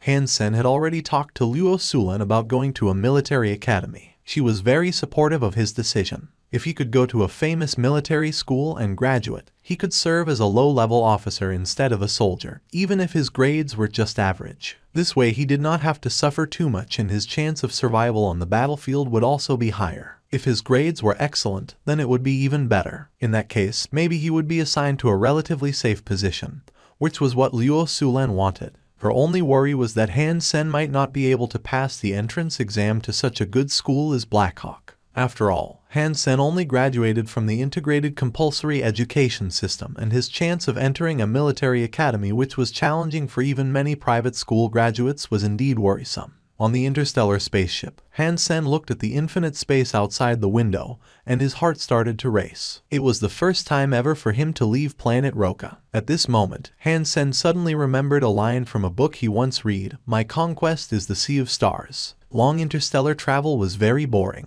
Many people would choose to go to the gym or go on the Skynet to kill time. Although Han Sen's destination Planet Hawk was not too far away, it would still take a few days. Han Sen felt rather bored sitting alone and was trying to decide if he should go to the gym. Suddenly he saw a girl sitting opposite him using her comlink to play a game that looked like Hand of God Online. Han Sen thought it was similar to Hand of God because the game he played in the teleport station was via a holographic device that monitored one's entire body, while the one the girl was playing was a comlink game that could be played with one hand. The girl's fingers were long and pretty, hitting the spots near her hand at a dazzling speed. What Han Sen did not understand was what seemed to be the difference between this game and the one he had played. In addition to those light spots, there were also the holographic image of a palm, which was hitting the spots nearby as if it was trying to beat the girl to them. Han Sen watched for a while and roughly understood that it was an online mini version of the game Hand of God. The one he used to play was the single-player version. After finishing her round, the girl saw Han Sen staring at her and gave him a cold glance. Han Sen then noticed that the girl was actually stunning. She was his age or maybe older, wearing a suit that looked like a uniform. She had a sweet face like a porcelain doll with small red lips and black hair. The girl saw Han Sen still staring at her and deliberately turned away, continuing to play her game. Han Sen stood up, walked next to the girl, and said with a smile, "Are you from Black Hawk?" The girl turned back and looked at Han Sen, slightly surprised. "You also go to Black Hawk?" "Not yet, I'm going to apply," Han Sen said. The girl heard his reply and seemed to have lost interest in him. There were numerous applicants to Black Hawk each year and the admission rate was less than 1 in 1,000. She thought it was just Han Sen's pickup line. She had seen too many people like him and was no longer surprised. "Sister, what is that game you are playing? It looks like a bit like Hand of God." Han Sen sat down next to the girl and continued the conversation. The girl had no choice but to turn back and look at Han Sen. Suddenly her lips turned upward into a sly smile. "Don't ask and play against me. If you win, I could even go on a date with you." The girl took for granted that everyone knew the Skynet version of Hand of God, especially an applicant to a military academy. Han Sen must be using this to get her attention. "So, if I win, you are willing to be my girlfriend?" Han Sen looked at the girl in surprise, no believing what she said was true. This girl had a sweet face and a nicer body. Her long legs and plump bosom were accentuated by her small waist. She was a beautiful girl indeed. She was still a bit young at this time, but in a few years, once she became a woman, she would be as attractive as, if not more alluring than King Xuan. A girl like her would become his date as long as he beat her in Hand of God. It was a great deal for him either way. Of course, Jai Yanran always keeps her words. If you are admitted to Black Hawk, you could ask around and everyone would tell you so. Jai Yanran grinned. She was a junior at Black Hawk and the president of Hand of God Society. She was definitely among the top 10 at this game in Black Hawk. Not even too many professional players had the confidence to beat her, let alone Han Sen who had not even made it to the military school yet. "Great, let's begin now." Han Sen felt he could not miss such a great deal to get himself a pretty date before even going to school. He would not have too many opportunities like this one. Jai Yanran gave him a sweet smile. "Since it is a showdown and you could potentially have me as your date, what would you offer if you lose?" "If I lose, I will be your boyfriend. Is that fair?" Han Sen said earnestly. Jai Yanran gave him a stare and said, "Save it. Your lines don't work on me. If you lose, you cannot show your face in front of me from now until the moment we arrive at Planet Hawk." Deal. Han Sen nodded. He saw Jai Yanran play and thought she was much slower than himself. He was confident that he could win. What is your game ID?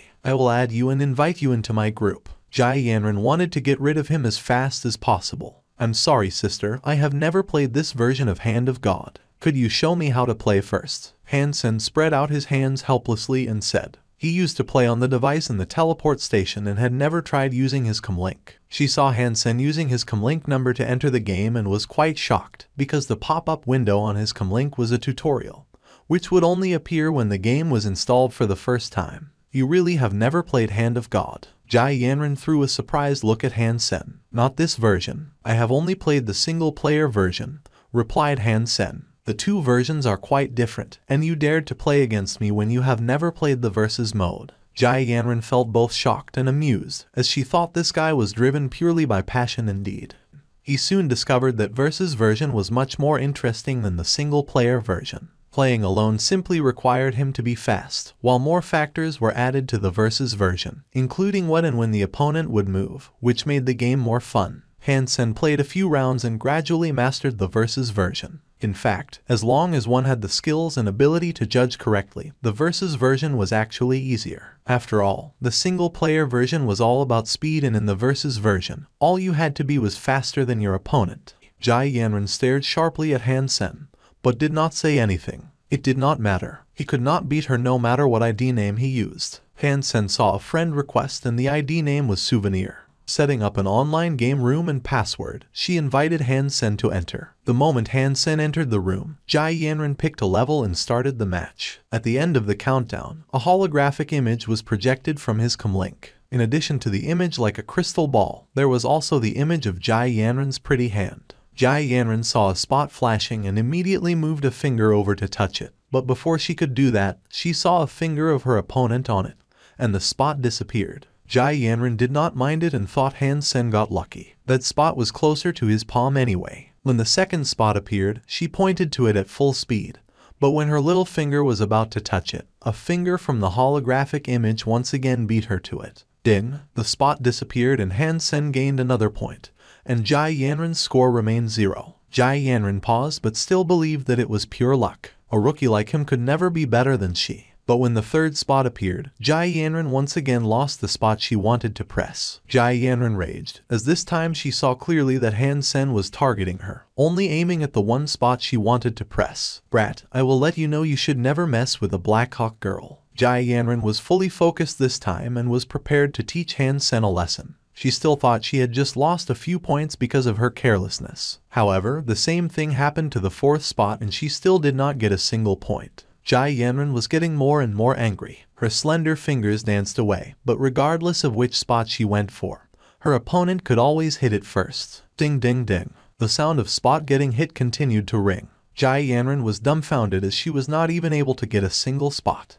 Han Sen had got them all. Impossible. This is not possible. At the end of the game, Jai Yanran was stunned by the score 0-59. She had tried 59 times and was blocked 59 times. Han Sen did not hit any other spot than the ones she was going for. He was just targeting her. But Jai Yanran could not believe that as the president of Hand of God Society, she would get no points at all, which seemed absurd. How is anyone able to do this? Even Jing, who is the best player in Blackhawk, could not have done this, not to mention the kid has not even been admitted to Blackhawk. Thinking of this, Jai Yanran bristled, because she thought of another possibility. Legend has it that a hacker had designed a cheating device of Hand of God, which could 100% prevent the opponent from getting any points. Exactly what had happened. Han Sen must have used this cheating device in their game. Jai Yanran was more convinced when she thought about it. Nothing could explain how he could have blocked all her points. Humans simply could not be so accurate. Even some could achieve this. A kid who had not even been to military school would not be one of them. Sister, so I won, right? Han Sen walked over with a smile. Having such a pretty girlfriend when he just entered the school was something he would be quite proud of. You used a cheating device, so it does not count? Jai Yanran said angrily. Cheating device. Han Sen was a bit shocked. Stop pretending. You blocked all my points and it simply looked fake. If it was not for a cheating device, how could you have done it? Jai Yanran pouted and said.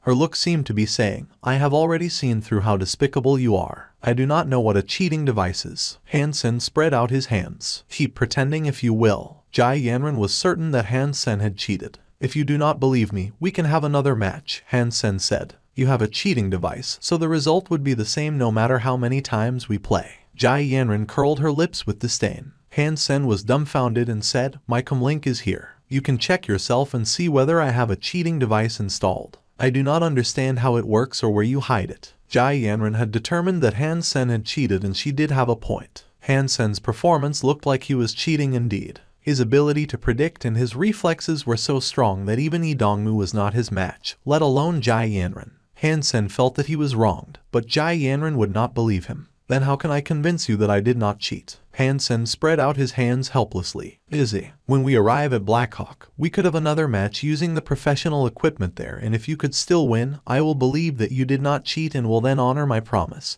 Jai Yanran said with confidence. She believed Han Sen must have used a cheating device which would not work on professional equipment. His scheme would be exposed then. Alright then, Han Sen smiled and said, but you gotta tell me what your name is. My name is Jai Yanran, and you can ask anyone to find out where I am. Jai Yanran believed Han Sen had cheated and would not be her match at all, so she told him her real name without hesitation. Beautiful name. Han Sen smiled. Well, if you want to enter the school and play against me, you must be admitted first, and a nobody could never enter Blackhawk. Jai Yanran thought to herself. Han Sen did not bother her anymore, but went back to his own seat and continued to play the versus version of Hand of God. He only played against Jai Yanran because it was fun and did not really think that this would win him a pretty girlfriend, so he did not really care. Although Jai Yanran was beautiful, Qin Xuan and Young Manly were not bad either. Therefore he was not really smitten, but only thought she looked sweet and was an interesting girl. Jai Yanran was no longer in the mood to play. She gave Han Sen a stare before going to the lounge and taking some rest. As he continued to play the game, Han Sen was feeling less bored.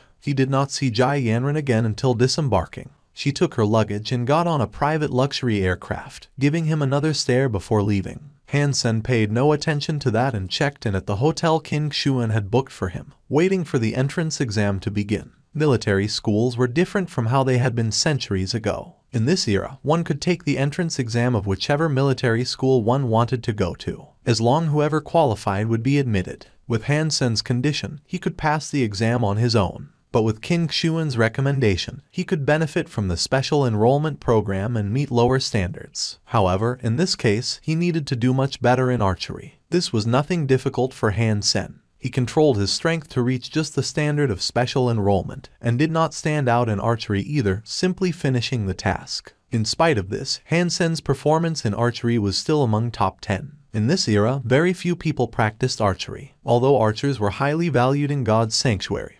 In the Alliance, any sniper could use a modern weapon to kill an archer, despite the fact that it was much harder to learn archery. In addition to specially cultivated soldiers, very few people would learn archery on their own, and even fewer were good at it. The reason the special enrollment program existed was that Blackhawk's Department of Archery was one of the weakest among all military schools in the Alliance, which was a disgrace to a famous school like Blackhawk. That was why they were trying to recruit student archers to revitalize the Department of Archery. Smoothly admitted to Blackhawk as a specially enrolled student, Han Sen went through some procedures and became a military school student. After reporting the result to his mother, Han Sen did not hear Luo Sulin speak for a long while. He faintly heard her sobbing. My son was admitted to a famous school, Luo Sulin said with blissful tears after a while. Han Sen heard her voice and his eyes became wet. His mother had been through so much these years. After informing his mother, Han Sen called Qin Xuan and she said casually, "Congratulations. I have taken care of the procedures for you to join the squad. From now on, you are my guy.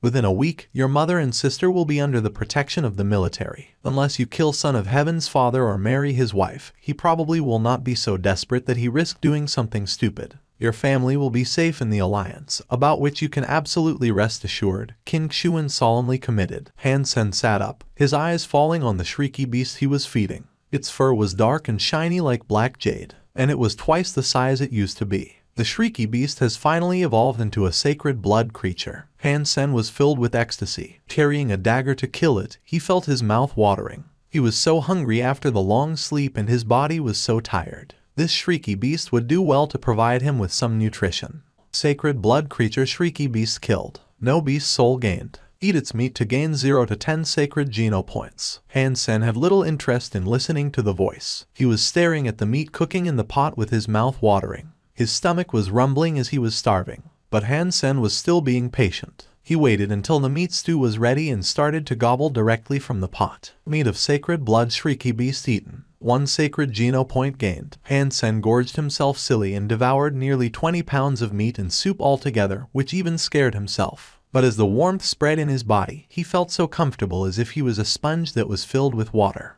Sacred blood meat is indeed wonderful. If I could have such a pot every day, I would be so healthy and strong. Han Sen licked his lips. Unfortunately, he only had such a blessing every 3 months. With the 5 sacred geno points gained from eating the shrieky beast, he now had 34 sacred geno points. It had only been half a year and he had 1/3 the maximum count of sacred geno points. No one would believe him even he told people the truth. He went to the plaza and bought a primitive creature the size of a chicken and fed the black crystal to it. While doing this, Han Sen had something else on his mind. He could finally claim his beast soul reward from the contest. No matter what kind of beast soul he got, it would be a sacred blood one, what many people could only dream of. What is the best? A bow, a mount, or a humanoid beast soul? Han Sen thought it would be difficult for him to choose because he wanted everything. However, he had only one chance and it was not even up to him. At midnight when there was no one around, Han Sen quietly entered the martial ring, which had been closed after the contests. Except for him, no one could enter before next year's contest started. After he had claimed his prize, he would not be able to enter either. Standing in front of the sacred steel, Han Sen placed his palm on the steel and suddenly all kinds of images of beast souls started shifting rapidly on the steel. Han Sen removed his palm and the images were still changing and slowed down after a while. Han Sen's heart was racing with the images. When the image froze on one beast soul, Han Sen was completely attracted by it. A seductive blonde woman with hourglass figure and scarlet pupils in red fitting armor and a ruby crown walked out from the steel and smiled at Han Sen, almost stealing his soul away. Then she became a shadow and entered Han Sen's mind. He suddenly heard the voice say, "Sacred blood beast soul fairy queen gained." Han Sen was ecstatic and quickly checked the details of fairy queen. Type of sacred blood beast soul fairy queen, shapeshifting.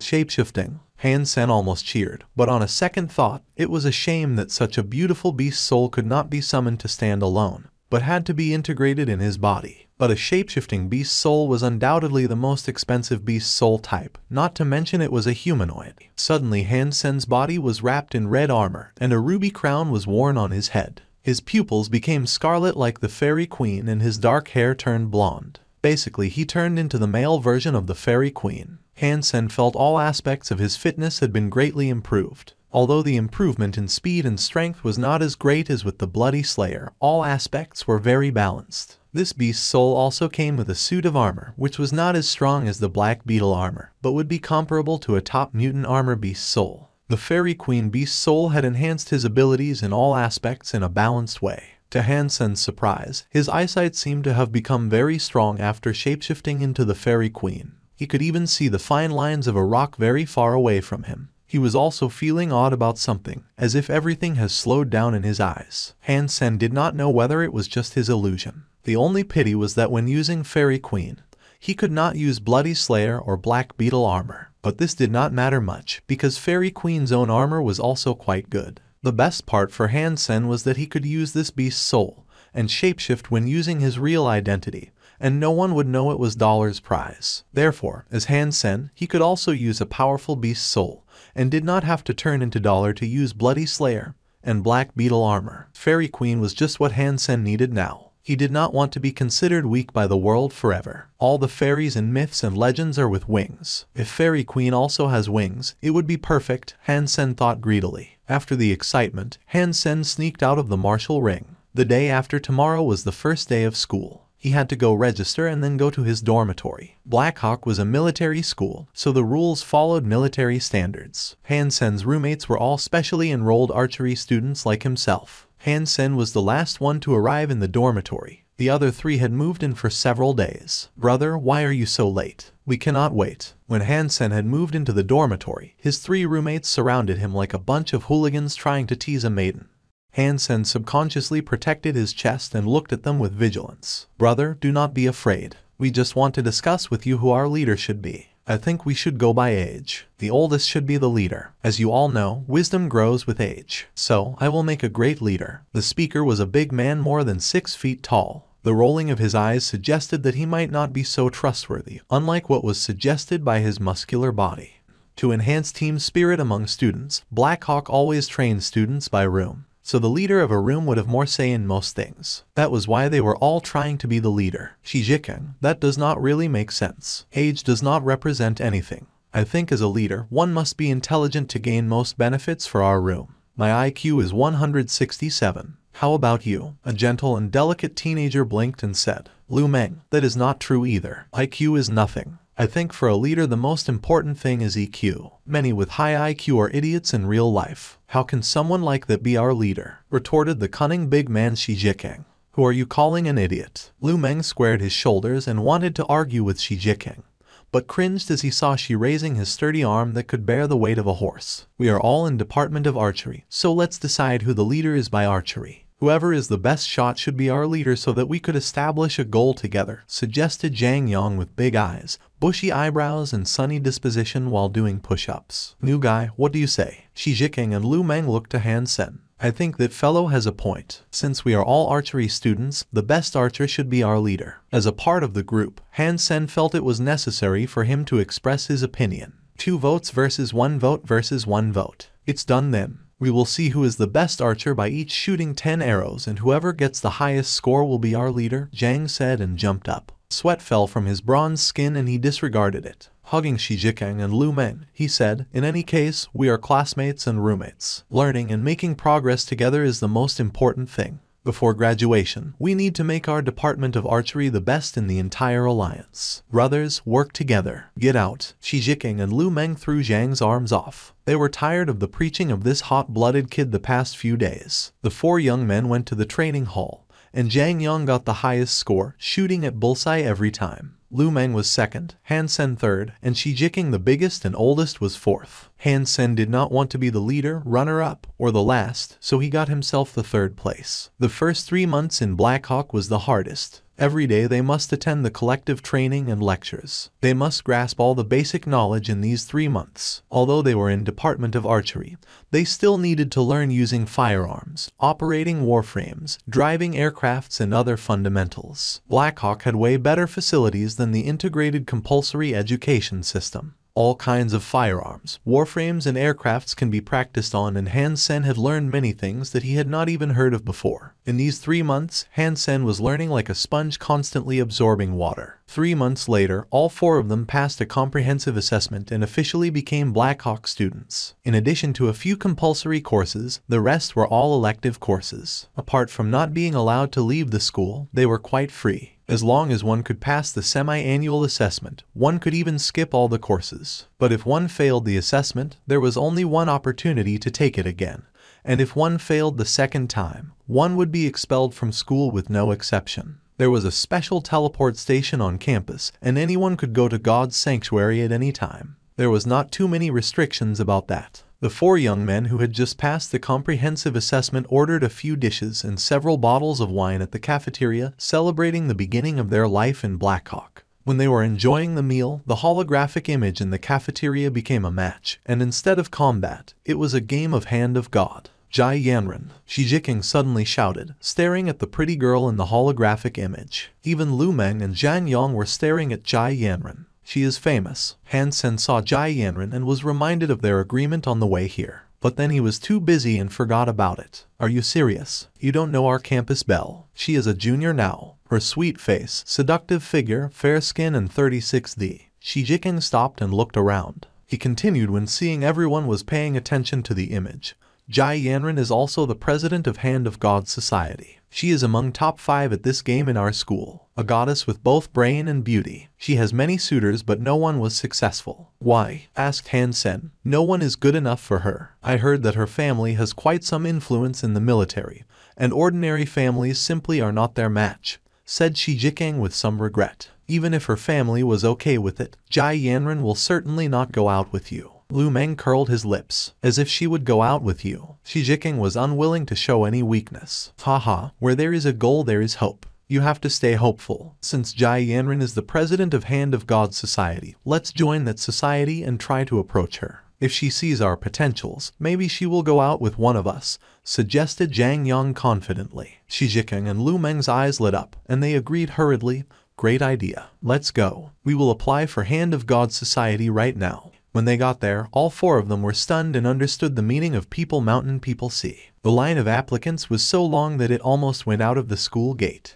We are in Department of Archery and must join an archery society. No need to waste our time here, said Lu Meng solemnly. I agree with both of you. Han Sen nodded quickly when seeing the long line. If he waited in the line, his whole day would be wasted. Go in the line now. A real man never quits. Zhang Yang grabbed Shi and Lu and joined the line. Han Sen was lucky that Zhang Yang did not have a third hand. It chanced that his comlink was ringing and he saw the call was from Fang Jinky. Brother, do you still want that sacred blood bow? I haven't been able to reach you and Fiskai has already entered Second God's Sanctuary. Han Sen answered the call and immediately heard Fang Jinky's complaint. Han Sen suddenly smacked his forehead and cried, I am sorry. I was in military training and was not allowed to use comlink. I have completely forgotten about this. Is the bow still there? Yes. Fiskai gave it to Thumb, but... Fang Jinky paused. But what? Han Sen asked. I need to ask you something and you need to tell me the truth. Did you get the beast soul of that scaled armadillo? Are you willing to exchange? Fang Jinky asked.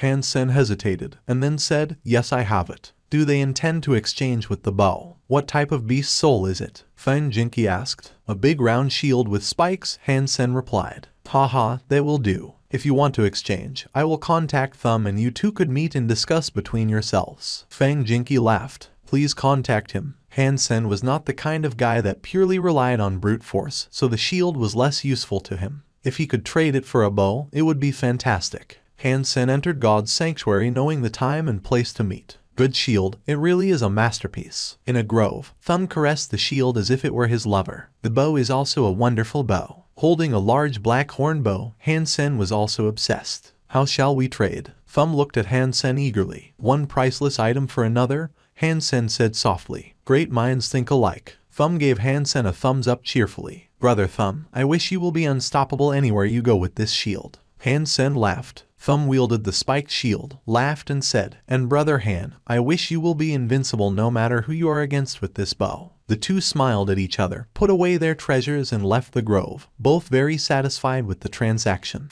Han Sen returned to his dorm at night and saw his three roommates playing Hand of God. Seeing Han Sen back, Shi Jiqing ran over, threw an arm around Han Sen's shoulder, and grinned, Sen, we are playing Hand of God. Join us. Good brothers should share everything. Lu Meng curled his lips and said, your skills are so bad that even if he joins us, he would still beat you. Cut it. You won only twice and it was because I was not paying attention. When I get serious, you would lose so bad. Shi Jiqing smiled and said to Han Sen, Sen, let's play together. You don't have anything to do anyway. Practice with me. Okay, on the Skynet. Han Sen smiled. Our school has a special BattleNet designed for Hand of God. You can register an account and add me. My 499 is Optimus Prime. Shi Jiqing carefully taught Han Sen how to register. Han Sen registered a BattleNet account and named his ID My Girlfriend is Jai Yanran. He registered successfully and Shi Jiqing hurried him to enter the game. Han Sen entered the game and sent a friend request to Shi Jiqing. #T, Sen, you ID's got some swag. Shi Jiqing saw Han Sen's ID and called out. Lu Meng quickly took a glance and gave a crooked smile. Sen, you are asking for trouble on the BattleNet with this ID. All the players playing this game think of Jai Yanran as their goddess. I didn't know you have such ambition. I like it. Zhang Yang looked at it and patted Han Sen on the shoulder, feeling satisfied. Well, cut the crap. Let me beat you now. Let us practice. Shi Jiqing was so excited that he had a slip of the tongue and quickly corrected himself. Han Sen accepted the invitation of Shi Jiqing and entered his game room. Shi Jiqing chose the difficulty and started the game. After the countdown ended, the game officially began. Lu Meng and Zhang Yang were not in the mood to watch the match and each found another opponent online and started to play against. Shi Jiqing was very excited as he kept losing to Zhang Yang and Lu Meng in the game all afternoon and could eventually gain some self-confidence back by playing with Han Sen. He was thinking that he should go easier on Han Sen the first round in case Han Sen gave up too soon. As long as he let Han Sen win by a narrow margin, he could get Han to play with him a few more rounds and settle his craving. Haha, whoever comes will be equally useless. The brother of a scum must also be scum. I can beat as many scums as I want, Mangod said arrogantly. Haha, it does not matter who you called. Brother Long is the backbone of Hand of God Society, and top 20 in the contest last year, said Birdie proudly. Soon, Wang Long saw someone enter the room and checked the ID name. He almost burst out of laughter. My girlfriend is Jai Yanran, what a loser. What kind of loser would name himself that? I intended to play casually, but now I see his ID, I have to kick his ass.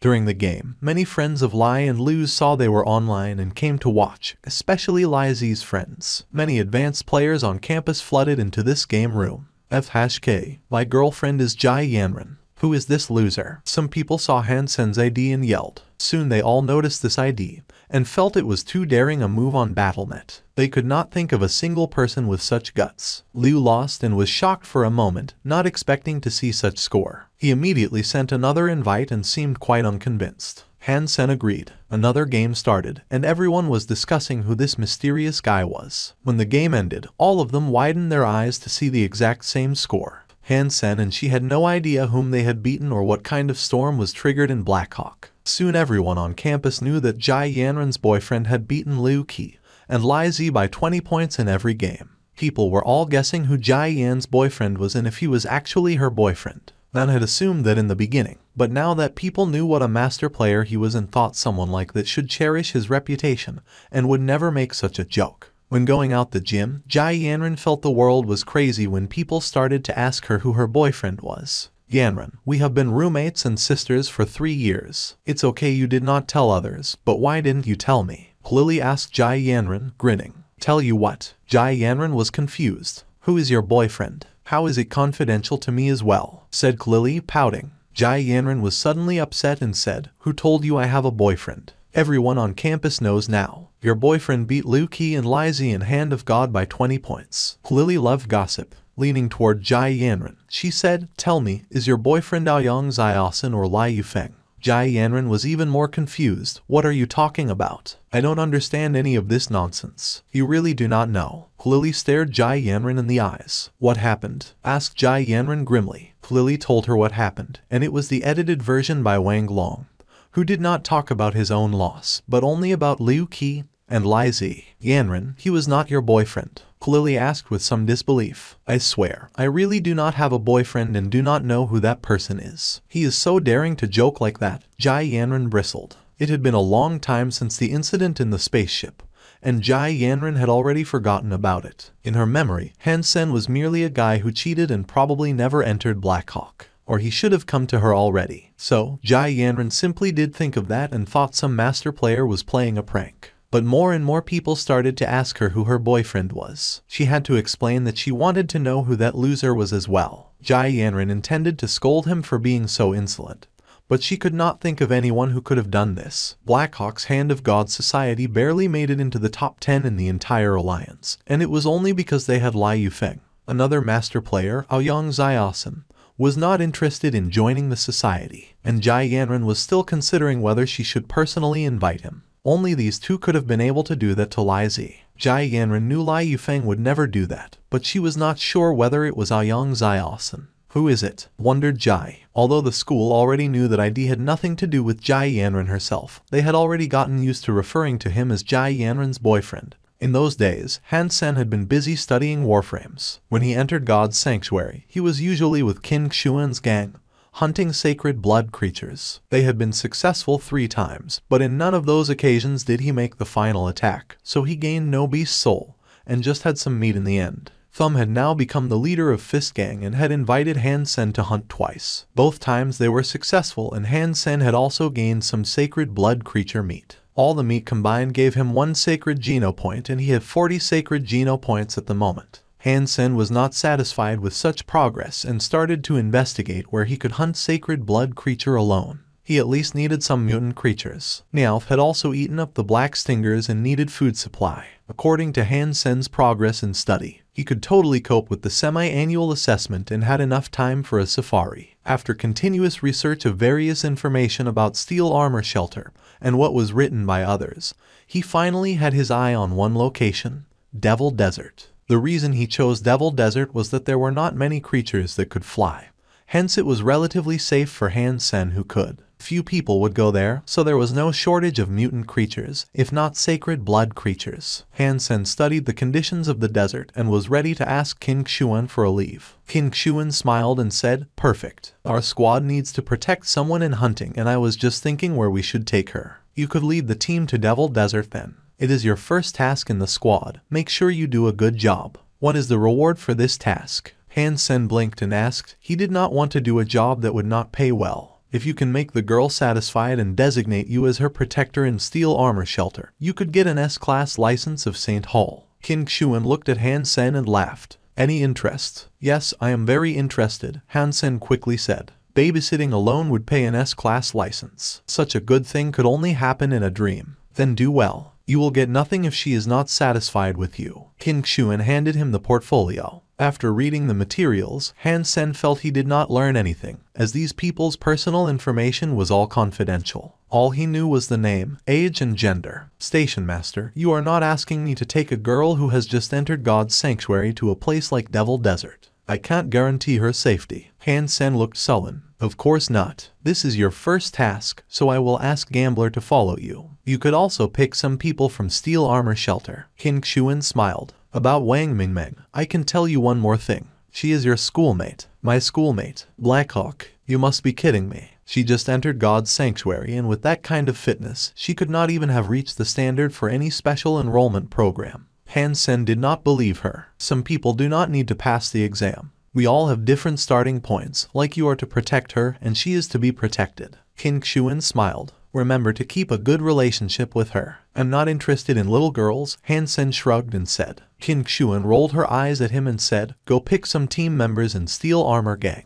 You can choose anyone but the team leaders. There should be less than 10 members and the fees will be covered by the squad." Han Sen asked Su Zioqiao and some others who had a mutant mount. He did not want to waste his time on walking and would not consider those without mounts. As for Gambler, Han Sen was confident in him. He was an old member in the squad and had amazing skills, like Sleeve-a-Blade. When Han Sen saw Wang Mingmeng, he finally knew what privileges meant. A girl just over 16 who had just entered God's sanctuary for 1 month had mutant shapeshifting beast soul, mutant armor, mutant weapon and 1 sacred blood beast soul mount, making Han Sen and the rest rather jealous. Although Lin Beifeng was rich, he was only an upstart when compared with Wang Mingmeng. The beast souls she had probably could not be bought with money. Fortunately, Wang Mingmeng was not an annoying princess. She was delightful and lovely. She also fought well. Although she had only been in God's sanctuary for a month, it looked like that she had gained quite a few Geno points already. She must have practiced multiple advanced Hyper Geno arts since childhood. Using her advanced beast souls, she could probably beat Su Zioqiao in a combat. The team had been traveling all the time and Wang Mingmeng never complained. "Brother Han, I heard from Sister Qin that you are also in Blackhawk." "I'm in Department of Warframe. Which department are you in?" Wang Mingmeng called Han Sen brother in a natural and sweet tone. In fact, kids from prominent families like Wang Mingmeng, King and Yuan were all quite well-mannered and easygoing. You can call me Sen. I was enrolled this year as well. We are both freshmen and I am an archery major." Han Sen enjoyed talking to an adorable girl like her, which make the journey less boring. "Archery department is the department our school is trying to enhance this year and I'm sure the change will happen fast. You must be specially enrolled." Wang Mingmeng started to chat with him. "Oh right, Brother Han, you came to Steel Armor Shelter early, so you must have seen Dollar himself." Wang Mingmeng asked hopefully. "Yes, we have all seen him at the contest." "Why do you ask about him?" Han Sen looked at Wang Mingmeng, surprised. "I am a fan of Dollar's, but unfortunately he never showed up since I came here, so I never got to see him," Wang Mingmeng said with some disappointment. Wang Mingmeng asked again, "Brother Han, can you tell me something about Dollar?" I have no way of knowing. You have to ask him, because he knows everything." Han Sen pointed to Su Zioqiao. Su Zioqiao quickly thumped his chest and said, "What do you want to know?" "I'm Dollar's buddy and it was me who named him Dollar." "Wow, then you must know what Dollar really looks like. He must be very handsome." Wang Mingmeng looked at Su Zioqiao happily. "Handsome, of course, he is most handsome. He has wide chest, long legs and nice round bottom." Su Zioqiao babbled on and Han Sen almost wanted to kill him. It took them 4 days to reach Devil Desert. Wang Mingmeng had nice skills and was improving very fast in hunting. Han Sen and Gambler were always shadowing her. Even when she was fighting with a creature, Gambler was always following her and Han Sen's bow and arrow were always ready to rescue her. If something happened to her, the entire squad including Kim Xuan would be in trouble, so Han Sen did not dare to slack at all. The next afternoon after they had entered the desert, Su Zio Kiao, who was the scout, cried in surprise, "A mutant creature." Everyone quickly urged their mounts on and saw a fox-like, fire-red and golden horned creature the size of a tiger barking at them. "It is mine." It was the first time Wang Mingmeng had seen a living mutant creature. She put away her mount and charged the mutant creature with a pair of mutant beast soul lancets in her hands. Han Sen and Gambler exchanged a look and ran after her in case of any accident. Wang Mingmeng's fighting skills were impressive. She could even match the mutant creature using several hyper-geno arts. The rest were going in left and right, trying to outflank the creature. The mutant creature seemed to have quite some wisdom and simply fled when seeing through the team's intention. It was also exceptionally fast and was 50 feet away in an instant. "Stop!" Wang Mingmeng quickly summoned her sacred blood mount, a bear with silver-white fur, and raced off on its back. Then everyone was on the mount, trying to keep up with Wang Mingmeng. But the mutant creature was running quite fast, and after a while, they started to fall farther behind. Wang Mingmeng felt anxious and urged her bear to run faster. "Wang Mingmeng, do not chase it on your own. It is too dangerous," cried Gambler. "It doesn't matter. I could kill this mutant beast. Please hurry up." Wang Mingmeng did not want to let the creature run off, so she raced off at full speed. Han Sen and Gambler exchanged a glance and quickly followed up.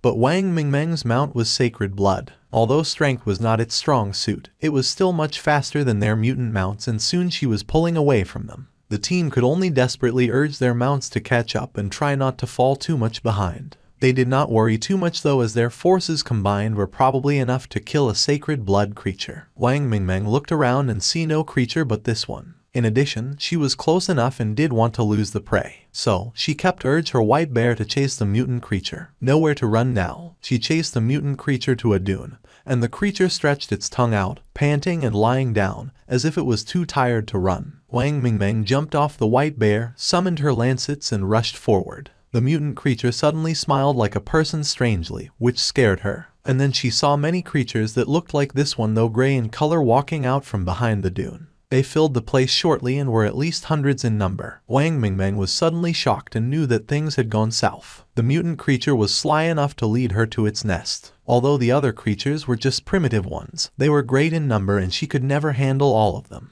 Wang Mingmeng immediately got on the back of her bear and ran away, with the creatures chasing after her like a tsunami. Fortunately, Han Sen and Gambler was not too much behind. Han Sen saw Wang trapped in the middle of groups of creatures, so he summoned his horn bow and shot an arrow in her direction. Wang Mingmeng had been surrounded by the creatures. Although the white bear had great strength and rampaged through the creatures, they still managed to throw themselves at her. Wang Mingmeng swung her lancets, but could not get rid of all the creatures close to her. Seeing a claw on her shoulder and teeth biting at her white neck, Wang Mingmeng was desperate that she could no longer fight this one off. At this moment, a whoosh was followed by a whimper. The creature on her back was shot through with a black arrow and fell on the ground. Whoosh, whoosh, whoosh. Arrows came from afar and each killed a creature. Soon all 8 creatures surrounding her were killed. Any creature that might endanger her was immediately shot dead with an arrow. No arrow was shot in vain. One even flew by her face and killed a creature behind her without hurting a single hair of hers. Brother Han. Wang Mingmeng saw Han Sen riding toward her while shooting arrows in her direction. All the creatures around her were killed by him. Wang Mingmeng was surprised and filled with joy. At least a mile away from her, Han Sen could have such accuracy, which was something she had never seen even in posh schools. Among the other few people, only Su Zio Kao was good at archery. However, he would not even dare to shoot in her direction from so far. Even if his bow allowed it, he would risk hurting her with his skill level. Wang Mingmeng was overjoyed and urged the white bear to run toward Han Sen. Wielding her lancets, she tried to stop the creatures that came at her. She did not worry about the ones that she could not fight off, as arrows would definitely appear timely to kill them. The distance between the two sides was gradually shortened, and soon they have joined forces. Han Sen headed forward where they came from. He did not go far before he saw the sand in front of him tremor and sink. A giant worm that looked like a silkworm but with the size of a locomotive came out of the sand and opened its large mouth, trying to devour them. It is a rock worm. Damn, there must be more than one. They are gregarious. Han Sen forced his mount to change the direction to avoid its attack. He felt a bit worried as he had read about rock worms. Although they were just primitive creatures, they are very large and had great strength. In addition, they had great speed when crawling in sand. For sure, they were one of the most scary creatures in Devil Desert. If Han Sen was alone, he could simply summon the purple-winged dragon beast soul and fly up. However, he had Wang Mingmeng to protect and could not do that. Boom! The huge body of the rock worm fell and made a pit in the ground. Sand flying and pebbles rolling. It was more terrifying than a grenade explosion. Even more frightening was that more rock worms were coming out from underground, and as far as the team could see, the ground was covered by these worms, which were at least hundreds in number. In front of them were rock worms and behind them were the tide of fox-like creatures. They were besieged by the creatures. Han Sen and Gambler looked into each other's eyes and understood each other's thoughts. Gambler gritted his teeth and said, "You protect her, I will clear the way." Gambler took back his mount and rushed toward the fox-like creatures. He was even faster than his mutant mount. "Listen up, follow Gambler out and whoever falling behind will die," said Han Sen, lifting Wang Mingmeng from the back of her white bear to sit her behind him. He cried, "Game is over. Now hold on to me and we will fight for our lives." Wang Mingmeng fought well and had plenty of beast souls. However, in a melee like this one, an inexperienced girl like her would not be able to survive. When it came to life and death, only the veterans who had developed an acute instinct had a bigger chance at survival. Wang Mingmeng hurriedly hugged Han Sen from the back. Han Sen urged his mutant three-eyed beast mount and the bull-like mount moved as it charged the fox-like beasts. Gambler was leading the way with one jambia in each hand. The jambias were flashing in his hands like butterflies, slitting the throats of all creatures near him. Nothing could stop him and a bloody path was left behind him. Han Sen rushed into that path and his arrows never stopped, killing all the creatures trying to gather around. However, he only had 50 Z steel arrows, which had been used up. All he had now was the beast soul arrow, which could be taken back and used again, but that process was too slow for him. Han Sen had to knock some creatures away with his horn bow. The rest of the team had also been fighting with every effort, wishing to clear out a way out from the endless creatures. Behind them, the rock worms were catching up at an incredible speed. Once caught up by them, there would be no other way of survival than flying. Blood was splashing and they had almost made it. Then the mutant creature that Wang Mingmeng was chasing in the first place howled, standing on a dune far from them. And then they saw more creatures coming toward them from all directions. There were even some fox-like black horned creatures that were almost exactly like the mutant creature only with white fur. Seeing those white creatures, everyone's heart sank. Su Xiaoqiao cried, "No way. That mutant creature was not a mutant creature, but a sacred blood king of all these fox-like creatures. These white ones are mutant creatures. We have poked a hornet's nest." Wang Mingmeng saw the white mutant creatures among others and was mortified. There were so many mutant creatures that it seemed the whole team would die here. Gambler exclaimed in the front, "Damn, it is a sacred blood king. There are too many mutant creatures that I can't keep going." Han Sen said to Wang Mingmeng sitting behind him, "Hand me your lancets." Wang Mingmeng paused and transferred her mutant beast soul lancets to Han Sen. Han Sen grabbed a rope and got off his mount. He then carried Wang to the ground as if she weighed nothing and put her on his back. With the rope he secured her there. "What are you doing?" Wang Mingmeng said, horrified. "Going out," said Han Sen in a cold tone. In a red shadow he shapeshifted into the fairy queen and his entire body was then covered in red armor except for his head. Eyes scarlet, ruby crown on his head and short black hair turning long and blonde. Han Sen grabbed the lancets and ran toward Gambler like a red lightning bolt. "Gambler, cover me. I will clear a way out," yelled Han Sen next to Gambler. "You got it." Covered in the creatures and his own blood, Gambler replied. Han Sen had rushed to the front. The lancets were flashing in his hands and each flash took a life. Primitive horned sand fox hunted. No beast soul gained. The voice in his mind rang non-stop. Han Sen paid no mind to it and just stared the mutant horned sand fox that were throwing themselves at him. Su Xiaoqiao and others were trying to keep up desperately, but when they saw the number of the mutant horned sand foxes, they were terrified.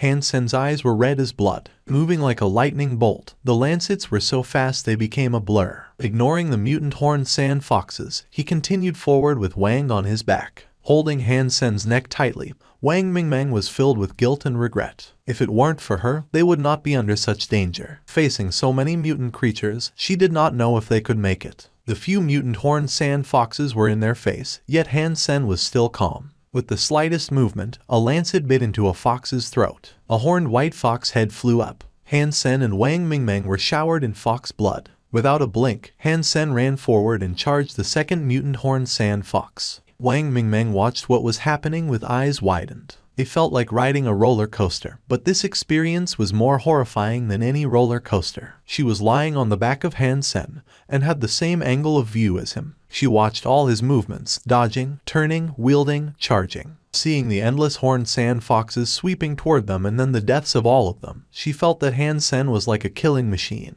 His movements extremely swift and each attack harvesting a life. Both mutant horned sand foxes and primitive ones were killed with one blow each, without exception. Wang Mingmeng and Han Sen were soaked in blood, and the original color of their armor could no longer be discerned. Wang Mingmeng suddenly had a strange feeling. Everything seemed surreal to her, as if she was watching a movie about a gorgeous killing spree. Han Sen was like a tireless killing machine. All her fear went away when she knew he could kill all of the foxes if he had to. The rest of the team were stunned. They had never seen Han Sen fighting in a melee. They had always believed he was a good archer and did not like to place himself under any danger. But when they saw Han Sen put down his bow and arrow, they came to know how fearsome he could be in a melee. Mutant Horned Sand Fox was also killed in just one blow. They had never seen Han Sen miss so far. Formidable. Even they could not help but shudder. Such efficiency in killing was simply a spree, so terrifying and satisfying to watch that it made one want to moan.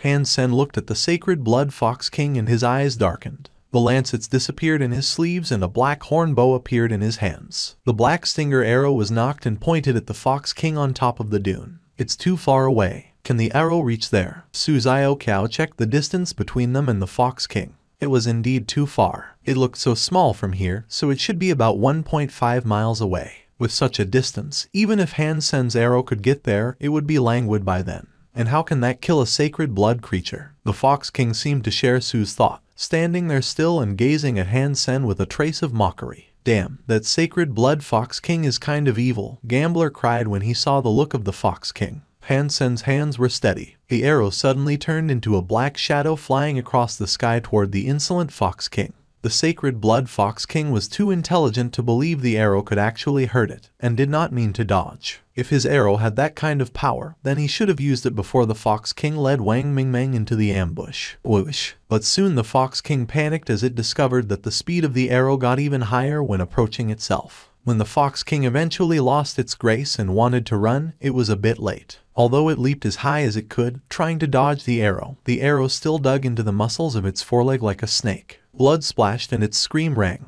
The arrogant and sly Fox King was knocked out by the arrow and tumbled down the dune. Hearing the scream of their king, the skulk of foxes paused their attack and looked to the dune where the king was standing. Of course, they did not see it because it had fallen. The skulk was suddenly in a chaos and did not know what to do. Hurry, commanded Han Sen and dashed. When the angry sacred blood Fox King limped back to the top of the dune, the team had dashed out of the skulk. Almost without any hesitation, Han Sen roared at Wang Mingmeng, "Summon your mount." Wang Mingmeng quickly summoned the big white bear. Han Sen leapt on the bear and Wang urged the bear on at full speed. The skulk of foxes was snapping at their heels, but only the few mutant horned sand foxes could catch up with the team's mutant mounts. Han Sen thought that the skulk would give up the chase soon, since their king was injured and could not catch up with them. However, they soon heard a strange howl and what they saw was shocking. The Fox King was standing on top of the head of a golden rockworm and, gazing at Han Sen, bristled. FHK, this Fox King is abnormal. How could it command the rockworm? Is the rockworm also a sacred blood creature? Cried Su Xiaoqiao. The team saw the golden rockworm approach them at a high speed and was horror-struck. You go east, I will go west. Han Sen then asked Wang Mingmeng to control her bear to go west. Now Wang Mingmeng almost trusted Han Sen blindly and did not even think about it before doing what he said. You have to be careful. Gambler had already understood Han Sen's plan and led the rest to the east. The Fox King ordered the rockworm and mutant foxes to chase Han and Wang immediately. A fox never forgets. It would never give up until it tore Han Sen apart. Han Sen had already taken the fairy queen back to save his strength. He had also untied the rope and sat Wang in front of him so she could better control the bear. Fox King, come if you want to eat me, Han Sen said and suddenly shot an arrow, killing a mutant fox in the blink of an eye. The Fox King was stamping with rage, roaring on top of the golden rockworm's head. The worm moved faster. The mutant foxes were also trying to catch up with the bear. Han Sen glanced at the Fox King and shot another mutant fox dead. Watching the Fox King losing its temper, Han Sen laughed. Fox King, come at me if you will, and watch me kill your buddies. Han Sen's hands never stopped, his black stinger arrow killing one mutant fox after another. Mutant horned sand fox killed. Beast Soul of Mutant Horned Sand Fox gained. Eat its meat to gain 0 to 10 mutant geno points randomly. Suddenly a different voice sounded in Han Sen's mind. He gained a mutant horned sand fox beast soul. With great joy, Han Sen was shooting with great strength. The Fox King was about to explode. The white bear was a sacred blood mount, so the golden rock worm could not catch up with them anytime soon. Finally, at a howl of the Fox King, all the mutant foxes stopped chasing. Only the Fox King continued with the rock worm as its mount. There were no more mutant foxes for him to kill, so Han Sen made the Fox King his target. This time the Fox King was prepared and dodged. Although the distance was short, the arrow ended up hitting the golden rock worm. Clank! It sounded like the worm had a shell harder than metal. The mutant black stinger arrow only left a white mark that was barely visible on it. Han Sen was taken aback with a surprise. Sure enough, the golden rock worm is also a sacred blood creature. Brother Han, now what should we do? The white bear is slower than the golden rock worm. They will catch up eventually, asked Wang Mingmeng, riding the bear. She did not sound scared or worried, as for some reason, she believed Han Sen could always take care of things. In such a dangerous escape, she did not even have any sense of crisis. Although there were occasionally some creatures in front of them, they would scatter at the sight of the golden rock worm. Hence they did not encounter any obstacles on the way. The rock worms are only fast in the desert. If we can get out of here, we should be able to get rid of it. Han Sen pondered and said, "It's full of sand and rocks here. I do not see any other color." Wang Mingmeng looked around, said disappointedly, "Just dunes and stony hills." Han Sen's eyes suddenly lit up. Pointing in one direction, he said, "Go over there." Wang Mingmeng followed his order and urged the bear on. Soon she found they were on a cliff facing a deep valley. The path ended and the valley was at least 100 feet wide. "Brother Han, we have nowhere to go," exclaimed Wang Mingmeng. "Go over," Han Sen said with no expression. "No, the white bear cannot jump so far," Wang Mingmeng quickly said, seeing the big white bear approaching the edge. "Trust me, go over," said Han Sen firmly, while pointing an arrow at the Fox King. Knowing their despair, the Fox King looked cruel and pleased. "Well, Brother Han, I believe you." Going over, Wang Mingmeng commanded her bear to rush off the edge at full speed. With her blind trust in Han Sen, Wang Mingmeng was trying to make the impossible happen. Behind them the golden rock worm was getting closer and closer. The Fox King watched the two humans viciously. Pointing the arrow at the Fox King, Han Sen did not shoot. "Brother Han!" Wang Mingmeng screamed and closed her eyes as the white bear ran off the edge. Han Sen finally shot the arrow, put an arm around her waist, and covered her eyes with his other hand. "Take your white bear back," he said quietly. Wang Mingmeng was held in Han Sen's arms and took back the bear. She felt she was falling with him. With a sudden jerk, she felt ground under her feet. The impact was not that strong though. It was as if they had jumped from somewhere 3 or 4 feet above the ground. Wang Mingmeng opened her eyes in surprise to find they were under a cliff more than 300 feet high. But nothing had happened to Han Sen and her. When she was feeling incredible, the golden rock worm fell on the ground next to them like a bomb. With a boom, its stone-hard shell was broken in pieces. Worm juice, meat and inner parts were splashing everywhere, staining the cliff wall. Sacred blood golden rock worm king killed. Beast soul of golden rock worm king gained. Eat its meat to gain 0 to 10 sacred geno points randomly. A wonderful voice rang in his mind, almost making Han Sen laugh out loud. The Fox King was still lingering on the cliff, gazing at him full of resentment. "Let's go." Han Sen summoned his mutant three-eyed beast Mountum, carried Wang to its back, and went in the opposite direction of the Fox King. "Should we take some of the worm meat with us?" Wang Mingmeng asked. For such a big worm,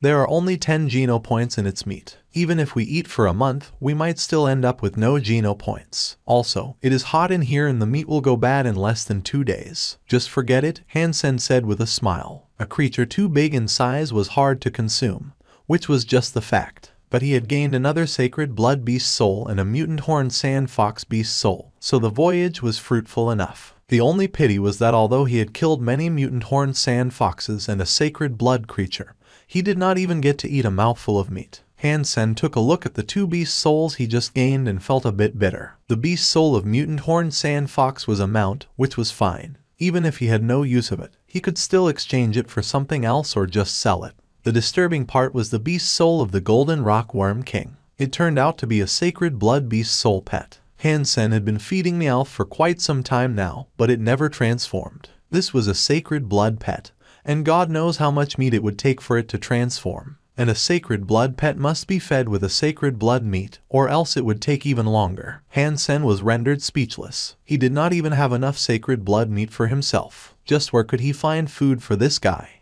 Brother Han, why were we safe after jumping from the high cliff? Wang Mingmeng had been puzzled. When they jumped off the cliff, she was too scared to open her eyes and did not see how they landed. In fact, even if she did not close her eyes, Han Sen was covering them anyway. He did it so that he could use the wings of the purple-winged dragon beast soul. Or it could never have been done. Because I know a special martial art. Han Sen smiled. What kind of martial art? Can you teach me? Wang Mingmeng looked at him with worship. It only runs in the family and only sons can be taught, so I can't even teach my wife and daughter, let alone you. Han Sen laughed. Han Sen did not go back and try to kill the sacred blood fox king. It was a sly creature. In the end, it did not escape but stood on the cliff. Han Sen knew from its look that it was trying to lure Han Sen back to kill it. If he was alone, he could give it a try. But since Wang Mingmeng was here, he gave up the idea of adventure. That Fox King was the most cunning of creature he had ever seen. Sen, are you going for it? She looked at Han Sen with hidden excitement. He felt even Han Sen's opponent was Lai Yufeng. Han would still win. Although she had never seen Lai Yufeng play, he believed so. Han Sen's performance so far made him think that Han must be almost invincible in this game. Lu Meng and Zhang Yang were also looking at Han Sen, awaiting his decision. Of course I will, Han Sen said casually. Jai Yanren was the girlfriend he won with a bet. Although he was too busy to look for her, he would not allow other guys to use himself to impress her. In the Han Sen's view, it was fine if Lai tried to show off in front of Jai Yanren. But there was no way Han Sen would allow himself to be used in the process. Hearing Han Sen's answer, she and Lu were both thrilled. Zhang Yang rubbed his hands together and said, now that's it. Young people should be motivated, and we all support you to defeat Lai Yufeng and make Jai Yanren your girlfriend for real. Right? If you really have such a gorgeous girlfriend, the entire room 304 would all feel honored, said she excitedly. People thought Jai Yanren's boyfriend was too scared to reply. But today, seeing his reply and the ID name, a student was in shock. Having rubbed his eyes and confirmed several times, he started to spread the news. Haha. Jai Yanren's boyfriend replied directly with the time of the duel. We have something to watch. I think Jai Yanren's boyfriend is definitely stronger. That is hard to say. After all, Lai Yufeng is a professional player and the best on campus. He also had good performance in the contest across the alliance. How do you know that Jai Yanren's boyfriend is not professional? That makes sense. No one knows who Jai Yanren's boyfriend is, so he could be a professional player as well. Yanren, your boyfriend appeared. Jai Yanren paused and bristled. I said 1,000,000 times that he is not my boyfriend, so do not call him that. Yanren, I envy you that there are two great guys fighting for you, making you quite the princess. Lily said admiringly. You can have them both if you want, Jai Yanren said sullenly. She did not really like Lai Yufeng, but Lai had been chasing after her for 2 years. She was quite upset by his pursuit. As for my girlfriend is Jai Yanren. He was using such a devious means that Jai Yanren had even less interest in him. But Jai Yanren was still a little curious and wanted to find out who that person was. As soon as she watched that person play, she should be able to tell who he was from his style. Unless he was not one of the players on campus, she would have an idea. At 10:30 at night, the BattleNet had a historical number of students online. Many of those who did not play this game even registered new accounts to watch this duel. Jai Yanren was also watching. When she saw Lai Yufeng had a game room set up, she entered the room. In fact, 80% of those online were in this game room to wait for them to start. At 10:30, everyone suddenly saw a notification. My girlfriend is Jai Yanren entered the room. Haha, finally. The crowd was overjoyed. Jai Yanren threw an angry gaze at the ID and vowed to find him. Zhang Yang, Lu Meng and she were not online, but standing next to Han Sen watching his holographic image directly, which was more interesting than viewing it online. Seeing that ID, coldness flashed in Lai's eyes. He simply sent an invite and texted, after you lose, I want you to get rid of this ID immediately, and apologize to Jai Yanren. Everyone was staring at the screen, wondering what my girlfriend is Jai Yanren would say to that. It is too easy to beat you, so no strings attached this time. Just leave my Yanren alone in the future. Seeing this line from my girlfriend is Jai Yanren, the screen was full in an instant. It begins. Seeing the countdown end, the light spots lit up on both sides. Lai Yufeng's fingers danced like a snake and almost hit a spot the moment it lit up. Because he did not really know his opponent's style, and this guy had won Lai Zi by 20 points. Lai Yufeng played safe and chose to clear up his own side and gain points as fast as he could, so as to beat his opponent in a dignified way. Lai Yufeng was playing very well and he was quite satisfied with how he performed. With a glance, he saw his opponent also hitting a spot at a speed no lower than his, which made him pause. In the momentary pause, his opponent went for another spot. Lai Yufeng quickly calmed himself down and hit his second spot as fast as he could. Knowing his opponent's speed, Lai Yufeng did not dare to be distracted again and played with his best speed and skills. The two players' hands were like two butterflies dancing away, hitting all the light spots around them at an amazing speed. The game room was silent. In a room where more than 10,000 people were watching, none typed anything. Everyone was staring at their screen. It was not because the duel was so wonderful, but because it was not at all. A person's speed had been completely overwhelmed by the other person. Lai Yufeng's hand had a speed and flexibility that were amazing to begin with. But in front of the other hand, Lai Yufeng's hand suddenly looked a bit clumsy. And this feeling was just incredible, because this was Lai Yufeng, the best player on campus. Slender but strong, this was an attractive hand. In addition to that, people could not tell anything else from the image, how they wanted to see the owner of the hand. But in Hand of God, all they could see was the hand and wrist. There was no way they could tell who he was. Total silence. Although the result was clear, many refused to believe that Lai Yufeng would be beaten like this. That was Lai Yufeng. Lai Yufeng concentrated on his hand and raised its speed to his limit, constantly hitting the spots. At least I will beat him by 5 points, Lai Yufeng thought proudly. He knew Jai Yanren was certainly watching this game. Lai Yufeng was hitting the spots with all he had, thinking that if he went faster and raised the difference to 6 or 7 points, then the effect might be even better. But when Lai Yufeng was reaching for a spot again, all spots suddenly disappeared. He turned his eyes and looked at his opponent's score. 100 points. Lai Yufeng could not move. He could not believe that he had been beaten by 20 points. He could not believe this, nor could anyone who knew Lai Yufeng and his skills at this game. Everyone looked blankly at that score,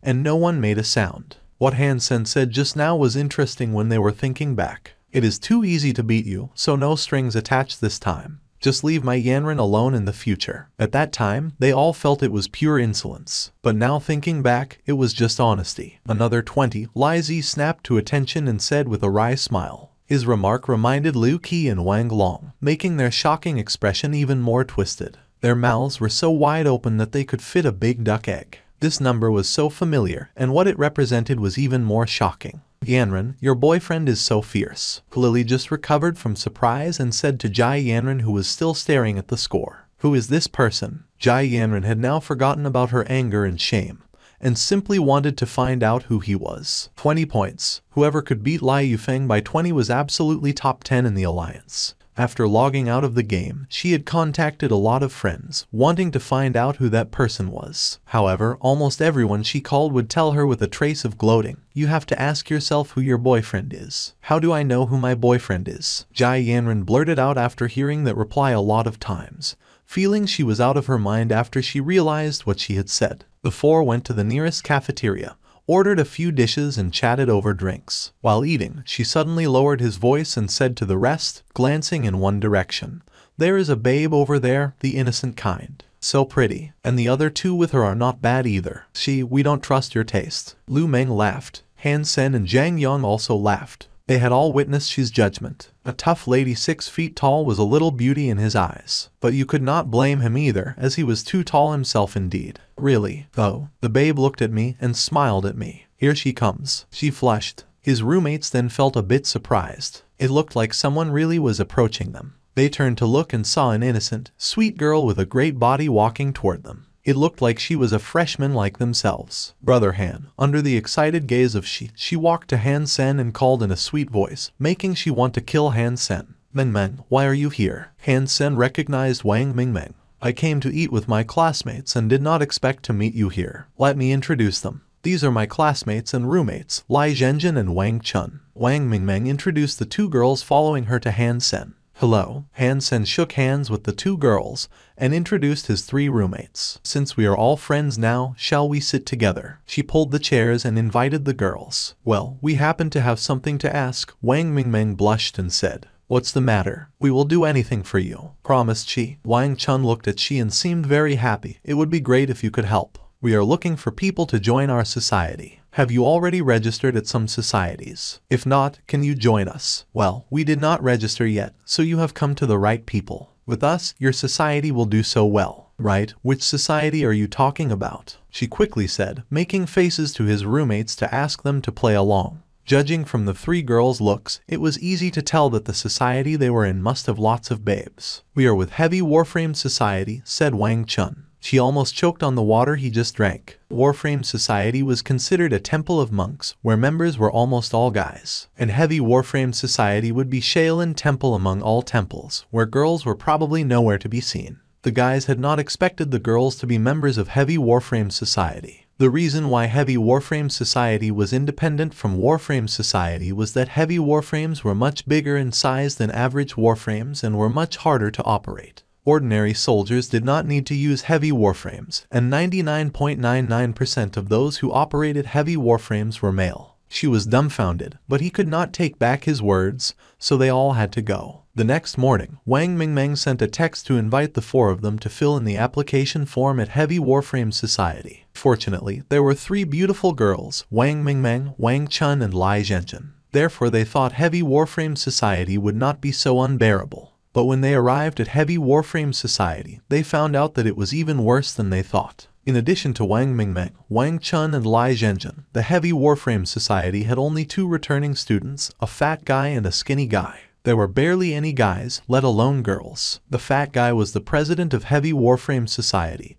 and the skinny guy was the only returning member. Han Sen and his roommates failed to memorize their names because the girls only referred to them by their nickname, Fatty and Skinny. Fatty was smiling ear to ear when he saw Wang Mingmeng taking 4 new members to register, but his face collapsed when he found out they were from Department of Archery. Since there was a special enrollment program for archery students, the requirement of fitness index was lowered for them. Normally speaking, one would have to reach 11 in fitness index to be admitted, but archery students only needed to reach 10 as long as they passed their archery test. The difference of 1 point was a big gap, so archery students might be the weakest in the history of Blackhawk. The operation of heavy warframes required one to have great physique, so Fatty and Skinny were very disappointed when they learned that all 4 were from Department of Archery. Wang Mingmeng was very happy to show Han Sen around. Mingmeng, this is not right. Why do you call us by names, but call Sen brother? We are all freshmen and he is 3rd oldest among us, only a dozen days older than Lu Meng,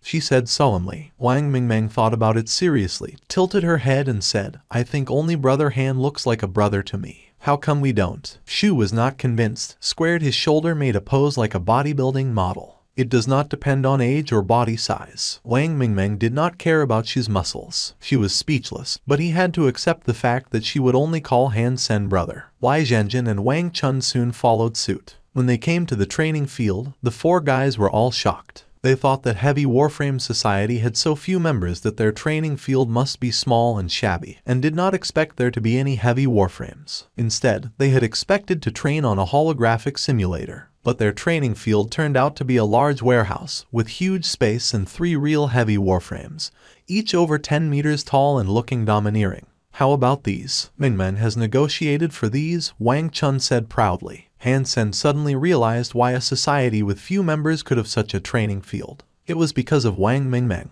But it made Han Sen very excited, as he had been studying warframe operation.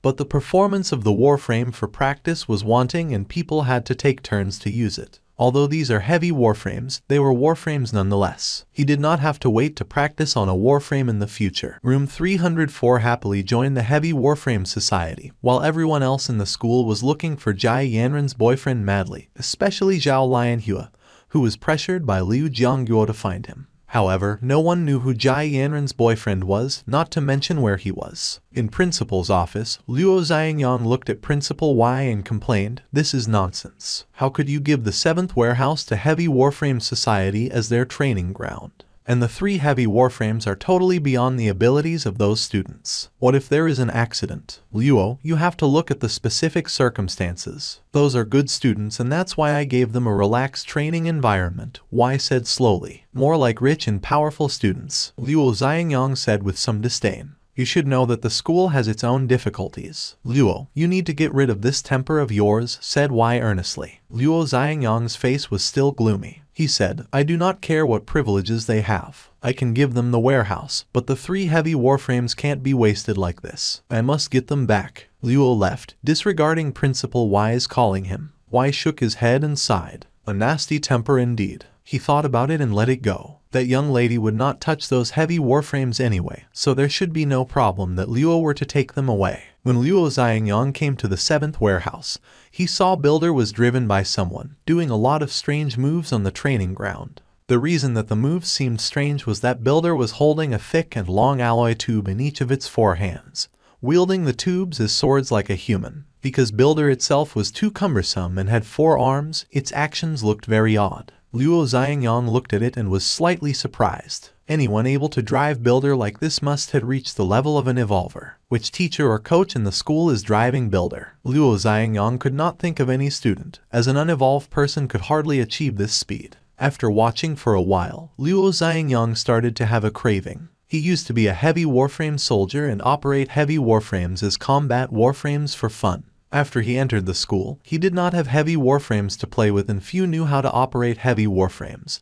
so he had no one to spar with either. When he saw someone using a heavy warframe to mimic a combat warframe, his craving was evoked. Seeing Porter RS parked on the other side, Luo Xiangyang went directly into its cockpit and activated it using his coach authorization. Han Sen was practicing driving Builder because it was the closest to an ordinary combat warframe. Suddenly, Han Sen saw a shadow coming toward him from the holographic image. With his strong reflexes, he immediately operated Builder to raise one of the tubes it was grabbing to block that shadow. Clank! A loud clanking of metals rang and Han Sen saw that it was Porter RS that had attacked him using its 30 feet long multi-function wrench. And on Porter RS's other arm, the cutter was turned on and waved toward him. Han Sen did not have any time to consider who was driving Porter's RS, but had to block it with another tube in Builder's hand. The alloy tube was cut off by the cutter instantly, and the fearsome blade spinning at a high speed was approaching Builder. Shocked, Han Sen pushed the speed of his hands to the limit, manipulating Builder to step back and avoided the swing from Porter RS. Good, Luo Xiangyang exclaimed in excitement, controlling the Porter RS to launch crazy attacks against Builder. The giant wrench, cutter, drill bits,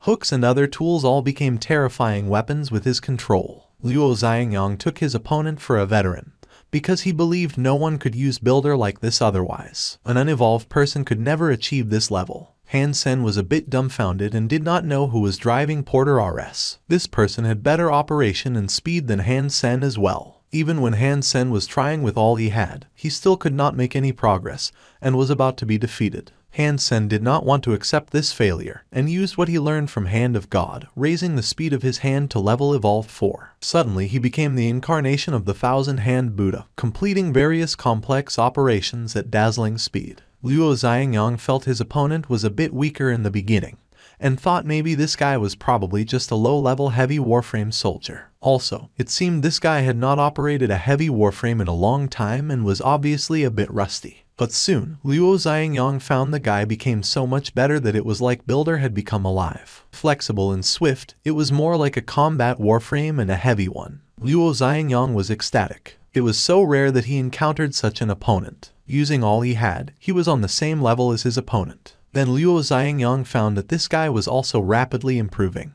When fighting with Luo, this guy's operation was more and more accurate, which again convinced Luo that this was a retired heavy warframe soldier like himself. Awesome. Luo Xiangyang had not been so happy in a long time. If he had to describe, he would have said the ordinary combat warframes were like women, and heavy warframes were like men. The domineering feeling, the clanking of the wrench and alloy tubes, and the pressure his body was under, all brought Luo's blood to a boil, reminding him of the days when he was in the army. The two large-scale heavy warframes were constantly colliding into each other and the sounds kept echoing in the warehouse. Han Sen did not know who he was fighting, but felt much pressure. Even when he was using all he got, he was still completely overwhelmed. His opponent was so much better than him in technique and Han Sen had learned a lot. Han Sen did not expect that the person he was fighting would be the coach of Warframe Society, and a veteran in heavy warframe operation. Han Sen had no hard feelings, but was quite excited about a fight like this, because he could learn so much more from it than when he practiced alone. Having been fighting for an hour,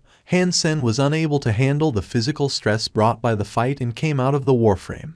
He was soaked in his own sweat. Operating a heavy warframe like Builder could stress one out easily, and it was impressive that Han Sen had been operating it for such a long time. Luo Xiangyang felt a bit unsatisfied, but did not insist when seeing his opponent had stopped. He came out of the cockpit and wanted to meet this person. Since they were both veterans, they could communicate and fight again later. But he was stunned when he saw the man coming out of Builder. He always thought that this guy must be a veteran, but the person coming out of Builder was a fair-skinned young man of no more than 17 years of age. "You are a student?" Luo Xiangyang asked. "Hello, I am Han Sen. I have just entered the Heavy Warframe Society. Are you also in our society? I have never met you. Your skills are amazing. Could you teach me when you have time?" Han Sen said with a smile. "You just entered the Heavy Warframe Society. You are a freshman." Luo Xiangyang could not believe that he was just sparring with a freshman. "Yes, I joined our society 7 or 8 days ago," replied Han Sen. "Have you ever driven a heavy warframe before?" "No. Before I was using the training warframes at school to practice and only had the opportunity to use a heavy warframe after I joined the society.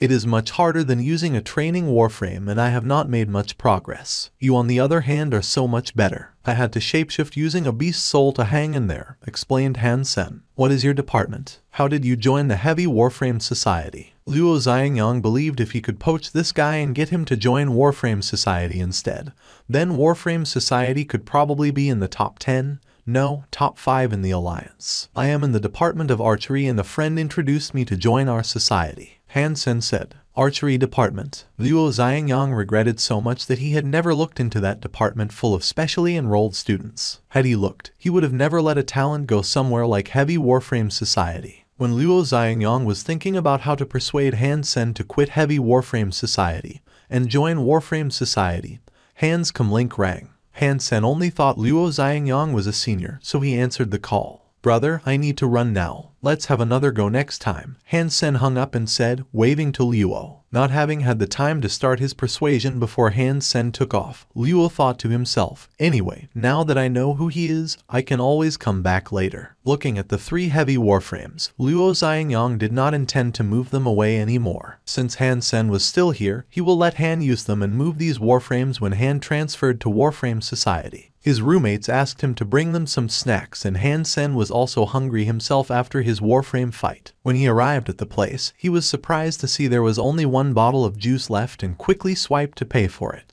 But when he finished the payment and was reaching for the bottle of juice, another hand grabbed the bottle. Han Sen quickly looked up and saw that person looking back at him. "You." The two called out almost at the same time. Han Sen saw the sweet face in front of him and was slightly surprised, not expecting to see Jai Yanran here. Apparently, Jai Yanran was also surprised to see him. She frowned and asked, "Why are you here?" "I am a Blackhawk student and have, of course, come here to eat," Han Sen replied. "Didn't think you would be admitted." Jai Yanran curled her lips and looked at Han Sen's hand on the bottle. "Let go. You are the one who should let go." "I paid first," said Han Sen. Jai Yanran gave him a glance full of disdain. "Your pickup line is too old. Let go or I will yell." "What do you mean by pickup line? Why do I need that? Have you seen anyone using a pickup line on his girlfriend?"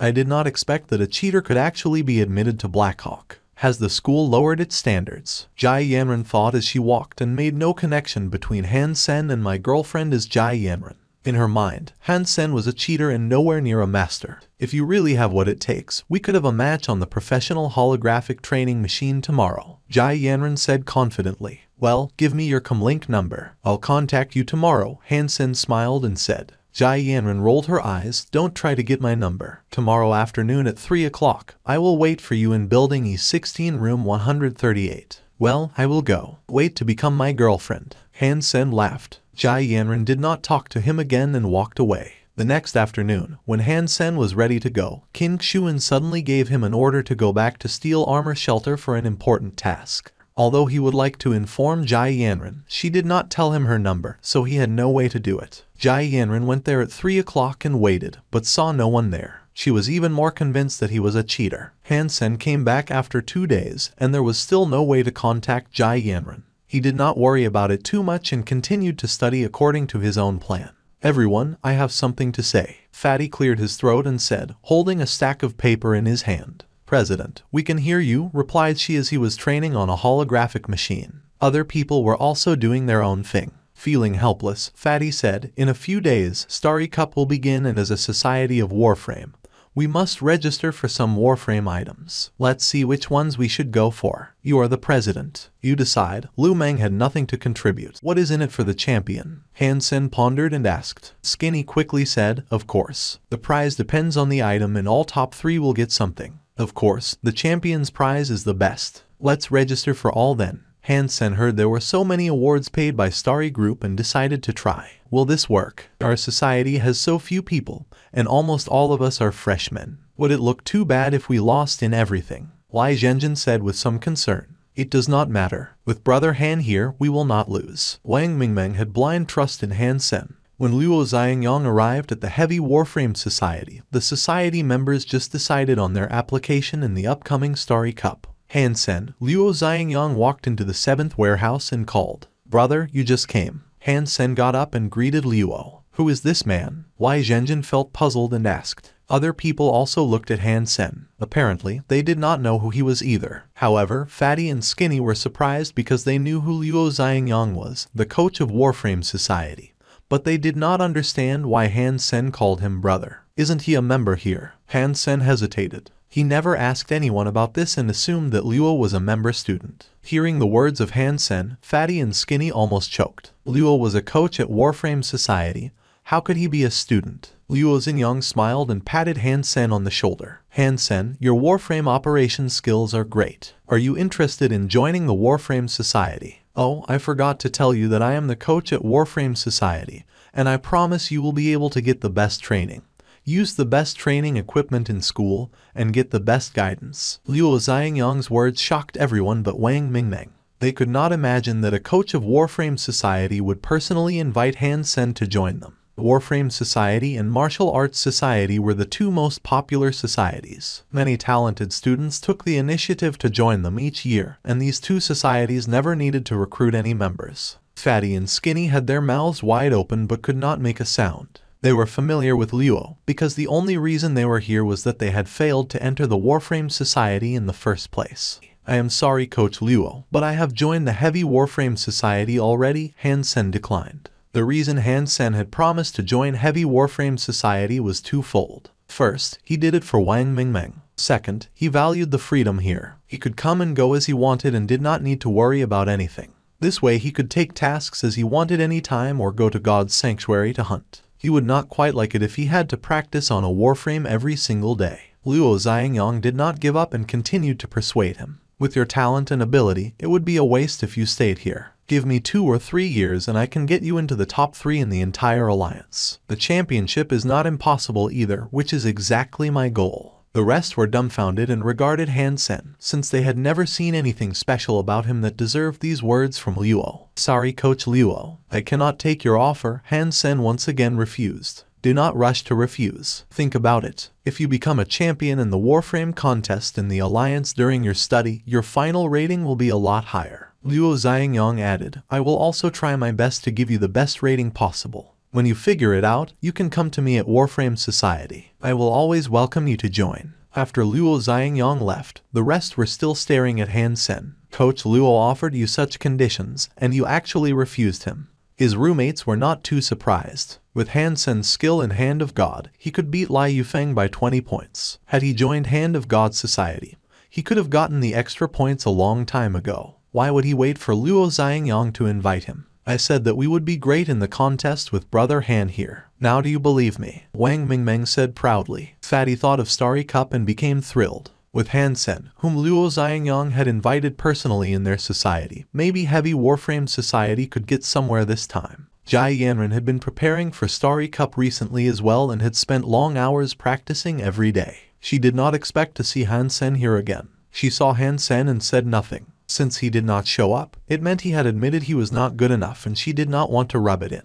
Han Sen sat across her and said, "Last time I was delayed by something else. Without your number, I was not able to inform you, and I am so sorry about it. Why do men always have so many excuses?" Jai Yanran said. Han Sen opened his mouth and felt it was hard to explain. He had failed to show up indeed, so no explanation seemed good enough. "Shall we have a match tomorrow?" Han Sen thought for a moment and decided he could only prove himself with his ability. "Forget it, I do not want to be played again." Jai Yanran had clearly identified Han Sen as a cheater and did not intend to indulge him. When Han Sen wanted to explain, a few students came to them. One of them saw Han Sen and asked Jai Yanran, "Yanran, who is he?" "A freshman, I don't know his name." Jai Yanran did not tell Lai Yufeng about Han Sen, afraid that Lai might look for trouble. Lai Yufeng nodded and asked Han Sen, "Which department are you in?" "Archery," replied Han Sen casually. A thin man sat next to Han Sen, threw one arm around Han's shoulder and said while squinting, "Brother, if you want to get yourself a girl, you need to be smarter. Now this is our president. How dare you? Anyone could chase after a pretty girl. Why can't I?" Han Sen seemed very naive. The thin man grinned, put a spitball on the table, and took a cup to cover the spitball. Taking 2 extra cups, he put them upside down and began to move the 3 cups around so swiftly that it was bedazzling. After a while, the thin man smiled and said to Han Sen, "If you can tell under which cup the spitball is, you can go out with anyone you choose. If not, get lost and do not show your face in front of our president again." Jai Yanran did not stop the thin man, because she was interested to know Han Sen's reply. The thin man had a speed that was among the top 3 in the Hand of God Society. It was not that easy to tell. Han Sen looked at the thin man, and put his hand on a cup with a smile. The thin man was overjoyed. But Han Sen smiled and said, "There's nothing under this cup." Then Han Sen lifted the cup and there was nothing underneath. Han Sen put his hand on the next cup, stroked it and said, "Not under this one either." The cup was again lifted by Han Sen, and there was nothing on the table. Han Sen placed a finger on the last cup and said with a smile, "No need to tell you about this one." The thin man and the rest were embarrassed, and even Jai Yanran regarded Han Sen curiously, not expecting him to be so good. "You are lucky today. Do not let me see you again," snapped the thin man. "You think this is finished?" Han Sen looked at the thin man, smiling. He was not someone who would not fight back after being bullied. "What do you want?" The thin man stared at Han Sen. Without a word, Han Sen put the 3 cups upside down in front of him and covered the spitball with 1 cup like the thin man, then quickly moved the 3 cups around. Jai Yanran, Lai Yufeng and the thin man all knew what Han was trying to do, but felt he was trying to teach fish how to swim. His speed was much lower than that of the thin man, so the latter even snorted. Han Sen acted as if he had not heard it and continued to exchange the cups. Then he sat up and looked at the group of people. "As you said, if you could guess right, I don't care what you do. If not, then F#K off and stay away from Jai Yanran." The thin man sneered, reached out and was about to lift one of the cups. "You just don't understand your limit, do you?" Han Sen blocked the thin man's hand, and the latter stared at Han angrily. "What are you doing? Boy, I will now show you who the real master is. It's under this cup." The thin man lifted the cup in the middle up, full of self-confidence. But after the cup was lifted, all were stunned, and the thin man looked dreadful. There was nothing under that cup. "Impossible, this is impossible." The thin man widened his eyes and looked into the cup he was holding. There was nothing. Jai Yanran was also puzzled, as she thought that the spitball should be under the middle cup. Jai Yanran looked at Han Sen in surprise and did not know how he could have done that. Han Sen had intended to practice operating warframes before Starry Cup began. However, Lin Beifeng told him excitedly that he had discovered a nest full of mutant creatures, which Lin could not take care of alone, and asked Han Sen to hunt with him. Lin Beifeng did not dare to go alone and was reluctant to cooperate with any of the gangs. If he did that, he might not even be able to get 30%. After all, he only provided a location, and in accordance with the rules, if he did not contribute anything else, all he could have was 30%. "How long does it take?" Han Sen hesitated. "The Starry Cup will begin in a few days." He had promised Fatty that he would go. It was also his idea to apply for all the items, so it would not make sense if he missed it. Han Sen was very interested as he only had 52 mutant geno points and wished to gain more. When Lin Beifeng arrived at a crevice of the mountain, Han Sen was shocked. A crevice was cracked into the mountain for either an earthquake or other reasons. Many giant blue ants the size of mice were going in and out of the crevice. From afar, they could only see an ocean of blue lights, so there should be at least 100 or 200 of them. "Sen, these are the creatures. Their bodies are very hard, and there are too many of them. When I just found them, I tried to wield my mutant beast soul knife at one of them and was only able to leave a white mark on its shell." Lin paused and then said, "Although they are small in size, they are very fast. In shorter distances, their speed was about the same as our mutant beast soul mounts. They couldn't keep that speed up though. After running for 100 feet, they will become slow, and each of them can lift a stone of 300 pounds easily. When Lin Beifeng was explaining, Han Sen examined the giant ants that looked like they were made of blue crystal, and found that they were biting at the rocks and making the crevice wider and wider. The rocks were like chocolate in their mouth, and it was hard to tell the rocks were hard just by watching. There are so many of them that the two of us would die there if we went inside, Han Sen said quietly. Han Sen looked around to find a suitable location, and summoned his horn bow and mutant black stinger arrow. He then tied a high-tech load-bearing thread on the nock of his arrow. Although the thread was as thin as a hair, it could withstand the weight of 100 pounds. A big ant would be easy. Sen, is it too far from here? These creatures' shells are very hard and even mutant beast soul weapons could hardly hurt them, Lin Beifeng said and saw the arrow had left the string. Whiz, half a mile away. The arrow flew as fast as electricity and went deep into the gap of a giant ant's shell. That blue ant was killed almost instantly, which amazed Lin. Mutant phantom ant killed. No beast soul gained. Eat its meat to gain 0 to 10 mutant geno points randomly. With the voice in Han Sen's mind, he saw the phantom ants nearby were all alarmed and looking around for traces of their enemy. But after they covered the ground nearby, they found nothing and went back to the crevice and started to consume the rocks. Soon he made another shot and killed another ant. Lin Beifeng admired Han Sen very much. From such a distance, Lin could not even tell what the ants looked like, and yet Han Sen could hit the small gaps in their shells each time. It was almost magical. When Han Sen was hunting the ants, Lin Beifeng was treating their bodies. The ants looked big, but the edible part was only a piece of jelly-like meat the size of an egg. Lin Beifeng ate several and enjoyed the fun of mutant geno point growth. But like any other creature, only the first few of the same kind worked. Lin Beifeng had stopped after eating 5 ants. According to people's general experience, 5 was the limit. If one continued to eat the same type of meat after the 5th creature, it might take a dozen creatures for one to gain another geno point. Han Sen's mutant geno points also rose from 52 points to 64 points. He had a relatively high number of mutant geno points, so in the future, even when he ate new meat, the effect would not be as good. Han Sen summoned the Golden Rock Worm King. The small worm almost devoured a phantom ant instantaneously, and even the shell of the ant was crunched down by the worm. The Worm King was not even as big as the ant, so Han Sen had no idea how it ate the ant up. Having consumed a dozen phantom ants, the Worm King's body swelled up and became as big as a fist. Han Sen told Lin not to treat the meat anymore and threw the ants' bodies directly at the Worm King, which was still able to continue eating. After eating 3 dozen ants, the Worm King grew as big as the phantom ant, and had no other change. A sacred blood pet is indeed impressive. It at least has an Olympic-size appetite. But Han Sen was not about to give it all the meat, as he needed to save some for Meowth. In front of Lin Beifeng, Han Sen could not summon Meowth. It was a beast soul pet that King Xuan gave $, so if he were to summon it, the secret might get out. Han Sen suddenly heard a different voice when he killed another phantom ant. Mutant phantom ant killed. Beast soul of mutant phantom ant gained. Eat its meat to gain 0 to 10 mutant geno points randomly. Sen, would you use this beast soul? If not, I can double, no, triple the price of an ordinary mutant beast soul armor to buy it, asked Lin, obsessed with the look of this suit of armor. I don't need money now, but I would trade it for an S-class license. My brother, I really do not have any S-class license. The military control is strict. A class is fine, but S-class is really hard to get, Lin said bitterly. Isn't this beast soul hard to get? Han Sen grinned and asked. Of course. Lin Beifeng frowned and thought for a moment, then said to Han Sen, I don't have S-class licenses, but do have one thing that you might like. When we are back, I will show you, and if you are interested, we could trade. A super biological warframe, Lin replied. I know about biological warframes, but why super? Han Sen asked. Lin Beifeng said, the ones we usually see are semi-biological, semi-mechanical. Although their appearance is almost like a creature, and they can complete many difficult actions like human bodies, after all, there are many limitations to them. Super biological warframe is the product of the latest technology in the warframe industry, and it has not been sold in the Alliance yet. Now, only a few military labs have several prototypes. Because the military needs the rare metal our company produce, we have established a connection with the military, and this super biological warframe was a prototype I managed to get from them.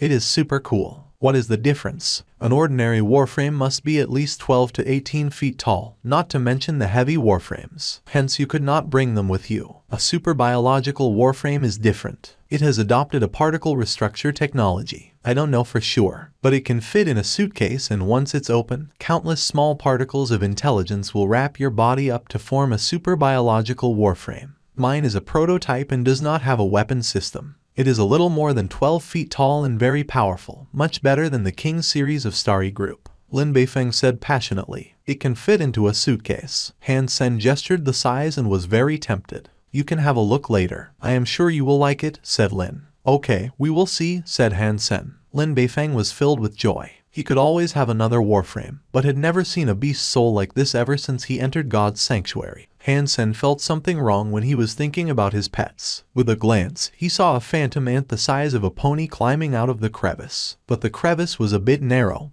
and its body was stuck there. Using its sharp claws to break the rocks and gnawing at the rocks as if they were tofu, the ant was about to be able to come out. Han Sen suddenly understood why the mutant phantom ants had been eating the rocks. It was not because they enjoyed the taste, but because they were trying to widen the crevice to allow this giant ant to pass. S-T. It can't be a sacred blood phantom ant, can it? Lin Beifeng also saw it and exclaimed with his eyes wide. Han Sen drew the string of the horn bow to the fullest and aimed his black stinger arrow at the giant phantom ant. He paused for a second before shooting the arrow. Clank! The black stinger arrow hit the ant in the head and fell, leaving nothing on its shell. S-T. So hard. It's absolutely a sacred blood creature, shouted Lin Beifeng. In the blink of an eye, the giant phantom ant had come out of the crevice and rushed toward Han Sen and Lin Beifeng faster than a cheetah. Han Sen took back the black stinger arrow, drew the string one more time and shot the arrow at the giant phantom ant. Clank! The arrow once again ended up hitting its head and did nothing, while the ant had rushed forward more than 600 feet in that moment.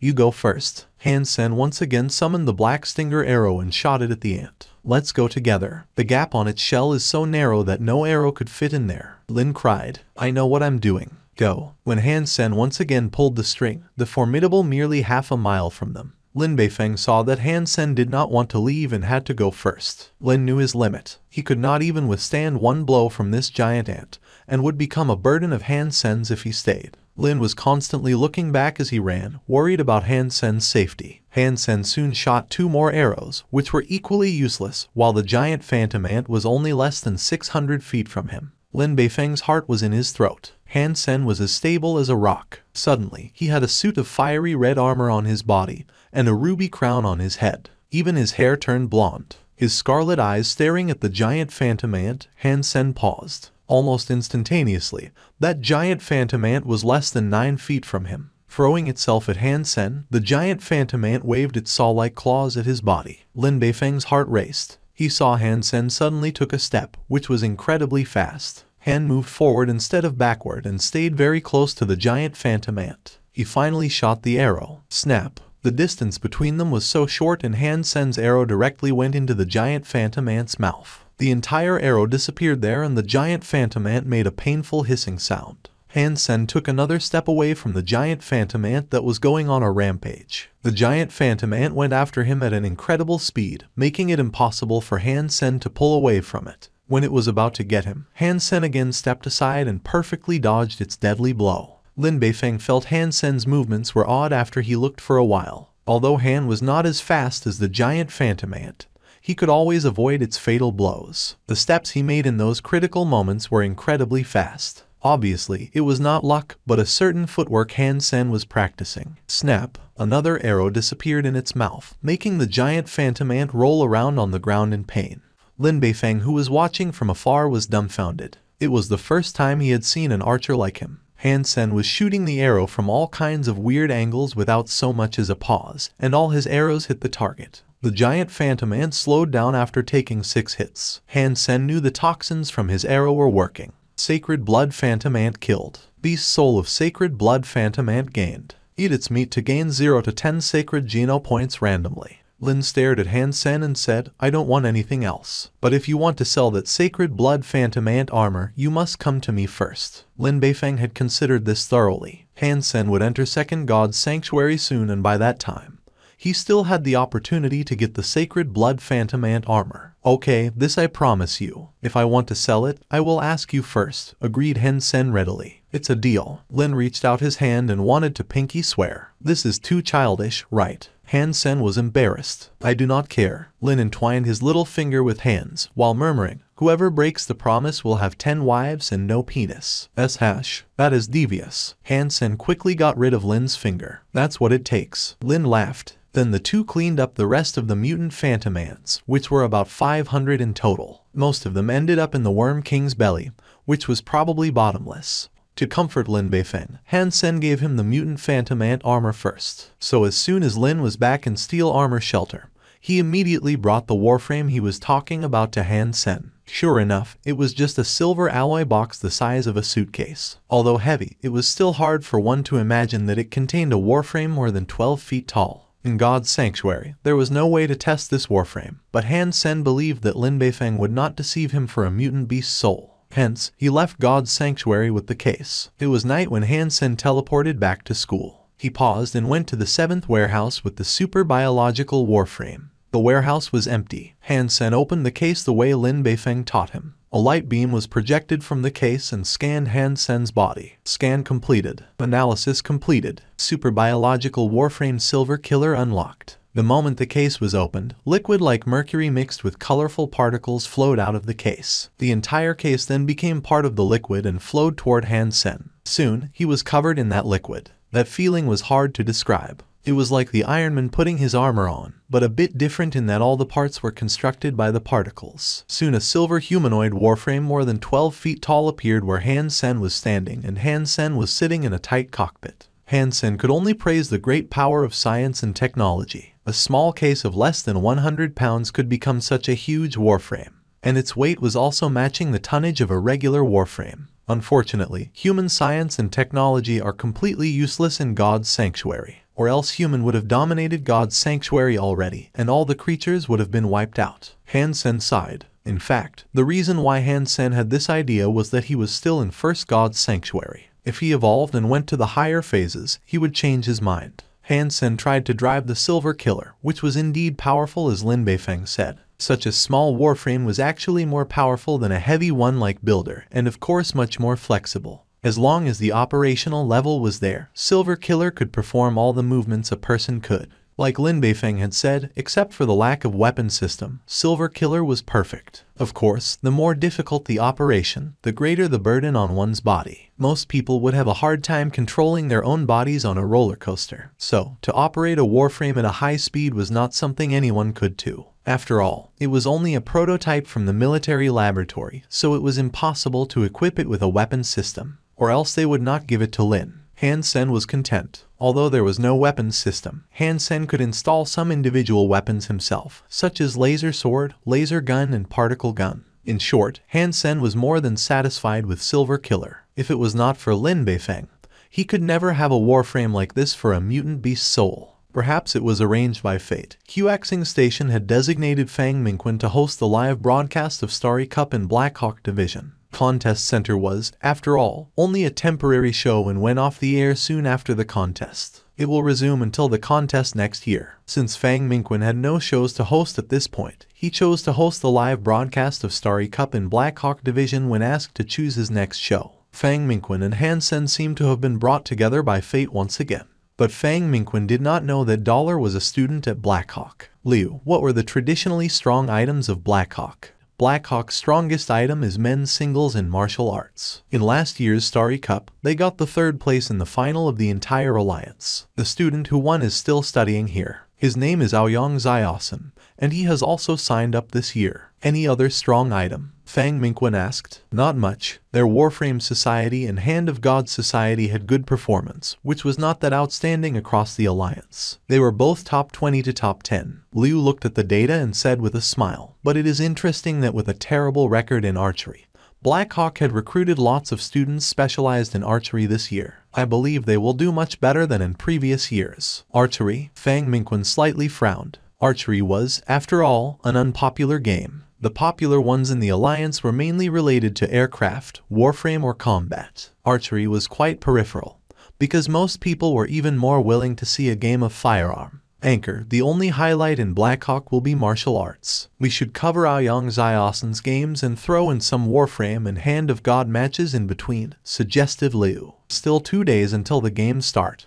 We can decide after learning more about Black Hawk. Fang Minquin looked at the time. It's late. Let's call it a day. We have been working all night. Some snacks now would be a good idea. Fang Minquin and Liu left the room assigned to them by the school and went to a cafeteria. It was midnight. The cafeteria was almost empty and food was still being sold at the smart machines. Fang Mingwen looked inside the hall, and only one student was sitting in the corner, eating. Fang then took the food they just bought and sat opposite the student. "Fellow, you are eating so late." Sitting opposite the student, Fang Mingwen said with a smile. Fang believed that the student would recognize himself, because judging from his age, the student must be in First God's Sanctuary and should have watched Contest Center, of which Fang was the host. Fang Mingwen was a little disappointed that Han Sen did not recognize him, but soon let it go. He asked casually while eating, "What is your name? And which department are you from?" Han Sen, Archery Department. Han Sen answered simply, "Archery Department." Fang Mingwen and Liu were surprised that they had met a specially enrolled student the first day they had arrived. Fang Mingwen looked Han Sen up and down. "So you are from the Department of Archery. Have you applied for Starry Cup? Which items in archery did you sign up for?" "None in archery." Han Sen smiled. "What did you sign up for then?" Liu could not help but asked. "Warframe," Han Sen said. "So you are in the Warframe Society?" Liu asked. "No, I'm in the Heavy Warframe Society." Han Sen laughed. "Sen, you must be great at that then. Which items did you sign up for?" "I have enrolled in all the items, with one exception due to a time conflict." Han Sen thought about it and said. Liu was even more convinced that Han Sen was a dawdler. Although there were many Warframe items, the differences between them were huge. Most people would focus on 1 to 2 items to strive for the best results possible. "So, what kind of performance can we expect from you?" Fang Mingwen asked with a smile. "I will try to get championship in all the items I have signed up for," Han Sen casually replied. Liu almost choked on his drink when hearing his reply. After coughing for a while, Liu cast an odd gaze at Han. "Fellow, I think you should sign up for more items then, such as Hand of God. The more championships the better, right? Hand of God is boring." Han Sen did not care about the irony in Liu's words. "Why?" Fang Mingwen was quite curious. "Because all the opponents are too weak," said Han Sen casually. Liu regarded Han Sen, unable to believe what he had heard. Liu felt that students nowadays were so arrogant that they would say anything just to impress others. Liu had checked Blackhawk's record in Hand of God, which was quite impressive, and Lai Yufeng, among others, was in the top 50 in the alliance. However, he had never heard of Han Sen. From the data he had collected, Han Sen was not even in the Hand of God Society. Liu looked at Han Sen and ridiculed. "So, you must be much stronger than Lai Yufeng at Hand of God." "Not much, but I could beat him by 20 points, Han Sen said. Liu thought this student was not making any sense at all and gave up talking to him. Fang Mingwen, on the other hand, was intrigued by Han Sen. He said with a smile, "It's great that young people have confidence. When is your game? We will go cheer for you. I have not got the schedule yet, but I will be at almost all the Warframe matches. You could come at any time." Han Sen left the cafeteria and walked toward his dormitory. By chance, he saw Jai Yanren, who was also walking back to her dormitory. "Hey." Han Sen walked up quickly to greet her, since she was his girlfriend, technically. Jai Yanren saw Han Sen and glanced at him sharply. Then she suddenly had an idea and put on a smile. "You always wanted to prove that you did not cheat. So, you must have signed up for Hand of God in Starry Cup." Han Sen sighed. "I was going to register for Hand of God, but the members of my society have all signed up for Warframe items, so it seems that there is no chance for me to prove myself." "Save it." Jai Yanren despised Han Sen, believing that he simply did not dare to participate in Hand of God games. "You are my girlfriend, so do you want to come and see my games?" Han Sen smiled and asked her. "Enough with the nonsense," Jai Yanren said. "Which Warframe items did you sign up for?" "All of them, with one exception because of a time conflict." "Why? You think this is like casting a net, the wider the better?" Jai Yanren was slightly curious. "For the prizes, there are nearly 10 items under the Warframe category, which was the biggest of all. I could get several first places and easily earn 10 million. Han Sen told the truth. He entered purely to get the rewards. "Several first places? I don't think you could even make top 10, let alone top 3.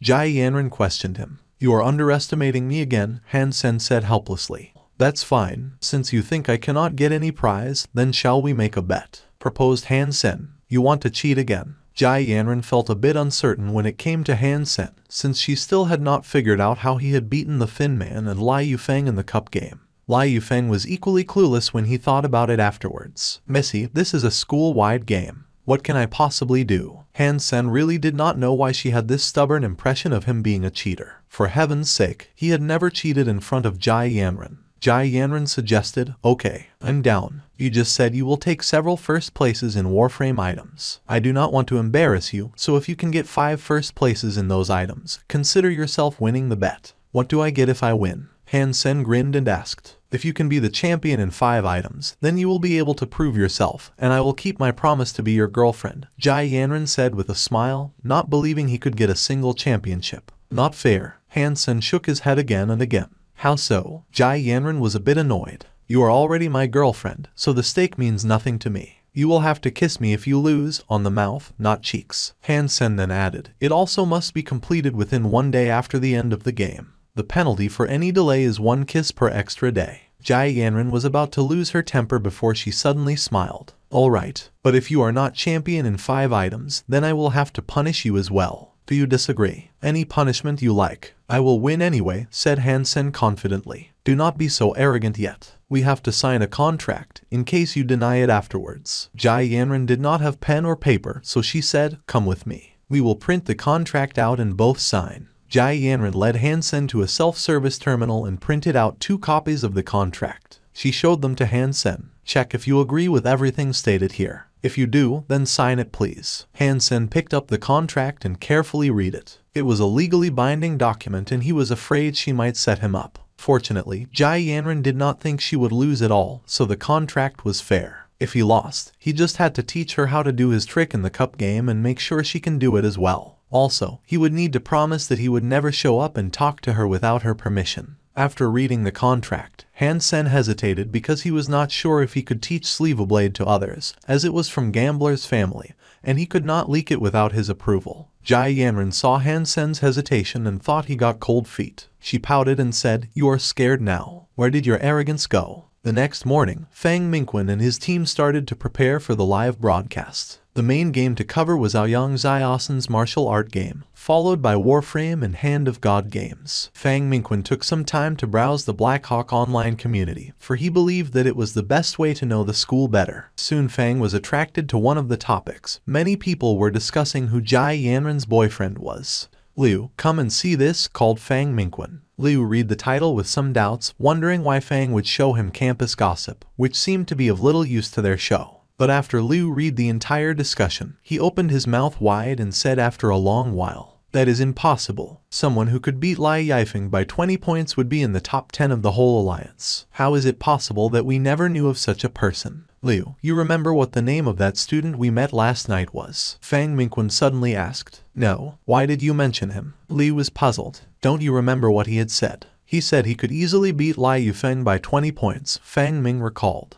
You think that student is Jai Yanran's boyfriend? That is unlikely. He is a freshman in the archery department and a member of Heavy Warframe Society. All he signed up for was Warframe items. How could he be Jai Yanran's boyfriend? If he is that good at Hand of God, why didn't he sign up for that? Liu could not believe that Han Sen was Jai Yanran's boyfriend. That's what makes things interesting. Fang Minquin smiled. Although he cannot be sure that Han Sen was Jai Yanran's boyfriend, Fang felt Han Sen was an interesting person. If he is not the strongest player, he will definitely be the most eye-catching one. Fang Minquin preferred taking the risk to following the crowd. It could turn out to be great. If not, there would not be too much loss. Although Liu did not agree with Fang Minquin's idea, and did not believe that Han Sen could be Jai Yanran's boyfriend, he had to follow Fang Minquin's instructions. Huaxing Station had finally installed all their equipment at the site of the Warframe games. They had to work overtime for that. Although there were a lot of equipment in the Warframe game site, they were mostly just backups of other media in case they wanted to say something about the Warframe items during the breaks of Aoyang's game. Huaxing Station was the only one that had their full set of equipment at the Warframe game site, since martial arts were Blackhawk's strong suit. On the day of the game, Han Sen drove Silver Killer out of the 7th warehouse, because it was allowed to use one's own Warframe in the Warframe items. Sen, I did not know you are rich. This Warframe is gorgeous. She stared at Silver Killer. Among the Heavy Warframe Society members, Fatty, Skinny, Lu Meng and Wang Mingmeng all had their own Warframes in addition to Han Sen. Wang Mingmeng's was the most high-end one. Lu Meng's also looked quite expensive. But when it came to the appearance, Silver Killer was the winner. The streamlined shape and exquisite craftsmanship was simply beyond any mass-produced products. It was a true limited edition, and the only one in the laboratory. All prototypes would be different as the design concept and technology changed. and Silver Killer was especially unique. More and more people were noticing the Warframe Wang Mingmang was driving. Destroyer had been discontinued a few years ago. As a classic luxury model, many Warframe lovers took pride in owning a Destroyer, and it was so incredible to see it in the school-wide match. Although the performance of Destroyer was just as good as the current ones, its value as a collective was over 100 million.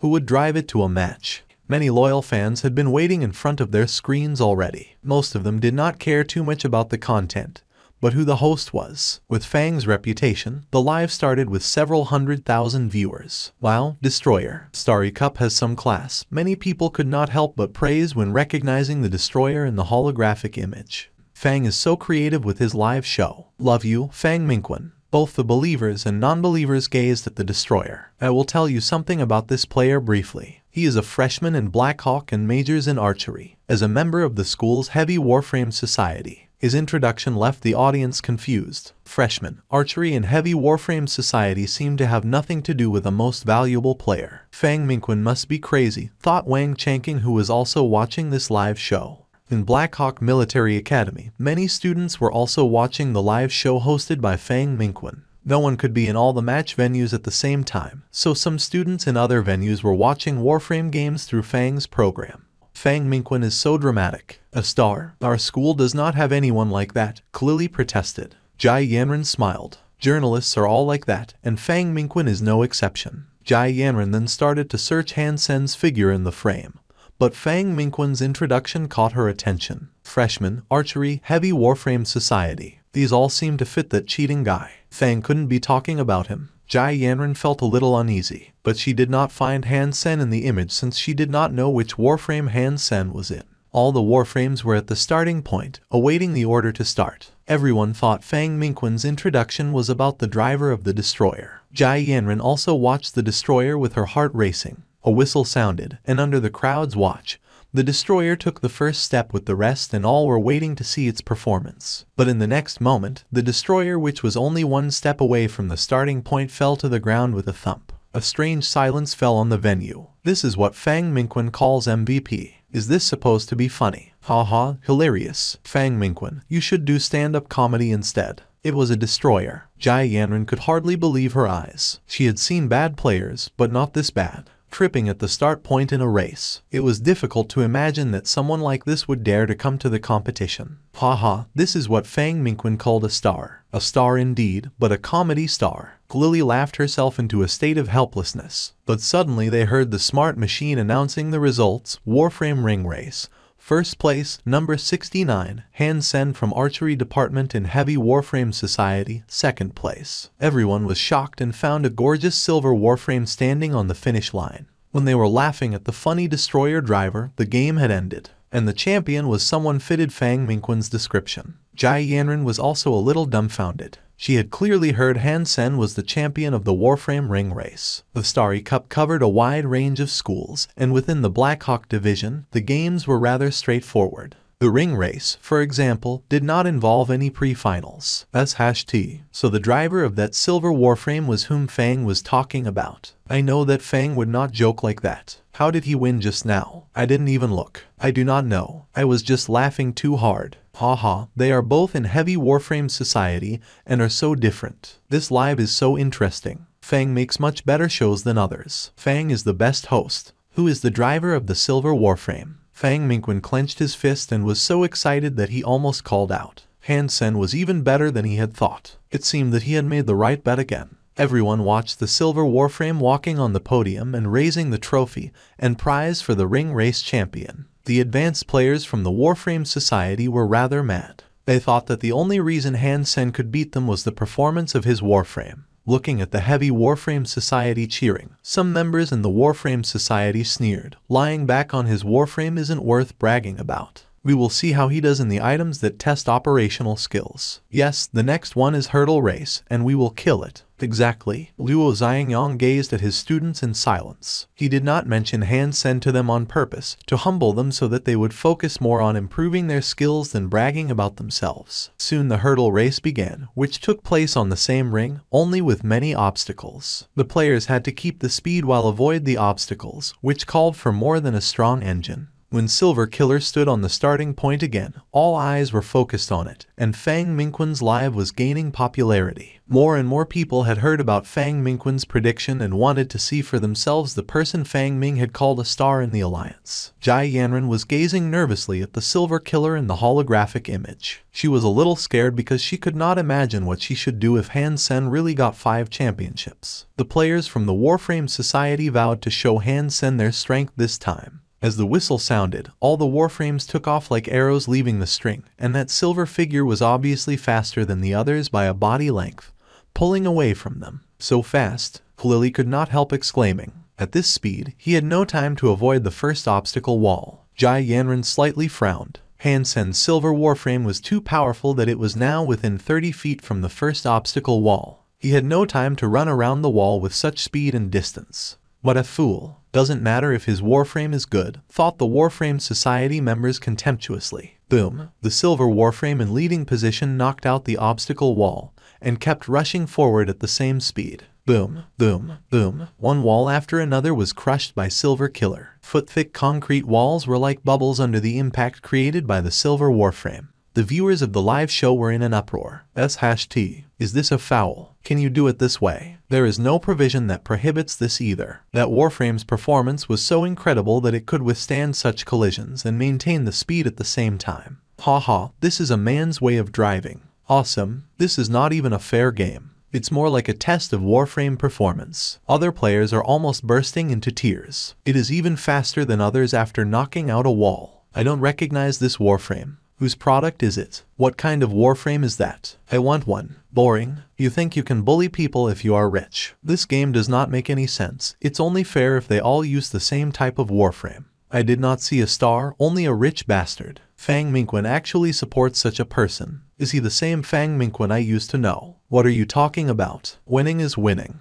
The Warframe performance is a part of a Warframe game. What is your problem, right? When you fight the Shiras, would you go off your Warframes if they don't use any? Han Sen's approach caused a lot of controversy, while Jai Yanran was even more upset by his crushing wall after wall. He is a cheater indeed. With such a Warframe, it is highly likely that he will win 5 championships. Jai Yanran regretted so much that she had signed a contract with this guy. She could not believe that this guy had a way to cheat in an official match. In the end, Silver Killer was the first to cross the finish line again and became the champion at the hurdle race. The Warframe Society members were shooting fiery gazes at him. Due to Han Sen's highly controversial win, many students who were watching other games came to the Warframe match venue. Even the most popular martial arts games started to lose audience to the Warframe matches. People at the news stations were confused to see students abandoning even Aoyang Xiaosan's match. When they learned from a few students what had happened, it was too late to move their equipment around. They had to use simple equipment to do the report of the Warframe game, which was not comparable to Fang Mingquan's show. On the Skynet, more and more people were watching Fang's live show. The number of the viewers had reached 1 million and continued to grow. Although 1 million people were nothing compared to the entire alliance, for the game in one division, this number was quite impressive. After all, most people interested in Starry Cup would rather focus their attention on the schools that were potential champions. Despite the fact that Blackhawk was a famous school, it did not have one item that was outstanding. Therefore, not many people would choose to watch this division. Many people watched because it was Fang Mingquan who was doing the live show. Other stations that focused on Blackhawk Division had even less viewers, 10,000 tops. Fang Mingquan's live show was also quickly gaining momentum.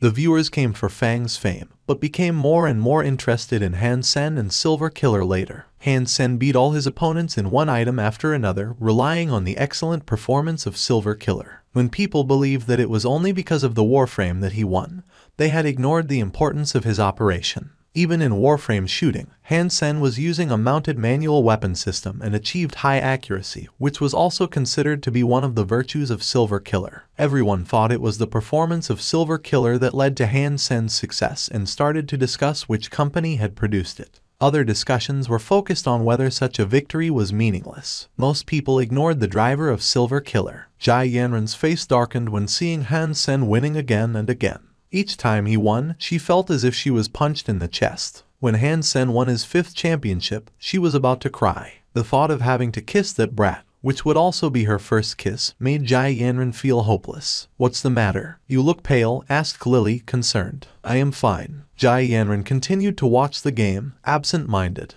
Han Sen kept winning, which made Jai more and more upset. She was distracted when it was her turn to compete in Hand of God and only got the 13th place in the end, worse than her performance last year. The thought of kissing that bastard made her uneasy. Han Sen's winning streak was unstoppable. He had won all the games he was in, counting 8 championships out of 9 now. The Warframe Society won the only item he did not participate in. There were now only 2 items left. One was single Warframe combat, and the other was group Warframe combat. The Warframe Society members could not wait to hit Han Sen hard in these 2 items, because they needed to vent after being sullen from the previous matches. Different from other Warframe games, single Warframe combat and group Warframe combat were both realized via the virtual simulation to avoid casualties and Warframe damages. After all, it was not a real war, and the players were only military school students, so they would not be asked to fight like real soldiers. In a virtual combat, the data of their Warframes would be scanned and virtual Warframes would be generated.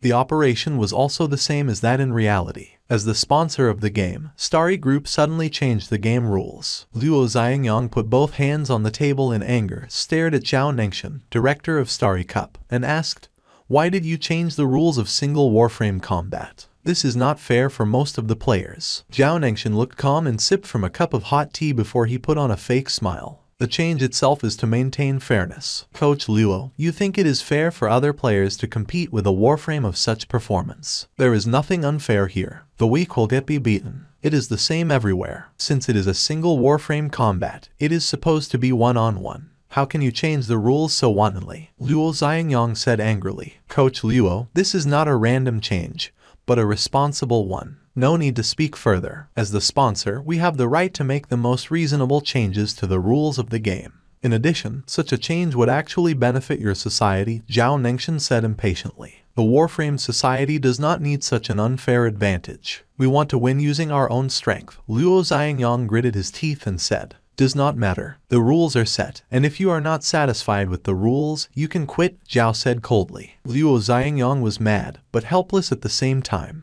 He could not ask his society to step down just because of his anger. And technically speaking, Starry Group's change would benefit the Warframe Society indeed. The single Warframe combat was changed to a melee. All players would be sent to the same scene, and whoever survived in the end would become the champion. Luo Xiangyang knew well that all the players had a problem with the Silver Killer driven by Han Sen. This rule was basically allowing all the players to gang up on Han Sen and the heavy Warframe Society members. Even if Han Sen was outstanding, he would not be able to withstand the attack from hundreds of Warframes. He was doomed. Starry Group did not do that to help the Warframe Society, but because of Han Sen and Silver Killer's excellence in Starry Cup. After all, Silver Killer was not one of their products. Before knowing which company made Silver Killer, Starry Group would not tolerate a Warframe that was not one of their own products to appear and stand out in the finals. That was why Starry Group had changed the rules to eliminate Han Sen and Silver Killer. Luo Xiangyang was extremely angry about this. He wanted his students to beat Han Sen, but not in such a way.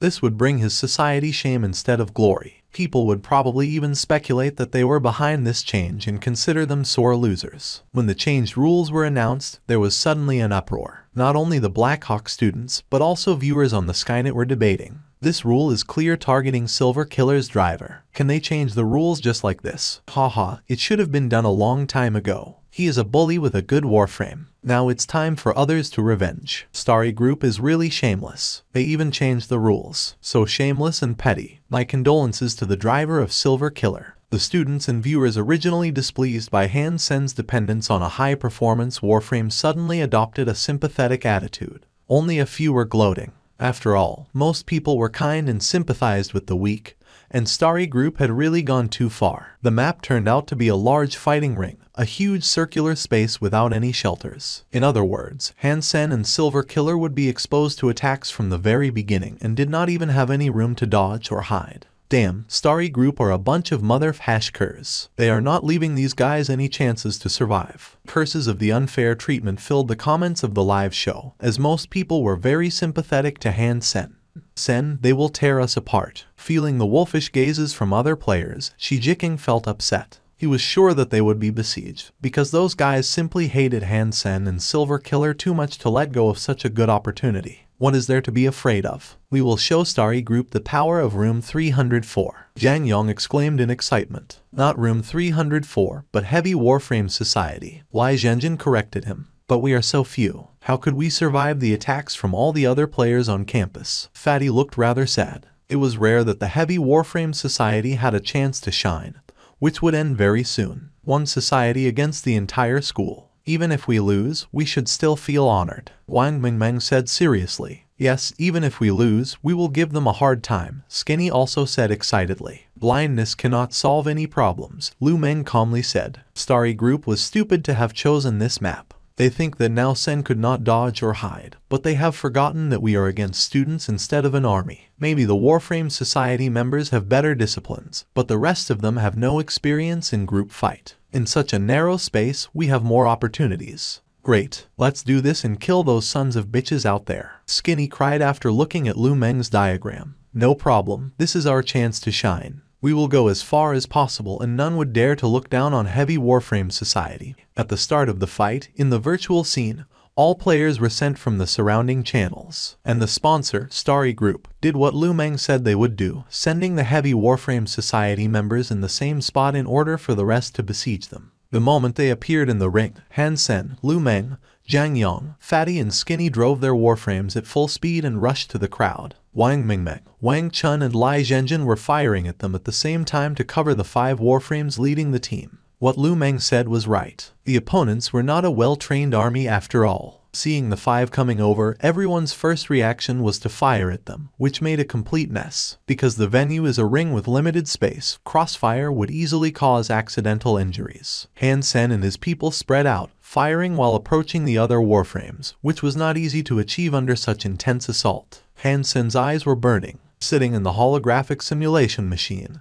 he summoned Fairy Queen and shapeshifted. Immediately, the holographic images seemed to have slowed down. Everything can be calculated now. Han Sen quickly made dazzling movements with his hands, making Silver Killer move like a ghost. Holding 1 particle submachine gun in each hand and carrying 2 laser swords on his back, Han Sen marched forward without pauses while shooting rapidly. At Blackhawk, most of the teachers and students were watching this game, and Fang Mingquan now had over 10 million viewers and was getting more. Haha, Heavy Warframe Society took the initiative to attack. It seems they have not given up. Come on, annihilate the rest. It's so exciting. Fang Mingquan was constantly adjusting all the lens to present the viewers with the best angles. They want to go inside the crowd, which is a very smart approach. Because their opponents are not professional soldiers, they can use the melee to their advantage. Those who knew tactics understood what the Heavy Warframe Society was trying to accomplish. Please let them go deep. Some people were praying for the Heavy Warframe Society. Go. More people were simply excited. No matter who won, all they wanted to see was a good fight. In the monitoring room of the sponsor, Zhao Nengshan sneered. With so few people,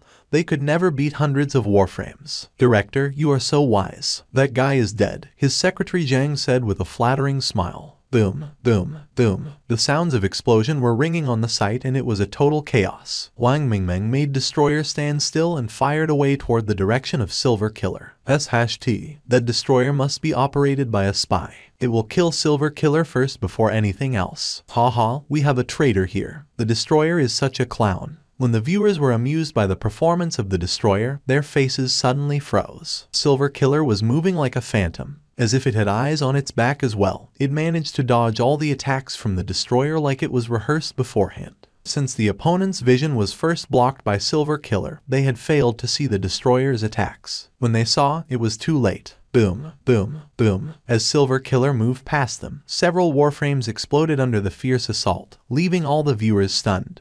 The gorgeous killing feast had just begun. Silver Killer was moving quickly with the powerful destroyer behind it. The crazy killing made one warframe after another explode. People were almost trembling watching the fragments of warframes sent in the air by gunfire. Scattered attacks were aiming at Silver Killer, which seemed to be able to predict and avoid all the trajectory of the gunfire. It not only avoided all the attacks, but was also rapidly approaching the warframe crowd. Fire, do not let him approach. Damn, do not fire. Are you all stupid? Everyone, follow my command. Kill that bastard. Didn't you hear me say follow my command? Using the Fairy Queen, Han Sen could see all the warframes and the movements of their guns. With the strong horsepower of Silver Killer and Han Sen's excellent operation, he managed to avoid all the attacks. No, rather, Han Sen was deliberately leading the opponents to attack where he wanted. If the opponents was a real army and there was a real commander, Han Sen and Silver Killer would have been killed a million times. But luckily, they were but a group of students who had no real experience at war. In addition, they did not come from the same society,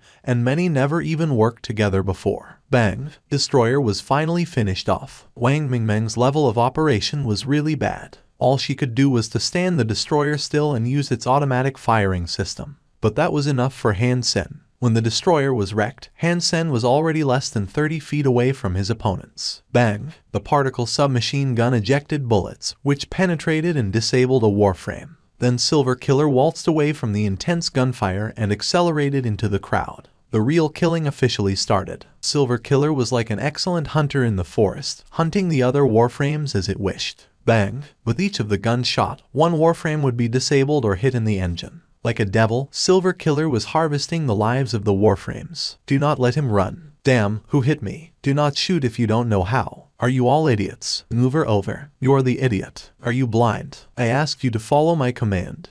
The stadium was quiet, as they were shocked how incredible Silver Killer was acting. It was a killing machine in its true sense. Each of its bullets could hit the vital part with unbelievable accuracy. It was breathtaking to see someone capable of destroying one warframe with each shot while backing off and avoiding all the gunfire. The Skynet viewers were also silent. There were few comments. Only Fang Minquin's voice was non-stop. Beautiful shooting. Beautiful movement. Impeccable. Impeccable operation and tactics. This is the star in the Alliance. I don't have words for his gorgeous operation. A star in the Military Academy League game. Wow, is it a Warframe veteran playing actually? No way. The players are all sitting inside the holographic simulation machine. Really cool. I want to see the sponsors' expressions. Silver Killer is a very high-end Warframe. Ordinary Warframes could not go like that. Their power and flexibility could not reach this level. I also want to know where to buy Silver Killer. The Skynet was exploding. Fang Minquin's live was being watched by more than 30 million people. Many people who were watching other divisions games also switched to this show after hearing about this match. Wow, you are sure this is not an official commercial of that Warframe? So hot. That is the Silver Killer. Awesome. At this time, in the monitoring room, Zhao Nengxian was sizzling with anger. His fingers were squeezing his teacup so hard that they became pale. Bastard. Useless crap.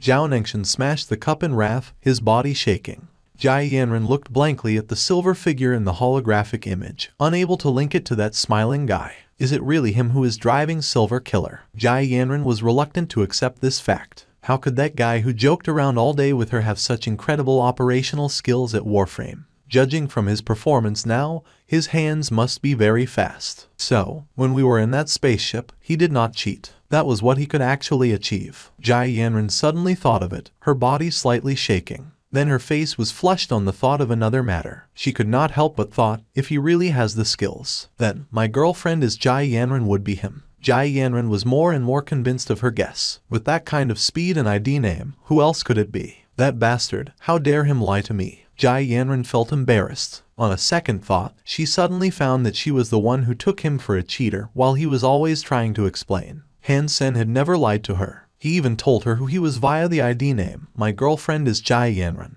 This ID is not already told Jai Yanren who is he. But Jai Yanren had never made that connect. Thinking of Han Sen and that ID, Jai Yanren blushed a little more. On the thought of the bet they made, her face was burning. Bad, bad, bad. Jai Yanren covered her face with both hands and cried in a meek voice. Sweetie, are you okay? Lily was stunned by Jai, because she had never seen this girl acting this way. People next to them were also shocked by Jai Yanren's bashful look. Jai Yanren then realized she was still at the venue of the Hand of God games, surrounded by the members of Hand of God Society. She was mortified and wished that she could become invisible. It's a great victory. Let's remember these two names, Silver Killer and its driver Han Sen.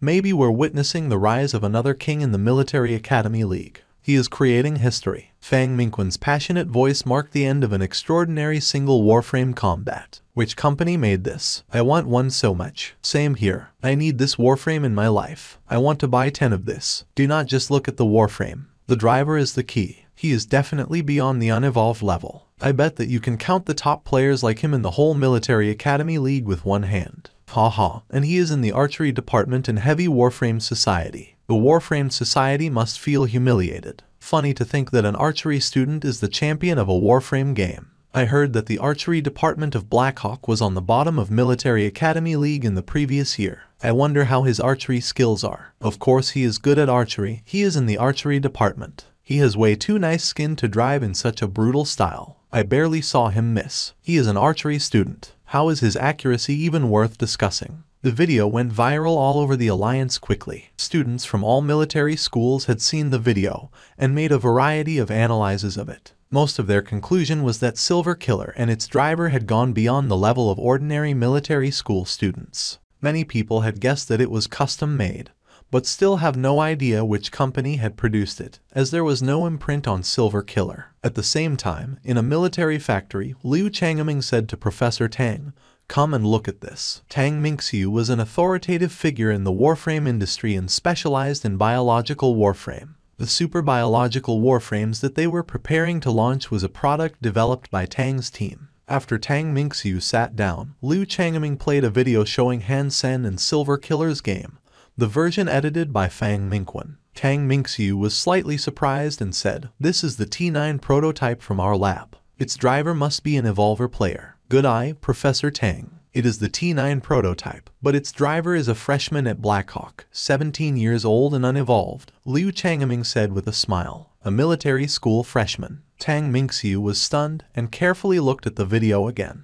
He could not believe an unevolved person can reach this level. "Professor Tang, the video you see right now is a single Warframe combat, which had aroused great attention among all major military schools. Now almost all the military school students know about Silver Killer, which is our T9 prototype," Liu Changming said with a smile. "You want to take advantage of this opportunity to launch T10. Tang Mingxiu immediately understood what Liu Changming was going for. "I think this student is fit to be T10's spokesperson to help us promote T10, and T10's appearance needs some changes to imitate T9. Professor Tang, what do you think of this idea?" Liu Changming explained his proposal. "I'm okay with it, but he is just a military school student. Can he really be the spokesperson of T10? Tang Mingxiu wondered. Liu Changming laughed. "I have done a detailed investigation of him, and it chances that he is a member of the Special Squad." "He is a Special Squad member." Tang Mingxiu was surprised again, because it was very rare that someone Han Sen's age could join the Special Squad. "Yes, you remember Qin Xuan from House Qin. She was the one who recommended Han Sen." Liu Changming smiled.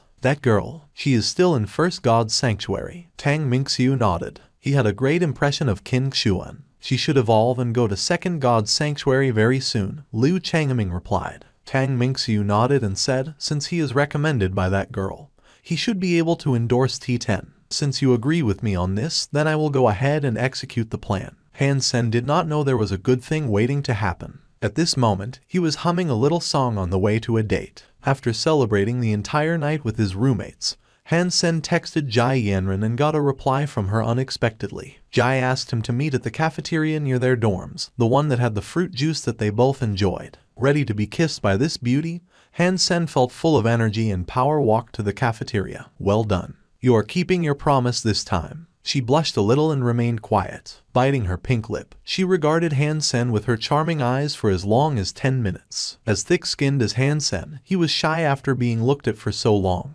He said, "I know I am very handsome, but if you keep gazing at me like this, I might get the wrong idea." "What wrong idea?" Jai Yanran finally spoke. "Wrong idea that you want to make a pass at me." Han Sen blinked, looking abashed. Jai Yanran blushed more and stared at Han Sen. "You wish. I'm afraid you would wish that." Han Sen looked scared. Jai Yanran snapped, "Stop the nonsense, or I will leave." "Do not go. You still owe me the kiss." Han Sen shamelessly stuck his face in front of Jai Yanran and pouted. Here, on the lips. Jai Yanran was very shy and flicked him on the forehead. "If you keep doing that, I will leave for real. I'm just trying to claim what is mine." Han Sen rubbed his forehead and said helplessly, "I can kiss you, but you have to answer a few questions first. On the spaceship, did you or did you not cheat in the game?" Jai Yanran stayed calm and asked, "I've told you a lot of times. I have not cheated." Han Sen spread out his hands. "Did you have an account on the BattleNet?" Jai asked again. "Yes," replied Han Sen. "What is your ID?" Jai Yanran hesitated and asked anxiously. "My girlfriend is Jai Yanran," Han Sen answered directly. Jai Yanran's face was burning. She cried, "How can you use such an ID? I was just stating a fact." "You are my girlfriend." Han Sen looked at Jai Yanran, blinked and said,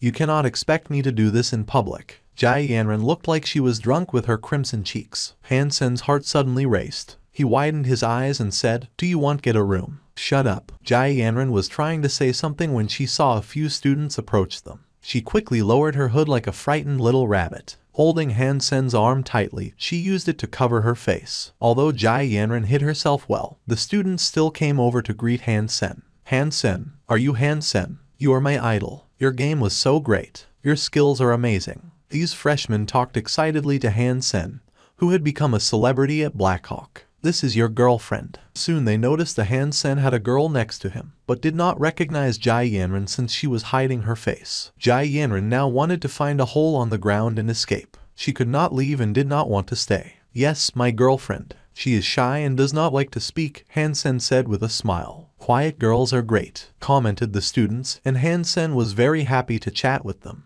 At this time, Jai Yanran was tightly holding his arm, and he could feel the softness surrounding his arm, which he enjoyed very much. Han Sen hoped he could prolong the conversation as much as possible, but the students were very polite and did not want to disturb them. Han Sen had to let them go. It was the middle of the night. They did not run into anyone else before they reached Jai Yanran's dormitory building. "Sister, you will not go back like this, right? The contract has not been fulfilled yet," Han Sen bitterly said. Jai Yanran rolled her eyes at him and reached out a hand. "Give me the contract." Han Sen obediently gave her his contract. She took the contract back, blushed and said, "Close your eyes." Han Sen followed her command. Jai Yanran took a deep breath and fought back her desire to escape. With her heart racing, she stood on her toes, pressed her pink and tender lips on his lightly, and quickly turned away. It was too late. Before her lips could leave his hand held her waist and his other hand slipped into her silky hair and hugged her beautiful neck. Jai Yanran was suddenly in Han Sen's arms and her lips were pressed against his. Jai Yanran's body was stiff at first and then slowly softened. Her hands helplessly clutching Han Sen's shirt, she stepped back uncontrollably as her legs became weak. Han Sen just had the best experience and would not let her off the hook. He kept up with her and pressed her body against a column of the building. The two just had the first taste of love and was lost in ecstasy. Jai Yanran did not dare to go back to her room right away. She hid in a restroom for a long while before she returned to her room. Lily saw Jai Yanran was back and said, "Sweetie, did you see that nasty couple downstairs?" "What nasty couple?" Jai Yanran pretended to be making her bed, her face crimson. "The couple that were making out in front of our building. OMG, are they horny? And the guy is so shameless," he even said. "Forget it. I can't even repeat that. And the girl must be such a slut," Lily said madly. Jai Yanran was so shy that she wished she could become invisible, but she had to act it like nothing had happened.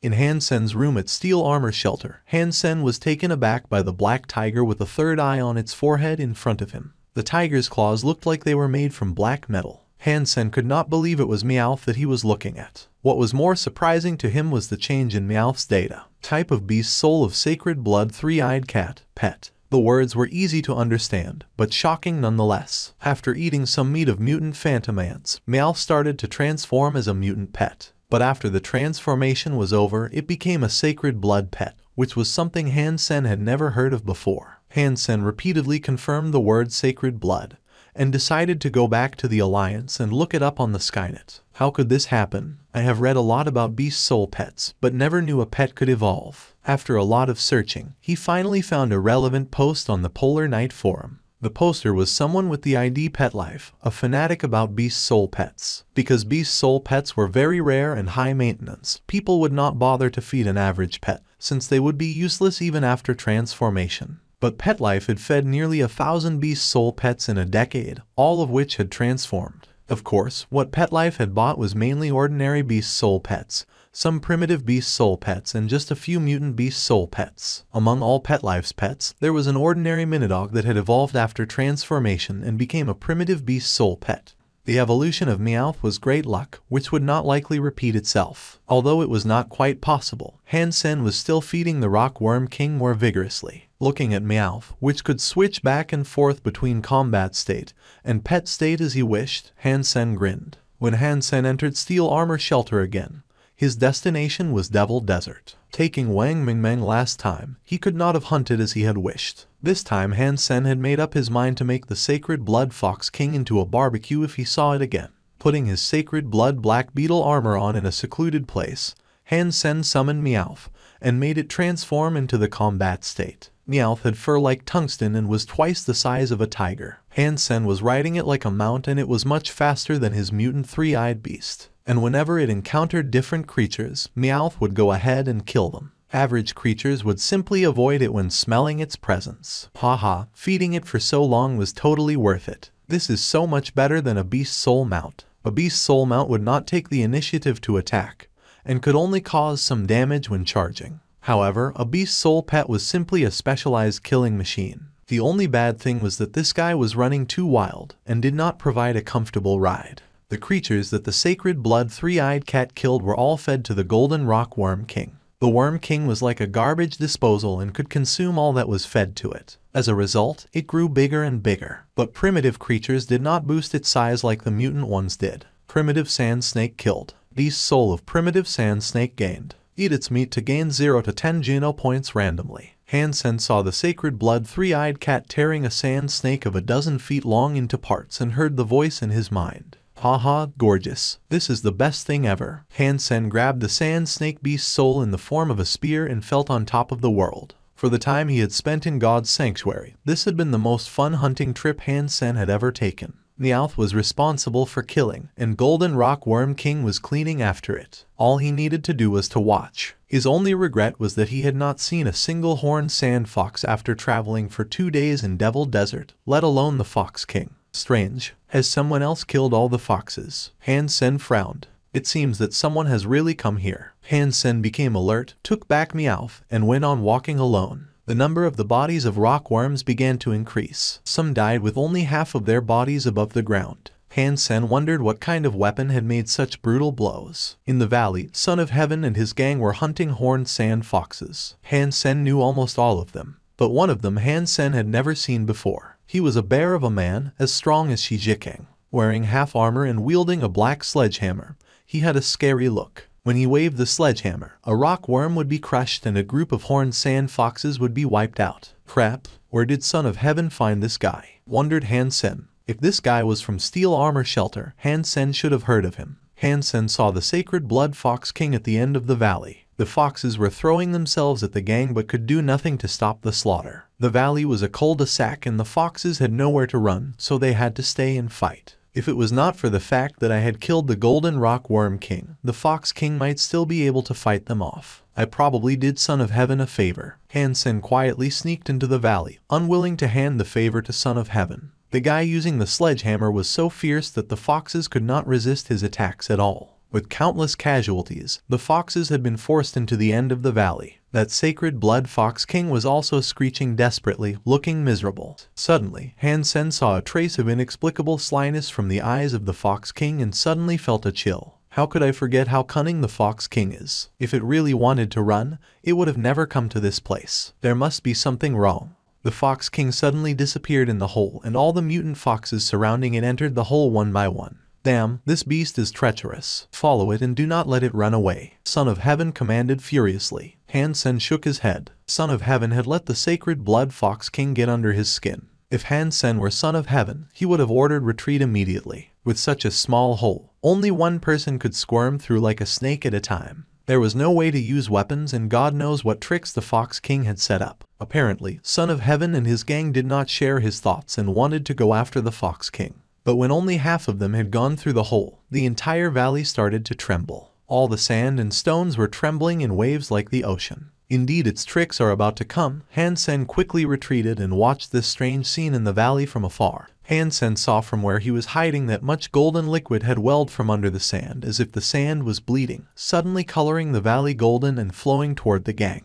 With his extraordinary eyesight, Han Sen had seen that the liquid was formed by a sea of numerous bean-sized golden bugs. The golden bugs flowed over the bodies of rockworms and horned sand foxes, leaving nothing behind, not even a bone. When covered by these bugs, the huge rockworm's body disappeared in seconds, which made Han Sen nervous. Now this is gonna be fun. Son of Heaven's gang might all die here. Well done, Fox King. Han Sen thought delightedly. He was waiting to see if Son of Heaven would be killed. If not, he would finish Son of Heaven off himself. He had wanted to kill Son of Heaven for a while now, but never had the chance. Son of Heaven was too strong himself and was always followed by his gang. Finally, he had encountered such a good opportunity, and Han Sen did not intend to let it go. Son of Heaven's gang was soon surrounded by those golden bugs. There was no way to run from the sea of bugs. Go out. Son of Heaven gritted his teeth and started to run. The gang stomped on the bugs and rushed out. The bugs were more fragile than Han Sen had imagined and could not even withstand their weight. Waving the sledgehammer, the big guy threw sand and bugs in front of him in the air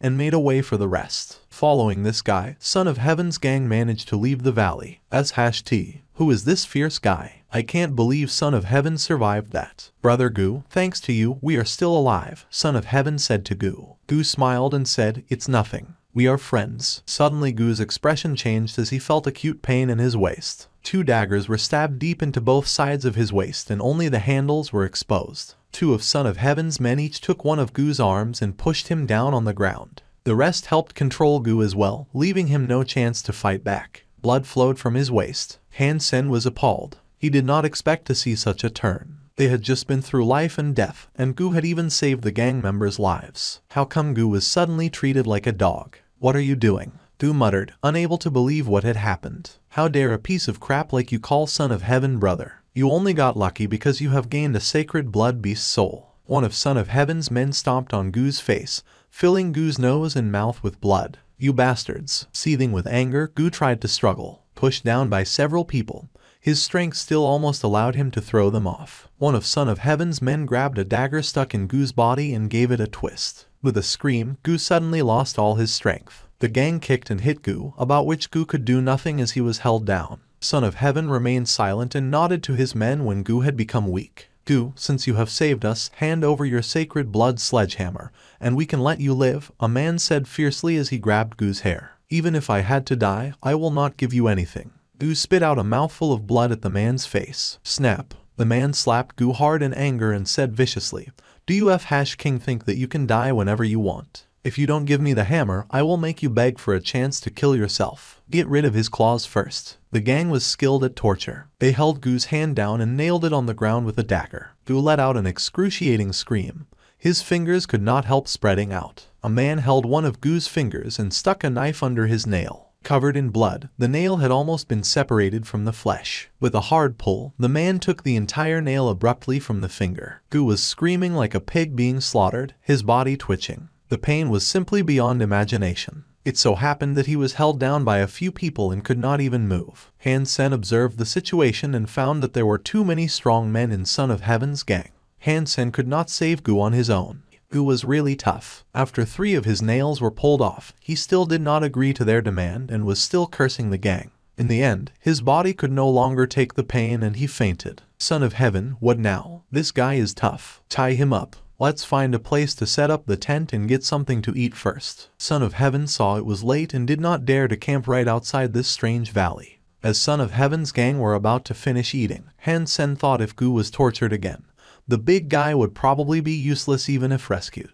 Having an idea, Han Sen summoned Meowth and ordered it to run toward the other side and roar at the gang. A creature. It's a sacred blood creature. Do not let it run away. Knife and Baldy stay. We will go hunt that sacred blood creature, ordered Son of Heaven, leaving 2 guys watching the camp and Gu, while he chased the sacred blood 3-eyed cat with the rest. Running, Son of Heaven instructed, spread out and circle around it. We could not go far since it's dark. Seeing the gang running away, Han Sen summoned the wings and shapeshifted into Bloody Slayer, flying toward the camp in darkness. Baldy incoming, shouted Knife when Han Sen was 30 feet from the camp. Baldy quickly summoned a mutant beast soul spear and watched Han Sen closely. Knife also summoned his pair of daggers. Han Sen was in their face in no more than the blink of an eye. Holding the Shura katana, Han Sen whacked it at Baldy. This strike from above was swift and powerful, but Baldy raised his spear with 2 hands and tried to block it. The Shura katana cut into the spear deeply, and Baldy's legs were forced into the sand by Han Sen's terrifying strength. When Baldy thought that he had warded off the strike, his spear broke. Baldy wanted to go back, but his legs were still in the sand and there was no way to run. Another katana strike cut Baldy in half. After killing Baldy, Han Sen turned to deal with Knife,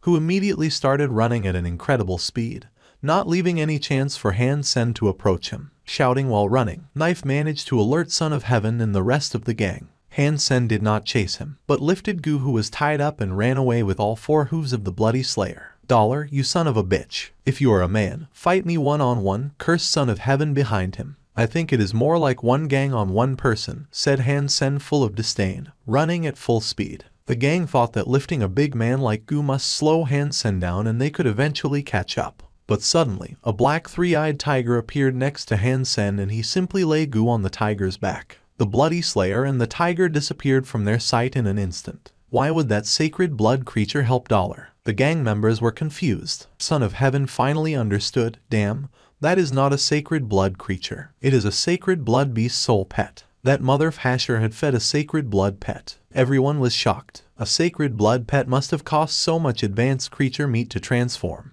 After chasing for a while, the gang gave up. In fact, when they found out that the tiger was a sacred blood pet, they had lost confidence. How did he make a sacred blood pet transform? Did he use sacred blood creature meat to feed his pet? Everyone was shocked by the fact that Dollar had a transformed sacred blood pet, which implied incredible power of him. Han Sen ran for a while and shapeshifted back after losing the gang. He put Gu on the ground and cut loose the ropes. "Dollar." Gu recognized him. "Friend, how much do you think your life is worth?" asked Han Sen. Gu was suddenly taken aback. "You also want my sacred blood sledgehammer." "Not necessarily that beast's soul, but I did save you." "You do not mean to say the risks I took are for nothing, right?" said Han Sen. Gu did not speak and cast an odd look at Han Sen. "And now you have nothing but injuries. Can you leave Devil Desert alone safely? If you pay me 2 mutant beast souls, I could promise to get you back to the shelter alive." Gu Ming looked Han Sen up and down and summoned several beast souls. "The enemy of my enemy is my friend. I know you and Son of Heaven are enemies, so I believe you. Here are all my mutant beast souls. Take your pick." Han Sen glanced at them and pointed twice. "This one is my reward for saving you, and that one is the price to take you back to the shelter."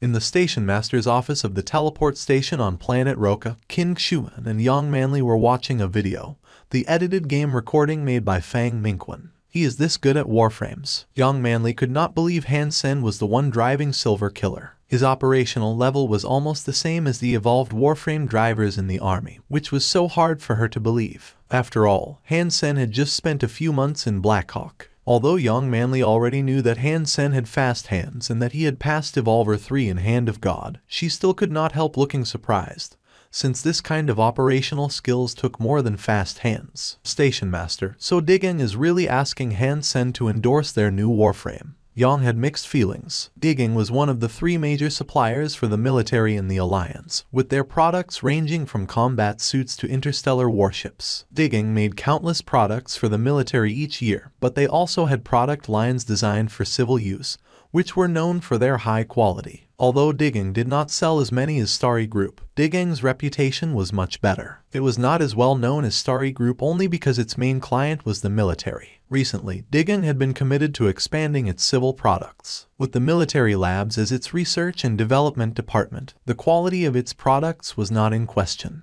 Digging had found Han Sen to represent their new flagship product, Biological Warframe, which was beyond the imagination of both Qin Xuan and Yang Manli. With Digging's influence, it would be easy for them to seek endorsement of Evolver or Surpasser stars, yet Digging had chosen Han Sen, an unevolved person. Yang Manli was puzzled. Although Han Sen's skills were great among the unevolved, his level was still lower than the Evolver Masters. She wondered what it was that Digging had seen in him. To endorse a Digging product was a great honor, which Yang knew very well. All the stars who had this honor had military backgrounds and outstanding military exploits. Manli, contact Han Sen as soon as possible. This is an honor for the special squad as well. Qin Xuan felt that she had made the right call to recruit him. A few months after he joined the special squad, Han Sen had become the spokesperson of Digging, which was a boost in the relationship between the squad and Digging.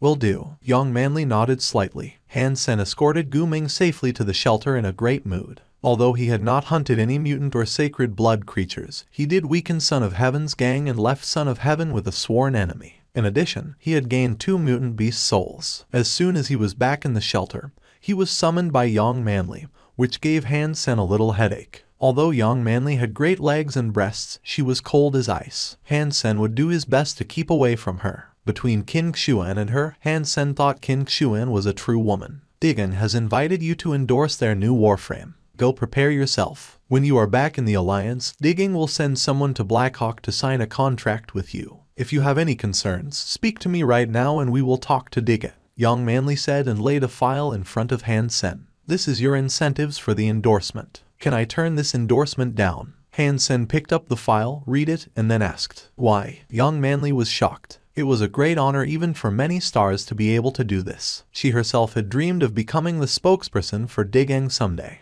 But presented with such an opportunity, Han Sen was asking whether he could turn this down, which confused Yang. I would have to be a part of their campaigns and roadshows. And that sounds like a lot of work, Han Sen said with his head crooked. Young Manly was sizzling with anger, wishing she could choke Han Sen to death. You don't want to do the endorsement because it is a lot of work. Young Manly clenched her fists until her knuckles turned pale. She was controlling herself not to slap this guy in the face. Digang is blind to have picked this guy, thought Young Manly. After a while, Young Manly calmed herself down and handed some more files to Han Sen.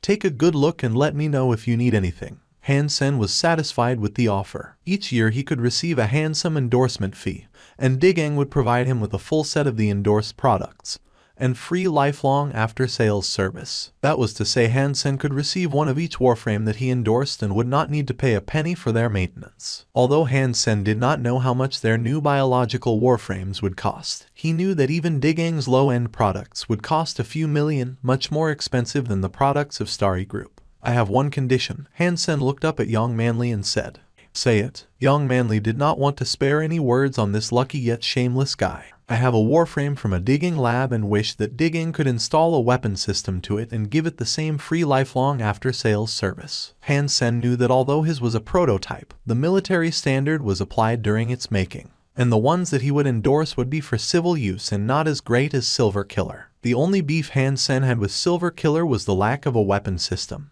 Any other conditions? Young Manly asked mechanically. Not at this time, Han Sen said with a smile. Young Manly got up and said, I will submit your request and the leadership will negotiate with Digang. Go back and stay in Blackhawk so that I could notify you with the result. Young Manly turned to leave, not wanting to spend one more second with this guy. After that night, Jai Yanran had quite complex feelings, not sure what she wanted to do, to become Han Sen's girlfriend, or turn him down. But how could she make him give up? He had shown her that he would not easily let go. Jai Yanran thought about all kinds of possibilities for the entire night, and was expecting hot pursuits from Han Sen to follow. However, she never even saw him again. The first day she did not see Han Sen, Jai Yanran curled her lips and thought, playing hard to get. I've seen this trick before. I will ignore you and see what kind of excuse you'd come up with to see me tomorrow. But on the next day, Jai Yanran still did not see him. You do have some patience, but this would never work on me. On the third day, Han Sen was still nowhere to be seen. Jai Yanran became a bit impatient. He must have been in an accident. Was he hit by an aircraft? Is his leg broken? Jai Yanran thought. On the fourth day, still no Han Sen.